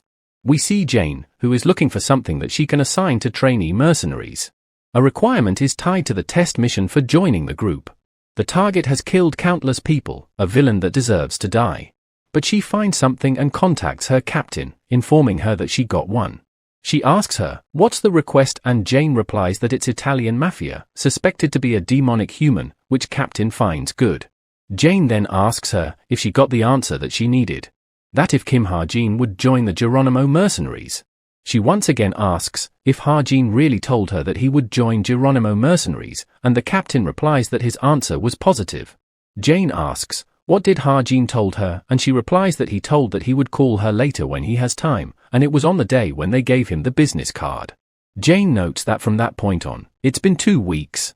Which the captain agrees with and believes that she would get a call soon, and orders Jane to fix the mission, but Jane tries to tell her to wait, but she hangs up.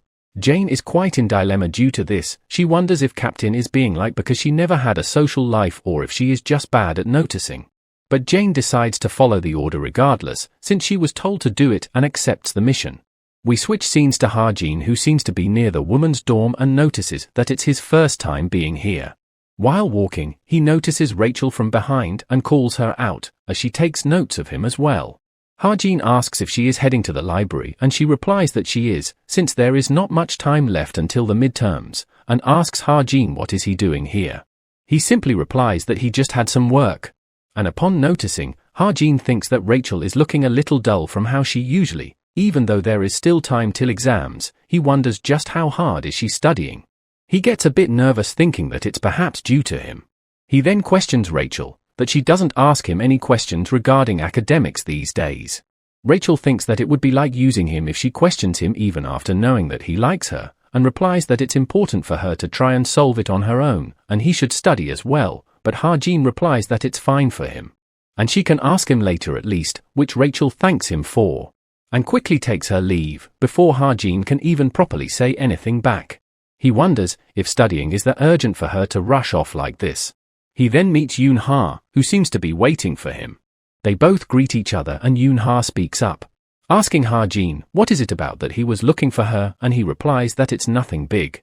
He asks her about the pharmaceutical company that she opened. She replies that she wasn't necessarily hiding it, so it's not strange that he knows. It's only been like a month or 2 since she started, and asks, what does he want with it? He opens up his small pouch and throws something from it at Yoon-ha. And seeing the item, which is a 5-year-old wild ginseng, she is quite surprised. It's the wild ginseng that he found in the Geomac mountain. Ha-jin wondered how should he use it for a long time. He thought that since he have enough money now, he doesn't need to sell it, and decided it would be best to make it into an elixir. And he planned to make it immediately, right after he decided to do so. However, nothing came out of just 2 strokes, which leaves him with no choice but to give to a person who has enough connections and facilities to make an elixir nearby, which is Yoon-ha, as he confusingly asks if he is giving it to her.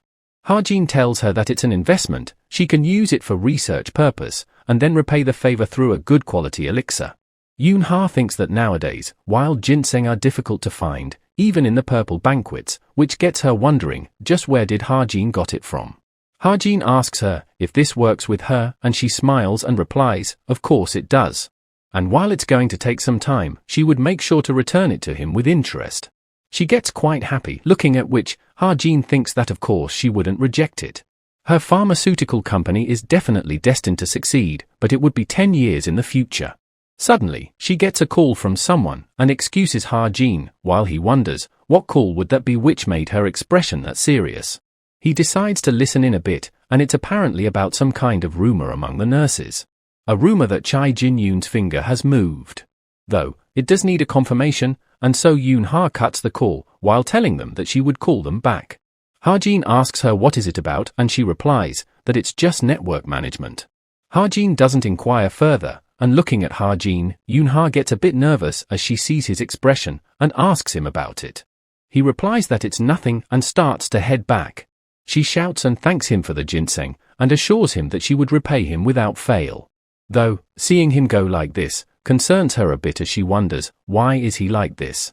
Back in his dorm, he opens his book of truth, and asks, when will the seed of the devil dwelling in Chai Jin-yoon germinate? But it doesn't work, and Ha-jin assumes that his magic power is not enough to ask for the details. And in this case, he asks something else, which is about how much has it germinated. And the answer is revealed, which is at 89%.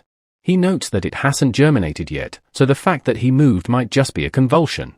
The minimum delight essence he set is 5 years, and now it has been 4 years since Jin-yoon collapsed. And the remaining time turns out to be half a year. And we see he also got a message from Captain, asking him when he is going to contact her again. Ha-jin is in huge dilemma, as he grabs his hair in frustration, thinking that after winter ends, and before spring comes, he would have to kill Chai Jin-yoon. We then switch scenes to the hospital, and see Jin-yoon lying on the bed in coma. We see the pulse monitor starts to show activity in his body, and so, his hand starts to twitch. Fast forward, and we see Yonghan telling everyone about the class competition that will be going on this week, and everyone is required to take part in at least one of the event. The students then starts to decide in which event they would be participating in, while Ha-jin almost forgot about this. The class competition is, as the name suggests, a competition between each classes. The fields they compete in start with ones that relate to actual combats, and eventually, branch out to almost everything within entertainment and sports. He thinks that if the event was for a formal class, he would have participated in the actual fighting part, but since the event is for cadets, it doesn't matter, and so he asks Rachel, what is she going to do, and she plans on to go for quiz. But Yonghan tells them that there is enough players on it, and they have enough players for basketball and soccer as well. So, Ha-jin asks him what is left, and he replies the only ones left are singing and archery, and Yonghan excitedly asks him if he wants to do archery. But Ha-jin glances back at Naeun, and she asks him, why is he looking at her, as she doesn't plan on joining archery. And so Ha-jin agrees to do that, and Yonghan writes down his name in it. He then also looks back at Toma, and we see he has accepted Toma's request in his truth agency. Meanwhile, Toma is surprised that she is getting a response, as she thought it was fake since there was no reply, while wondering if they are trustworthy. She then clenches her fist in anger while thinking, it doesn't matter to her, whatever they are or whichever time period they are in, as long as she can find her dad, is all that matters. Ha-jin silently watches her and remembers that last night, Hosup contacted him. He seems to have decided to quit his job, and has submitted an application for the information guild that he mentioned. Ha-jin is glad that he made the right decision and he thanks him for recommending them.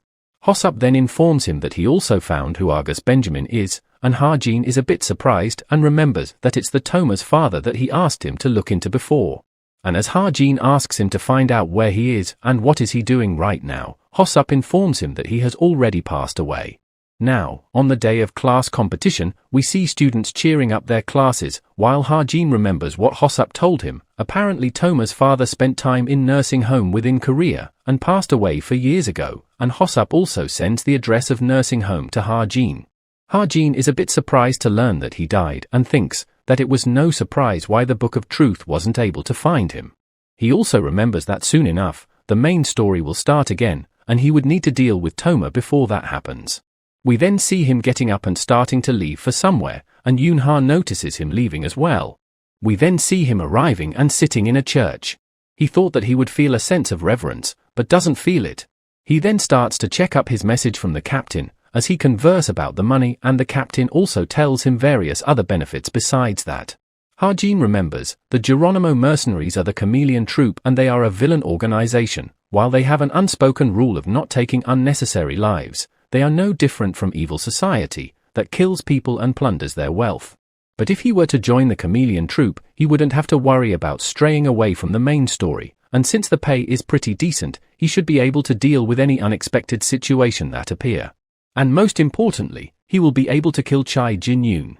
From the very start, he knew that he wasn't capable of doing it alone, but it does bother him that he would have to commit crimes in order to do it, and it gets him thinking if he can really kill another person.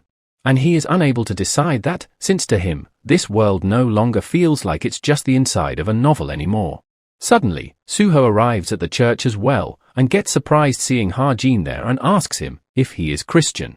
Ha-jin asks him, what is he doing here, and also disagrees with his previous comment, while asking him the same thing, to which Suho also disagrees, and tells Ha-jin that he was just reminded of his past. And so, Ha-jin asks him if he attended church in the past, and Suho replies that it was something like that.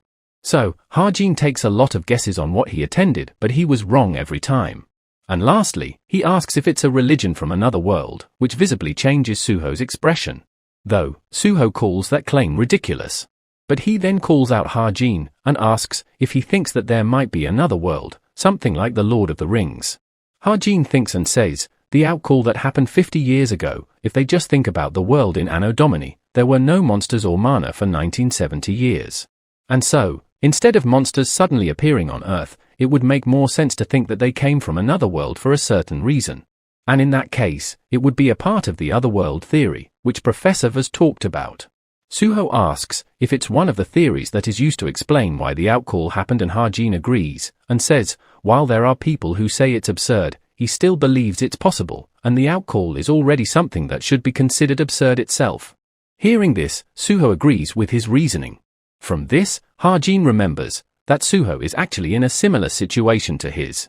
But he came to this world when he was young and obtained a new family. And at the very least, he considers Suho to not be lonely. Ha-jin then gets up and decides to leave while Suho plans to stay here for a little while longer. But before leaving, he asks Suho, since he don't have any agent yet, he would recommend someone to him, and Suho replies that he was going to take his time in finding one, but he tells Suho that he got someone to recommend, so he should hear him out. And as he leaves, he takes a quick glance at him, thinking that Suho must get stronger. Way stronger than his destined fate. Since for him, he considers Suho his only means of dealing with any unexpected trials.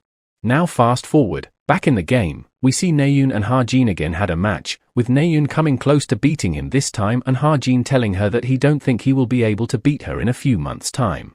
He then asks Naeun why is she not going to sleep today, since she told him that there was an event in academy, and she replies that it's just playing around, and she doesn't feel sleepy yet. He then asks if she is worried about something, and she hesitantly agrees. He then asks if it's a love problem, hearing which she blushes heavily, and tries to disagree by saying that it's nothing, but Ha-jin pushes her to talk, saying that he is good at listening to other people talk. And we then see Naeun starting to nervously speak up while blushing.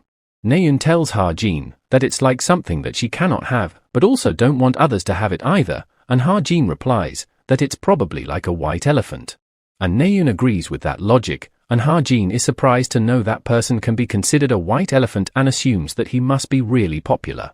Naeun continues that he can say she was thinking of that white elephant, and Ha-jin replies that there must be a reason for her to think of him, about which she blushes and replies that she is not sure about that, and there is no specific reason she can think of either. From this, Ha-jin wonders if that person is really that attractive and tells Naeun if she is thinking of that white elephant, then she should go for it. And Naeun struggles to reply an answer to that. And so, Ha-jin tells her that if she continues like this, the white elephant will get stolen away from her. But she doesn't believe that, while trying to act, and says that it doesn't matter if it gets stolen or whatever. And so, Ha-jin tells her that while she thinks that it doesn't matter right now, she will definitely be regretting it later. And Naeun thinks that he is not a white elephant anymore, since now that she has started paying attention to him, she keeps seeing his strengths. Now fast forward to the Archer class competition. The first place went to Just As Haim, who struck a target at 320 meters. We move to Naeun, who seems quite annoyed at something, and seeing which, Yoon-ha questions, why is she sighing so much, and she replies, that it's nothing. She then moves on and questions, why are there so many mags here today, and remembers hearing that there will be 8 start mages here today, and that perhaps they all gathered so they could see each other at least once. Yoon-ha replies that there are only 308 start mages in the world, and Naeun realizes it to be the case for their meeting. She then notices that it's turn for their class now. And we see Ha-jin, who is the representative of the Veritas class, and Baru Moraine, who is the representative of the Devotion class. The announcer starts telling them the rules. Both representatives will fire an arrow in their own lane at their target, and the one who strikes the target furthest away will win, and they would only have one chance to hit each target. But there will be one difference, and the announcer asks Ha-jin to fire his arrow, starting at 50-meter distance. And right as he prepares to fire his arrow, we see his whole body getting pushed down. As the mages will be inflicting numerous effects to hinder the archer, and Ha-jin thinks that in this world, just hitting the target is no fun for both the audience and the archers. But, regardless, he finds these effects way too strong. We then see someone getting asked if the cadet with the red hair down there is their nephew. And the person in question is an 8-star mage, Archduchess Ahane. She replies, he is, but unofficially, though she does consider that he has grown up splendidly, which the mage behind her agrees. Ahane comments that her nephew looks even better when placed beside Ha-jin, whom she refers to as an average-looking boy, hearing which, the mage behind her chuckles nervously. And looking at it, Ahane doesn't find Ha-jin form to be too bad. She then asks the mage behind if she can take over from 350 meter onwards, since she believes that no one will be able to reach 350 meters anyways. The guy then remembers getting orders from his superior to let Ahane do whatever she wants. So the guy agrees, saying that it's just an event after all, and the cadets would feel honored just by her attendance here alone.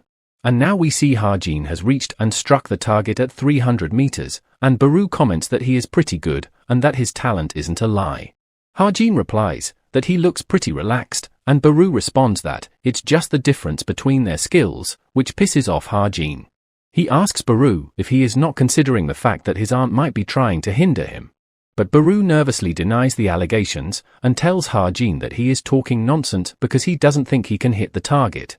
The announcer announces that both of them have surpassed the record for first place, and starting from 350 meters distance, the speed of target will be increased and the sequence will be changed. Baru then gets his turn, and looking at him, Ha-jin remembers that he is the beloved nephew of Ahane, but even then, he didn't expect the favoritism to be taken to this extent. Suddenly, Baru gets surrounded by a bunch of tree roots, seeing which, Ha-jin is surprised and wonders if an 8-star mage can do that as well.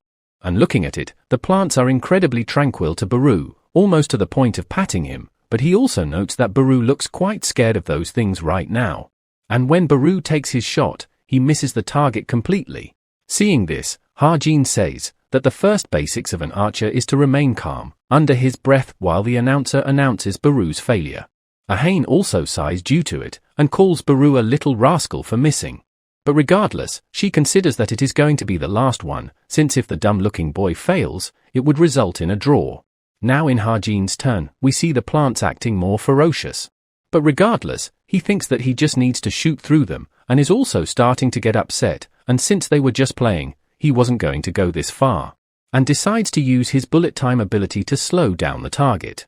But he then notes that the direct line of sight to the target has been blocked, and calls it a cowardly move, but he is not even able to see the target before he fires. He then suddenly comes up with an idea, and uses his identify skill with the random enhancement system. He selects the bow and arrow as the target, and changes the elasticity of the bowstring, and the flexibility of the arrow that will embrace that elasticity. And so, he enhances them with these properties, and takes his shot, which starts to swerve through the plants. Seeing this, both Ahane and Baru is left shocked, as the latter wonders, how is the arrow curving? And it also successfully hits the target, and the announcer declares Ha-jin's success in hitting the target at 350 meter distance. Baru questions who on earth is he and accuses Ha-jin of using mana, but he replies that his aunt would have noticed if he used mana. And like that, Ha-jin throws away the bow right in front of him, while saying that this is what a difference in skill really looks like. And as he walks away with the announcer announcing that he has been recorded in the first place, Baru tries to act all cool about it. Looking at Ha-jin from the stands, Yoon-ha comments that he always has to have the final say. While Naeun blushes heavily, remembering her thoughts, that now that she has noticed him, she will probably always see his strengths, and thinks to herself that she must have gone crazy. Fast forward, and the final competition was held on Sunday, and with that, the class competition was over. And Ha-jin was also finally able to spend some relaxing time with Evangel. He then suddenly gets a new message from Geronimo mercenaries, as he wonders, what is that?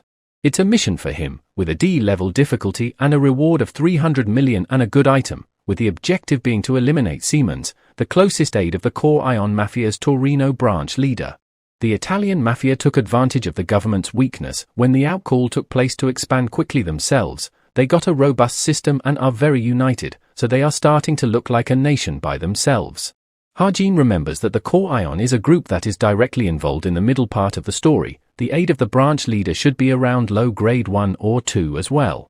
And while he approved the test of the chameleon troupe so he could write his own story, he still thinks that it's too hard of a mission for a trainee. Though he notes that he is also a demonic human, and thinks that he might feel less guilty if he is killing a demonic human. Suddenly, Evangel calls him out as he was spacing out in the middle, and asks him if she can eat more. And he replies that she can eat as much as she wants, and Evangel gets quite happy due to it. Ha-jin thinks that he doesn't intend to start the mission immediately, he would still need to make preparation in advance. In this world, constitution refers to something that is innate from birth, something similar to talent. One can think of them as body's talents. And the constitution that Ha-jin has written is body that can use mana. The restriction of being unable to use mana with the body that can't use mana enables the positive effect of having vitality substitution.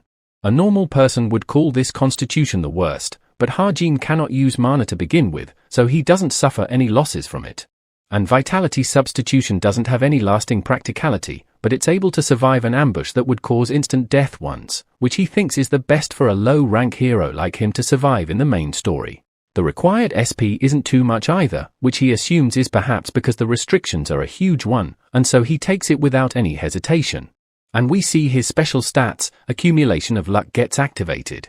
And he gets a golden letter when calamities becomes blessing, which makes it so that the accumulation of vitality can raise his stats permanently, which surprises Ha-jin. As he thinks that although it says that only a very small amount would be able to, it's still just giving him free stats. And so, he loudly and excitedly shouts that it's awesome, and Evangel gets annoyed and scolds Ha-jin to be quiet when they are eating, and he apologizes to her for it. Fast forward, and he also went to retrieve the obsidian bracelet that he entrusted to Soul Magic Tower. And upon seeing its stats, he calls it worth the money. The guy also informs Ha-jin beforehand that the enhanced magic power is something that he can only use once in his life, so he should use it carefully, and Ha-jin realizes that the guy didn't know about its automatic charging function. Though, he did find him pretty honest, unlike what was the first impression of him. And as he is thinking to introduce him to Yoon-ha when she sets up a magic tower later on, Soo-hyuk arrives and calls out to Ha-jin. He apologizes to Ha-jin for keeping him wait and asks for him to head to the office with him. Seeing it, Ha-jin is quite impressed, and Soo-hyuk informs him that they already have 11 employees. He also got 5 exclusive hunter contracts, and the office was an investment from Yoon-ha. He then shows Ha-jin the bike he told him to get, and Ha-jin is quite happy upon seeing it. It's an Augusta Vigilante, and seeing its stats and features, Ha-jin is not surprised that it's so expensive. He thanks Soo-hyuk for getting it for him, and he replies that there is no need for that, he can just let him know if he needs anything. Though, he won't be able to do everything he wants, and he then hears some noises coming out of Ha-jin's bag and asks, what is in it? And from it, a cute puppy comes out, seeing which Soo-hyuk is quite surprised. He finds the dog really cute, and asks him, why does have a dog, and Ha-jin replies that he somehow got it. But Soo-hyuk doubts that and replies that it doesn't seem like him. But he then gets a call and tells Ha-jin that he would have to leave now since he got something to attend to, and Ha-jin decides to leave as well. He once again thanks Soo-hyuk for the bike and they both part ways for now. Ha-jin then decides to go somewhere without any prying eyes and makes sure the area he is in has no CCTV.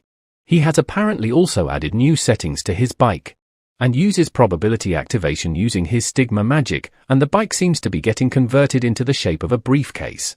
Though, he notes that it's still quite heavy, over 20 kilograms. He then thanks the dog for staying in there, since it must have been quite stuffy. And we see the dog is actually Evangel, who pestered Ha-Jin that she wanted to visit Seoul. He then asks Evangel to get going with him, and as she asks, where to, Ha-Jin replies, to get some good food. We then switch scenes to Yoon-ha, and some lady who is telling her to take a good look, as all the land around here will become hers in the future, and that old lady is Yoon-ha's mother, Jin Yo-jung, who is a real estate mogul. Yoon-ha tells her to not worry, as she has already thought on how she would make use of it all, and her mother is quite happy with it, and calls Yoon-ha quite dependable, which makes her mom wonder, why is her dad so immature, and the guard behind them realizes that the berserker Yo Jin-young is just a normal husband at home as well. Though, Yoon-ha tells her that he has gotten much better these days. Suddenly, as she turns around, she sees Ha-Jin. But setting that aside, in shock, she wonders who is that kid with Ha-Jin. She immediately decides to find out and tries to call him out, but her mother grabs her hand and asks her, where is she going, as they need to go visit the tenants of their building now. She tries telling her mom that she got something urgent to do, but her mom tells her that she has to stay here, as she will be inheriting it later on, while she looks back and sees Ha-Jin getting farther and farther away. But regardless, her mom drags her away with herself, while Yoon-ha really wants to check it out. We switch scenes to Evangel, who is eating out with Ha-Jin and is really liking the food as well.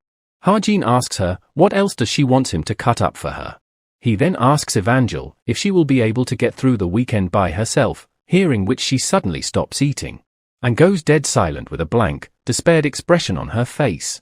Seeing her face like this, and noticing that she has stopped eating, Ha-Jin thinks that she is going to cry, and tells her that he will buy her all the toys she wants today, so she can tell him if she wants anything.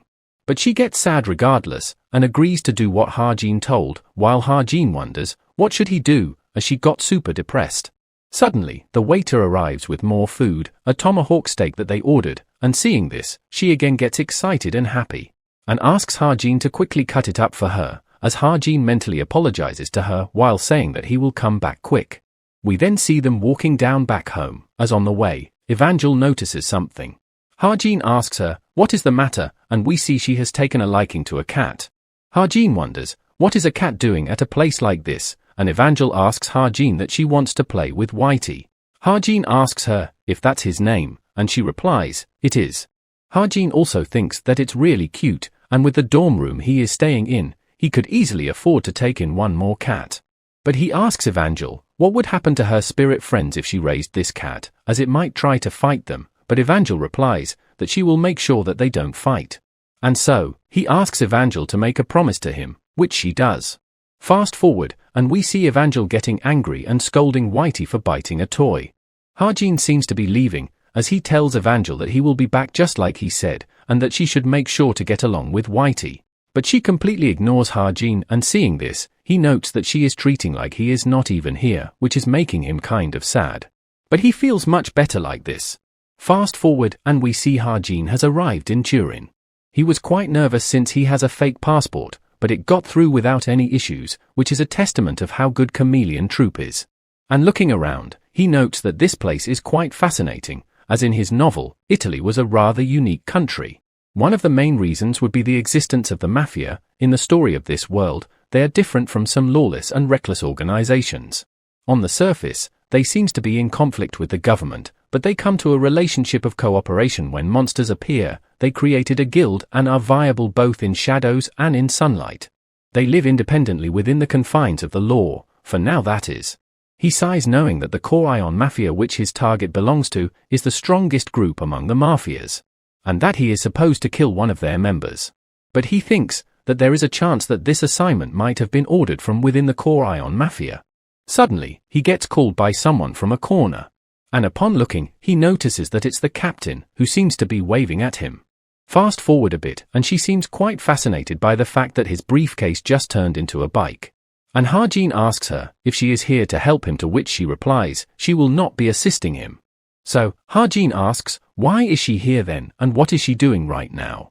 The captain tells Ha-Jin to start riding, as apparently she wants to go for a drive.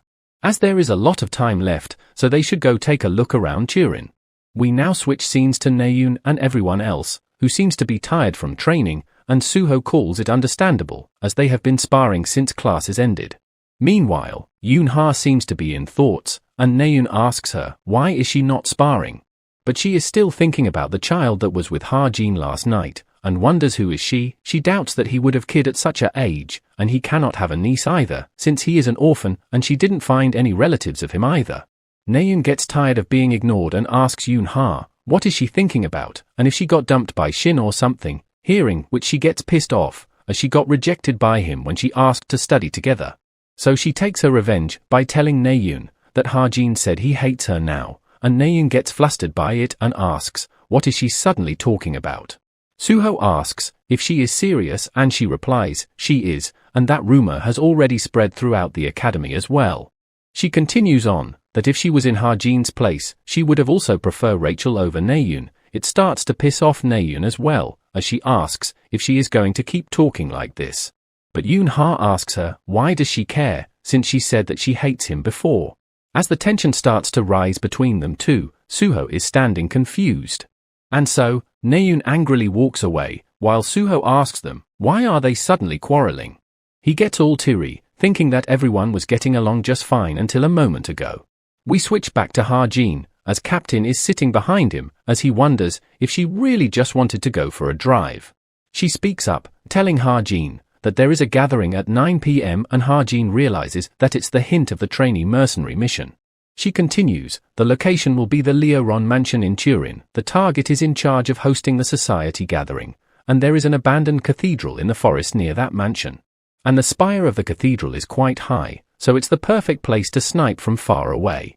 Seeing which, Ha-jin wonders, just how long has this cathedral been neglected for?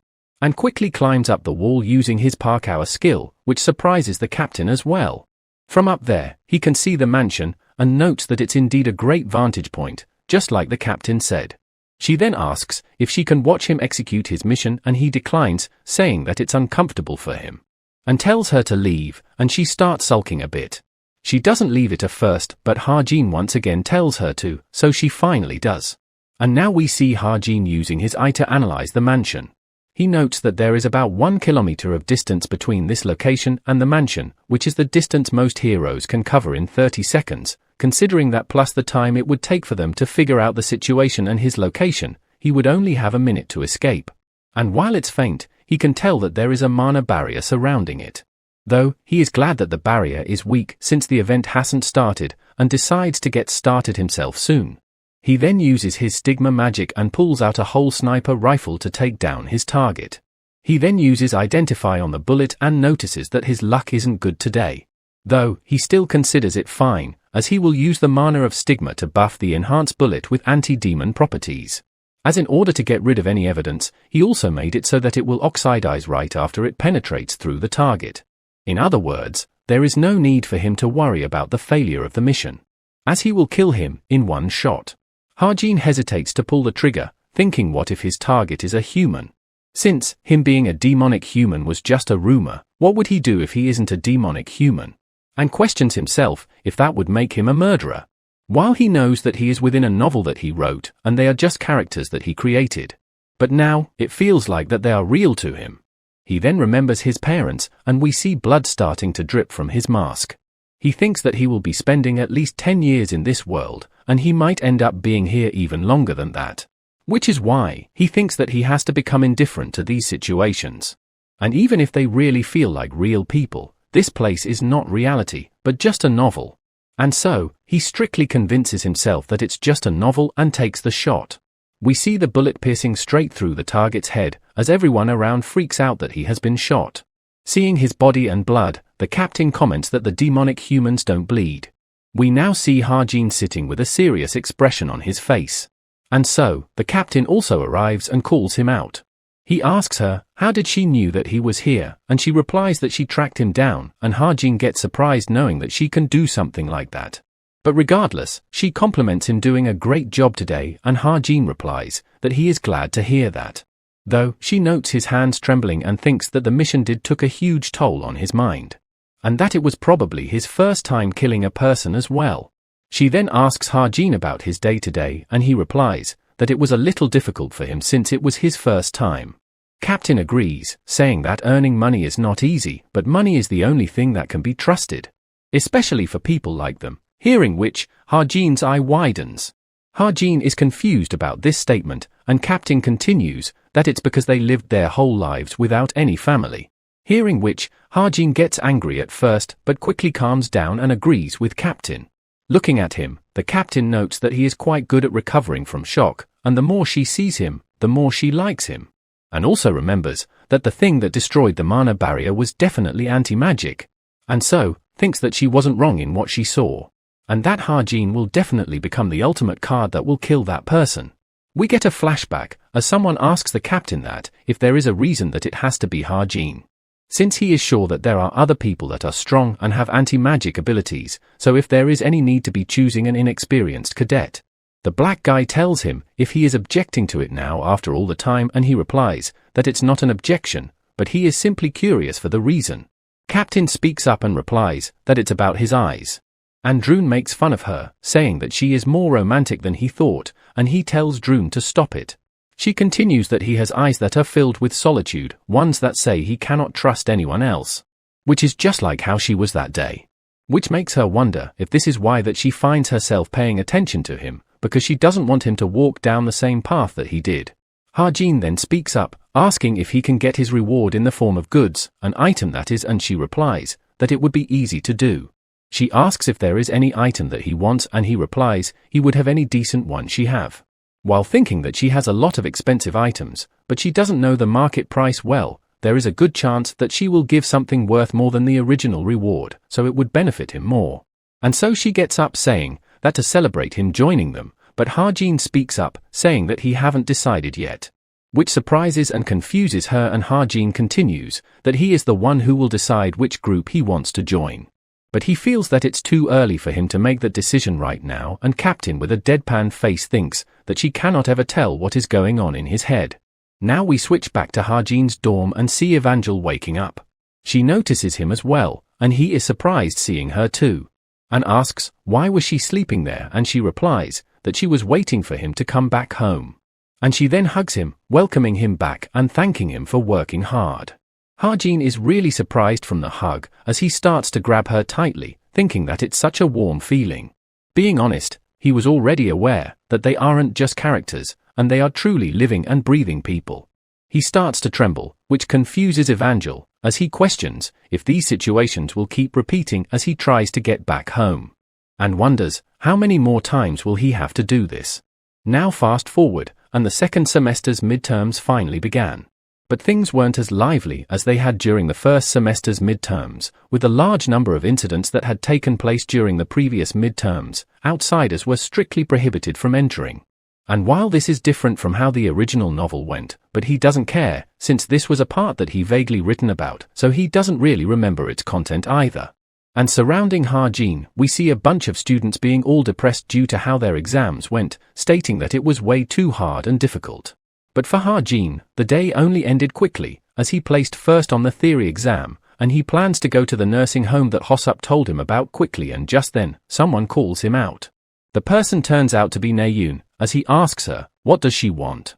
She asks if he is heading to the study room, and he declines, saying that he is going out. Naeun asks if he is not going to study, and Ha-jin replies that he doesn't need to, but Naeun asks if he have any summary notes then. And Ha-jin straight up declines, while thinking, what is up with her again, as Naeun asks Ha-jin to help her out a little. As she really messed up on today's written exam, and she heard that just memorizing the important parts would help her get 10 more points. And so, she requests Ha-jin to help her cram for that.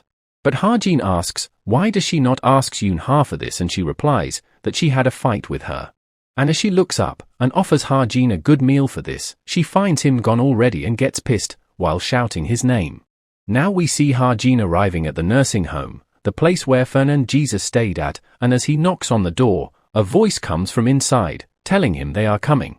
It seems to be some old lady, who asks Ha-jin what brings him here, and right as he is about to introduce himself. He notes that she already recognizes her, which makes him quite surprised. While Ha-jin is quite confused at her recognizing him, he suddenly realizes the reason for it. Remembering that his body was Kim Chun-dong before. And he was a warm person, not a cold one unlike him, and he probably has his own personal relationship that he didn't know about, as the old lady happily asks him to come inside, as it's almost been a year since he last visited. So, Ha-jin starts to act as if he already knows them, and asks them, how have they been? The old lady replies that this pulse is always the same, as Ha-jin starts to look around and see some old people greeting him and recognizing him and are quite happy upon seeing him as well. And seeing their reaction, Ha-jin is quite surprised. The old lady asks what brings him here today, and Ha-jin replies that it's nothing much and that he is looking for Mr. Agus, from which the old lady remembers as the one from South America. He was apparently really quiet, and all he did was talk to Ha-jin a little, hearing which again surprises him as he learns that Chun-dong knew Fernand, and that it must be something the co-author added to the storyline for this part, though it's not as bad this time. Ha-jin asks the old lady that he was wondering if he left anything behind, and the lady starts to think, as she don't think that he made any requests. And right as she is about to tell him, they both speak up at the same time about the letter that he must have left behind. The lady seems a bit surprised by this, and Ha-jin is glad that this part is still the same as the original novel. She asks Ha-jin, how does he know that, and he ignores and asks her, where is that letter right now? And thinks that while he don't know what Kim Chun-dong's personality was like originally, but based on the reactions that the people have towards him here, he is certain that he had a good relationship with the people here, as he tells the old lady that he had a promise with him. The old lady fixes up her glasses and tells him that it does make sense that he would have left something for Ha-jin, since he didn't discriminate against anyone and approached him first to talk to him. And so, she tells Ha-jin that he should go to Seoho Memorial Park, as the letter will be with his remains. Fast forward as Ha-jin arrives there, he thinks that he is doing so many things that he has never done before in real life. And as he walks down the memorial, he finds it, Area 17, first row and number 4. And there he also finds the letter, and is glad that it's still here. As he gets it out, and is about to open it, he remembers that he already knows the contents of this letter. And there is no need for him to open this letter, at least, he thinks that he shouldn't be the first person to read this. But since there might be a chance that the co-author played some kind of trick here, and if the content of the letter changed, things will get really complicated. We switch scenes to Yoon-ha, who learns that Ha-jin, before he entered Cube at the age of 11 years old, used to do volunteer work. There were many records of him doing it at orphanages or nursing home, learning which surprises her. And she wonders if this is the reason that he has been going out frequently, knowing how there were many rumors about him, but to think that this was the truth. He grew up as an orphan and joined the military academy when his talent awakened. That's a life story that underwent a huge twist for the good, and thinks that if she was in his place, she would have thrown the negative past she had in the trash bin. But instead, he chose to remember his past, and perhaps he has been reaching out to others so he could find back his past. He doesn't use his strength as a tool to gather attention, but only uses it without others knowing it, when help is absolutely needed. And while that is not aligned with her values, she has no choice but to respect Ha-jin for this. And so, she finds him a really incredible person, and she asks her assistant if they do not have more important information about his past, like where he was born, and they reply that they are still working on it, as those are the only pieces of information they could find, and apologizes for it. And so, she orders them to look harder and report it to her. Next on the report, they inform her that they received a request from the Core Ion Mafia to track down an assassin. One of their executives was killed, and the assassin is said to be from Korea, knowing which, Yoon-ha thinks that she was intending to approach them for something related to relic smuggling. And with this, she may be able to work out an advantageous condition for themselves, and asks her team if they would be able to track down the assassin. And one of her assistant replies that there is a newbie named Kim Hosup that joined them recently, and he is quite useful, and sends his file towards Yoon-ha. Back to Ha-jin, who upon reading the letter, notes that its content has not changed at all. And so, he puts it back and gets relieved. And thinks that in this current situation, this is the only answer that the Truth Agency can give. We then see Toma's watch gets a notification, and seeing which she is quite surprised.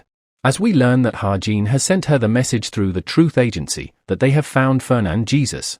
And if she wishes to hear their reply, she has to transfer the required payment amount. Now next day, Professor announces the end of the tests, and that there won't be any more written tests for midterms either, and gives all the cadets leave. Now after the class, Ha-jin is seemingly buying a drink, and just then, someone calls him out. And it's Naeun, who asks, what is he going to do now since the tests are over? And he replies, what else? He is going to start preparing for the practical exam, which is surprising to her, as she replies, that it's next week. Is he already going to prepare for it? She then starts to take something out of her bag to give it back to Ha-jin. And it turns out to be notes, and she thanks him for this, as she was able to do pretty well in tests thanks to them. And back then, she thought that he just left while ignoring her, and thanks him again for it, and Ha-jin replies that he only left because he had something urgent to do. She then compliments him that he did great at catching the key points, and he simply chuckles while thinking that these notes are actually something he got from hacking Yoon-ha's personal database. Naeun then offers to buy Ha-jin a good meal, as she is quite grateful to him, and asks if he wants to go there after the practical exams are over, and he replies, where to? And Naeun says, Hanjung Pavilion. Hearing that name surprises Ha-jin. He remembers that it's apparently a super luxurious Korean restaurant which is located in Gangwon-do. While he seems to be quite enticed by it, he answers her that he won't go, which shocks Naeun as she asks for his reason. He remembers that he needs to prepare for that incident which will happen after the practical exam, and tells Naeun that he is busy, and tells her to go with Suho if she wants to go there, hearing which, she blushes and asks, is he being jealous right now, which causes him to spit his drink. With a disgusted expression, he asks, what kind of nonsense is she talking about, and she tells him to forget it if it's not the case upon seeing his expression. Ha-jin starts to leave afterwards, but Naeun tells him that she was just trying to pay him back for what happened at the restaurant in Paris, and he replies that it's fine, as he is not interested. She once again shouts at him that it would be a full-course meal, but he ignores her and leaves, making her think, what was all that about? And gets a bit sad, wondering that they cannot just go with the two of them. On his way back, he plans to buy some snacks for Evangel, and as he walks by a corner, he hears someone talking.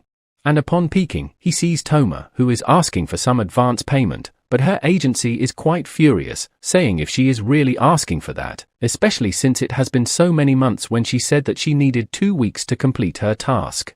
And that she also lost the item that the team leader sent her, which she apologizes for, and Ha-jin chuckles hearing that as he eavesdrops on the call. She once again tries to ask that she really needs this money urgently, but the agency shouts at her this time, telling her to better focus on finishing her task first. And after the call, she seems annoyed as she states that nothing is going her way, but as she is leaving, she encounters Ha-jin on the outside. She is quite surprised seeing him, and wonders how long has he been standing there, and if he overheard her call. But she ignores it, as nothing in that conversation contained information about her being a demonic human, and so she leaves while telling Ha-jin to get lost. But as Ha-jin asks her if she would like him to lend her money, she quickly turns back in surprise, asking if he would really do that. But upon realizing that he heard her conversation, she asks him to forget it, saying that he don't even know how much she needs. But Ha-jin replies that since she is a mage, it would be easy for her to earn money as he heard, and he would lend her the amount if she writes him a promissory note, to which she replies that it's not an amount that he can lend her. Ha-jin reaches out in his pocket and takes out his card, saying that he might not look like it, but he is pretty rich. Now we fast forward to the second arena, first practical exam, team combat. The rules are similar to first semester's individual combat. The primary distinct is that this is a team combat. The attacking team of the first day's match is Rachel's team, and the defending team is Yo-Hei's team. Seeing the location, Ha-jin comments that the terrain has lots of obstacles, which makes it much more advantageous for him. Rachel comes, planning to charge through the front with Hosung, and as for the rest of the members, she wants them to catch up and support them. And as she plans to depart, Ha-jin quickly jumps and gets up on a tree branch. She confusedly calls him out, and he tells her to go on ahead, as he will support her from the top, and Rachel thinks that Ha-jin is trying to dominate the high ground and agrees to go his way. And so, everyone leaves for their positions. Ha-jin climbs up on a really high tree and suddenly notices something from up top. He quickly takes out his weapon and shoots an arrow which was coming for him, and immediately changes his position while thinking the fact that there is an archer here means the team members of the opposing team are here as well, and wonders who the likely candidate will be. Suddenly, he notices someone sitting with a leaf in his mouth. And we see it's Yo-Hei, who seems to confidently sitting under a tree while being totally relaxed. Seeing this, Ha-jin is quite confused and shocked, and wonders what is up with him, since he is being too vulnerable despite having archers around here. Not to mention, the person he is up against is Rachel, as she rushes towards him, but despite this he still seems to be relaxed. And as Rachel jumps and attacks him, Yohei unsheathes his sword and blocks her attack, which surprises her. Seeing which, Ha-jin is quite shocked as well, and Hosung also arrives as a backup. He attacks Yohei from a distance, creating a large shockwave in the arena. And seeing their fight, Ha-jin notes that they are evenly matched, and Yohei isn't losing despite being ganged up on by Rachel and Hosung. And so, in shock, he wonders if Yohei was always this strong. Even Hosung seems surprised that he is not letting up even when fighting both him and Rachel. They wonder if he is using a magic buff, and from this Ha-jin also gets a rough understanding of the situation. Yohei will stop the enemies at front, while the archer supports with the arrows in the middle. And the mage is probably at the back using all of his mana to cast all sorts of buffs on Yohei, and the supporter and the warrior are providing impenetrable defense to protect the mage, which would mean that it's a one-man strategy focused on Yohei. Ha-jin does consider it a pretty efficient strategy for defending team to use. But he then smirks, saying that it's assuming that their mage doesn't die and quickly park our offs to somewhere. He then arrives at some place, and finds the mage who is being protected by other team members. One of them also notices Ha-jin sitting on the tree and notifies its members about him. They immediately attack him and Ha-jin runs away, wondering if he doesn't have any talent in infiltration. Meanwhile, their supporter is surprised that Ha-jin as a shooter came to them alone, and asks him what is he thinking, as Ha-jin shoots at them while hanging from the tree. But all of his bullets are stopped by the supporter using his axe as a shield. Ha-jin gets down and starts running and gunning at them, while their supporter asks her if her buffs are going well, to which she replies that they are all fine. Ha-jin notes that he is hiding himself really well, but even then, he believes that he would be able to easily shoot him down from above. And so they plan something and the warrior rushes towards Ha-jin, which makes him question if he is planning to take him down on his own. But which in return works great for Ha-jin as he jumps up and grabs onto a rock, thinking that there is no way they can catch him in a place like this with many obstacles. And so Ha-jin makes fun of them while running and the supporter and the warrior starts to get annoyed, with the former saying that he is unable to catch Ha-jin at all, which is a pain in the ass. He then uses one of his skills, Combine, and forms and brings multiple shields together. And it creates a perfect round ball made completely of shields, seeing which, Ha-jin comments if he is an armadillo or something. Their warrior tries to land a powered-up attack on Ha-jin but he backflips over it. And while in mid-air, he goes over their shields, saying that no matter how much they block, a shield would still be a shield. And he is also able to see it clearly. Their shield's blind spot, as the bullet he shot curves around and goes right inside the shield through a small gap. Yohei is shocked upon the buffs getting removed and we see the mage is knocked out. And the announcement is made as well, that his team mage has been retired, which is quite shocking for him. Meanwhile, Ha-jin thinks that if the mage had even one barrier cast on him, he wouldn't have knocked out in one shot. His mistake was trying to preserve his mana. Their team try to call Ha-jin coward, to which he replies, while smirking, "Who are they calling a coward?" As it's just them being strategic, as we see Yohei is getting pushed with his mana being consumed at a really rapid rate.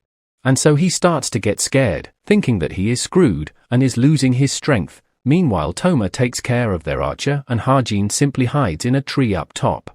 And with that, Team Rachel gets an overwhelming victory.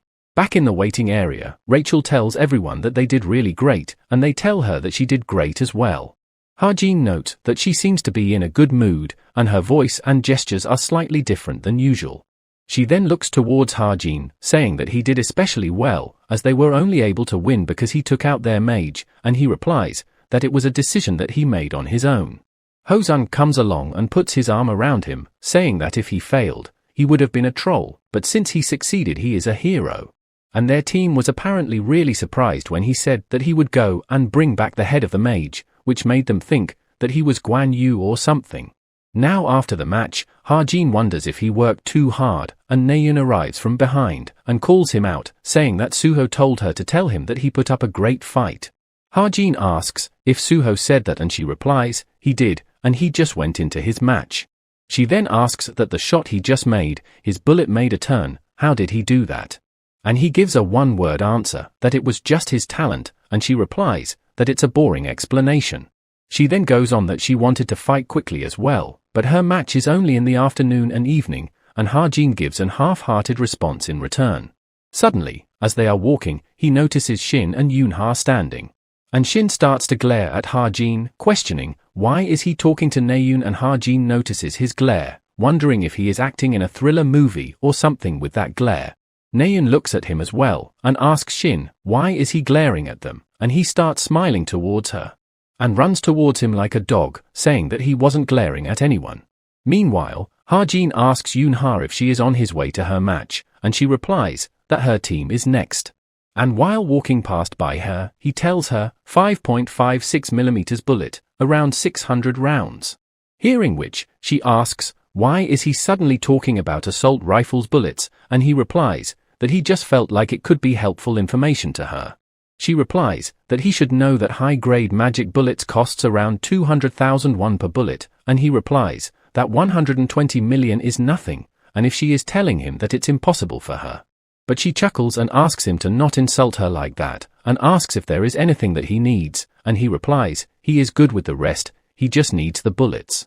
She then informs him about the mountain ginseng, and the elixir will be completed in 2 weeks, but there is something else as well, and Ha-jin asks if she wants to know if he have more, and she replies she thinks that it would take some time to find a place to do business with for her. So Ha-jin tells her that while he cannot guarantee that he can get more, but if he do get some, he would trade them for some stocks in her pharmaceutical company, and asks if that would be fine with her, and she gets elated hearing that, saying that it would be easy to do, and that she would be counting on him for that. Behind them, Shin asks Naeun, why is she being friendly with someone like him? And she blushes and asks, what nonsense is he talking about, and he replies, if she has forgotten about it, that she said she disliked him. Naeun gets flustered and tries to disagree, saying that she had some misunderstanding back then, and Yoon-ha gets a bit flustered as well, telling Hain that Shin doesn't know him well, so he should ignore what he just heard. And Ha-jin replies that he doesn't care about him, so she shouldn't worry, and since he said what he needed, he leaves. On the way, he thinks that while he don't feel great, but this is the type of story settings it's supposed to be. Jong-hak is a descendant of the prime minister that served the king for a long time, and he is also the grandson of Shin Myung-chul, the great hero who saved Korea as it was starving after outcall happened. So it's natural that he feels a strong pride for his bloodline and status, and with that, he seems to have arrived back at his dorm, as he tells Evangel that he is back home. And suddenly, Evangel comes running towards him while shouting his name, and Ha-jin asks her if everything is okay. She quickly hugs him without saying anything, and he asks if anything happened, or if she is hungry. But he gets shocked upon looking at her crying face and asks her what happened. Evangel starts crying a lot, saying that Whitey has scratched her, and she shows a tiny scratch on her palm, seeing which Ha-jin is left speechless. And so he thinks that the first ironclad rule of raising a child is to never show them that you are annoyed. And so, he picks her up and asks how did that happen, and she replies that she doesn't know how, but calls Whitey bad anyways. And claims to have never done anything, and Ha-jin is confused, thinking that Whitey scratched her without her doing anything. He knows that Whitey is a grade 4 in mana affinity. Beasts with high mana affinity recover quickly, live longer, and are very smart, so a creature like that wouldn't scratch its owner without a good reason. And as gets inside the room, he notices cat treats lying around and remembers that he told Evangel to feed them to Whitey once a day. And so, he questions Evangel, why are there so many open packets of cat treats? And asks if she was eating them, which shocks Ha-jin, and Evangel doesn't say anything and tries to feign ignorance. She gets nervous and tells Ha-jin that she was curious about how good they tasted because Whitey liked them so much, so she just tried to taste them a little. And so Ha-jin realizes that it is what got Whitey angry and tells Evangel to not do that again. Suddenly, Ha-jin's watch buzzes and he gets a happy birthday message from Rachel. She sends him a digital cake set as well, and so Ha-jin realizes that today is his birthday. Now we switch scenes to Naeun, who is pouting and seems to be looking at something. And it's Yoon-ha's post, seeing which, she says that she is suddenly active on social media just because they finished the test. And from that post, she also get to know that she is close with her team members, and thinks to perhaps celebrate with her team as well, but immediately drops the plan after since their presentation was a mess already. From that she also remembers her fight with Yoon-ha, and the fact that she hasn't talked to her since that day, and also realizes that she was the one who was at fault, and now wants to make up with her. She starts to roll over and get frustrated, trying to think what should she say to her. And so, she starts by liking her post first. She then scrolls and also sees Shin Jong-hak's post, looking at which, she thinks if they are some kind of gangsters or something, and wonders, when will he stop being so childish? She then Suho's post, who posted a picture with Ha-jin, seeing which, Naeun wonders if Suho is doing this on purpose, and starts to compare on how they both look.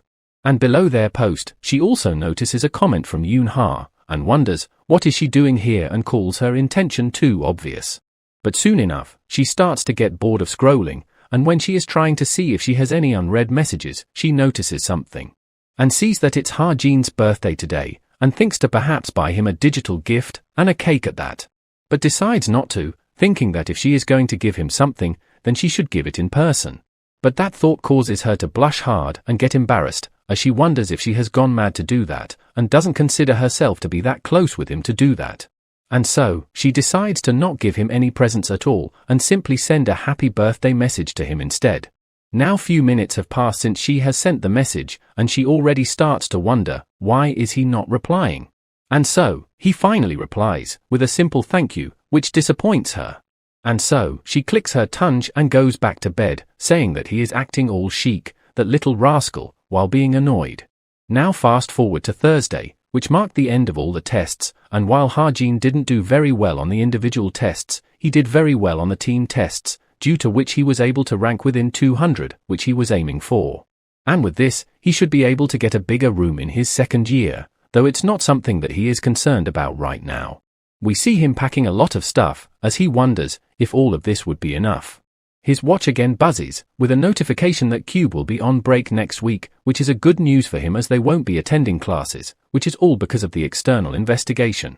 But even the investigators won't be able to find anything out of place, but the demonic humans that have infiltrated Cube should be laying low for the time being, but the important thing is the next part of the message.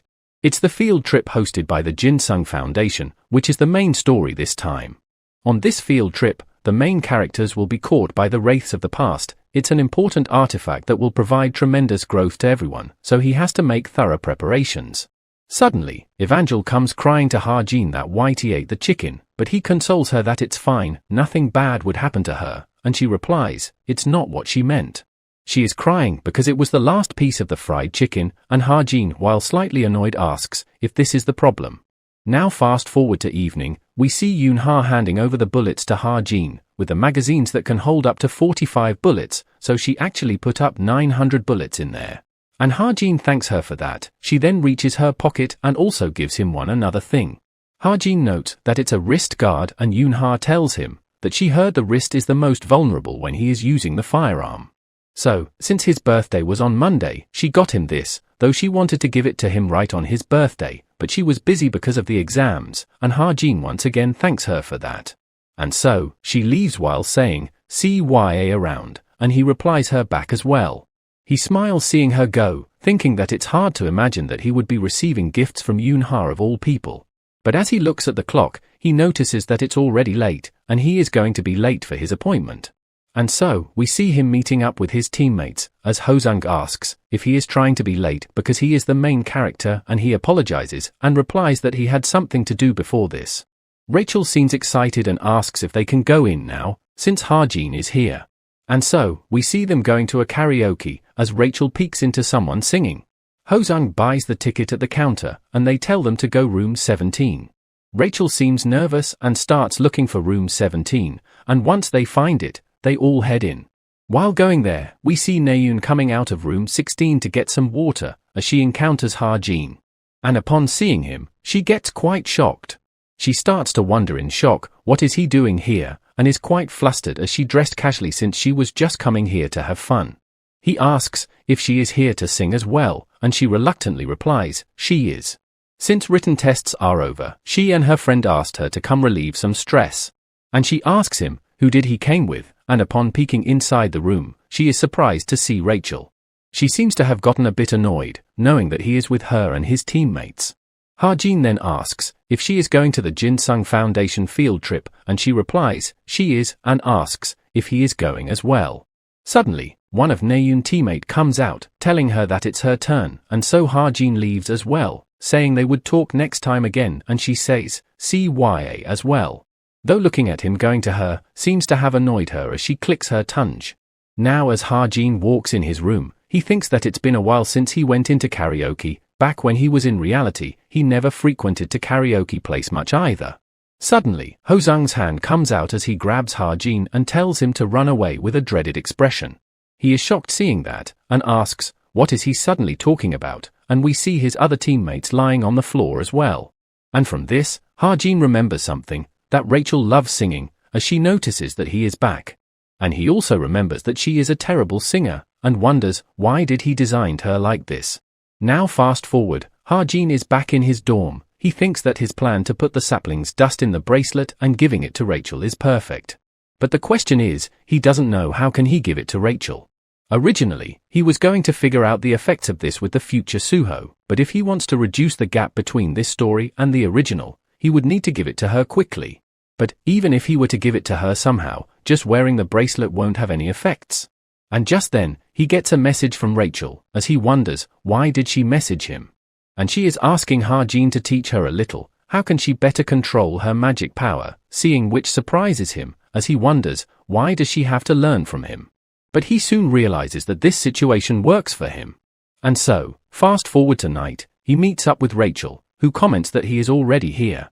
She thanks him for coming out, even though it was a last-minute request, and he tells her to not worry about it, while thinking that he is the one who is thankful to her. He asks Rachel if there is really anything that he can teach her, and she replies, to not say that. She reviewed the fight today and found there were lots of areas that she can improve in. If it weren't for Ha-jin, she believes they wouldn't have gotten such good results. Which is why she wants to ask for his help, and so she once again requests to help her, and asks, how can she become strong like him? Ha-jin replies that it sounds to him that she is saying that she wants to try his training routine. And while trying to be serious, he tells her that it's going to be very tough, and asks if she can handle it, and she replies she will try nervously. Now first things, they sit down and Ha-jin asks her to try sitting like he is. She tries to do but struggles, seeing which, Ha-jin tells her she can sit however she wants if it's hard for her to sit like him, but she replies that she can do it. But in the end, she couldn't do it, and ends up sitting her way, asking Ha-jin if it's okay, who replies that it is. He then asks her to reach out her hand to him, which she does. And suddenly, he puts that bracelet on her arm, telling her that it's nothing but a present, which will help her. But she is hesitant to accept, saying that he is already training him. Would it be okay for to accept the gift as well? And he replies, it's just a normal bracelet so she shouldn't worry about it, and she thanks him for it. And now, Ha-jin starts by saying that he first wants her to straighten her body, maintain that posture, and it should be as if someone is pulling her head upwards, and she can just breathe normally.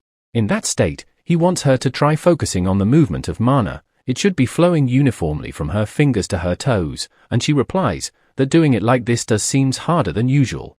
Ha-jin replies it means she is doing it right, while thinking that it's actually a meditation method that he found last minute on YouTube, but if she is feeling it, then it's all that matters. Though, he now thinks that he has laid enough bait, and asks her starting from her left hand, try circulating the mana, and she asks, does he mean from the bracelet? And he agrees, saying that it should feel like the energy of the bracelet is spreading throughout her body.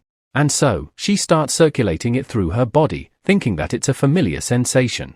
It is as if she feels the nature is speaking to her. And upon opening her eyes, she is able to see spirits and gets excited. And so, Ha-jin congratulates her for becoming a spirit summoner, and she is unable to believe at this. He asks if she has ever checked whether she had an affinity with spirits before, and she replies that she did once when she was younger and got good results for it, but gave up because she couldn't find a training method to control spirits. Hearing this, Ha-jin thinks that Rachel's personality and talent are perfect for controlling spirits, but because the methods to develop the spirits aren't advancing right now, it's hard for her to achieve this herself. The dust of the butterfly spirit that seeded deeply into her body probably acted as the passageway between Rachel and the spirits. And due to this, Rachel thanks Ha-jin for the help.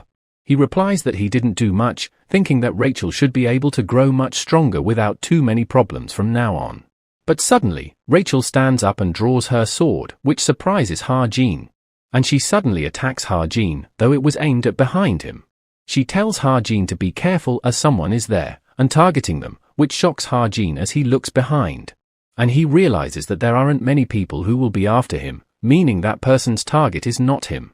And we see a hooded guy coming out of the bushes while laughing, saying that while she did through an attack, but seeing how unaware she is of who he is, the spirits must have told her of his existence. And as the guy removes his hood, Rachel is shocked seeing that it's Lancaster, as he tells Rachel that it's like always, she cannot do anything by herself. He then calls out to Ha-Jin and tells him to be careful, saying that the affection he shows to Rachel will one day transform into a blade that turns on him. But Ha-Jin defends Rachel and puts his arm forward, saying that it's none of his business, and asks him why is he going so far to harass Rachel, since if all he wanted to ambush them, then he would have attacked them when they were defenseless. And just what is he after? Rachel nervously tells Ha-Jin that he has a grudge against her. And Lancaster replies if she really thinks that he would do this just because of his grudge against her.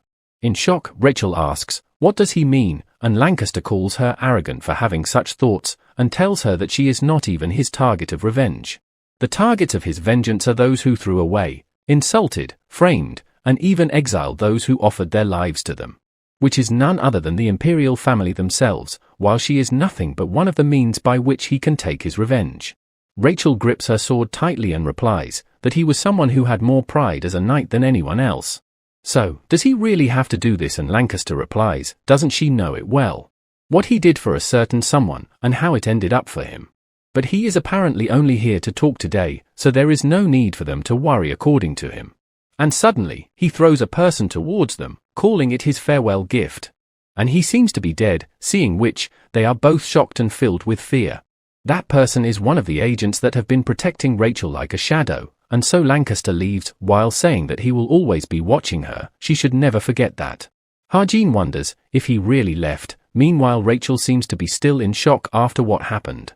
Ha-Jin thinks that he knew Lancaster would be approaching Rachel really soon, but he was just supposed to send a few assassins and then retreat after they are defeated by Rachel's awakening. He wasn't expecting him to kill someone like this. And so, he decides to report it to the Cube right now, but he knows that the upper management of Cube are already rotten to the core, and are working with the demonic humans. And so, they would probably hide this incident somehow as well.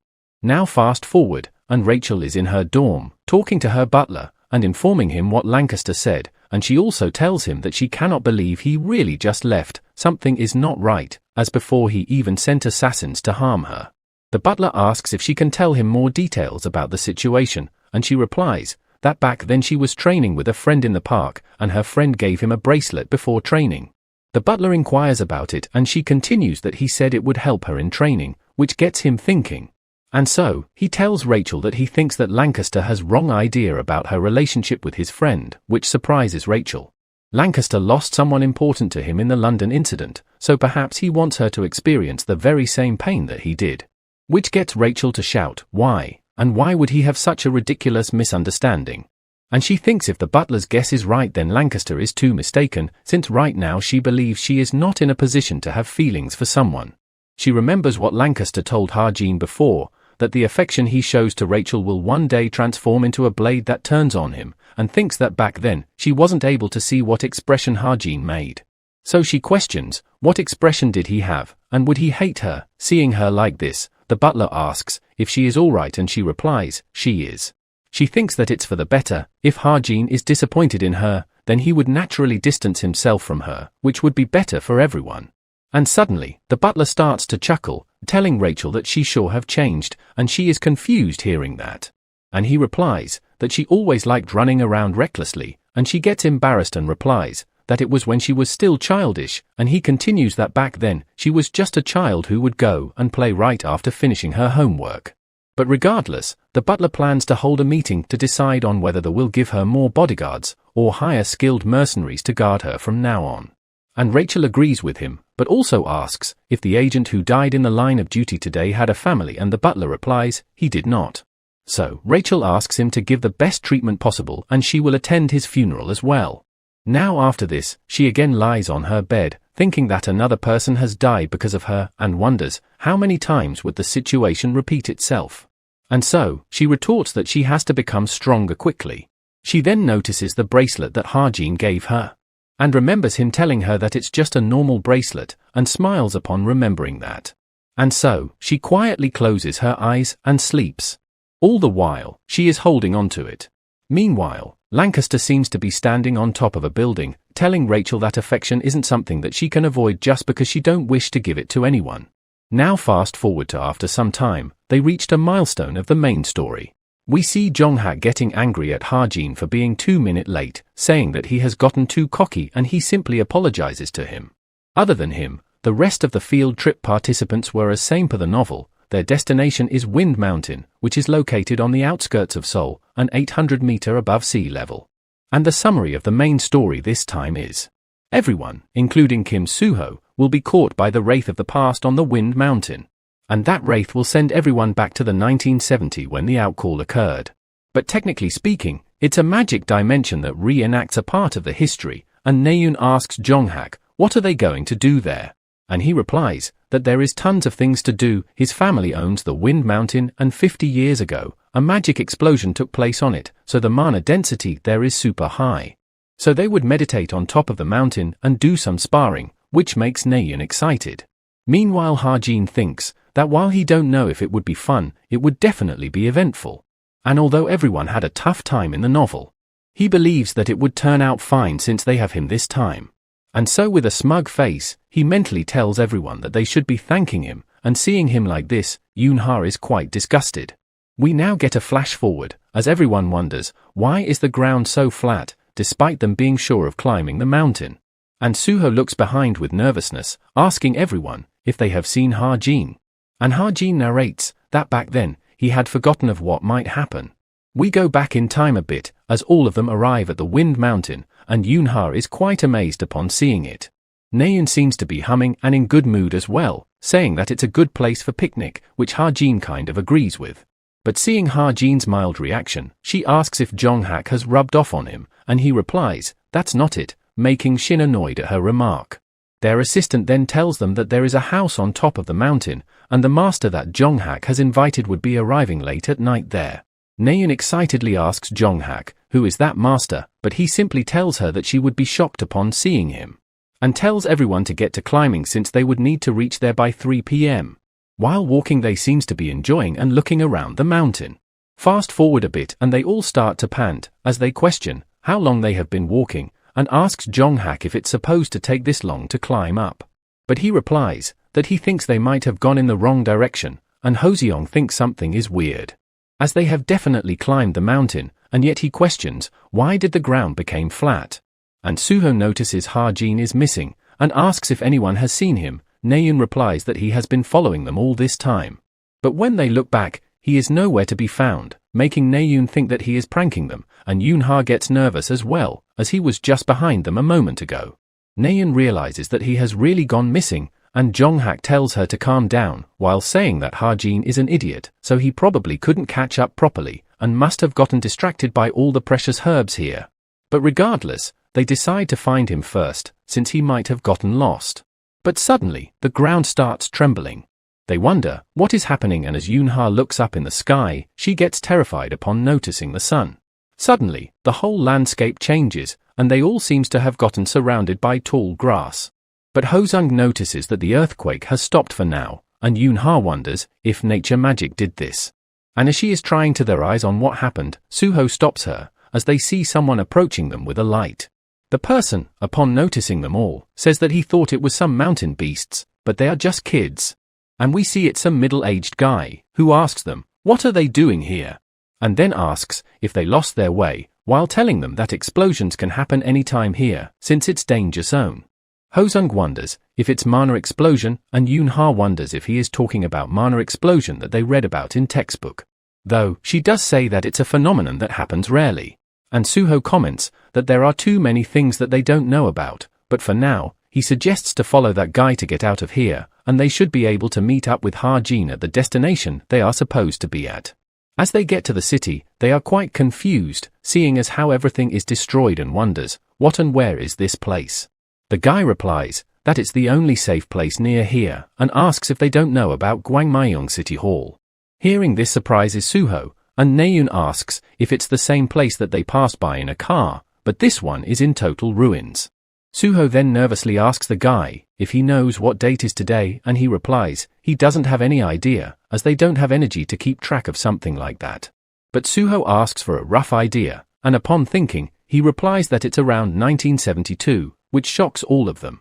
Suho realizes that it all makes sense now, the ground that suddenly became flat, a situation that felt out of place in their era.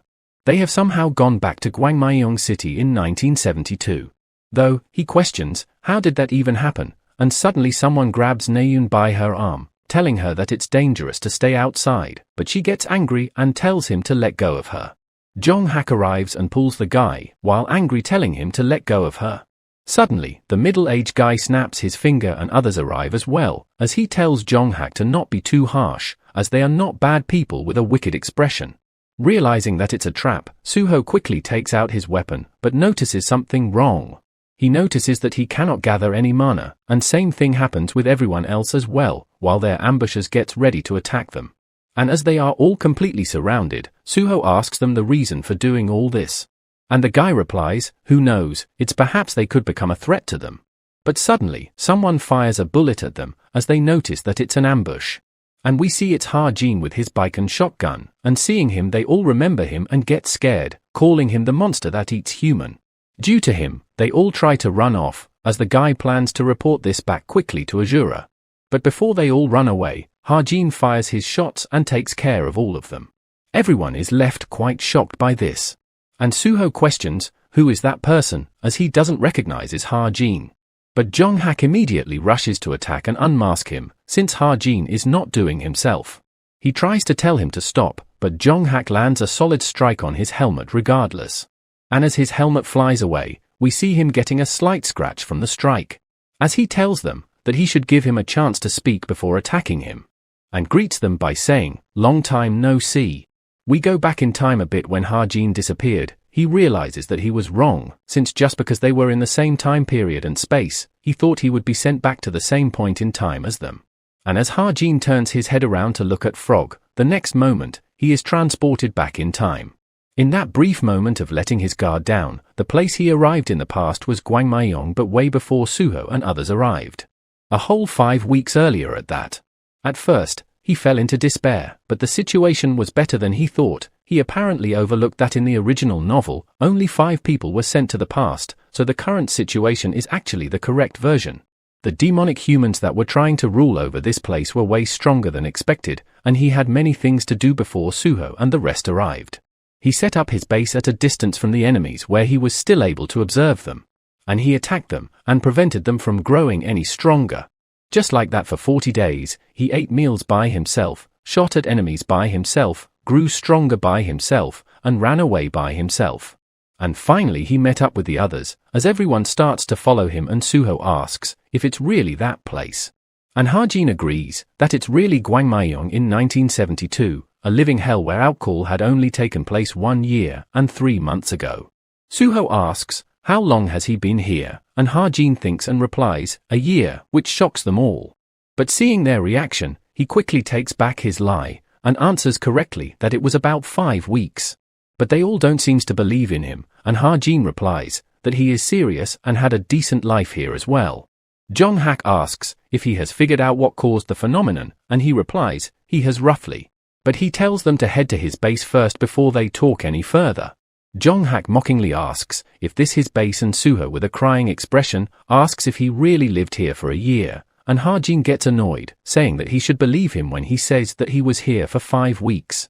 Both Yoon-ha and Naeun are quite in dread upon saying the base, as Yoon-ha comments that there is really nothing here, but Naeun replies, it's not true, there is something here.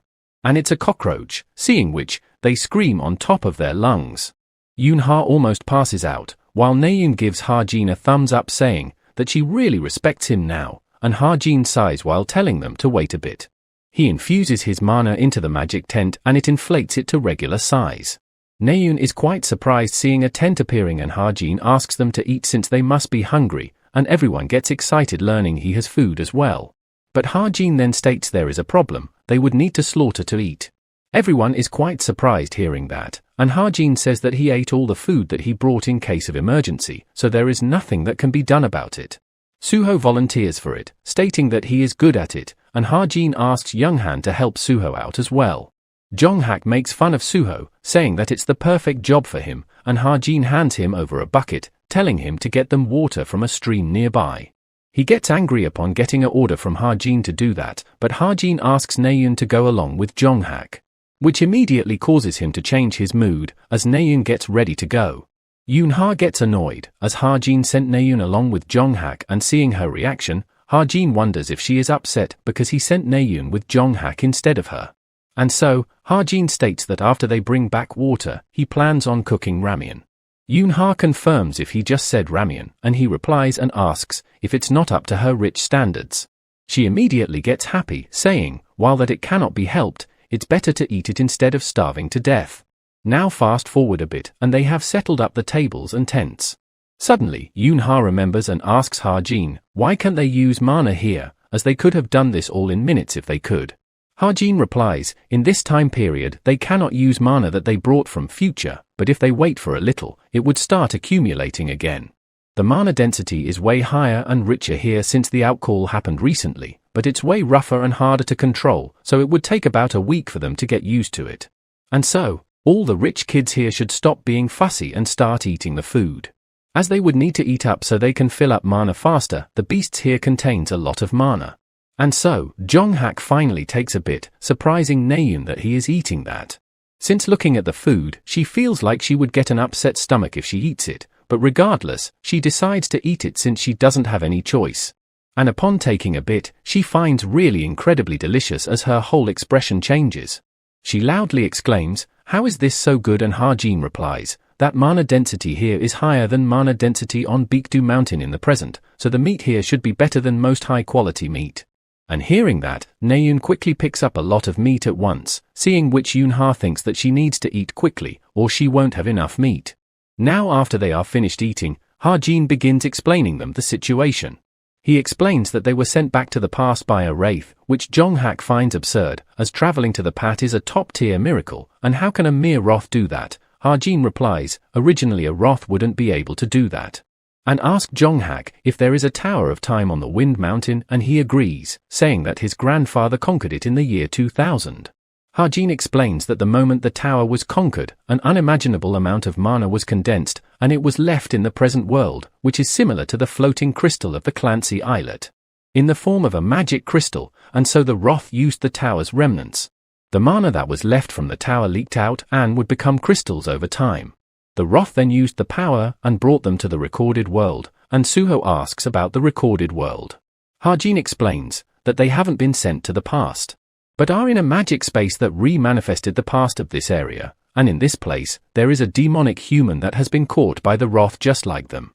She calls herself Azura, and she is using the mana crystals to become stronger. Yoon-ha asks a question, how is she using it to go stronger, as the method to use mana crystals was only developed in the year 2000. And Ha-jin replies, by eating them, which shocks her, as she asks if that wouldn't endanger her life, and he replies, usually it would, but she was able to digest them without any side effects. And she might have worked together with the Roth to obtain some kind of special power, and Hosung replies, wouldn't that be really dangerous then? And Ha-jin thinks there is actually no need to be concerned about Azura. While she is a little stronger than she was in the novel, he still definitely has the advantage when it comes to abilities. Though he gets annoyed by the fact that even though he gave her such a beautiful name, she still went with such a nickname. He then hands over one of the crystal to Suho, saying that he would tell all of them how they can get back. He shows the crystal, which is the tower's remnant and is used to maintain this space. Demonic humans have been dispatched to various locations, including the city hall, to place the crystals there. Without them, they cannot manifest the past. Jong-hak asks if this is the case, then they would just need to take them, which Ha-jin agrees with. And Naeun and Suho adds that in this case what they must do is obvious. Ha-jin smirks while replying there are a total of 6 places including the city hall with these crystals. Azura and her subordinates will be protecting these places. And so, they would take them down and steal the remnants of the tower. Now fast forward a bit and Ha-jin seems to have woken up from resting, and Naeun is already outside, commenting that he is up early. He replies that he wanted to check if she was doing a good job standing watch, and she gets annoyed hearing that, saying what kind of person does he think she is? And seeing her reaction, Ha-jin states that he was just joking, he actually got up because he got used to sleeping less, and Naeun asks if it's because he is constantly on guard. Though he ignores her and asks her to get off her bike. She then comments about his hair, that it has gotten really long, almost as much as hers, and if it doesn't get in his way. He replies, they do, but he didn't cut it on purpose to make sure a curse sorcerer wouldn't get hold of his hair, hearing which surprises Naeun that they got a cruise sorcerer as well. Hajin continues that he saw one carry a doll around, and Naeun comments that she would need to be careful. Staring at the distance, Naeun suddenly asks Hajin if Seoul St. Mary's Hospital far from here, and Hajin is a bit confused about hearing that. But he replies regardless, that it would probably take less than 30 minutes to get there on his bike, since Seoul is in that direction. And asks, why is she suddenly asking about that, and she replies, that her mother was born in that hospital in 1972. And so, she was wondering if she might be there, and Hajin replies that the area manifested is only limited to this vicinity, they wouldn't be able to make it to downtown Seoul. And with a bit of disappointed tone, she replies, I see, that's disappointing. Fast forward to evening, we see Suho and Naeun seems to be sparring against each other. Suho seems to be getting pushed with that one strike, and Naeun is quite happy upon seeing the results.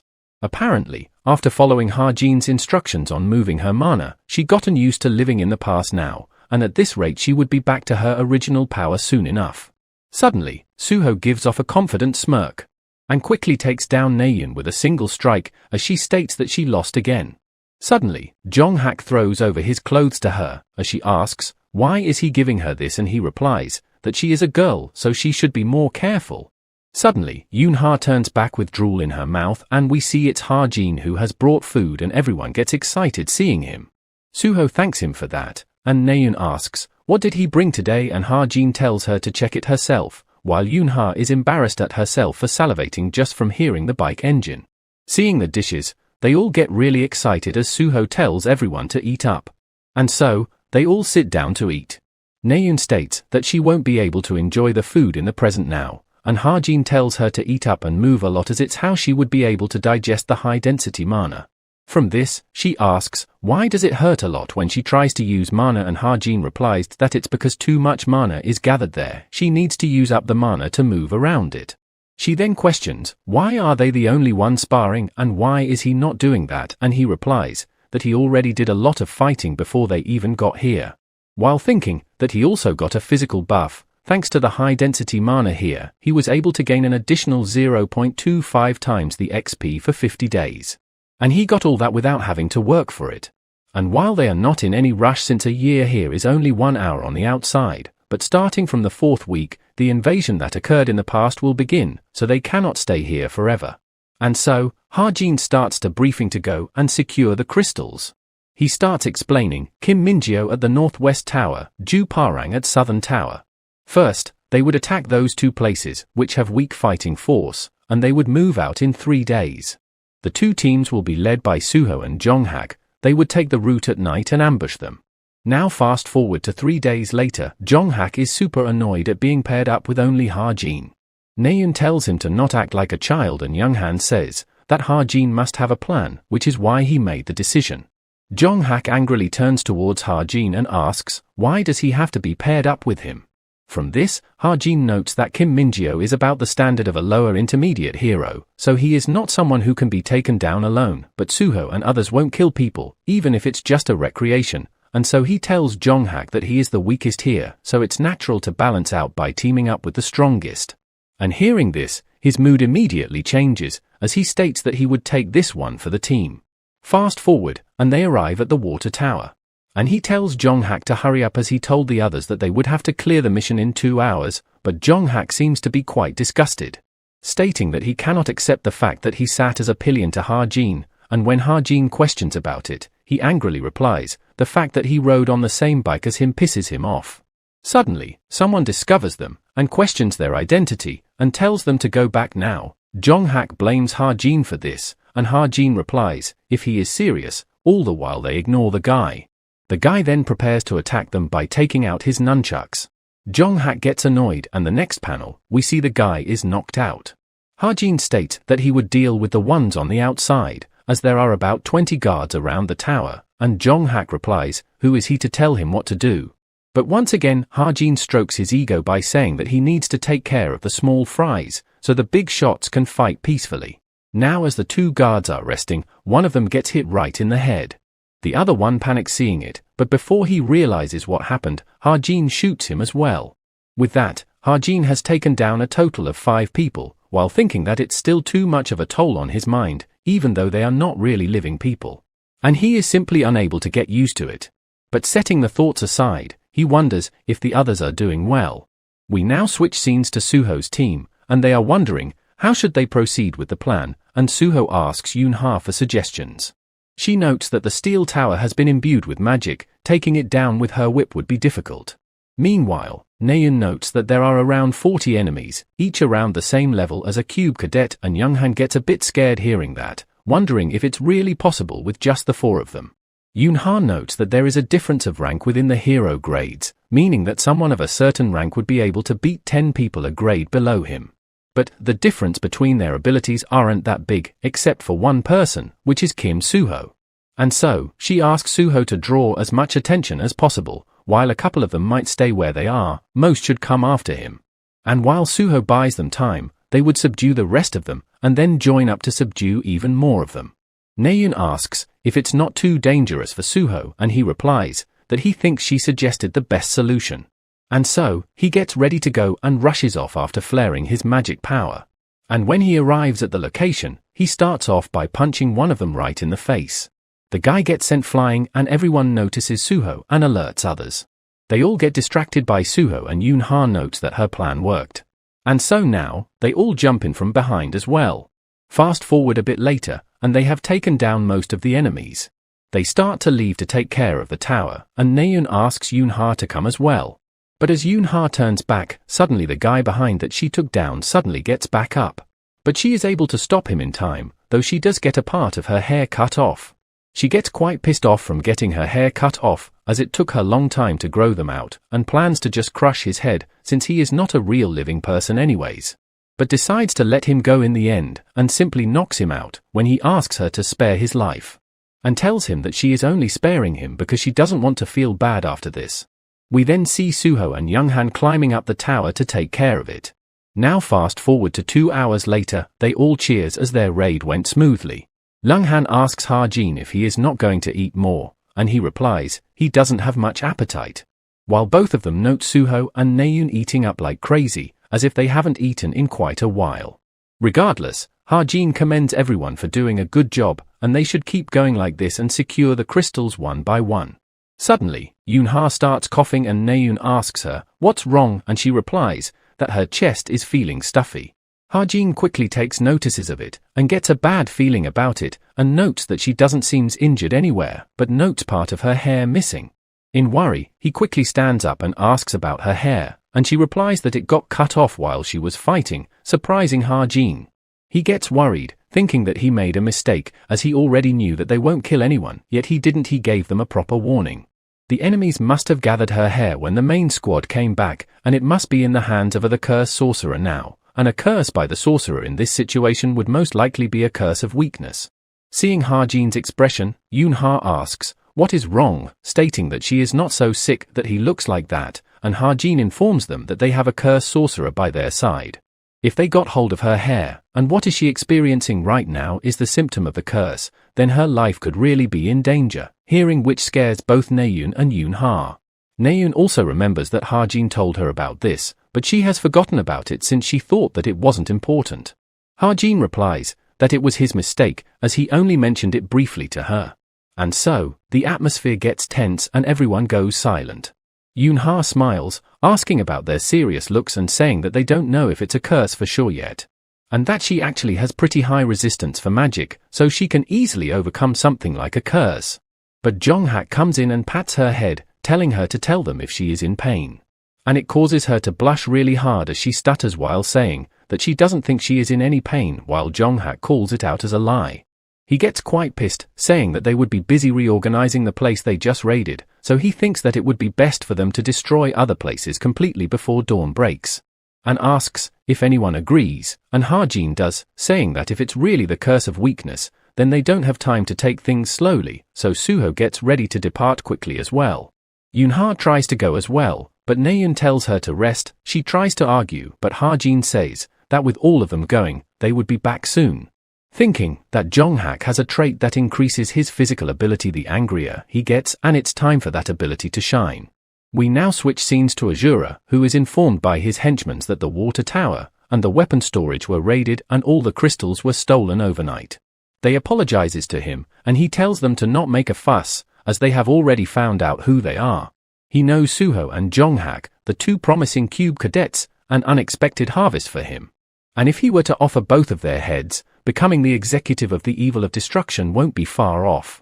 And so, he orders his men to gather the remaining crystals and bring them to the city hall.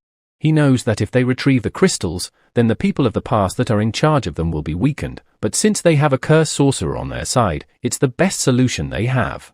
Since there is no way that they would just let their friend die.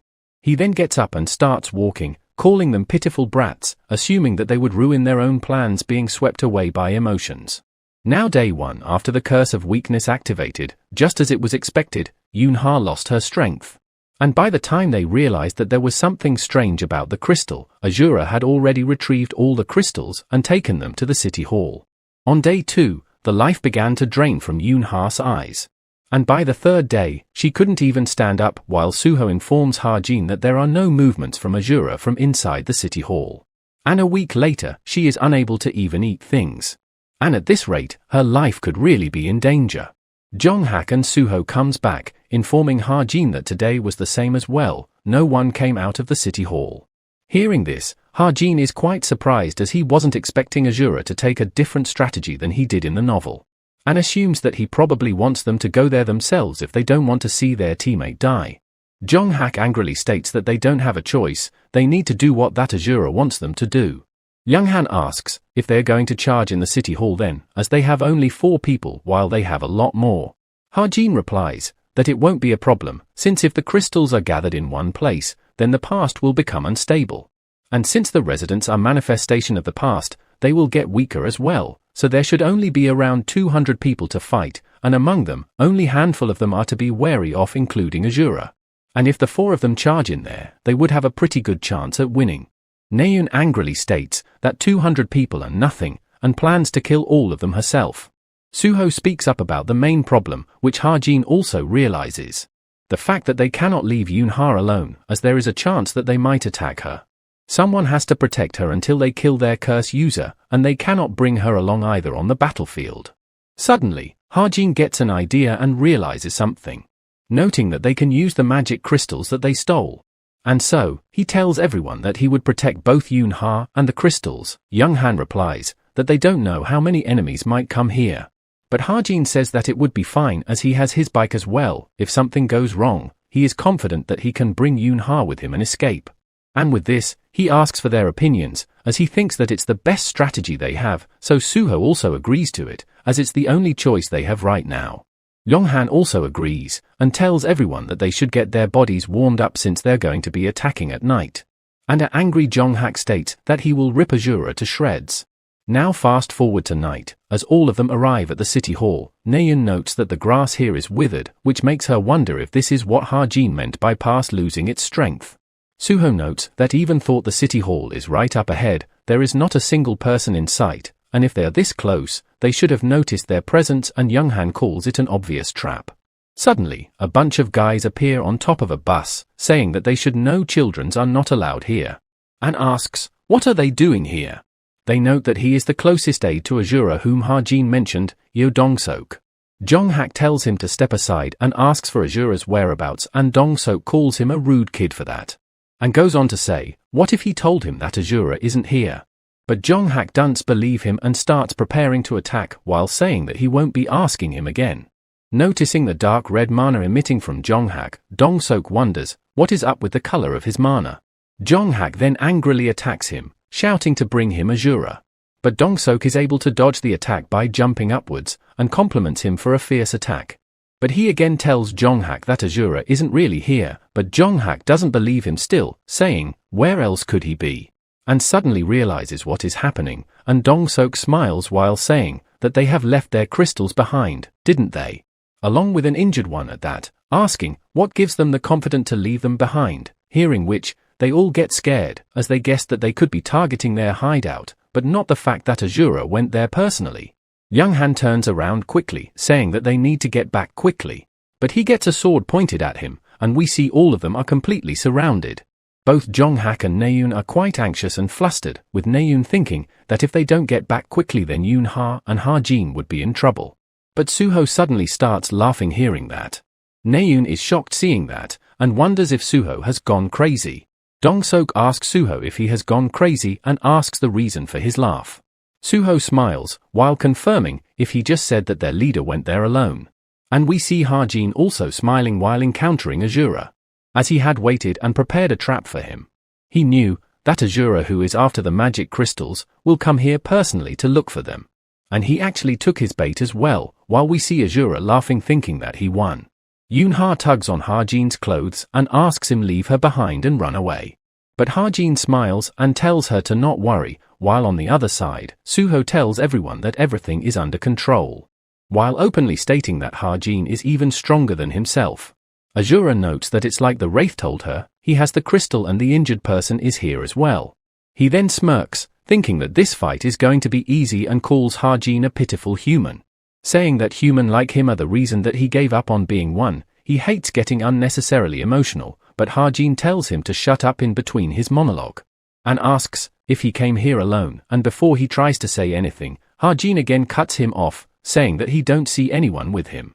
And Azura once again answers that he has 1,000 soldiers in his army, and Ha-jin calls his talk quite cheap, stating if this is how he is going to play it, then he too have 1,000 golden calves in his home, and it pisses Azura off.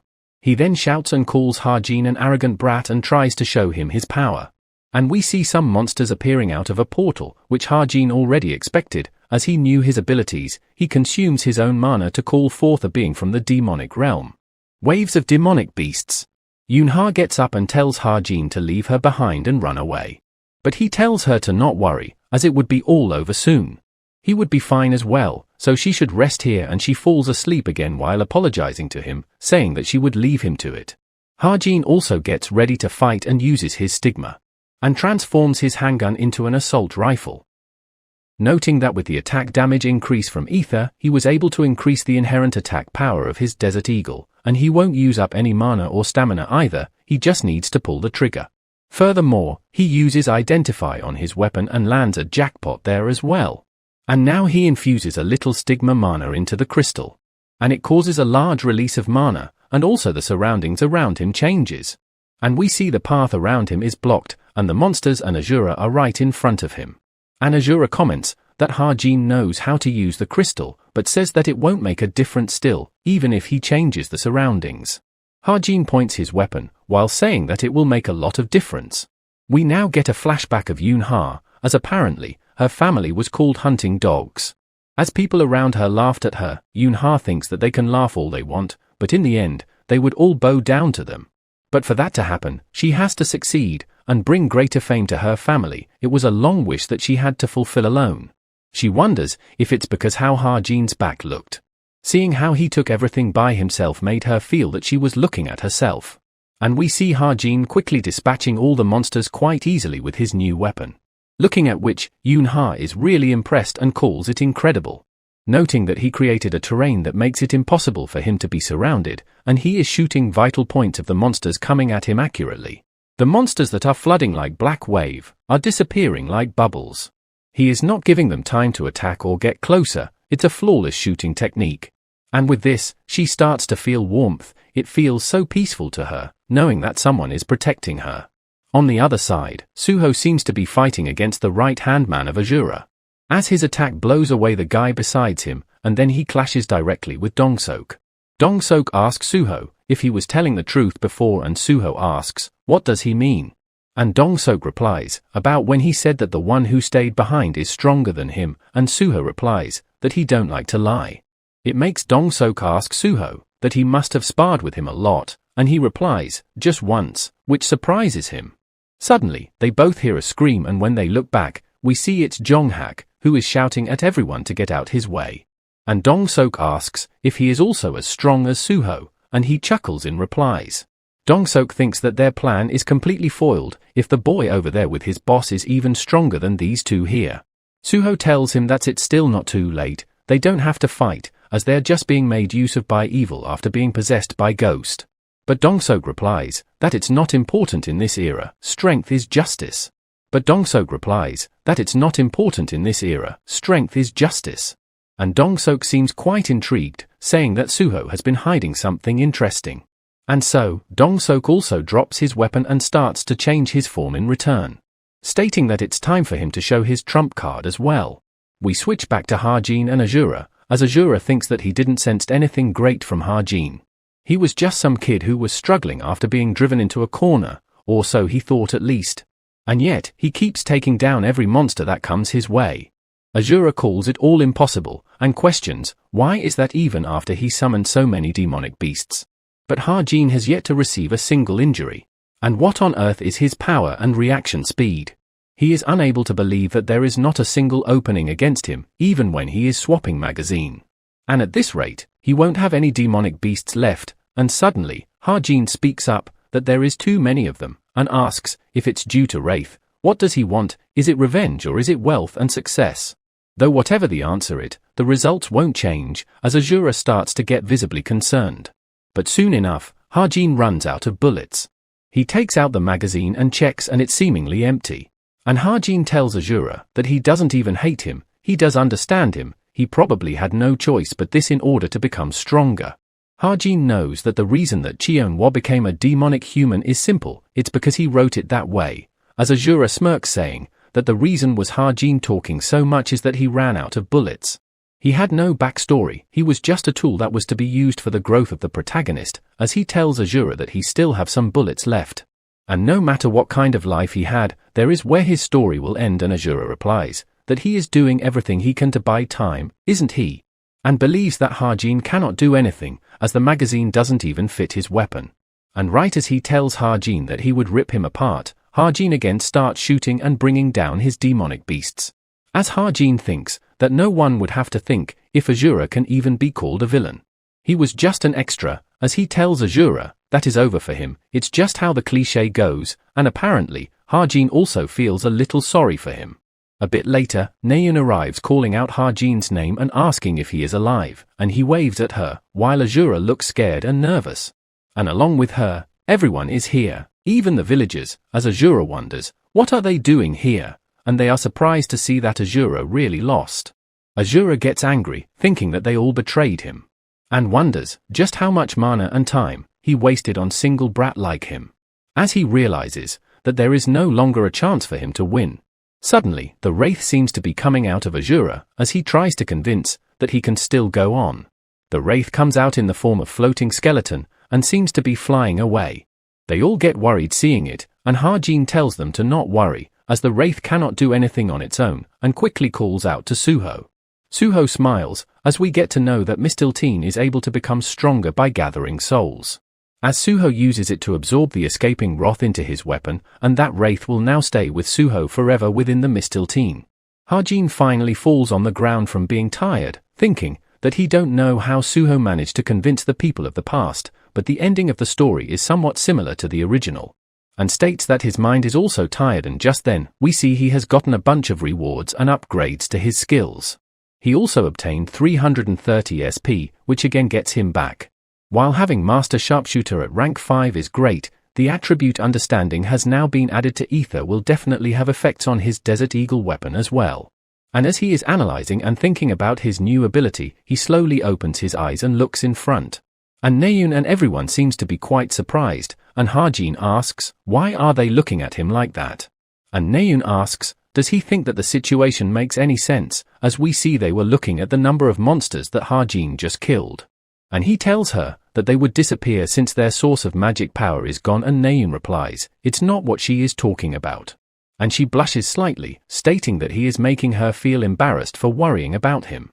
And Ha-jin then tells her that it's like he said it before, he simply has a talent related to firearms. Which is all thanks to his new weapon, as he shows it to Naeun and everyone, and they are quite enamored upon seeing it, as Ha-jin states that this time, he was simply a bad matchup for Azura, as comparing to swinging a sword 2,000 times, it's easier and effective to kill a large number of weak enemies by just pulling the trigger 2,000 times. And everyone is indeed quite taken in by all that and is really intrigued by his weapon. He then asks Suho if he brought the crystals with him, which he did as he hands it over to Ha-jin. They asks if they would be going back, and Hajin declines, saying that they need to return these crystals back to their original positions. Suho asks, why do they need to do that, and Hajin replies, it would be a waste otherwise. And asks if they have forgotten that this place is basically a gift from the nature, since it's not affected by the time of reality, they can train effectively here. And so, they should stay here for 2 more days, which gets Naeun excited. And right now, they also have way more people they can duel against too. Fast forward, and as they are leaving, Suho receives some gift of rice and meat from the locals. It is their thanks for driving Azura away, and Suho asks if it's right for them to receive so many gifts from them. And the old lady replies, of course, since it's all thanks to them that they were able to escape Azura's grasp. He was always on about mana crystals and making them suffer in return, and so, Suho accepts their gift with gratitude. They also asks them come and eat with them, which Naeun and Younghan thanks them for. One of them asks Hajin to go and eat with the others, but he replies that he is eating while cooking. He then overhears Naeun and others talking about Seoul, and apparently, Gangnam is divided between Shin Myungchul and Chai Juchul. Jonghak asks in excitement, what is Shin Myungchul like, and the old dude replies that he is a good person, and he was the one who brought peace to the Gwanak area. And is also still out there, saving many people, hearing which surprises Jonghak. And hearing them talk quite positively about his grandfather, has seems to made Jonghak made a serious expression for some reason.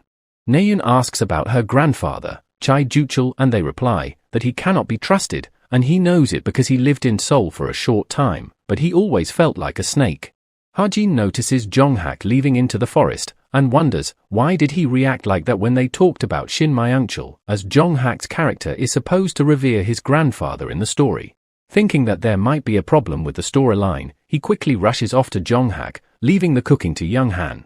As Jonghak is walking alone in the woods, he suddenly sighs, as he has noticed Hajin, and asks, why is he following him, and Hajin panics, wondering, what should he say, as he cannot just say that he is doing this to protect the storyline.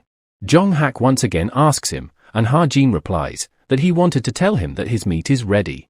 And with an uninterested expression, Jonghak simply replies, okay, while Hajin gets relieved that he got through it somehow. Hajin knows that he followed him without a plan, and wonders, what should he talk first? Suddenly, Jonghak calls him out and asks, what does he think about Shin Myungchul, and Hajin realizes that he can confirm Jonghak's reaction with this question and tells him that he is a hero who saved the world. And someone who deserves to be revered by everyone, and Jonghak chuckles and replies, that it is what lowly people like him would think. Hajin notes his negative reaction and continues that from what he knew, he hated having classism in the world. And it suddenly causes Jonghak to attack Hajin. But Hajin activates his bullet time and is able to dodge his attack. Noting that if that attack would have connected, it would have definitely broken his bone. It is Jonghak's special ability, the angrier he gets, the stronger his physical abilities get, Berserker. And at Jonghak's current speed, Hajin notes that he is at the limit of his anger, but why is he reaction like this whenever his grandfather is mentioned, and if there is a reason that he don't know? Hajin tries telling him to calm down, and Jonghak tells him that people like him are the problem, if they weren't so weak. Then his grandfather wouldn't have to sacrifice himself.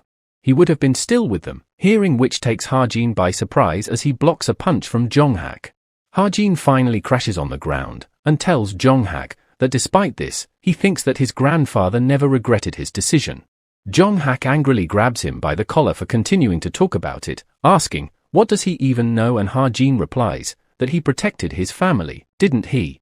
And isn't this is the reason why he reveres his grandfather? And so, Jonghak finally calms down and lets Hajin go, saying that he really don't know when to stop acting up. And Hajin finally takes a breather, but Jonghak turns around and tells him that he won't get off easy if he tell others what just happened. And Hajin completely feigns ignorance, saying what is there to even talk about, causing Jonghak to laugh and leave while saying, he knows, but he is just warning him in case he would dare to do anything. And so, it makes Hajin think that there is no problem then. He wasn't expecting Jonghak to miss his grandfather so much, but Jonghak isn't even a villain to begin with. And even though he is the one who created his character, there is still so much that he don't know about him. Suddenly, he gets a notification that he does not have the authority to view the storyline change of Shin Myungchul, which shocks him. As apparently, he is a core character of the story, so a storyline change for him is quite insane. As so, it makes him wonder just what in the world is going on. Fast forward a bit later and Young-han gives Ha-jin some porridge to give to Yoon-ha, as she doesn't seem to have recovered her strength. But Ha-jin asks, why is he giving it to him, and Young-han replies, everyone else seems to be talking amongst themselves. Yoon-ha opens her eyes in excitement, thinking that it's Jong-hak, but panics upon knowing that it's Ha-jin. And Ha-jin realizes and says that she was just pretending to be sick, and she replies that she doesn't even have enough strength to lift a spoon. And so, Ha-jin ends up feeding her by his hand, as she asks with a full mouth, what is he doing, and he replies that he was feeding her since she doesn't even have the strength to even lift up a spoon. And Ha-jin thinks that she was probably coming up with a trick to lure Jong-hak here, as she tells Ha-jin that the porridge tastes bland, so does he have anything else? And he replies that there once packet of ramen left, he would give it to her after she finishes this up. And seeing her fully finish the bowl, Ha-jin says that she is probably fully recovered by now, and suggests to perhaps go out and talk to others. But she again goes to rest, stating that she doesn't have the energy to do that, and Ha-jin replies to do as she pleases. But as he is leaving, Yoon-ha suddenly gives him a thanks, saying that she is always being helped by him, and Ha-jin sighs and replies, he knows, and asks sarcastically on when she is going to pay him back. And Yoon-ha replies that she always pays back with interest. And Ha-jin agrees, saying that she is the kind of person who never shortchanges on that stuff, and Yoon-ha replies that she thinks they could become really good friends. Hearing which, Ha-jin thinks that considering her future, becoming good friends with her is a shortcut to having a comfortable life. Yoon-ha again speaks up, saying that she can help him get together with Naeun, and Ha-jin replies that he don't need her to do something like that. She quickly gets up, saying to not tell her that he is really into Rachel now, and Ha-jin replies that he is not into either of them. And he don't have the time for things like that, and Yoon-ha teases him, telling him to stop lying and tell her honestly. And Ha-jin gets annoyed and tells her that he won't give any ramen to her. And she screams in reply that he cannot do that to her. Meanwhile, Ha-jin tells Young-han to cook some ramen for Yoon-ha, and he replies that he thought she didn't like instant food.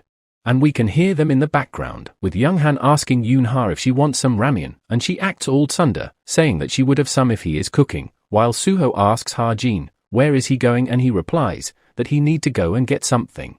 He apparently wrote some items in the background of this story, but didn't finish when it was published, so they would be useful if he can get them. Fast forward to a bit later, and Ha-jin gets a new haircut, with Naeun being really surprised looking at him, asking, what kind of magic did they do on him? Suho also compliments him that he looks really good, and he even gets a buff due to it.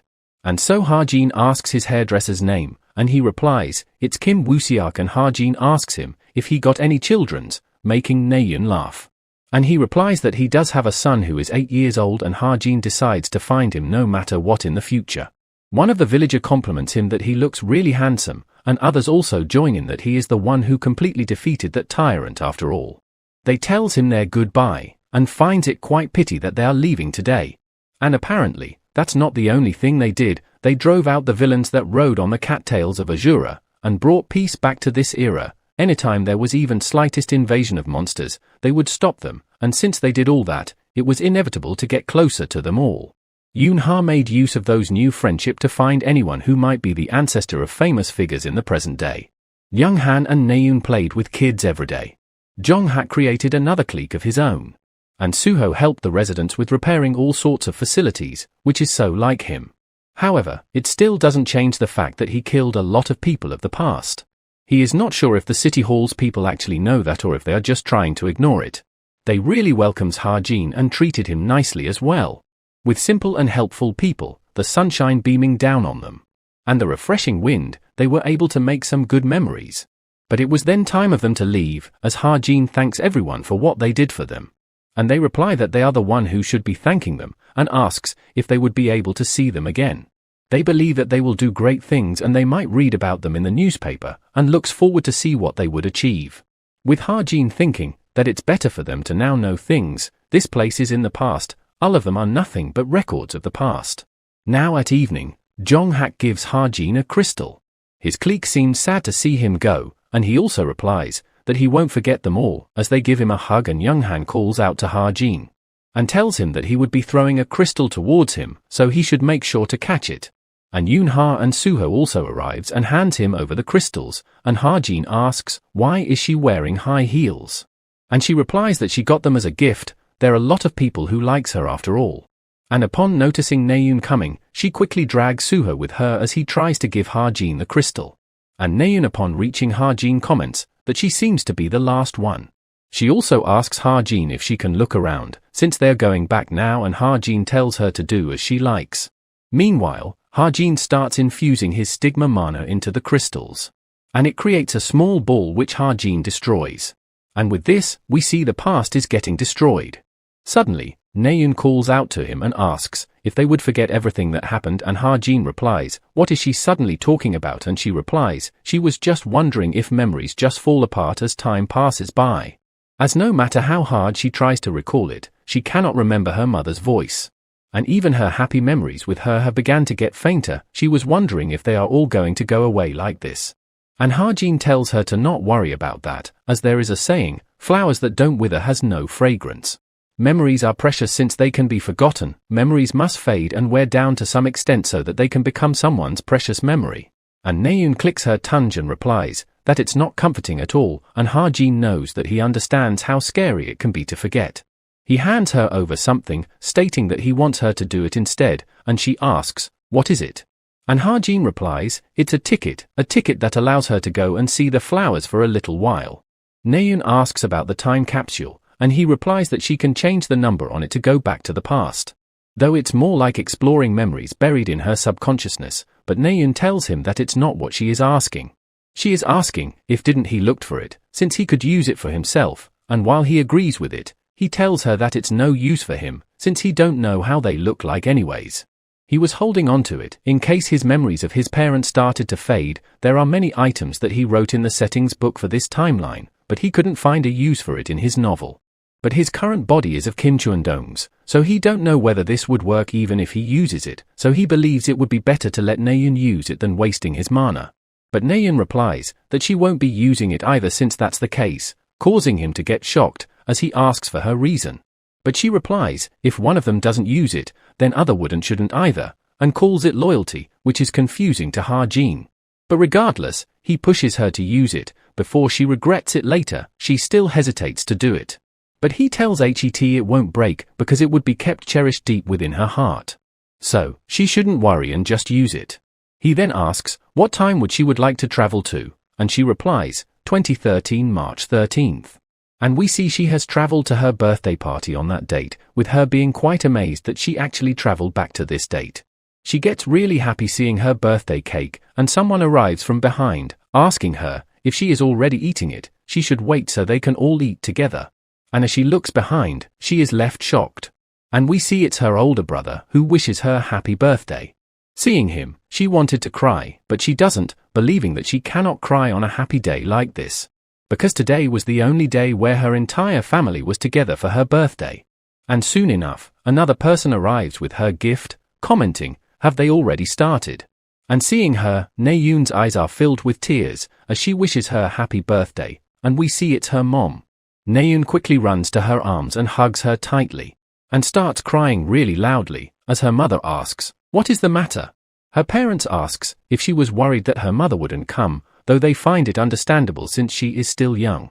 Her mom also consoles her, believing that Naeun was scared, and tells her that it's alright, as she will be by her side. And we see her surrounded by her family and happily celebrating her birthday and reliving her memories.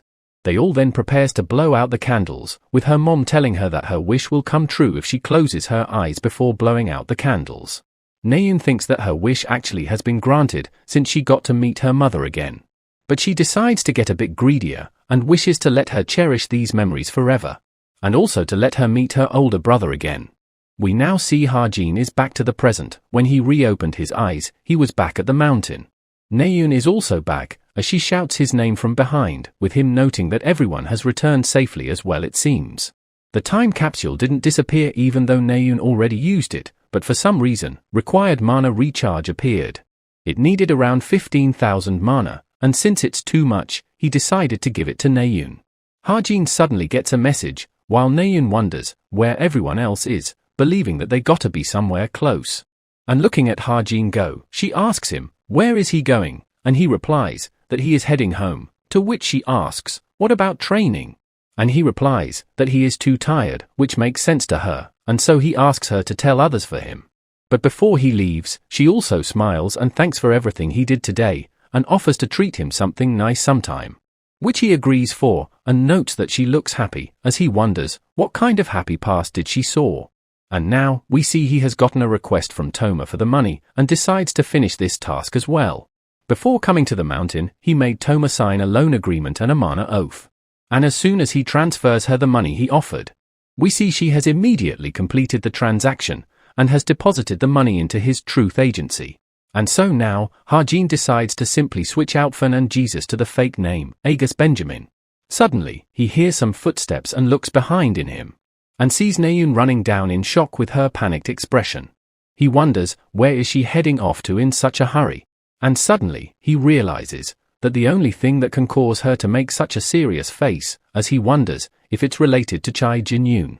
Harjin quickly rushes down the mountain behind her as well, noting that it must be related to her brother. And upon finding her and judging by her expressions, he realizes that she is thinking how can she reach the place that she wants to go. And so, Harjin quickly starts taking out his bike. He then calls out to Naeun, asking, where does she want to go? And a bit later she arrives at the hospital, where their security was waiting for her arrival. She asks him about her brother's condition, but they tell her to come with them first, but stops Harjin in between, telling him that only official family members are permitted. Seeing this, Naeun halts, thinking that he brought her all the way here and yet he is stopped. But Harjin tells her to not stand around and go in quickly, which she does with her security while thanking him. Meanwhile, we see Harjin being in quite serious mood. Suddenly, Yoon-ha arrives and calls him out. Harjin tells her that she came faster than he thought, and she replies, it's because her family must be involved in all of important matters of Chai family, so she got down and took a helicopter upon hearing the news. Though others would be late because she came rushing in. But seeing Harjin's dreaded expression, she asks him, why is he making such face? Meanwhile, Harjin remembers that he saw the information in Book of Truth that Jin-yoon seed will sprout in 1 month, so he thought that he still had some time, but he overlooked something. The possibility of him regaining consciousness before the seed sprouts. Noting that he would have to kill him if he wakes up and starts trembling on that thought. Yoon-ha notes him sweating hard, thinking that he is that worried and quickly wipes his sweat with her handkerchief, telling him that he didn't regain consciousness, but there were some slight meaningful changes. Though the situation still isn't hopeful, it's not to this extent that a fuss like this should be made. And Harjin gets a bit relieved hearing that, though Yoon-ha also says that Naeun is probably thinking otherwise, since it would be hard for her to keep calm even if slightest signs are shown by her brother. And she also thanks Harjin for bringing her here. She hands him over the handkerchief and Harjin starts to leave, saying that he would go out first. She asks if he is not going to wait for Naeun to come out and say goodbye to her. But he surprises her by saying that he don't think that he should be here. While Yoon-ha asks, what does he mean by that? A bit later we see Naeun waiting outside and Yoon-ha meets up with her. And she gets really happy and hugs Yoon-ha tightly in excitement. Yoon-ha asks her about the situation and she replies, while she don't know, she saw a lot of graph fluctuations and it was different than usual. Yoon-ha says, isn't it a good sign regardless, and she agrees, saying that the doctor said similar thing happened to another case before, and the majority woke up in 3 months. And since her brother needs rest right now, they chased her out of the room. Naeun also expresses that her heart is beating really fast right now, so much that she can die. And she finds it really embarrassing for crying, telling Yoon-ha that it's weird, she should be smiling since it's a good thing. But her tears keep on pouring out, and Yoon-ha starts to try and comfort her, thinking that it would be too arrogant for her to say that she knows how she feels, because she has never left someone dear to herself in a tragedy. While Naeun waited for years for her brother to wake up, and as time continued, her anger turned into sadness, and sadness turned into frustration. Frustration into despair, and eventually, despair into resigning to fate. And just when she was giving up, she suddenly sees hope again, so she cannot possibly understand how Naeun must feel. And just like that, rest of her friends along with Sung-ah is here as well. Though she notes that Harjin isn't here, and asks Yoon-ha about it and she replies that he already went back. She asks why, and Yoon-ha replies she has no idea either.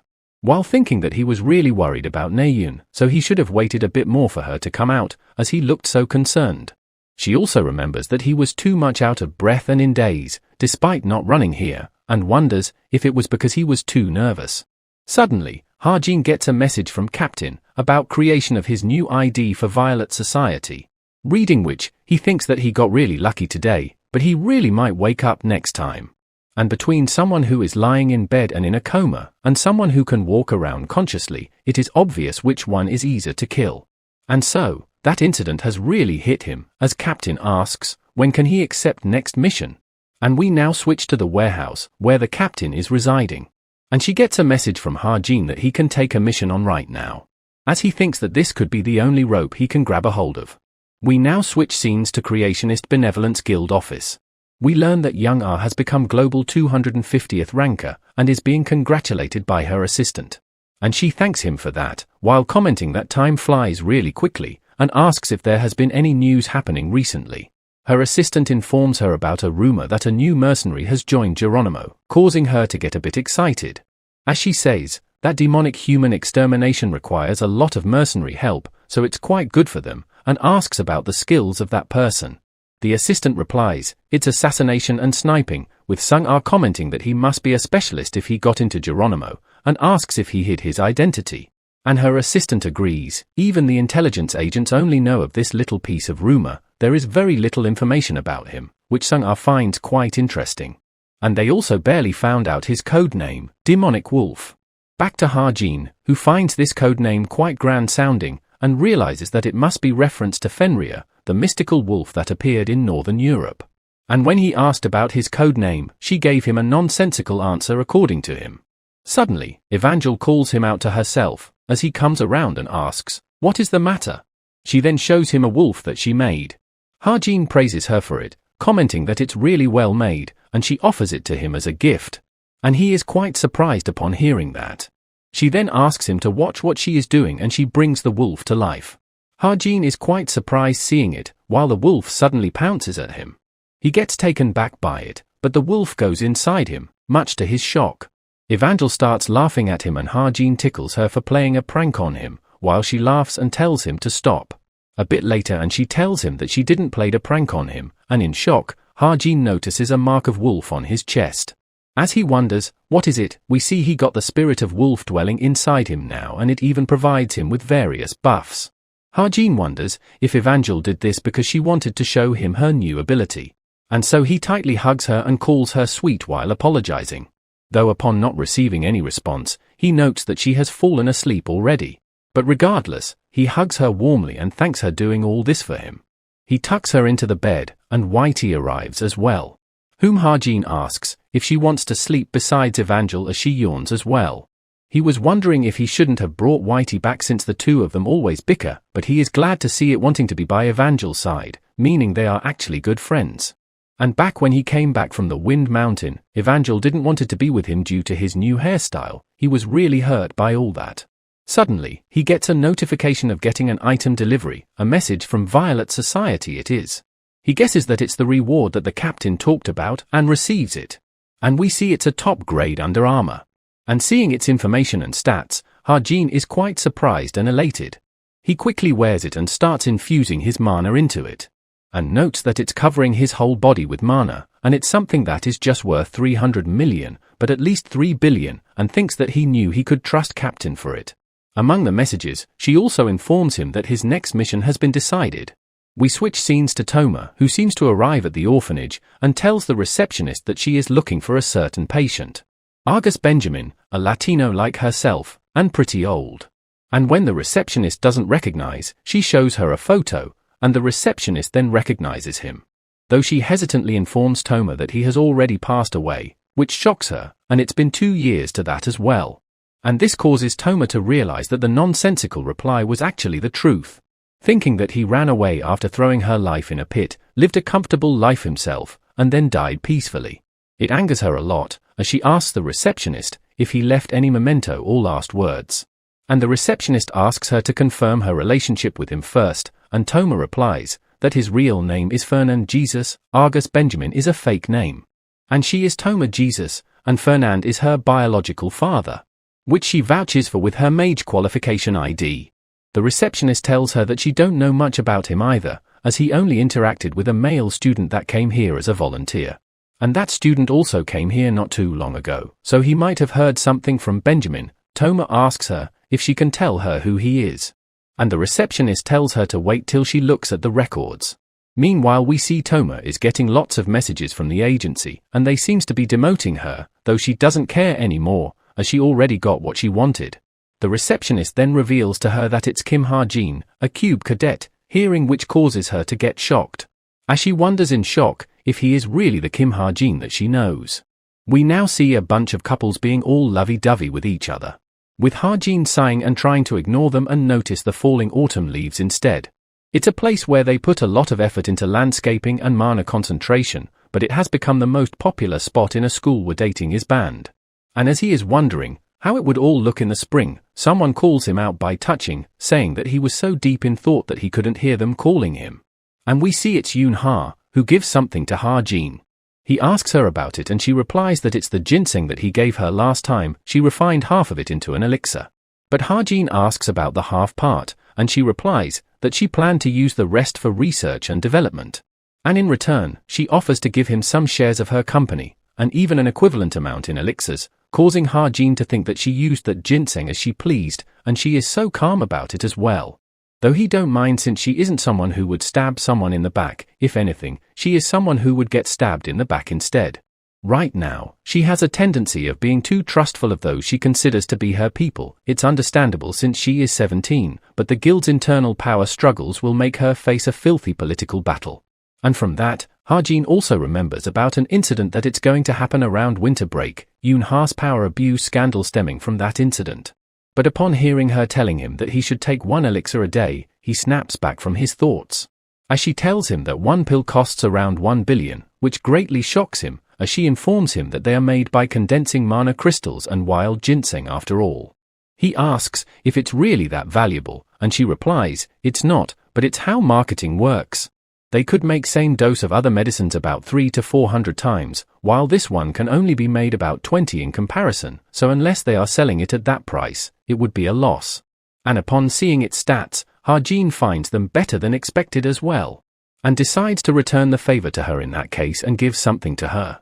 And it turns out to be another wild ginseng, seeing which she gets elated, as she asks, where did he got it from this time?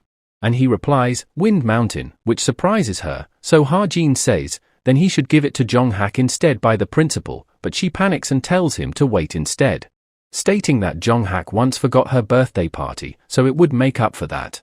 And with that she leaves, while saying she would contact if there is any progress. And Ha-jin then remembers and looks at his watch, noting that Toma hasn't replied to his text yet. Based on the situation, he assumes that she has visited the nursing home, and must be having complicated thoughts right now, so he decides to wait till she sort them out. Fast forward a bit later, and Ha-jin receives his briefing for rescue mission, with location being China. As soon as the classes end tomorrow, he plans to use the portal to head to Beijing. In his story, a lawless zone exists across the Mongolia and Russian border. This place is a trafficking and smuggling route frequently used by demonic humans. It's their hideout, a chaotic zone, ruled by the law of power, where brutal crimes are committed. Even this lawless zone has its own form of demonic human society and set of regulations. The demonic humans call this place the Masked Demon Palace, or Pandemonium. Fast forward and we see Ha-jin arriving at the northern Beijing bridge area. Realizing that it's a mid-danger zone, he starts to feel eerie of it. Today's targets are demonic humans who have thrown away their humanity and become self-proclaimed dogs of the devil. Demonic humans are created when negative emotions are magnified through contracts. The weaker they are, the more desperate they become, committing heinous crimes without regard for means or consequences. Due to this all, he believes that he won't feel much guilt when killing them, though he don't know if he should be happy about that. We then see a bunch of trucks coming and Ha-jin prepares his weapon. First up, he targets the driver of the truck, and hits a headshot. This causes the truck to go off-road, causing others to wonder what is up with him, and Ha-jin quickly takes out the other truck driver as well. They all finally realizes that someone is attacking them, and quickly goes on to guard the goods. They realize that there is a sniper somewhere, but before they know, one of them again gets shot. They finally locate Ha-jin and quickly rushes at him to kill him. And Ha-jin eats the ginseng, and also activates his under armor, and switches his weapon to assault rifle and activates bullet time, and shoots down everyone who was rushing at him. A bit later, and we see him opening the truck, thinking that it's going to be fine if he doesn't lose focus. But suddenly, another guy pops in and jumps on Ha-jin to kill him. And Ha-jin realizes that he let his guard down, while the guy seems to have almost pierced his chest with his weapon. But as the dagger hits, the wolf spirit that Evangel gave him comes out and attacks the guy. And it starts to brutally mutilate it, seeing which Ha-jin seems surprised. He wonders if that thing just came out of his body, and suddenly remembers the effect of the spirit, and notes that he has a lot to improve on for letting his guard down in a place like this. But nonetheless, when he opens the back of the truck, he finds the hostages, shivering in fear. He throws them the watch, telling them that he has killed the demonic human, and that now, it's time for them to go home. He also sends the message to Captain, which she confirms from her side as well. And we see all the members of Chameleon Troop were watching the Ha-jin alongside her. Khalifa asks if it's fine for only 5 of them to be here even though the rookie evaluation is really important, and Jane replies, it cannot be helped, since all of them has their own schedule. Though she is also surprised at him killing 20 people in 21 seconds, making her question, how can a long-range weapon be that strong? And believes his talent lies in enhances and transformation of his weapon using mana, and asks others, what do they think of him? Jin Yoan replies that he is probably at least upper intermediate grade, surprising Jane that he is rating Ha-jin that highly, and asks if he even knows that that grade means, since even he can kill 10 people, but he replies that it has to be around 100 people at least. Khalifa asks Jane's opinion, and she thinks that he is around intermediate grade, similar to Kim Suho. And while she don't know how strong he is in a one-on-one situation, she believes he would be really helpful in fight against large groups.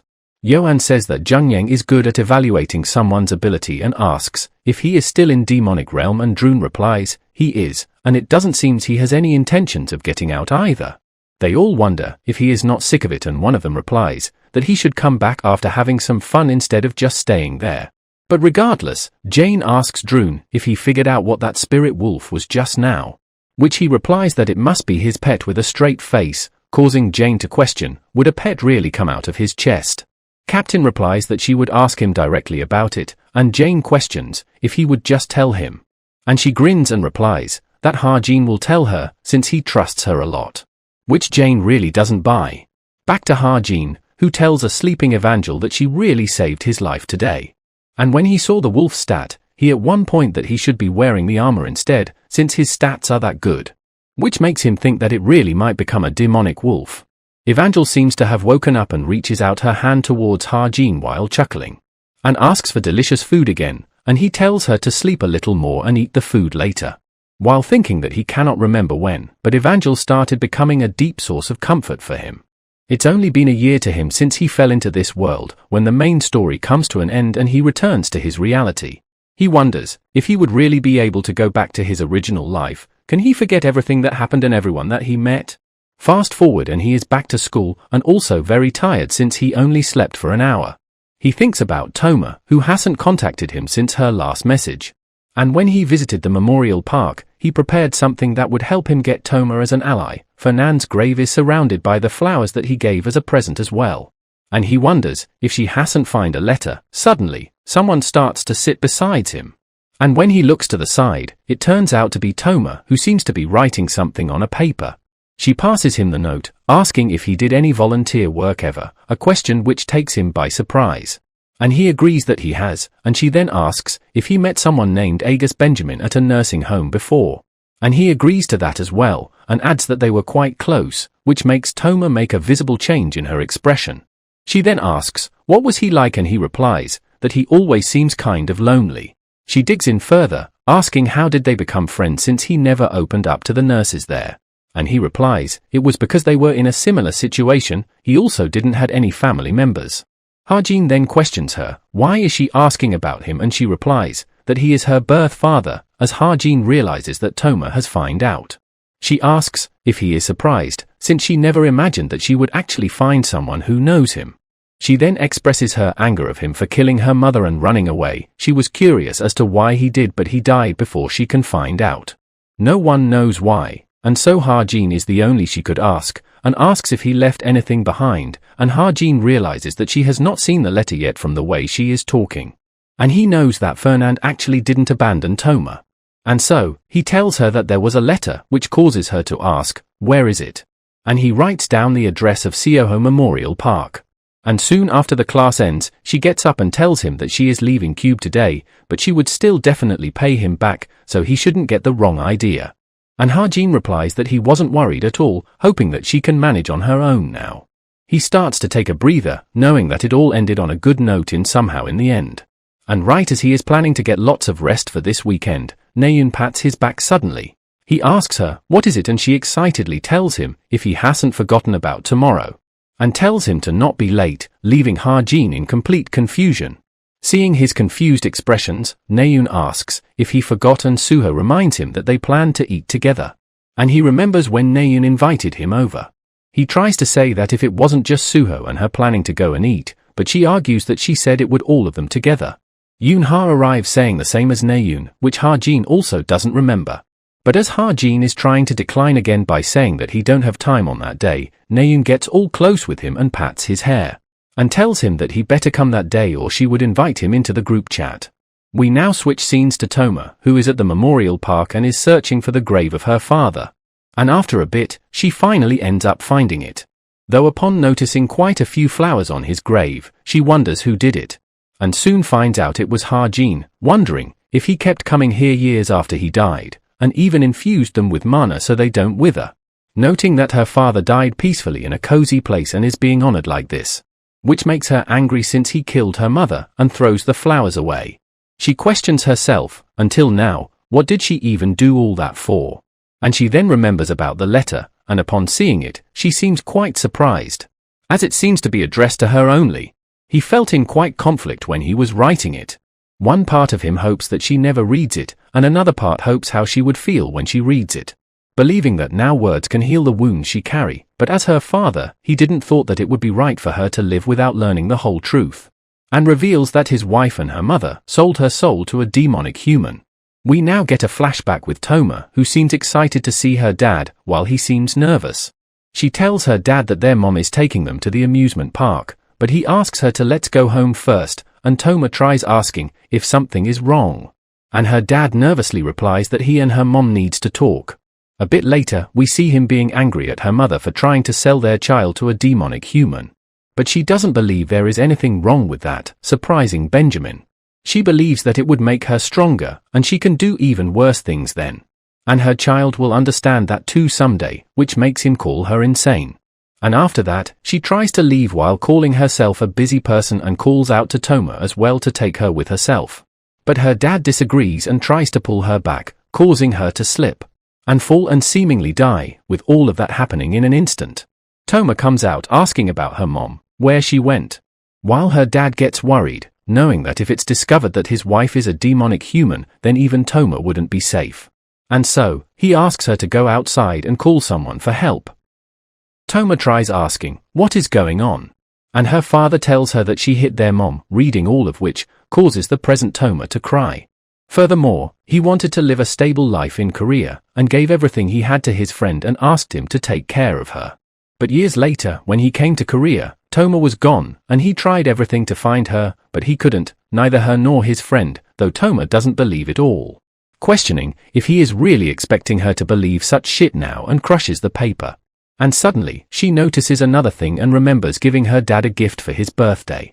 Her dad thanks him for it, and she asks if he likes it. It's apparently of the same color as the brooch that he gave her on her birthday. And we see the letter also had that gift inside of it, with her father having it kept safe for all this time. Back to Ha-jin, who is putting Evangel to sleep. He suddenly gets a message from Toma, a thank you, making Ha-jin realize that she has made there safely. After that last message to him, she completely disappeared, but she stated that she would repay his money no matter what, and since their mana contract still exists, their connection hasn't been severed. But regardless of that, he gets a feeling that she would become a strong ally of his in the near future. Fast forward to the next day, we see Ha-jin being excited upon looking at the served food. And Naeun happily tells him that the food here is really good, so he should look forward to it. And seeing her expression and tone, Ha-jin seems a bit surprised, noting that her attitude has changed. Meanwhile, she talks about their get-together, reminding her of when they were in the past, noting that she grew much stronger due to the stronger, and feels unstoppable now. But Young-han shits on her parade by pointing out that she just lost to Rachel, causing her to argue that it was a draw. Jong-hak then asks Suho if his final preparations are going well, who replies that it's in progress and asks about his. Jong-hak smirks, while saying that he is different than him, he has never prepared for anything. While referring to himself to born of a superior bloodline, causing Suho to awkwardly chuckle at it. Ha-jin notes that them two are also being more friendlier with each other than he expected. According to the novel, things should have been quite intense by now, noting that things are deviating quite much from the original story. But putting all that aside, he still couldn't ignore the delicacies in front of him. With the food melting as soon as it goes into his mouth, Naeun also forwards him another piece herself. With her expression clearly saying a young lady has given him a free dish, though Ha-jin is not too impressed by it. And by this point, he is sure that something has definitely changed, and thinks that perhaps it's due to the time capsule that he gave her. Or perhaps that she has developed feelings for him. Naeun notices his stare and asks if he wants more food, but he declines.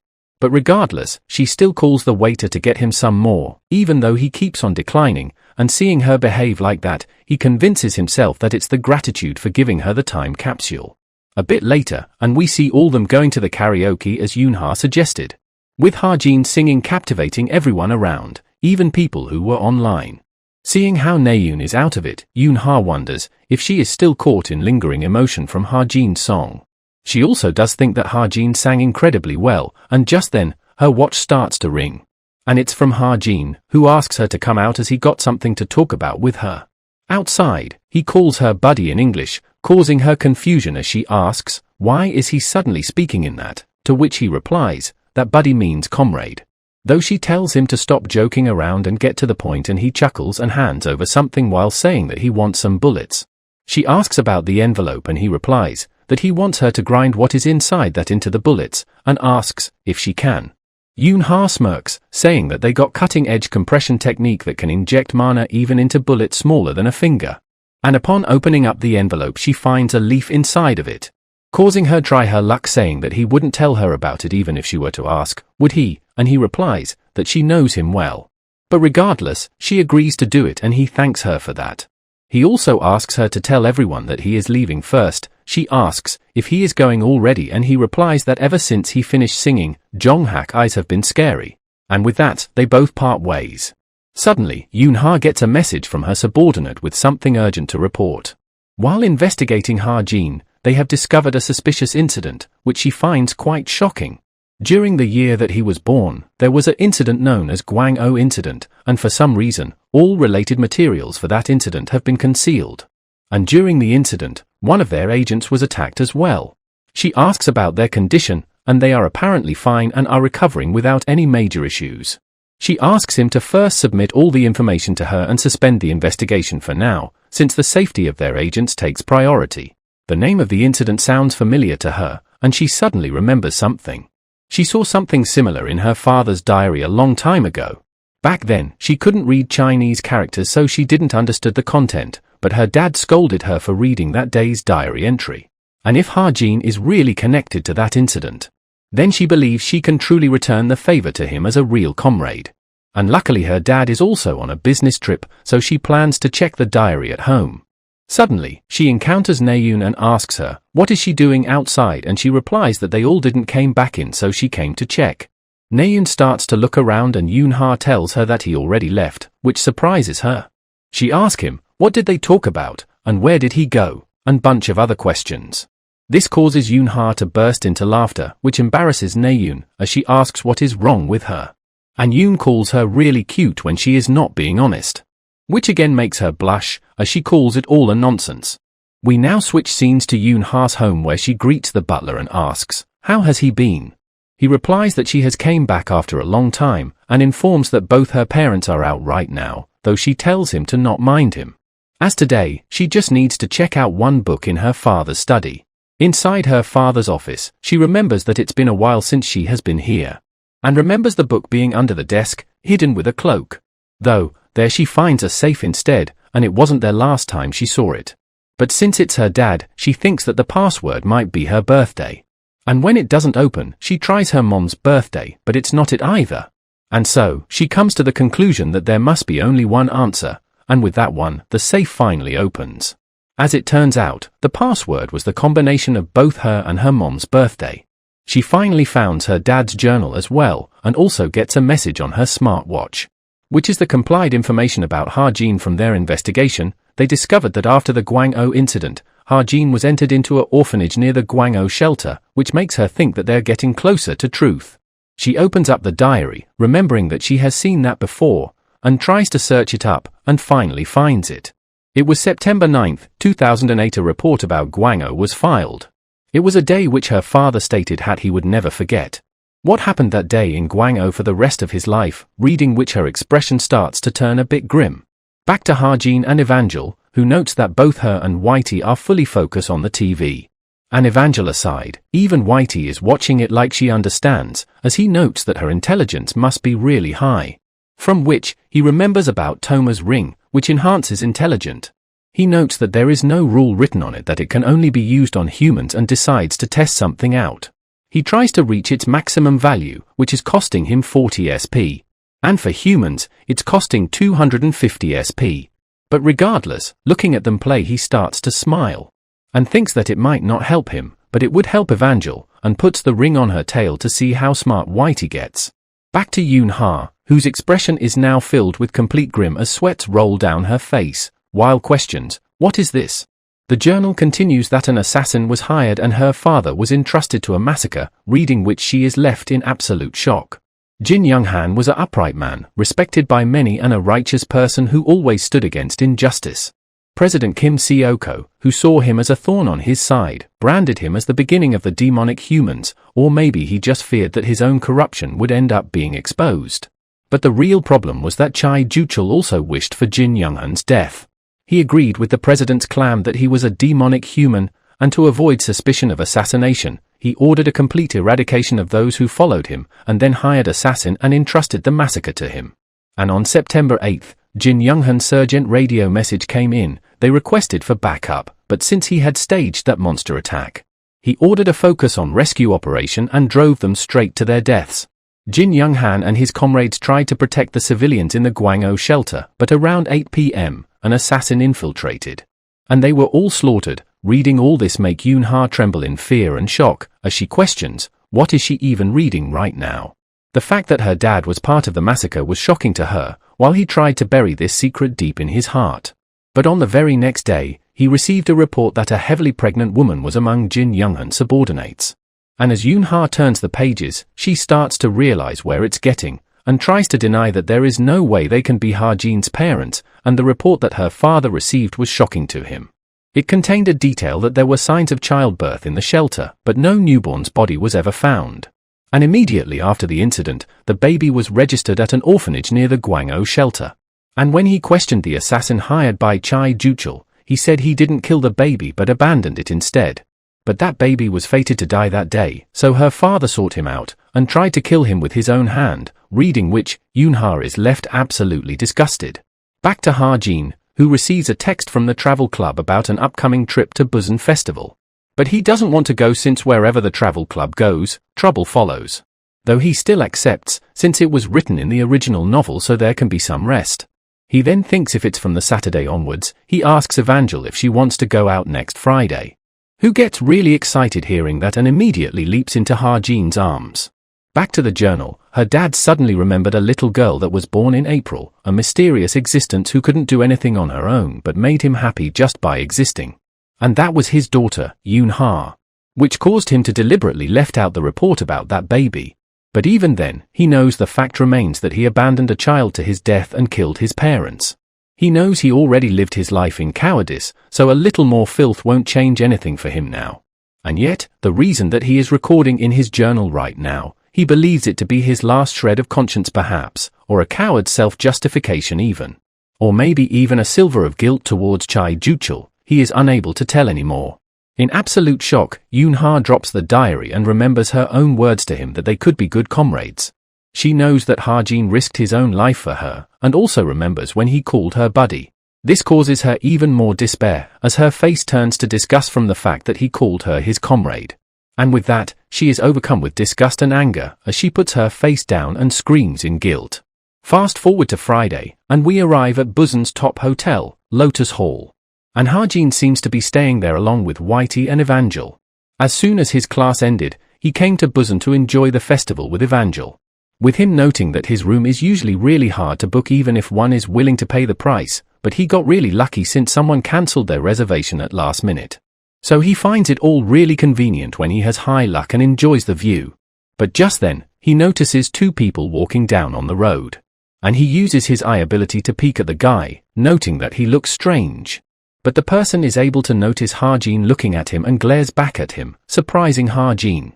And we see he was able to detect it from all the way to the ground. And starts to smirk at him, making Ha-jin wonder if he really saw him from that far away. Causing him to nervously wonder, what is this, and gets an ominous feeling. His instincts as the original author starts to shout at him, as he seems to be realizing something. An otherworldly being like Suho, a villain who was molded by a sense of loss from losing their home, shaped by countless betrayals. And turned into someone complete opposite of Suho, a growth-type final boss. But upon looking closer and seeing him wave, he thinks that perhaps it's not the case, because his smile is too easygoing, it's not how he was originally portrayed. And his image is totally different as well. And unless the co-author messed with things again, and just then the girl also turns towards Ha-jin. And seems to be quite pissed at him. Causing Ha-jin to wonder, why is she glaring like she wants to kill him all of a sudden, and suddenly he hears the guy calling her Sahyuk. Which causes Ha-jin to sweat nervously as he seems to realize something and calls the co-author a jerk for going too far. He agrees that the final boss's personality, ideology, and beliefs and everything was meant to be opposite of Suho. But the co-author also ended up changing the gender of the final boss. Seeing her, he sweats profusely while the guy with Sahyuk asks her, who does she think Ha-jin is, since he was able to lock eyes with them.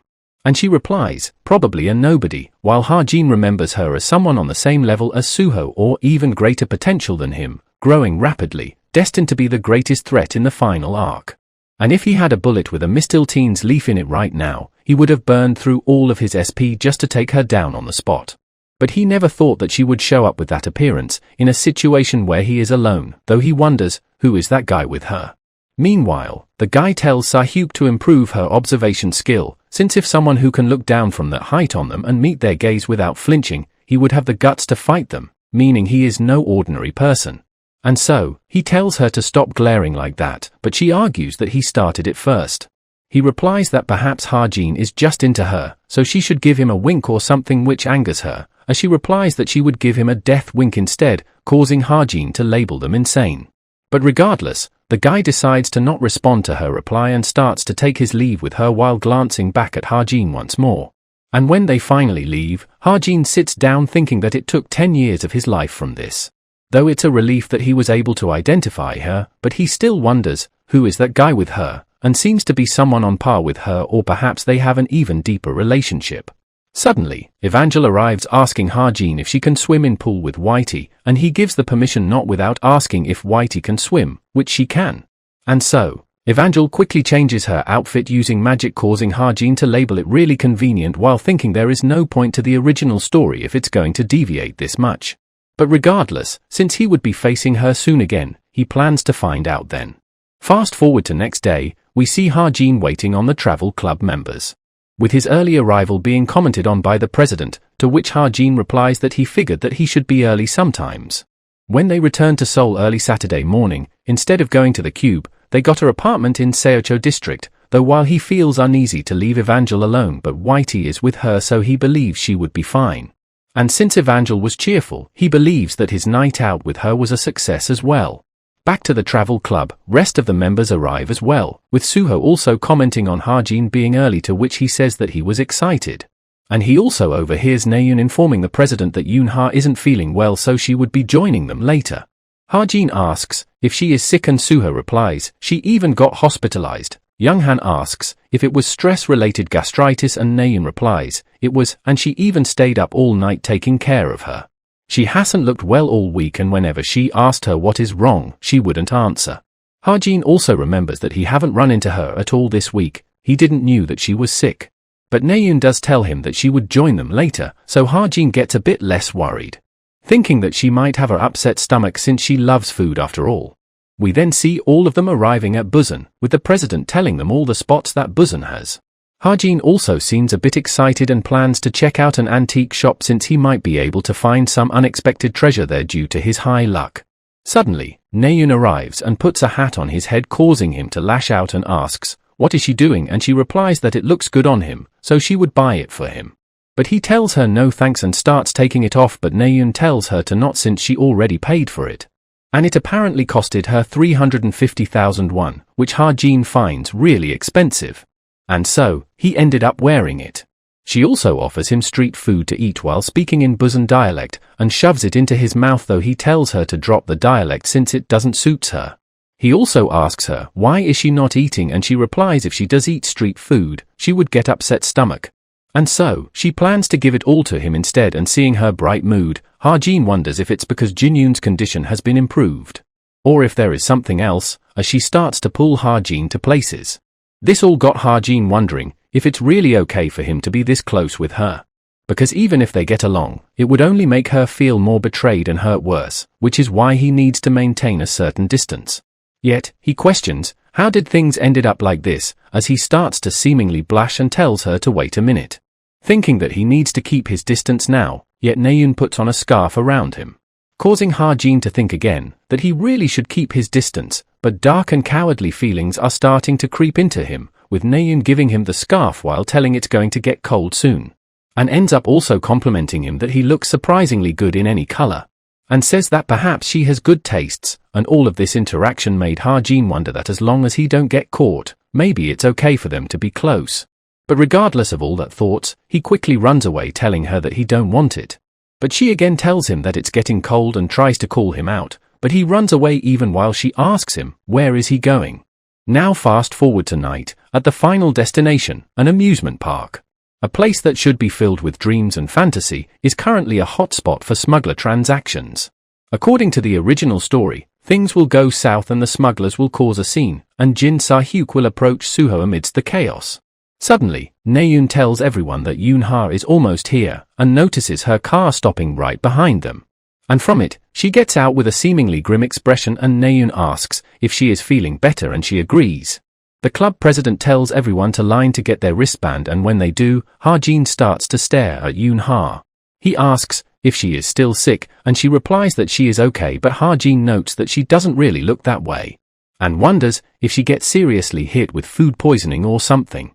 And just when the president announces that they would be moving in pairs, Yoon-ha quickly pulls Ha-jin with him. It surprises Naeun, who asks them what is wrong with her. And Ha-jin also wonders why is she acting like that all of a sudden, and that her expression looks serious as well. And wonders if there is something that can only be discussed between the two of them. We then see both of them sitting in a Ferris wheel, awkwardly silent, with Ha-jin thinking that he thought it was the case, but she hasn't said much during the whole walking through the park. She just kept sighing and sneaking glances at him. And then out of nowhere she asked to ride the Ferris wheel with him, but he knows that they aren't here for date. And so, he finally asks her, what is it about? If it's something about his bullet or something wrong with it, but she denies, saying that it would be done by next month, and tries to tell something about those leaves he gave her. To which he replies that they are not ordinary leaves he knows, and asks her if he can use some of them for research purpose if they are left after processing, which agrees, though she doesn't seem much into it all. And so, Ha-jin continues on that they have to make the project a success since they are partners, hearing which again gets her filled with guilt. She then finally musters up courage to tell him something, but Ha-jin looks is still on about the project. She finally speaks up, saying that she got something to tell him with a very concerned expression. And just as Ha-jin tells her to go ahead and say it, we see something happen, causing the Ferris wheel to shake. Ha-jin looks outside upon finding the Ferris wheel stopped, and realizes that it's starting. Sa-hyuk tells Suho that he seems to be a celebrity around here, thanks to which she was able to recognize him right away, but Ha-jin is shocked, and asks, how is she here? She replies that he has recognized her, though not without remarking that he would have been an idiot for not doing so, since they are the only ones here. And as for Suho's question, she replies if he really thinks that he was the only special one that day in that situation. Suho starts to get angry and asks her reason to be here, with Naeun being surprised seeing Suho angry like this for the first time.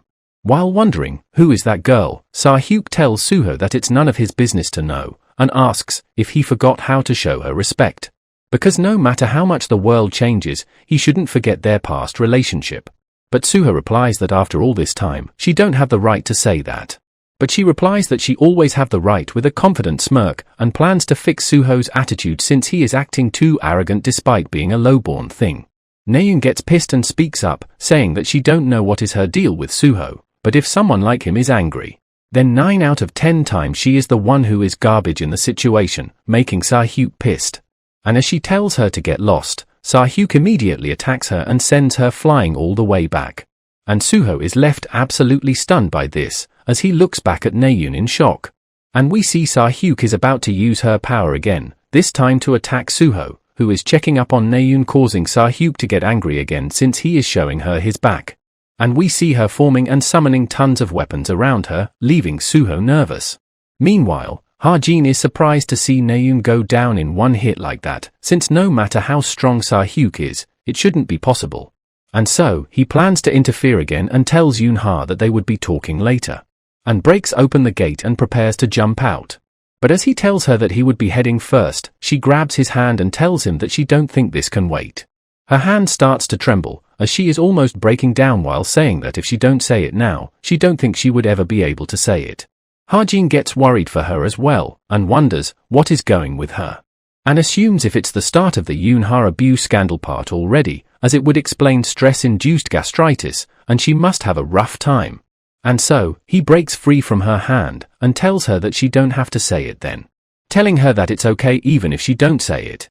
Because he would help her, whatever she is worried about. And it will always work out in the end. Upon landing, Hajin quickly runs to check up on Naeun. He notes that she isn't hurt badly, but since there might be internal injuries, he decides to move her first. We see her grunting in pain and noticing Hajin, who takes out a potion. And gets her to drink it, telling her that she would feel better soon. Suho also seems quite worried about her, but Sahyuk tells him to ignore them. Suho then questions her, why did she change so much? And she again gets pissed, saying that she told him already to not look down on her. She prepares to hurl the weapons towards Suho, who also picks up a metal pipe to defend himself. And as the weapons comes for him, he is able to fend them off using the metal pipe. He asks Sahyuk if she has to do this, since they no longer have a reason to fight each other. But she replies that it's not for him to decide, and regardless, she asks if he thinks that pipe is going to be enough for him. As we see her attacking Suho from behind, which he is still able to block. But it's still not enough, as one of the attacks still lands near him, and seeing their fight, Hajin seems worried as well. Noting that she is ridiculously strong, the energy of that dark blue mana itself is based on the third antithesis of Kim Suho, which means she doesn't even need weapons to fight. Because highly compressed mana itself becomes a weapon, on top of that, Suho doesn't even have Midterms with him right now. And when the pipe breaks, one of her attacks gets completely up close with him. But she changes its trajectory to not kill him, and instead strikes him on his gut. And then lands multiple blows from other sides, making him go crash on the ground. Suho lies in defeat, and Hajin notes that if he leaves him be, something terrible is going to happen. And right as she is about to strike Suho again, Hajin steps in, telling her that this should be enough for now. At first she is confused, and suddenly remembers Hajin from back then, who gets anxious since she remembers him. She asks if he is Suho's teacher or something, but before he answers, she attacks Hajin. Though the attack seemingly lands on both of his sides instead. And seeing her expression, Hajin gets terrified. And when she attacks him again, he uses bullet time to dodge it this time. She compliments him for dodging it smoothly, while Hajin has his heart out as he thanks bullet time for saving him. He asks her to stop right there, since neither of them bruff weapons here. But she again interrupts him and asks if he is seriously not his teacher, leaving him dumbfounded. As he replies that he is his friend, causing her to lash out at Hajin and tells him to get lost unless he wants to be buried. But Hajin realizes that she isn't going to back off no matter what, and he starts to prepare something. He remembers her being an arrogant and a careless person, which is why his provocation is bound to work, as he takes out a coin from his pocket. And seeing him take out a coin on her like this, pisses her off. She nags at him for saying that he had no weapon and yet he pulled that out just now. Meanwhile, Hajin focuses the stigma's mana on it and activates the item's effect. And lastly, he throws it towards her using random style enhancement. And it strikes her right on the head, making Hajin nervous for what is going to happen next. And so, she gets really pissed as she starts bleeding from the head, with Hajin noting that it's expected that even after using all of his strength, he is unable to take her down right now. But as she is about to attack him, Ha-jin still thinks that it's fine.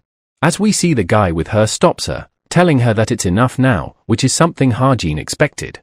She tries to argue to let her go, as she is still fine, but he tells her that her brain is rattled now, she cannot even control her mana.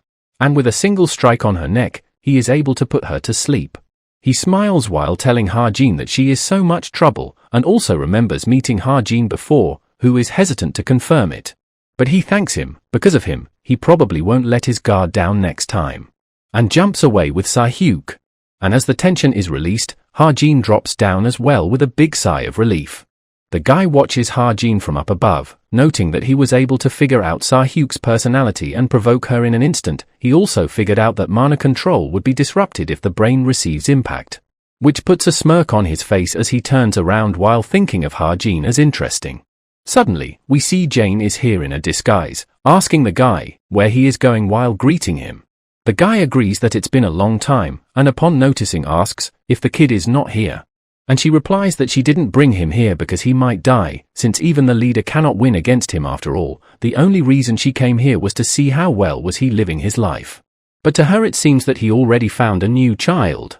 And the guy agrees, but calls her way too special to be called just his apprentice. She is someone who is always looking for ways to kill him. But that aside, he easily rip apart Jane's disguise, saying that she must have gone quite a bit of confidence. Or perhaps she has just become more fearless. She replies that didn't he said that those who have things to protect cannot make reckless moves. Even if she cannot kill him, she can at least kill an unconscious person. Which he agrees with and starts to take his leave. She asks if he is just going to walk away, and informs him that the new black that new leader found, the wolf solely hired to kill him. The demonic wolf, he is right here. Hearing which, the guy recognizes the name, Fenrir, the one who devoured the king of gods alive, and tells them to try their best to recreate that myth. Because it does seems fairly possible even to him. Back to Ha-jin, who notes that the police has detained every smuggler who caused chaos in Desaline land, and it would be all over the news tomorrow.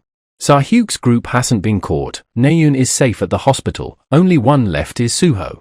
He asks if he drank all the potion and Suho replies that he would pay him back, but Ha-jin declines. And asks if he knew that woman from earlier, and he replies, just a little. Suho then speaks up and tries to tell Ha-jin something, but stops. Deciding not to, confusing Ha-jin as well. But regardless, he tells Suho to not be too dejected by it, and he replies that it's not that bad. Ha-jin looks back and sighs and rubs his hair frivolously. Suho doesn't understand what was that for, but Ha-jin replies that he is really going to leave now, confusing him even more. But regardless, Suho seems to be feeling better. Ha-jin notes that Suho must have been lost in thoughts upon meeting Sae-hyuk, someone from the same world as him. There must be a grief of losing his hometown. And those feelings are similar to him, but unlike him, Suho doesn't have a chance at returning home. Being able to only watch makes it tougher. We now switch scenes to Yoon-ha, who is still thinking about what Ha-jin told her on the Ferris wheel.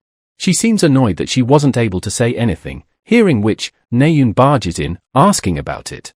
And she replies that it's nothing and asks her if her wounds are okay, and she replies that the first aid was good. And comments that she is going to at least give Ha-jin a thanks for it. Yoon-ha knows how much Naeun respects her grandfather, but he is one of the key figures responsible for the past, just like her father. He probably only ever showed a kind face to his granddaughter. She bets Naeun would feel a great betrayal when she finds out. Which makes her wonder if she should tell Naeun about Ha-jin's past. Should she tell her that her grandfather, a person she respects, was one of the culprits, responsible for killing Ha-jin's parents and forced him to grow up in complete solitude without a family? And so, she calls out to Naeun, who looks up to hear what she has to say. Only for her to go silent the next moment and decides to not tell her and instead tells her to be nice. Naeun doesn't understand what she means, and Yoon-ha replies that whenever she texts Ha-jin, they are all always grumpy. And so, she shouldn't regret whatever happens later. We now switch scenes to Evangel, who is sharing her food with Whitey. While Ha-jin is glad seeing them figure out how to share without fighting. And now due to the last night's incident, he received lots of SP, and he can add another setting he wanted now. He remembered preparing few ideas for it before and also wrote it down. Doping selling, a concept he came up with after anticipating that he would do quite a bit of doping in the future. The effect consumes drugs and reproduce them internally. because if he is going to dope, he is going to make it advantageous and permanent. He finds the cost of it to be quite steep, but he expected permanent stats to be this much. But regardless, he saves the settings. He immediately begins trying it out by eating one of the elixir Yunha gave him. His body remembers 4% of the effect of the elixir, meaning 25 more of them, and he can reproduce them internally. Just when he is thinking it's not too bad, he suddenly feels something and starts to tremble. And falls down on the floor, with sweat rolling down on his face. He notices something strange about his stigma. It seems to have been activated out of nowhere. He kind of expected it, but it still hurts him too much. Suddenly, Evangel asks him, "What is that sound?" And he replies that it's nothing, he simply dropped something, and she believes him, calling him silly. He cannot scream, because Evangel is in the living room. He don't want to let her worry unnecessarily. Fast forward and Harjin suddenly wakes up screaming. He realizes that it's morning already, and also finds Evangel sleeping beside him along with Whitey. In sleep, she tells Harjin to not sleep on the floor or he would get cold, making him smile, noting that he still caused her worry in the end. Now at a cafe, we see Suho seems to be texting someone, which Naeun notes. She smirks and teases him that the screen he was hiding, it was Sunga, wasn't it? She tries asking, what did they talk about, and he replies that it nothing serious, and Shin finds it even more strange that a mere cadet is having private conversation with a vice guild leader. Naeun starts teasing even more, but Yunha tells them all to focus instead. And Naeun replies that today's study session is done for, so they should decide the travel dates already, which she reluctantly agrees with. As they plan on making it next week, Suho says he cannot join then, as he made plans with Harjin. Hearing which flusters Naeun, who tries asking about it. And remembering their text, Suho simply replies that they're going for a drive, stating that he always wanted to go for a drive, while Naeun seems to be making a sad expression. She seems to be quite frustrated. We switch scenes to Harjin, who arrives someone and tries to call out, if someone is there. Suddenly, he notices something and his wolf leaps from inside to attack it. And it turns out to be a monster, Flying Nightmare. He is surprised seeing a 6th grade monster appear, knowing he would have been in trouble if not for the spirit wolf. Though, he don't understand why did she call him out to meet at such place. And we finally see Boss arriving from the cabin, greeting Harjin. A bit later, and she tries asking Harjin, which turn didn't sit well with him. And he replies that he do like the terms, so Boss asks for the issue, and offers to revise the contract to a certain degree as well. But Harjin asks for one important request that shouldn't be written into contract. And Harjin replies that he wants them to help him kill someone. He investigated how to kill him alone, but he concluded that it's impossible. The VIP ward is not something that can be broken into, especially Jin Yoon's room, which is under impenetrable security. And even if he managed to break in, it would expose his identity. And there are some allies that he has grown close to without realizing it. And for now, he still wants to stay with them. Boss confirms once again what he just said, and he hands her over a document. She seems a bit surprised seeing what is written in it, and asks if there is a reason for this. But we see Harjin is left quite speechless at first with her question, and speaks up that he only wants them to create the opportunity, he would do the killing himself. Boss tries to say something and Harjin knew that she wouldn't kill someone for him from the start. And before Boss could say anything, Harjin refers to her as Boss himself as well, which adds weight to his words and surprises her. We now switch scenes to the instructor, who announces that all final exams would take place in Mock Tower Climb. It's going to be a real combat simulation, so they have to treat it like one, but Harjin is nervous, because he only knew much about the first year part of the cube exam thoroughly. The test would begin with everyone at equal standing point. Once they are inside, they would automatically be placed at their own location. As Harjin steps inside, it turns into complete darkness, but he knows they would probably turn on the lights after a bit, but he still decides to scout ahead. He uses his heavenly eye and notices a whole grid, noting that it is quite spacious from the inside despite looking small from the outside. Suddenly, the light turns on, and 3 rules appear in front of him. Noting that the rules are clearly designed to make ranked players appear, and at this point, about 30% of the cube is already under demonic humans' control. He suddenly notices a bridge in the passageway, and even though it looks like trap, he decides to take it since he doesn't see any other way. As soon as he steps on it, he is attacked by 2 arrows which he dodges with ease. He then quickly grabs the arrows in mid-air and throws them back, destroying the machine which was shooting them, calling it nothing compared to Rachel's sword. only for the bridge to suddenly split into two, leaving him surprised. As he starts to fall down in complete darkness while screaming out loud. After falling down, he comments they are off to a rough start already. Suddenly, we see Naeun and Rachel has dropped in the same place as well, and both of them get excited upon seeing Ha-jin. And upon noticing each other, they are both surprised and flustered. Commenting about the three of them being a team, and wondering if anyone else dropped as well, with Ha-jin being troubled on why did it have to be them. Naeun wonders what is up with the random team, and Rachel asks if they also attacked the source of those arrows, as she noticed the crossbow was white while falling. Causing Naeun to suddenly remembers the rules, though she don't see the point of Rachel bringing it up now, causing her to get embarrassed while Ha-jin wonders if he can see anything from this place. He uses his heavenly eye and notices a group of goblins, which he doesn't find a problem if Naeun and Rachel work together. Only for him to see them bicker, which makes him run ahead first.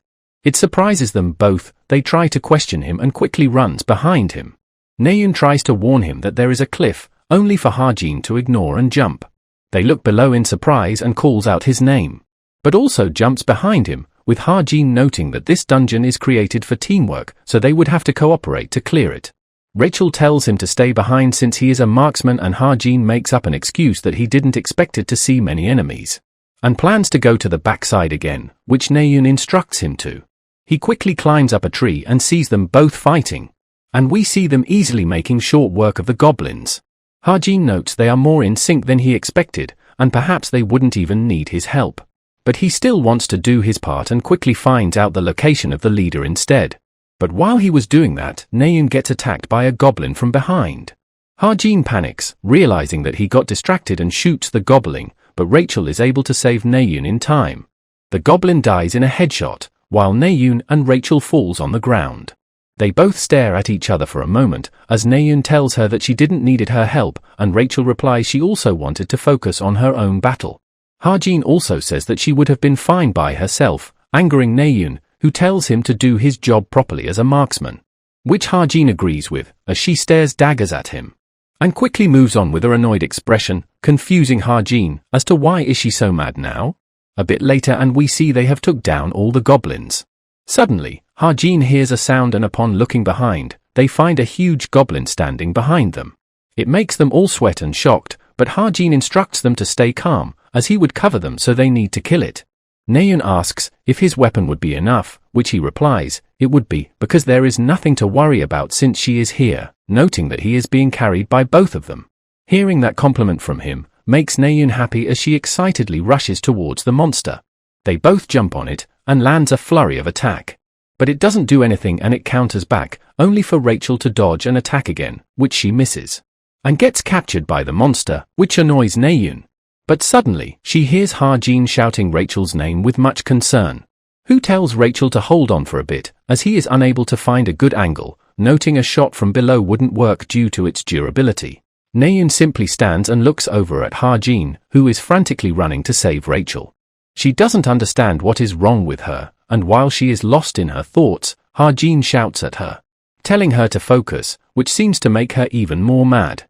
She quickly starts running towards a tree, as Ha-jin tries asking, what is she doing? And we see her using the tree to launch herself in the air for an attack on the monster. She charges up her sword with huge mana, and Ha-jin covers his eyes due to the insane brightness. And with a single hit of the sword, she is able to cut off the monster's whole arm off. And while in the air, she again looks towards Ha-jin, making a really sad expression, as if she is on the verge of tears. Which Ha-jin sees as well, and thinks, why are you making that expression? A bit later we see Naeun hitting Ha-jin on his chest to try and wake him up and apologizes for doing it too hard. Upon waking up, he is quite shocked, and asks if he got knocked out, and she replies that he got vertigo from the flash and fell down.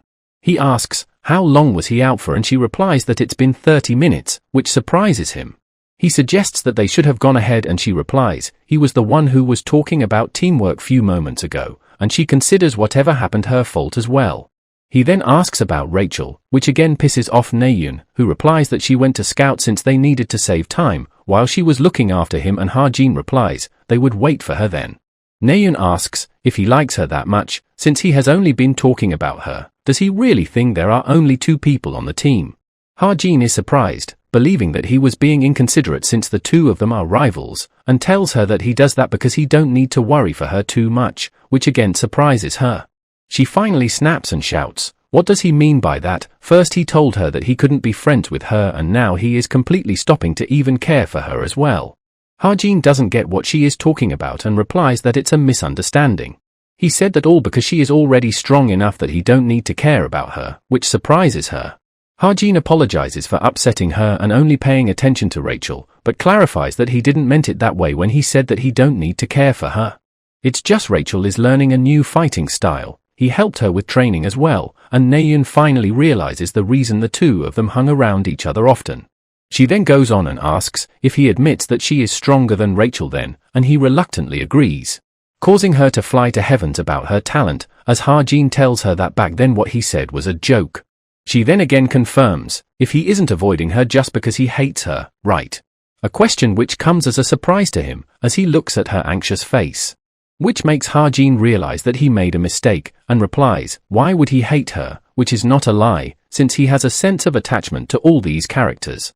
He then suddenly asks about her brother's condition, and Naeun is surprised by how sudden it is. Who asks if he is finally worried about it being brought up so much, and he replies that he is simply curious. She also heard about him having a terrible expression at the hospital last time, which he doesn't deny. Hajin actually wanted to ask it in a different way. How would she feel if her brother gets murdered by someone? But tells her that her brother's condition seems fine since she is fine as well, and she blushes while replying that he was the one who brought it up. She then informs him that she is heading back to her master's camp for 3 months, which Hajin finds good for her. So she suggests to go on a trip with others before she leaves, and she wants to go with him as well. But Hajin declines, saying that he is busy and gets up to leave. But she grabs his hand, saying that she would match his schedule so he can just tell her when he is not available. And the fact that he has time to go on drive with Suho but not this, leaving him speechless and confused. Suddenly, Rachel arrives, happy to see Hajin back up again. He assures her that he is feeling fine and she informs him that there is a wall that looks like a door nearby. He tries to free her hand from her, but she seems determined to hear his answer. And in the end, he replies that he would think about it, which makes her really happy and excited as she quickly follows those two. They arrive at the wall, but Hajin is not able to see much, thinking if there is some kind of mechanism to it.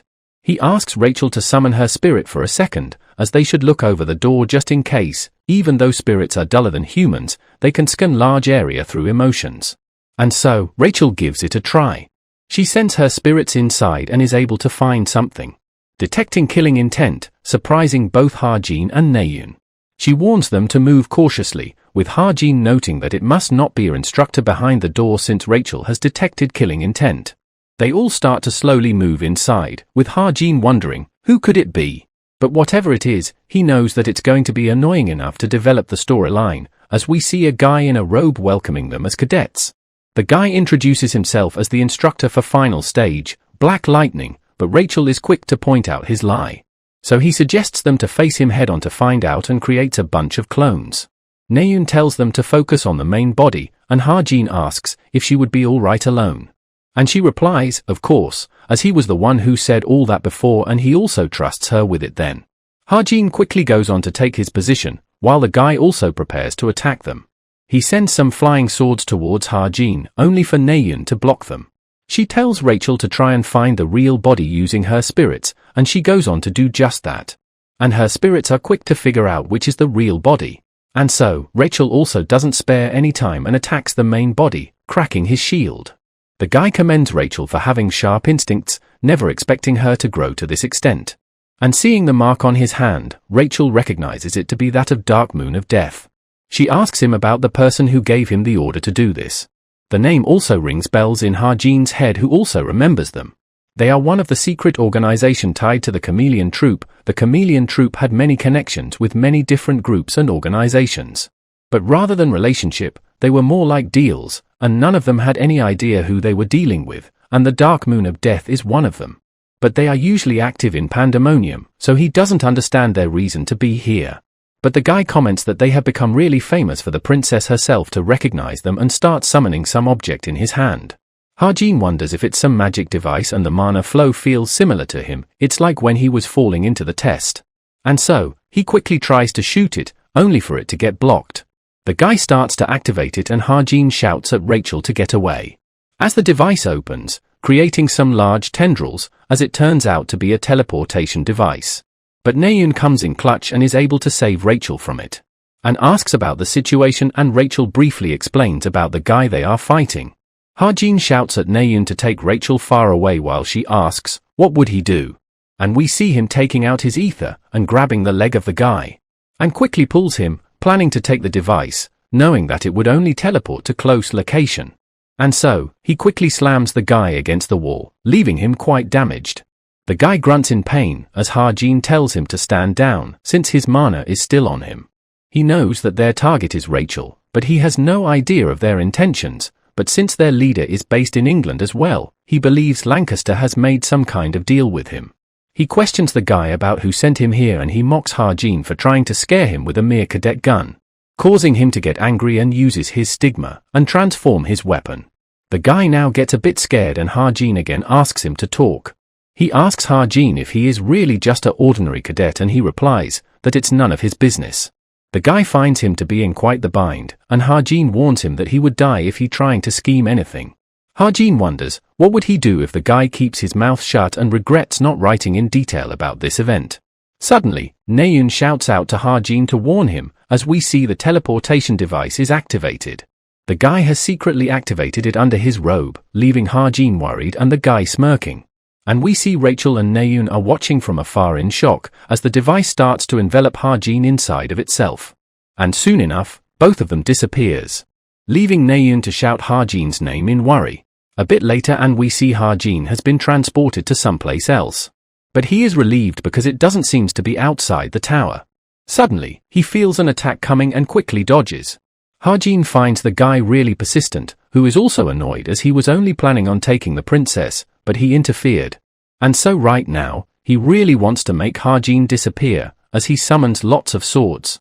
Harjin counts the amount of sword he has, noting that he can control it with his mana, and since even Rachel had trouble fighting him, he is at least an intermediate level threat. And the teleportation device he used must be really expensive, but if Lancaster is really behind him, then this guy would be desperate.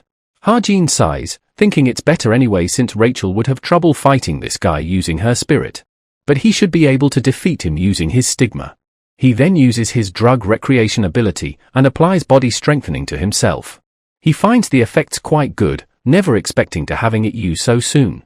The guy then quickly attacks Harjin using his swords, which he dodges using bullet time. And counters, but his bullets get blocked easily, causing the guy to mock for being weak. Harjin seems quite flustered as well, and suddenly, an attack comes from right behind him. But he is somehow able to dodge that as well by tilting his head slightly. He doesn't understand what just happened, he somehow knew the trajectory of the sword would change. He wonders if it's due to bullet time, but it only lets him move fast, it doesn't have the effect of prediction. But upon dodging some more attacks, he finally realizes what is happening. The guy throws his sword using his arm, and grabs the sword using his mana again to change its trajectory, which makes it firmly come under ranged attack, and his gift, Master Sharpshooter, is at pinnacle of all ranged attack variants. So if he is up against ranged attacks, he can easily see through them. But even if he can do that, it doesn't mean that he can also dodge them. His bullet time also lasts for 3 minutes, and like this, his stamina will give up first. So, he is left with only one option. Before he could not materialize many things, but now with 3 marks, he has much more mana, so it might be possible. The guy keeps on blocking his bullets, and is in a difficult position to reach for him with Parkour, and he has seen him use ether, so he would be on guard against it. And so, he makes his stigma glow, causing the guy to get blinded by the flash for a few seconds. We see some kind of portal appears and Harjin also disappears. Right as the guy is wondering where did Harjin went, he suddenly appears behind him.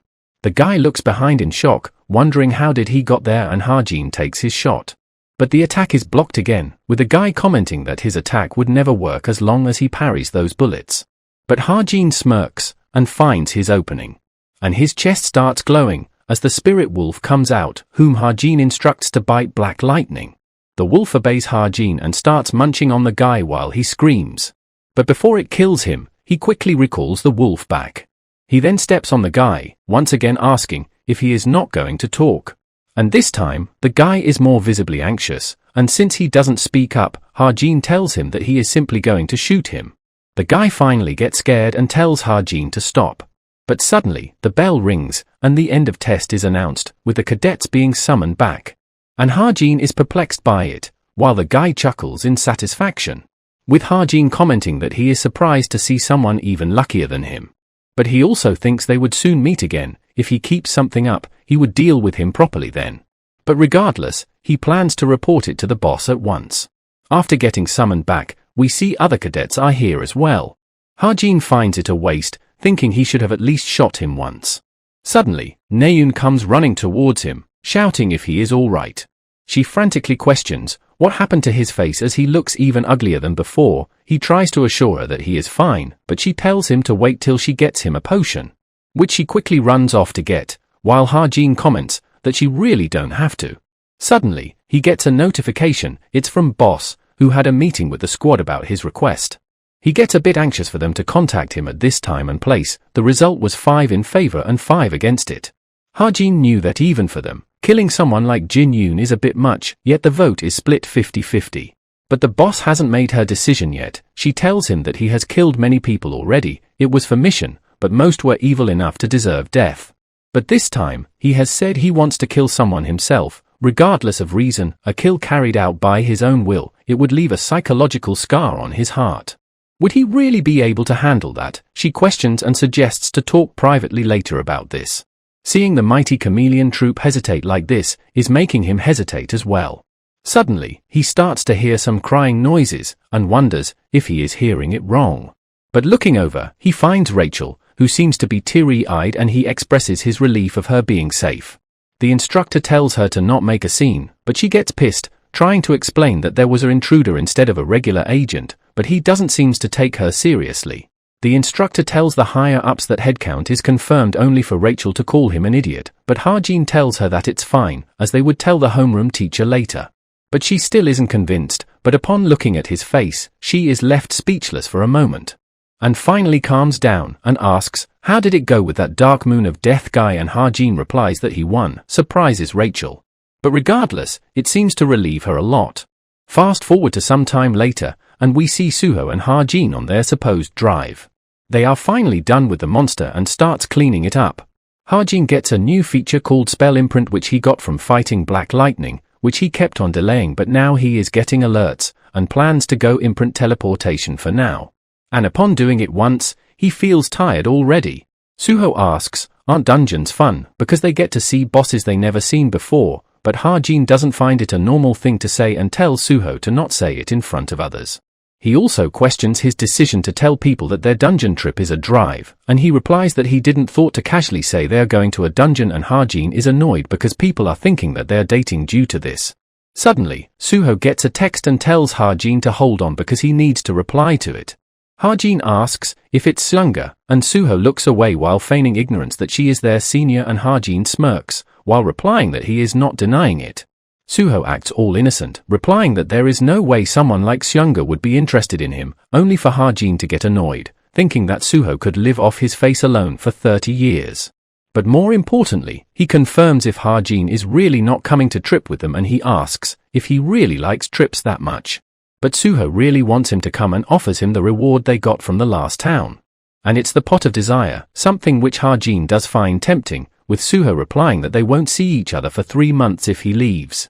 But if they are together, he would be a little less lonely for those 3 months, and Ha-jin asks why would Suho not seeing him would make him lonely. Suho also believes it would be good chance for him to get close to Naeun too, and Ha-jin catches up on the two part. And teases Suho that he must also be planning on getting close to someone, and he again tries to deny it while blushing. Ha-jin thinks that back then, he shouldn't have changed the subject. And in the next panel, we see him going on the trip with everyone, with Naeun sleeping on his shoulder. He wonders if she is asleep and starts to gaze out the window. Narrating, as the wind chill sank deep into his bones, he set off on a journey with these guys. Fast forward and we see a excited Naeun, who invites them up to their vacation place, which is apparently hard to get reservation in. She tells everyone to put down their luggage and gather up. Suho asks, what are they going to do? And she lists tons of games and activities for them to do. They tell her that she seems quite excited and in better spirits than usual. And she glances towards Ha-jin while asking, "Really?" Fast forward to evening, we see Ha-jin cooking and Naeun comes to him, asking what should she do with this, and he asks, "What is it now?" She shows him a burnt piece of meat, which he annoyedly tells her to throw away, and to go do something else, but she refuses, and asks for his secret to grilling so well, but he replies, "For starters, there should be no one getting in your way," which annoys her, as she hits him on the shoulder. But he tells her that she don't need to know to do something like this, but she simply smiles in return while saying, "Even so." Young-han notices their interaction and starts to tease them. "What are they two doing here?" he asks in a teasing manner, and she tells him to shut up. Meanwhile, Ha-jin glances at Jong-hak, who is teeming with anger. Young-han asks if she has to stay by his side, since he offered to cook anyways, and she replies that she is feeling sorry for making him cook alone. So, Yoon-ha teases that it's not like she is there because she feels sorry, and Suho also comments that they look good together, leaving her to blush slightly. She also tries to tell Ha-jin to not get any weird ideas, and he shoves his meat in her mouth. And upon confirming with her that it's cooked, he brings it to the table for everyone. They now make usual banter, with Jong-hak inviting Suho to a game of billiards and Yoon-ha trying to get them to make some ramen for her, which they all do end up eating as well. We now see both Ha-jin and Naeun resting on a chair while Ha-jin is lamenting that it should have been soju to drink. She taps him with her elbow, saying that it's just like she told him, that it's going to be fun if they came here. And he replies that it's not boring at least, but she chuckles and tells him to admit that he is enjoying it. She then informs him that she also got a motorcycle, surprising Ha-jin quite much. And it's parked in the parking lot. He asks if she even got a license, and she replies she did, but only at the beginner level. And asks to go on a drive later, and he replies if she is trying to risk lives or something, and she asks him to drive if he is that worried. Looking at the sky and the waves, surrounded by people who now felt essential to him in his life, standing there in the middle of it, an old, bittersweet feeling came up inside him. He felt like that maybe it would be nice if things could stay like this way just a little longer. Back in the room, they seems to be playing cards, and we see Naeun's phone starting to ring. She tells them to continue on as she goes on to pick up the call. And upon picking up, she seems to have heard something shocking. Hearing her surprised voice, everyone is shocked as well and glances towards her and asks what is going on as they find her on the floor. Yoon-ha asks if she is unwell or something, and with tears in her eyes and her body shaking, she tells her that she needs to go. Yoon-ha tries asking what happened suddenly and why is she crying. Ha-jin also tries to reach her, telling her to calm down and tell him what is going on. But she grabs his arm and asks if he can give her a lift, which he agrees and asks what happened, and she stutters in her words, but finally reveals that her brother has woken up, leaving Ha-jin really shocked. He finds this thing impossible, noting that there should be still plenty of time left for him to wake up. But upon seeing her cry, and others asking if it's really true, which she confirms, as the hospital called, Ha-jin seems to be quite angry and frustrated due to all this. He quickly asks her where is the bike, and she informs in the parking lot, so he pulls her by the arm to go with her. Yoon-ha finds it way too dangerous for them to go on a bike, and he replies that they have to get there as fast as possible, so Yoon-ha tells them to go ahead, as they would follow them from behind. Ha-jin gets on the bike and asks Naeun to sit at the back. Upon sitting behind, she clutches her hand with his clothes tightly, and seeing her like this, he grabs her arm and pulls her forward much closer, telling her that she would fall if she hold on like that, which leaves her really flustered and blushing as she grips on tightly to him. With that, they finally leave for the hospital. On the way, he thinks that he shouldn't have pushed it back, it was something that he had to do, but he didn't even wanted to think about it. He wonders, why does he have to be the one to do such thing, and if there is really no way other than to kill Jin-yoon. He knew that it was not something that he should have delayed due to some trivial thoughts. Because for him, as the author of the novel, he have a duty to kill Chai Jin-yoon. Soon enough, they finally arrive at the hospital, but Naeun seems scared stiff. But he claps his hand and wake her up, asking if she is all right and can stand by herself, which she assures.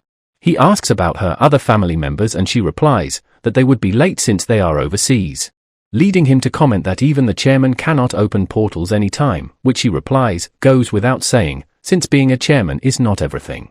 But now she notes that her trembling has finally stopped. One of the guard comes running upon seeing Naeun. She asks where is her brother, and he points her to the direction, telling her to hurry up. He asks about Ha-jin as well, and Who is about to say something, but Naeun clarifies that he is her friend. Who escorted her here, so she wants to take him in as well. The guard agrees, and Ha-jin seems quite frustrated. The doctor calls it a miracle, even though full activity is not possible yet. She would understand when she sees him herself, as his condition is very good. But since he recently woke up, his memory is still incomplete, but his recovery is really rapid, so he would likely get everything back in a month. This situation makes Ha-jin feel like sitting on a cushion with nails, and questions his purpose to be here. And seeing Naeun smile and being happy like that, it's the worst for him. They both finally enters the room of Jin-yoon. Seeing whom, Naeun is about to cry and calls out his name, as Jin-yoon finally opens his eye hearing that. He looks towards Naeun and immediately recognizes her, leaving her to cry tears of happiness as she goes beside him, and he starts to console her. He comments that she has grown so much over the years, and she agrees while crying. He asks if she has gotten used to the bow yet, or like she promised him, did she found something else that she truly wanted to do? And she replies that she picked up the sword again, which seems to have made him excited. As he praises her that whatever she does, she would do well, and hearing their conversation, Ha-jin seems quite off. Jin-yoon notices him as well, and Naeun asks him to greet Ha-jin, calling him her friend, who helped her realize what she truly wanted to do. We now switch scenes to Boss. Jane calls her out, informing that Jin-yoon has apparently regained consciousness again, and asks if they are really going through it, but she doesn't answer, leaving her to realize that it's already been decided. But she questions if the current number of people would be enough, even if the plan is carried out by Ha-jin, and she replies that there is no need to inform everyone, they would proceed with minimal personnel. Jane comments that it might be the only to pull Ha-jin in, but she still finds the risk too high, as they don't even know why he wants to kill Jin-yoon. And more importantly, they would make that old man their enemy. But the boss declines, saying that Jin-yoon's energy core, which stores mana, was destroyed that day, so that old man won't feel sympathy for Jin-yoon, who could no longer be a hero, when he is neither fully alive or dead. Not even if he is his grandson. Chai Jukiel was always that kind of man. He might even welcome it. By sacrificing one grandson, he would buy the world's sympathy. Jane replies that while she cannot be certain, he was the one who cut ties with them first. But she still finds Ha-jin to be acting strange, since even the money devil, Yo Jin-hyuk, says that he won't take the job this time. Which she finds really odd, since he is someone would clean anyone out as long as you pay him, yet he refused for Ha-jin, which leads her to assume that he perhaps investigated his past before. Meaning that Ha-jin definitely has a special past that could endanger someone. And Boss finds it a reasonable assumption as well, so Jane suggests to ask for more information from Yo Jin-hyuk. But the boss declines and suggests to try other information guild, and Jane says that she got her eye on two places. One is Falling Blossoms, a rookie guild that has been on the rise. It's only been half a year since they started, but their reputation and results are solid. And the other one is the Truth Agency. Boss finds the design of the website horrendous, and Jane tells her that it's quite famous regardless of it. But she is still not convinced and asks her to go with Falling Blossoms instead. She informs Boss that all preparations are done, and all that is left is for Ha-jin to review them and give the green light. Back to everyone else, Jin-yoon is meeting everyone else, noting Suho. He asks, how did he know? And he replies that it was from the Agent Military Academy's times. Naeun mentioned him a lot. She also said that he looked all delicate and acted like he knew everything, and that he is really obnoxious as well, which embarrasses Naeun, who complains that it was such a long time ago. With a sad expression, Suho tells Naeun that she is being too mean, and she replies that it was back when they didn't knew each other and all. After Jin-yoon regained consciousness, Naeun visited him every day, and his condition improved day by day, but Ha-jin discovered that his progress rate has already reached 97%. So there was an estimate of 2 months left, with no time left to lose. Jin-yoon asks Ha-jin what is he thinking about so deeply, and he replies that it's nothing, but he is only tired. But Jin-yoon thanks Ha-jin for coming every day, surprising Yoon-ha, who asks why did he came that often, and Jin-yoon says that he came every day with Naeun, though he was only tagging along so he could talk with Jin-yoon privately. But Naeun says that Ha-jin is his fan, and he has been talking about him for ages, always bringing him up. She also offers to click a pic of him with Jin-yoon if he wants, and he declines. So instead, she asks him to take a photo of her with him then. She gives off a sweet pose with her brother, who tells Naeun to take one with her friends as well, and she replies that she already got tons with them, but he asks her to stand next to Ha-jin. And so, she does that and stands beside him blushing slightly as he takes the pic. Suho gets a message and informs Naeun that Master is calling everyone to the camp, so she plans to leave while saying farewell to his brother that she would be back soon. They are finally left alone. It is the moment Ha-jin has been waiting for, but he don't know what to say. He then goes on to ask, how is his body feeling, and he replies that he don't know, but he feels like getting better. And he then asks if he feels any strange impulses, like malice boiling up in his chest, or demonic energy instead of mana inside his body, and Jin-yoon asks if he is asking about his subjugating operation. Ha-jin replies mentally that he is asking if he believe him if he told that his body might soon turn into that of a demonic human, and if so, would he be willing to give up his life for his sister's sake? He is only asking to relieve himself of his own guilt. But Jin-yoon suddenly pats him on the head, saying that he don't know what is going on, but he feels like that Ha-jin needs this. And it seems to have calmed him down, and just then, Naeun walks in, asking, what are they two doing? She calls it a fan service while his mental state is getting even more roughed up. Now as he is walking back with Naeun, she thanks him for coming with her. She wished for nothing more than her brother waking up, and after almost 5 years, she didn't know what to say, worried that he would see her as a stranger. But with him here, it didn't feel awkward to her, it felt nice, leaving Ha-jin speechless at her words. She then asks if he has free time on Christmas, and he replies, isn't she leaving for camp on that day, and she replies that they are leaving in the evening so they can meet before that. They are departing at 6 p.m, so she wants him to meet at the front of the ward at noon, and he simply replies, I'll go. Fast forward to that day, Ha-jin is cooped up in his room watching news about the raid on Tower of Miracles. We see Ha-jin getting a call from Suho, whom he asks if he is not worried, and Suho replies that they would clear it and return safely. In his original work, Creationist Benevolence fails the raid, but since the attempt now was delayed by 2 weeks, success was possible. Ever since the co-author intervened, he cannot be certain of the future anymore. The only thing he knew truly was the identity of the forest. Suddenly, Suho asks if he is not going out, and Ha-jin asks where to in confusion. And he replies that Naeun told them that he had an appointment with her, and he replies that he don't, but Suho insists that she told them they had one, surprising Ha-jin. He then quickly realizes he meant to say that he would go on his way, not that he would go with her. Looking at the clock, he notes that it's way past the meeting time and looks outside and it's snowing. He gets frustrated and runs outside, telling Evangel that he would be back in a bit. He thinks that there is no way she is waiting for him in this heavy snow, she must be an idiot for doing such thing. He plans to go and check, only checking. But we see that Naeun was waiting for him. She takes notice of him as well, and Ha-jin gets annoyed and worried at her antic. She lashes out at him for being late, and he replies that she was the one who misunderstood him and now she is blaming him. She complains that she made so many plans today and all that, and Ha-jin gives her a flick on her forehead. She asks, why is he hitting her, and he replies that it's only half a day, why did she plan so much, and suggests to go for a ride instead with him. She is a bit annoyed, but he tells her to not complain. He looks back and smiles, saying, because dates are supposed to be spontaneous.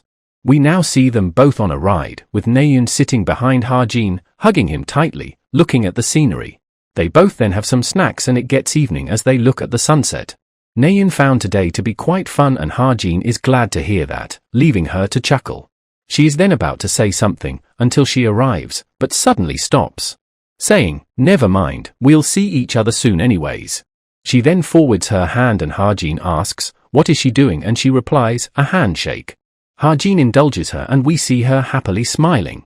She then starts to leave, happily waving him goodbye, saying that they would meet again soon after it's over. But Ha-jin doesn't say anything, only apologizing to her repeatedly in his mind. Back to the hospital, we see some nursing staff getting ready to check on Jin-yoon. And the guard also lets them in. And we see it's Jane and Ha-jin, with the former asking about the CCTV, and he replies that he has dealt with them already. She then calls out to her captain, who uses her ability to isolate Ha-jin and Jin-yoon, informing Ha-jin that not a single sound will leak out from here, so he only needs to worry about his goal now.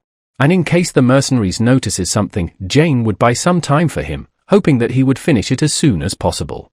Ha-jin finds Jin-yoon's face to be same as Naeun when she is sleeping.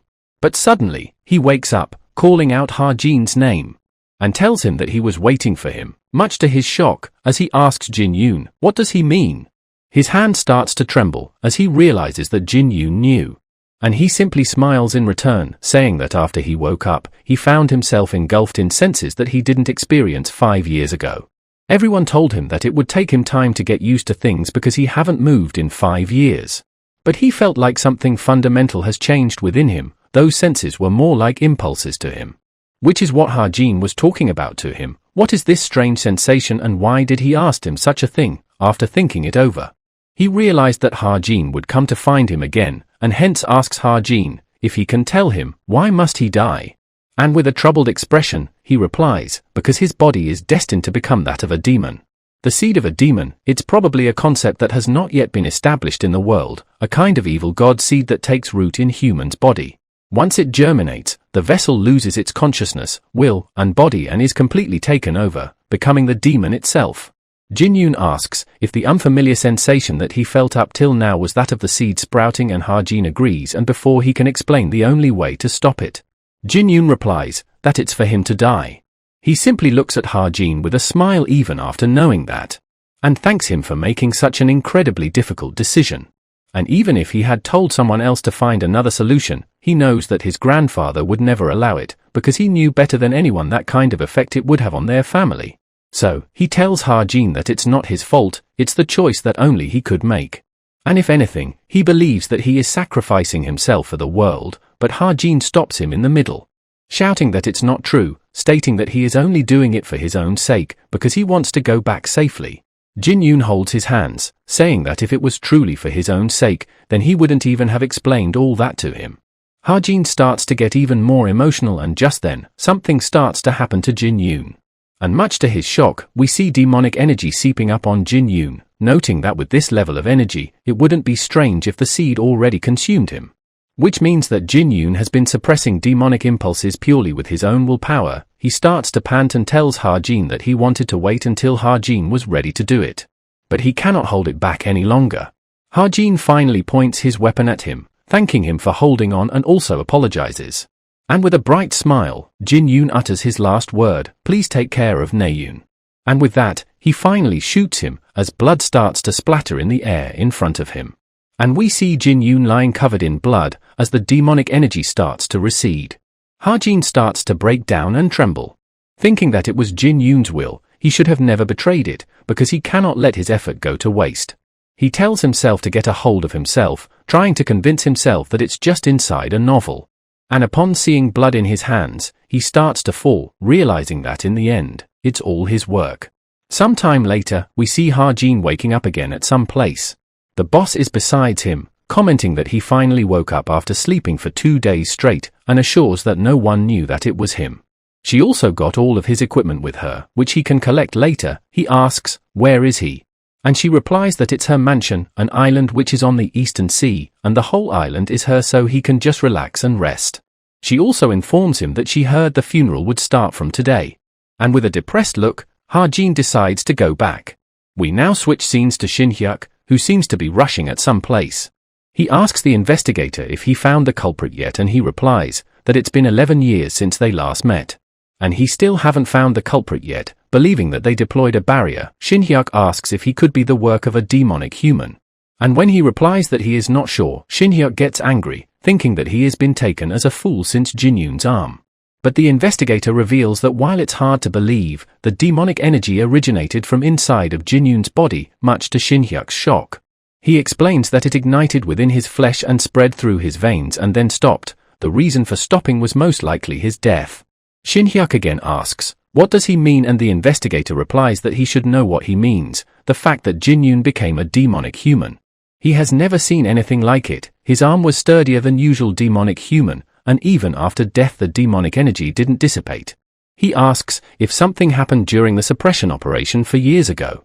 Shin-hyuk doesn't reply, so the investigator continues that they can determine the exact cause and search for culprit, but if they do, and Shin-hyuk realizes what he means. As he confirms, if he is the only one who knows right now, and the investigator replies, for now, yes. Shin-hyuk never once thought that Jin-yoon would wake up again. It was already a miracle. It was as if he was given his world back. But he lost his son again once more. And now if the truth is revealed to the world, he would be branded as a demonic human. He would be torn apart by the Hero Association and the public alike. Even the time he spent as a hero would be denied. It's no different from death, so he cannot lose his son thrice. And so, he wants the investigator to be silent this time. For Naeun's sake, he wants to bury him quietly. The investigator clenches his fist tightly, already knowing that Shin-hyuk was going to command him to do something like that. But he still tells him that one day, for the sake of humanity, the truth would have to be revealed. Shin-hyuk touches his son's face, crying while saying that he hopes he won't be born as the son of a father as useless as him. We now get a flashback of Naeun. We can hear Jin-yoon calling her to himself. He complains that she has been training all this time, and not relaxing, while Naeun argues that she wants to become a greater hero even than him. But Jin-yoon still tells her to take it easy, as she even forget the days they were supposed to go out together. And Naeun replies that there is always another time. Right now she has a tough opponent to beat, but Jin-yoon still tells her to pace herself, or she won't grow tall. And with that, Jin-yoon starts to leave for his work, and she also waves him farewell. Back to the present, we see Naeun waking up from her sleep. It was a dream right before her brother went on that suppression mission, making her regret that she shouldn't have cancelled the appointment that day. But right now, she looks at their present-day photo, thinking that she wouldn't make the same mistake again. And behind that photo, there is also one of her and Ha-jin, seeing which she chuckles and thinks that it turned out quite well. Wondering, what things would she do with him when she meets him again? Suddenly, her master comes rushing in, much to her surprise. She asks him, what is the matter, and he asks her to step outside for a moment. Naeun is a bit confused, but her master once again tells her to do so immediately, causing her to wonder if she did something wrong. We switch scenes to Yoon-ha, who also learns of this news and rushes to the hospital. She quickly arrives and starts to head inside, only to notice Ha-jin standing in the corner. She wonders, why is he just standing there? And while she is in confusion, her mom tells her to stop dwindling and head inside. There we see Naeun, who is sitting with her head ducked down. Yoon-ha arrives to console her, asking if she got some rest and about the others. Naeun replies that she didn't call them or inform them, and also tells Yoon-ha to not call them either, causing Yoon-ha to ask, how did he know to come here? And Naeun asks, who is she talking about? And she replies that she is referring to Kim Ha-jin. We go back to some time ago. The boss wants to ask Ha-jin a question, and he replies that she can, but he would only decide to answer after hearing it. She talks about the demonic energy that came out of Jin-yoon. She never saw something like that before, and questions if Ha-jin already knew about it, the devil's seed. He replies that he already knew about its existence, but he cannot tell how he got to know about it. Boss doesn't plan to ask him about that, but still asks if he knew who planted that seed. Ha-jin in shock questions if it wasn't a demon. He assumed it to be the case due to demons branding in the story, but boss sighs and replies that Jin-yoon went into coma for years ago, before the Fire Flake operation. If a true demon had descended back then, the damage would have been far more severe. Because when a demon descends, there is no way one wouldn't realize. And so, the one who planted the seed wasn't a demon, but someone else, but the person responsible is someone deeply trusted by the demon. They are either very skilled or have very powerful magic, or very good items. And she thinks of the only person who could possibly do that. Ha-jin agrees with her possibility, requesting boss to tell him if she ever find out who that is, feeling irritated on why didn't he thought of such possibility before. Boss starts to see his frustrated face and gets reminded a memory of her own. So, she tells him to not do it alone, whether it's investigation, assassination, or revenge. He is already her subordinate, and he agrees. Back to the present, we see Ha-jin has already smoked lots of cigarettes. He glances to the side and finds Naeun standing there, running towards him. She questions, how did he got here, and if Yoon-ha told her about this, but he doesn't reply. She then questions about his smoking, and if it's making him feel that much better. And soon after, she asks, why is he the one crying? Ha-jin doesn't understand it either and quickly wipes off his tears, with Naeun commenting that he must be sad as well. She gets up close to him, asking, what should she do now? Tears starts to form in her eyes, as she stutters with her words. Ha-jin tries to calm her down, but she finally breaks down crying, calling her brother pitiful, while Ha-jin is completely confused and shocked, not knowing what to do. But Ha-jin also hugs her tightly, while profusely apologizing to her. And from afar, we see Yoon-ha is watching them, asking Naeun if she is going to be okay. Because someday, both her and Ha-jin would come to know the truth, as she leaves saying that. Suddenly, she hears a sound, and looks back only to find Naeun falling unconscious. She quickly rushes towards her, asking what happened so suddenly. And upon seeing Ha-jin's expression, she is really surprised. A bit later, we see Ha-jin arriving back at his room, overhearing Evangel planning to surprise him, causing him to smile a bit. And as soon as he opens the gate, he is greeted with Evangel trying to scare him. He pretends to be scared, while she asks, why is he so late, and he replies that something came up, and asks if she has eaten, which she did. She hugs him and asks if he has eaten as well. But Ha-jin hugs her tightly instead, causing her to ask if he is okay. But Ha-jin assures her that he is fine, he really is fine. Back to Naeun, who is awake again. Her master asks about her condition and she replies that she is fine, who calls it a bold claim for someone who fainted not long ago. Naeun replies that she didn't eat anything, so it's not a surprise that she collapsed, but regardless, her master tells her that the position of the dojo would be ready whenever she would want it back, so she can take her time to recover. But Naeun says that she would go right away after the 3-day funeral. He tries to tell her to not overdo it, but she suddenly crushes the juice box in her hand. Saying that he was murdered, her master replies that he did heard some rumors like that floating around. And so, she plans to find the culprit and kill them with her own hands. He tries telling her to not have any foolish thoughts, but suddenly stops. Upon seeing her expressions, and instead says that they would talk later since she seems really shaken up right now. But he still tells her to not do anything reckless and leaves. Soon after, Yunha arrives, asking about her condition, and she replies that she is fine. And asks Ha-jin's whereabouts, and Yunha replies that he went home soon after bringing her here. She quietly lays back down, wondering, how did he come to know? And quickly after she asks Yunha, which is the most reliable information guild these days. Who replies and tells Naeun to forget the shady ones, she can leave it to her, she would find the right one. Prompting Naeun to call her really cool, but Yunha asks her to promise one thing, that she would not do anything alone. Since they are supposed to be friends, aren't they, which Naeun agrees. But she still has some other thoughts, as she clenches the bedsheet tightly, thinking that this is still something that she has to do herself.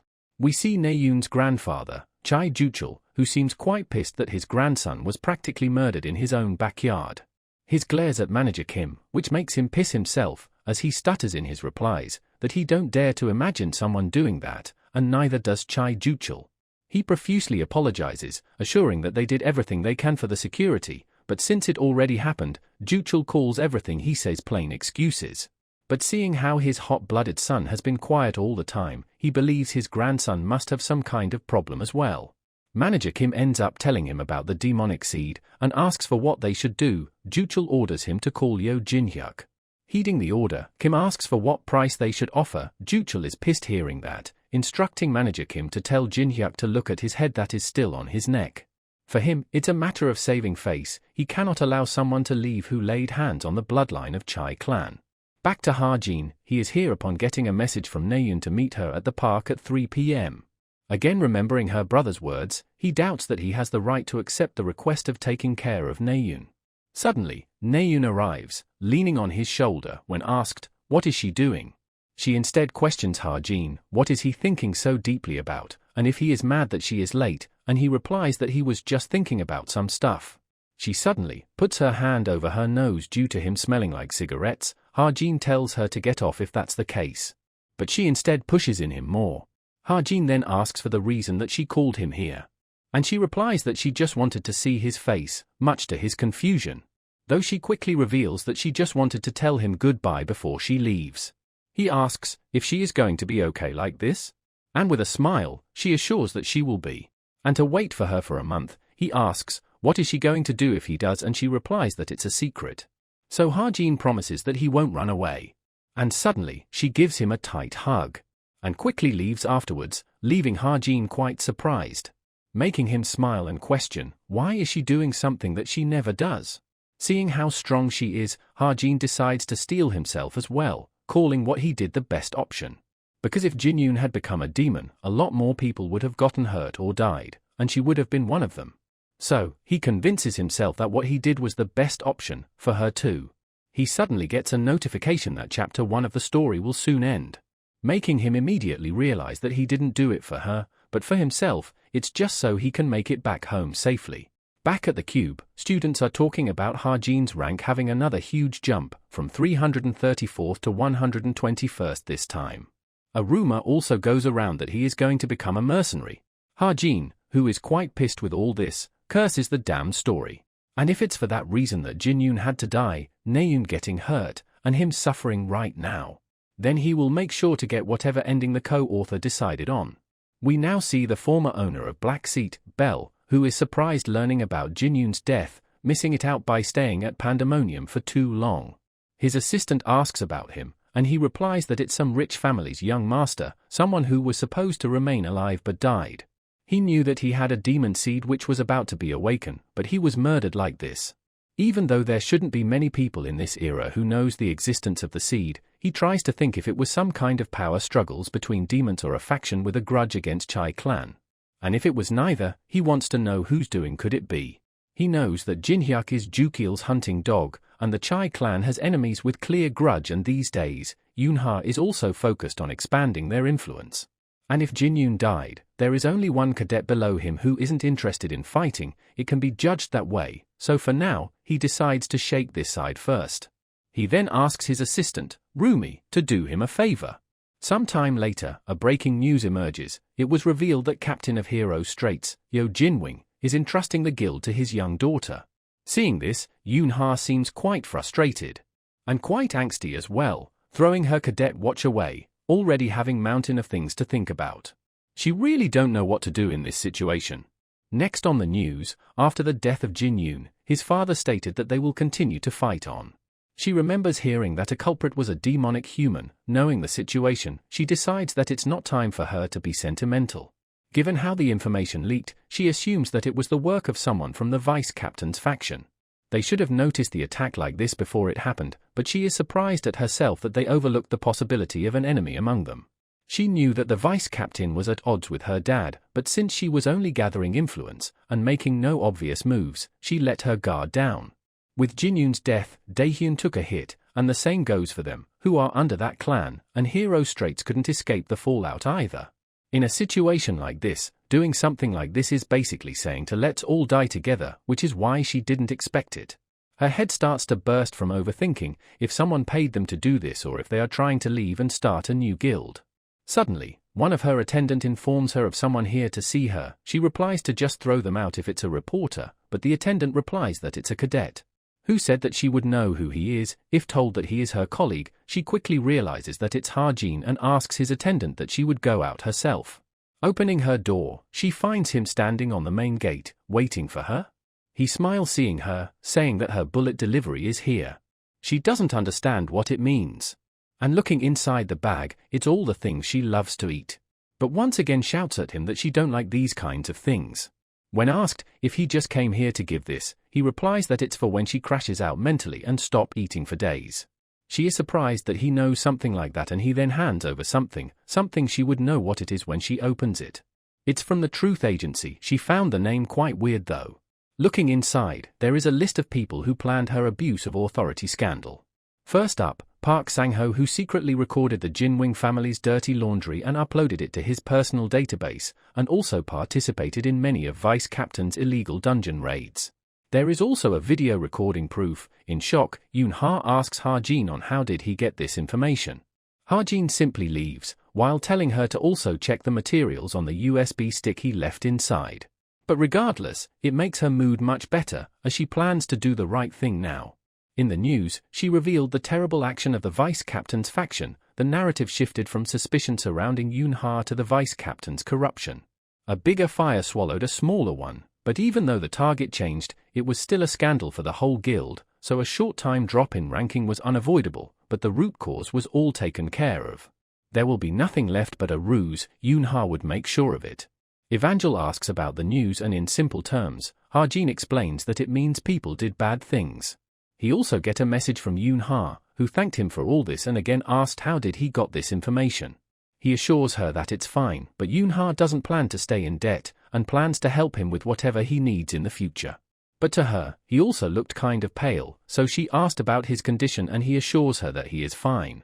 Evangel asks the same thing as well and he assures her as well, claiming that as long as he have her and Whitey, he is going to be more than fine, which is half true for him. Ha-jin gets a congratulation message from Rachel for reaching the top 100. She didn't move from her third place. While still not versed in spirits, she would lose to Naeun in direct combat, but due to the excellent written performance, she is ahead of her overall. From this, she also asks if he is going to come to England, better if he does before the break ends.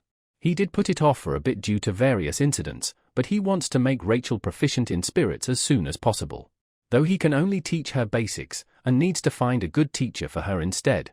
And replies that he cannot go at this time, making her sulk. But he promises that he will go next time. He then reminds Evangel that she promised to study after watching the news, who sulkingly asks if he is going to do that with her. He assures that he will since he is her teacher after all. He don't want to let her neglect basic intellect and her training as a witch, because she is going to be a great strength for humanity someday. Back to Rachel, who is laying quietly on her bed and looking at Harjin's message, while feeling like that it's a farewell somehow. We now switch scenes and see a courier arriving. The person immediately rushes to collect it as soon as the bell is rung. And it's none other than Naeun. He hands her over the letter, knowing that she was waiting for this, and she seems absolutely delighted upon receiving it. It's apparently a letter from Harjin, talking about daily life, reading which, she calls him her old fossil. It's been 2 weeks since then, and he asks her to not get hurt in the letter. There is also a postscript, which tells Naeun that he would busy from now on, so replies would be late. Making her wonder if something happened that's keeping him busy. But seeing all that he writes, she is happy that he is worrying about her. But getting too busy in reading the letters, she forgot to watch for time and gets up for her training. And encounters Suho on the way out. She asks him, what is it, and it's not just him but Jonghak as well. She tries asking their reason for gathering at her door first thing in the morning. Seeing their expression, she thanks them for looking out for her but assures there is no need. This is also one of the reasons she likes exchanging letters with Harjin. Even when she was awake crying, or on the night she was afraid to go to sleep, he still sent letters as if nothing happened. Trivial day-to-day news, his daily activities and whatnot. Reading which helped her get through her day. And now when she goes back, she plans to tell him about the letters even if she is embarrassed to death. That she was able to endure all these time due to them. We switch scenes to Harjin and Rachel, who is training her. Seeing her expression, Harjin asks if something is wrong by any chance. Since she has been struggling to focus all day, she hesitates while replying but ends up commenting about the fact Harjin knowing a lot about spirit arts. He simply replies since they don't have any reference material, he just approached them theoretically as possible. In reality he wrote all the settings for it himself. But for Rachel the actual reason for being depressed is something else. She feels that she is not going to see Harjin again. She straight up asks him if he is planning to leave Cube. Harjin is surprised that it was that obvious and reveals that he is indeed planning that. She asks for a reason and he replies that he plans to go the mercenary route. But she argues that considering his grades, he don't need to become that. But he reveals that he has something to do. She tries asking to join the guild, which he flat out rejects. Though he assures that they might still get chance to work together later. Rachel argues that mercenary works as a group, so should have to verify a lot of things first before they even work together. Harjin commends her for her attitude towards it. Because even though she wants to bring him to the guild, she refused because she understands the risk of partnerships. And since she would be running a guild, she would have to be capable of that.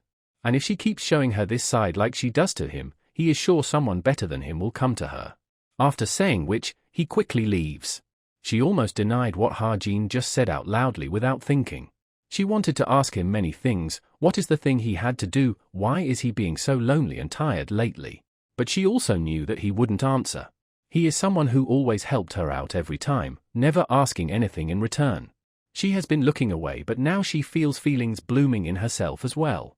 Making her question, if she was stronger, would he have told her that he had to leave and perhaps he could have relied on her. And perhaps if they were facing the same direction, she wouldn't have to let go of her feeling. But she still doesn't give up completely and ends up thinking if only she makes the Imperial Guild stronger then perhaps.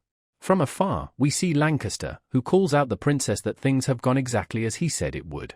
For Harjin, he wonders if it sounded like a lecture to her.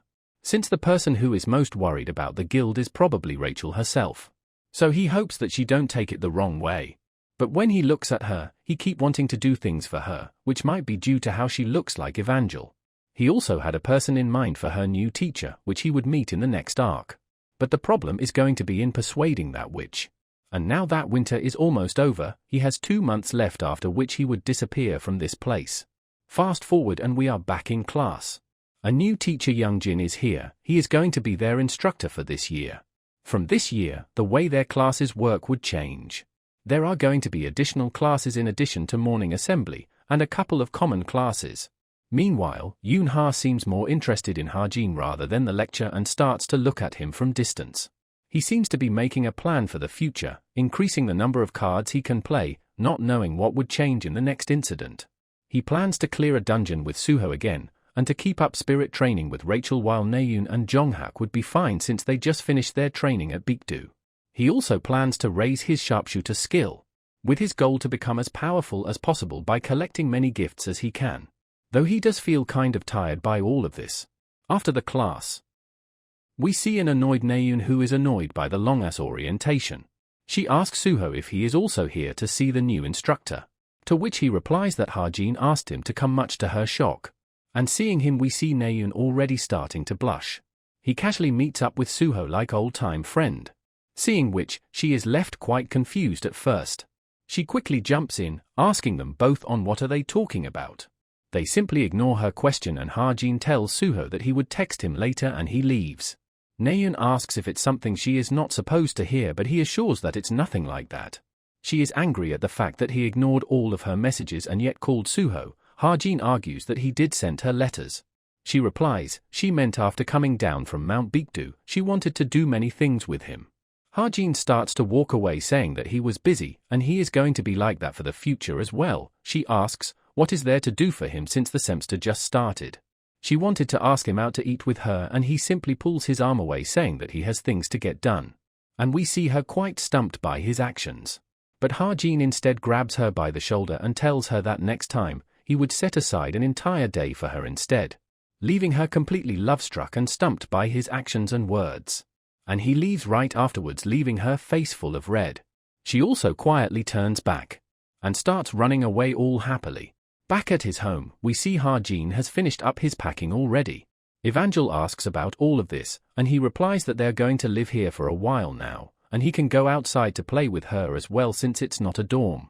And she is really excited to hear that, and immediately wants to head to the playground area. Suddenly, he gets a knock from someone, surprising him greatly since there shouldn't be anyone coming to this house.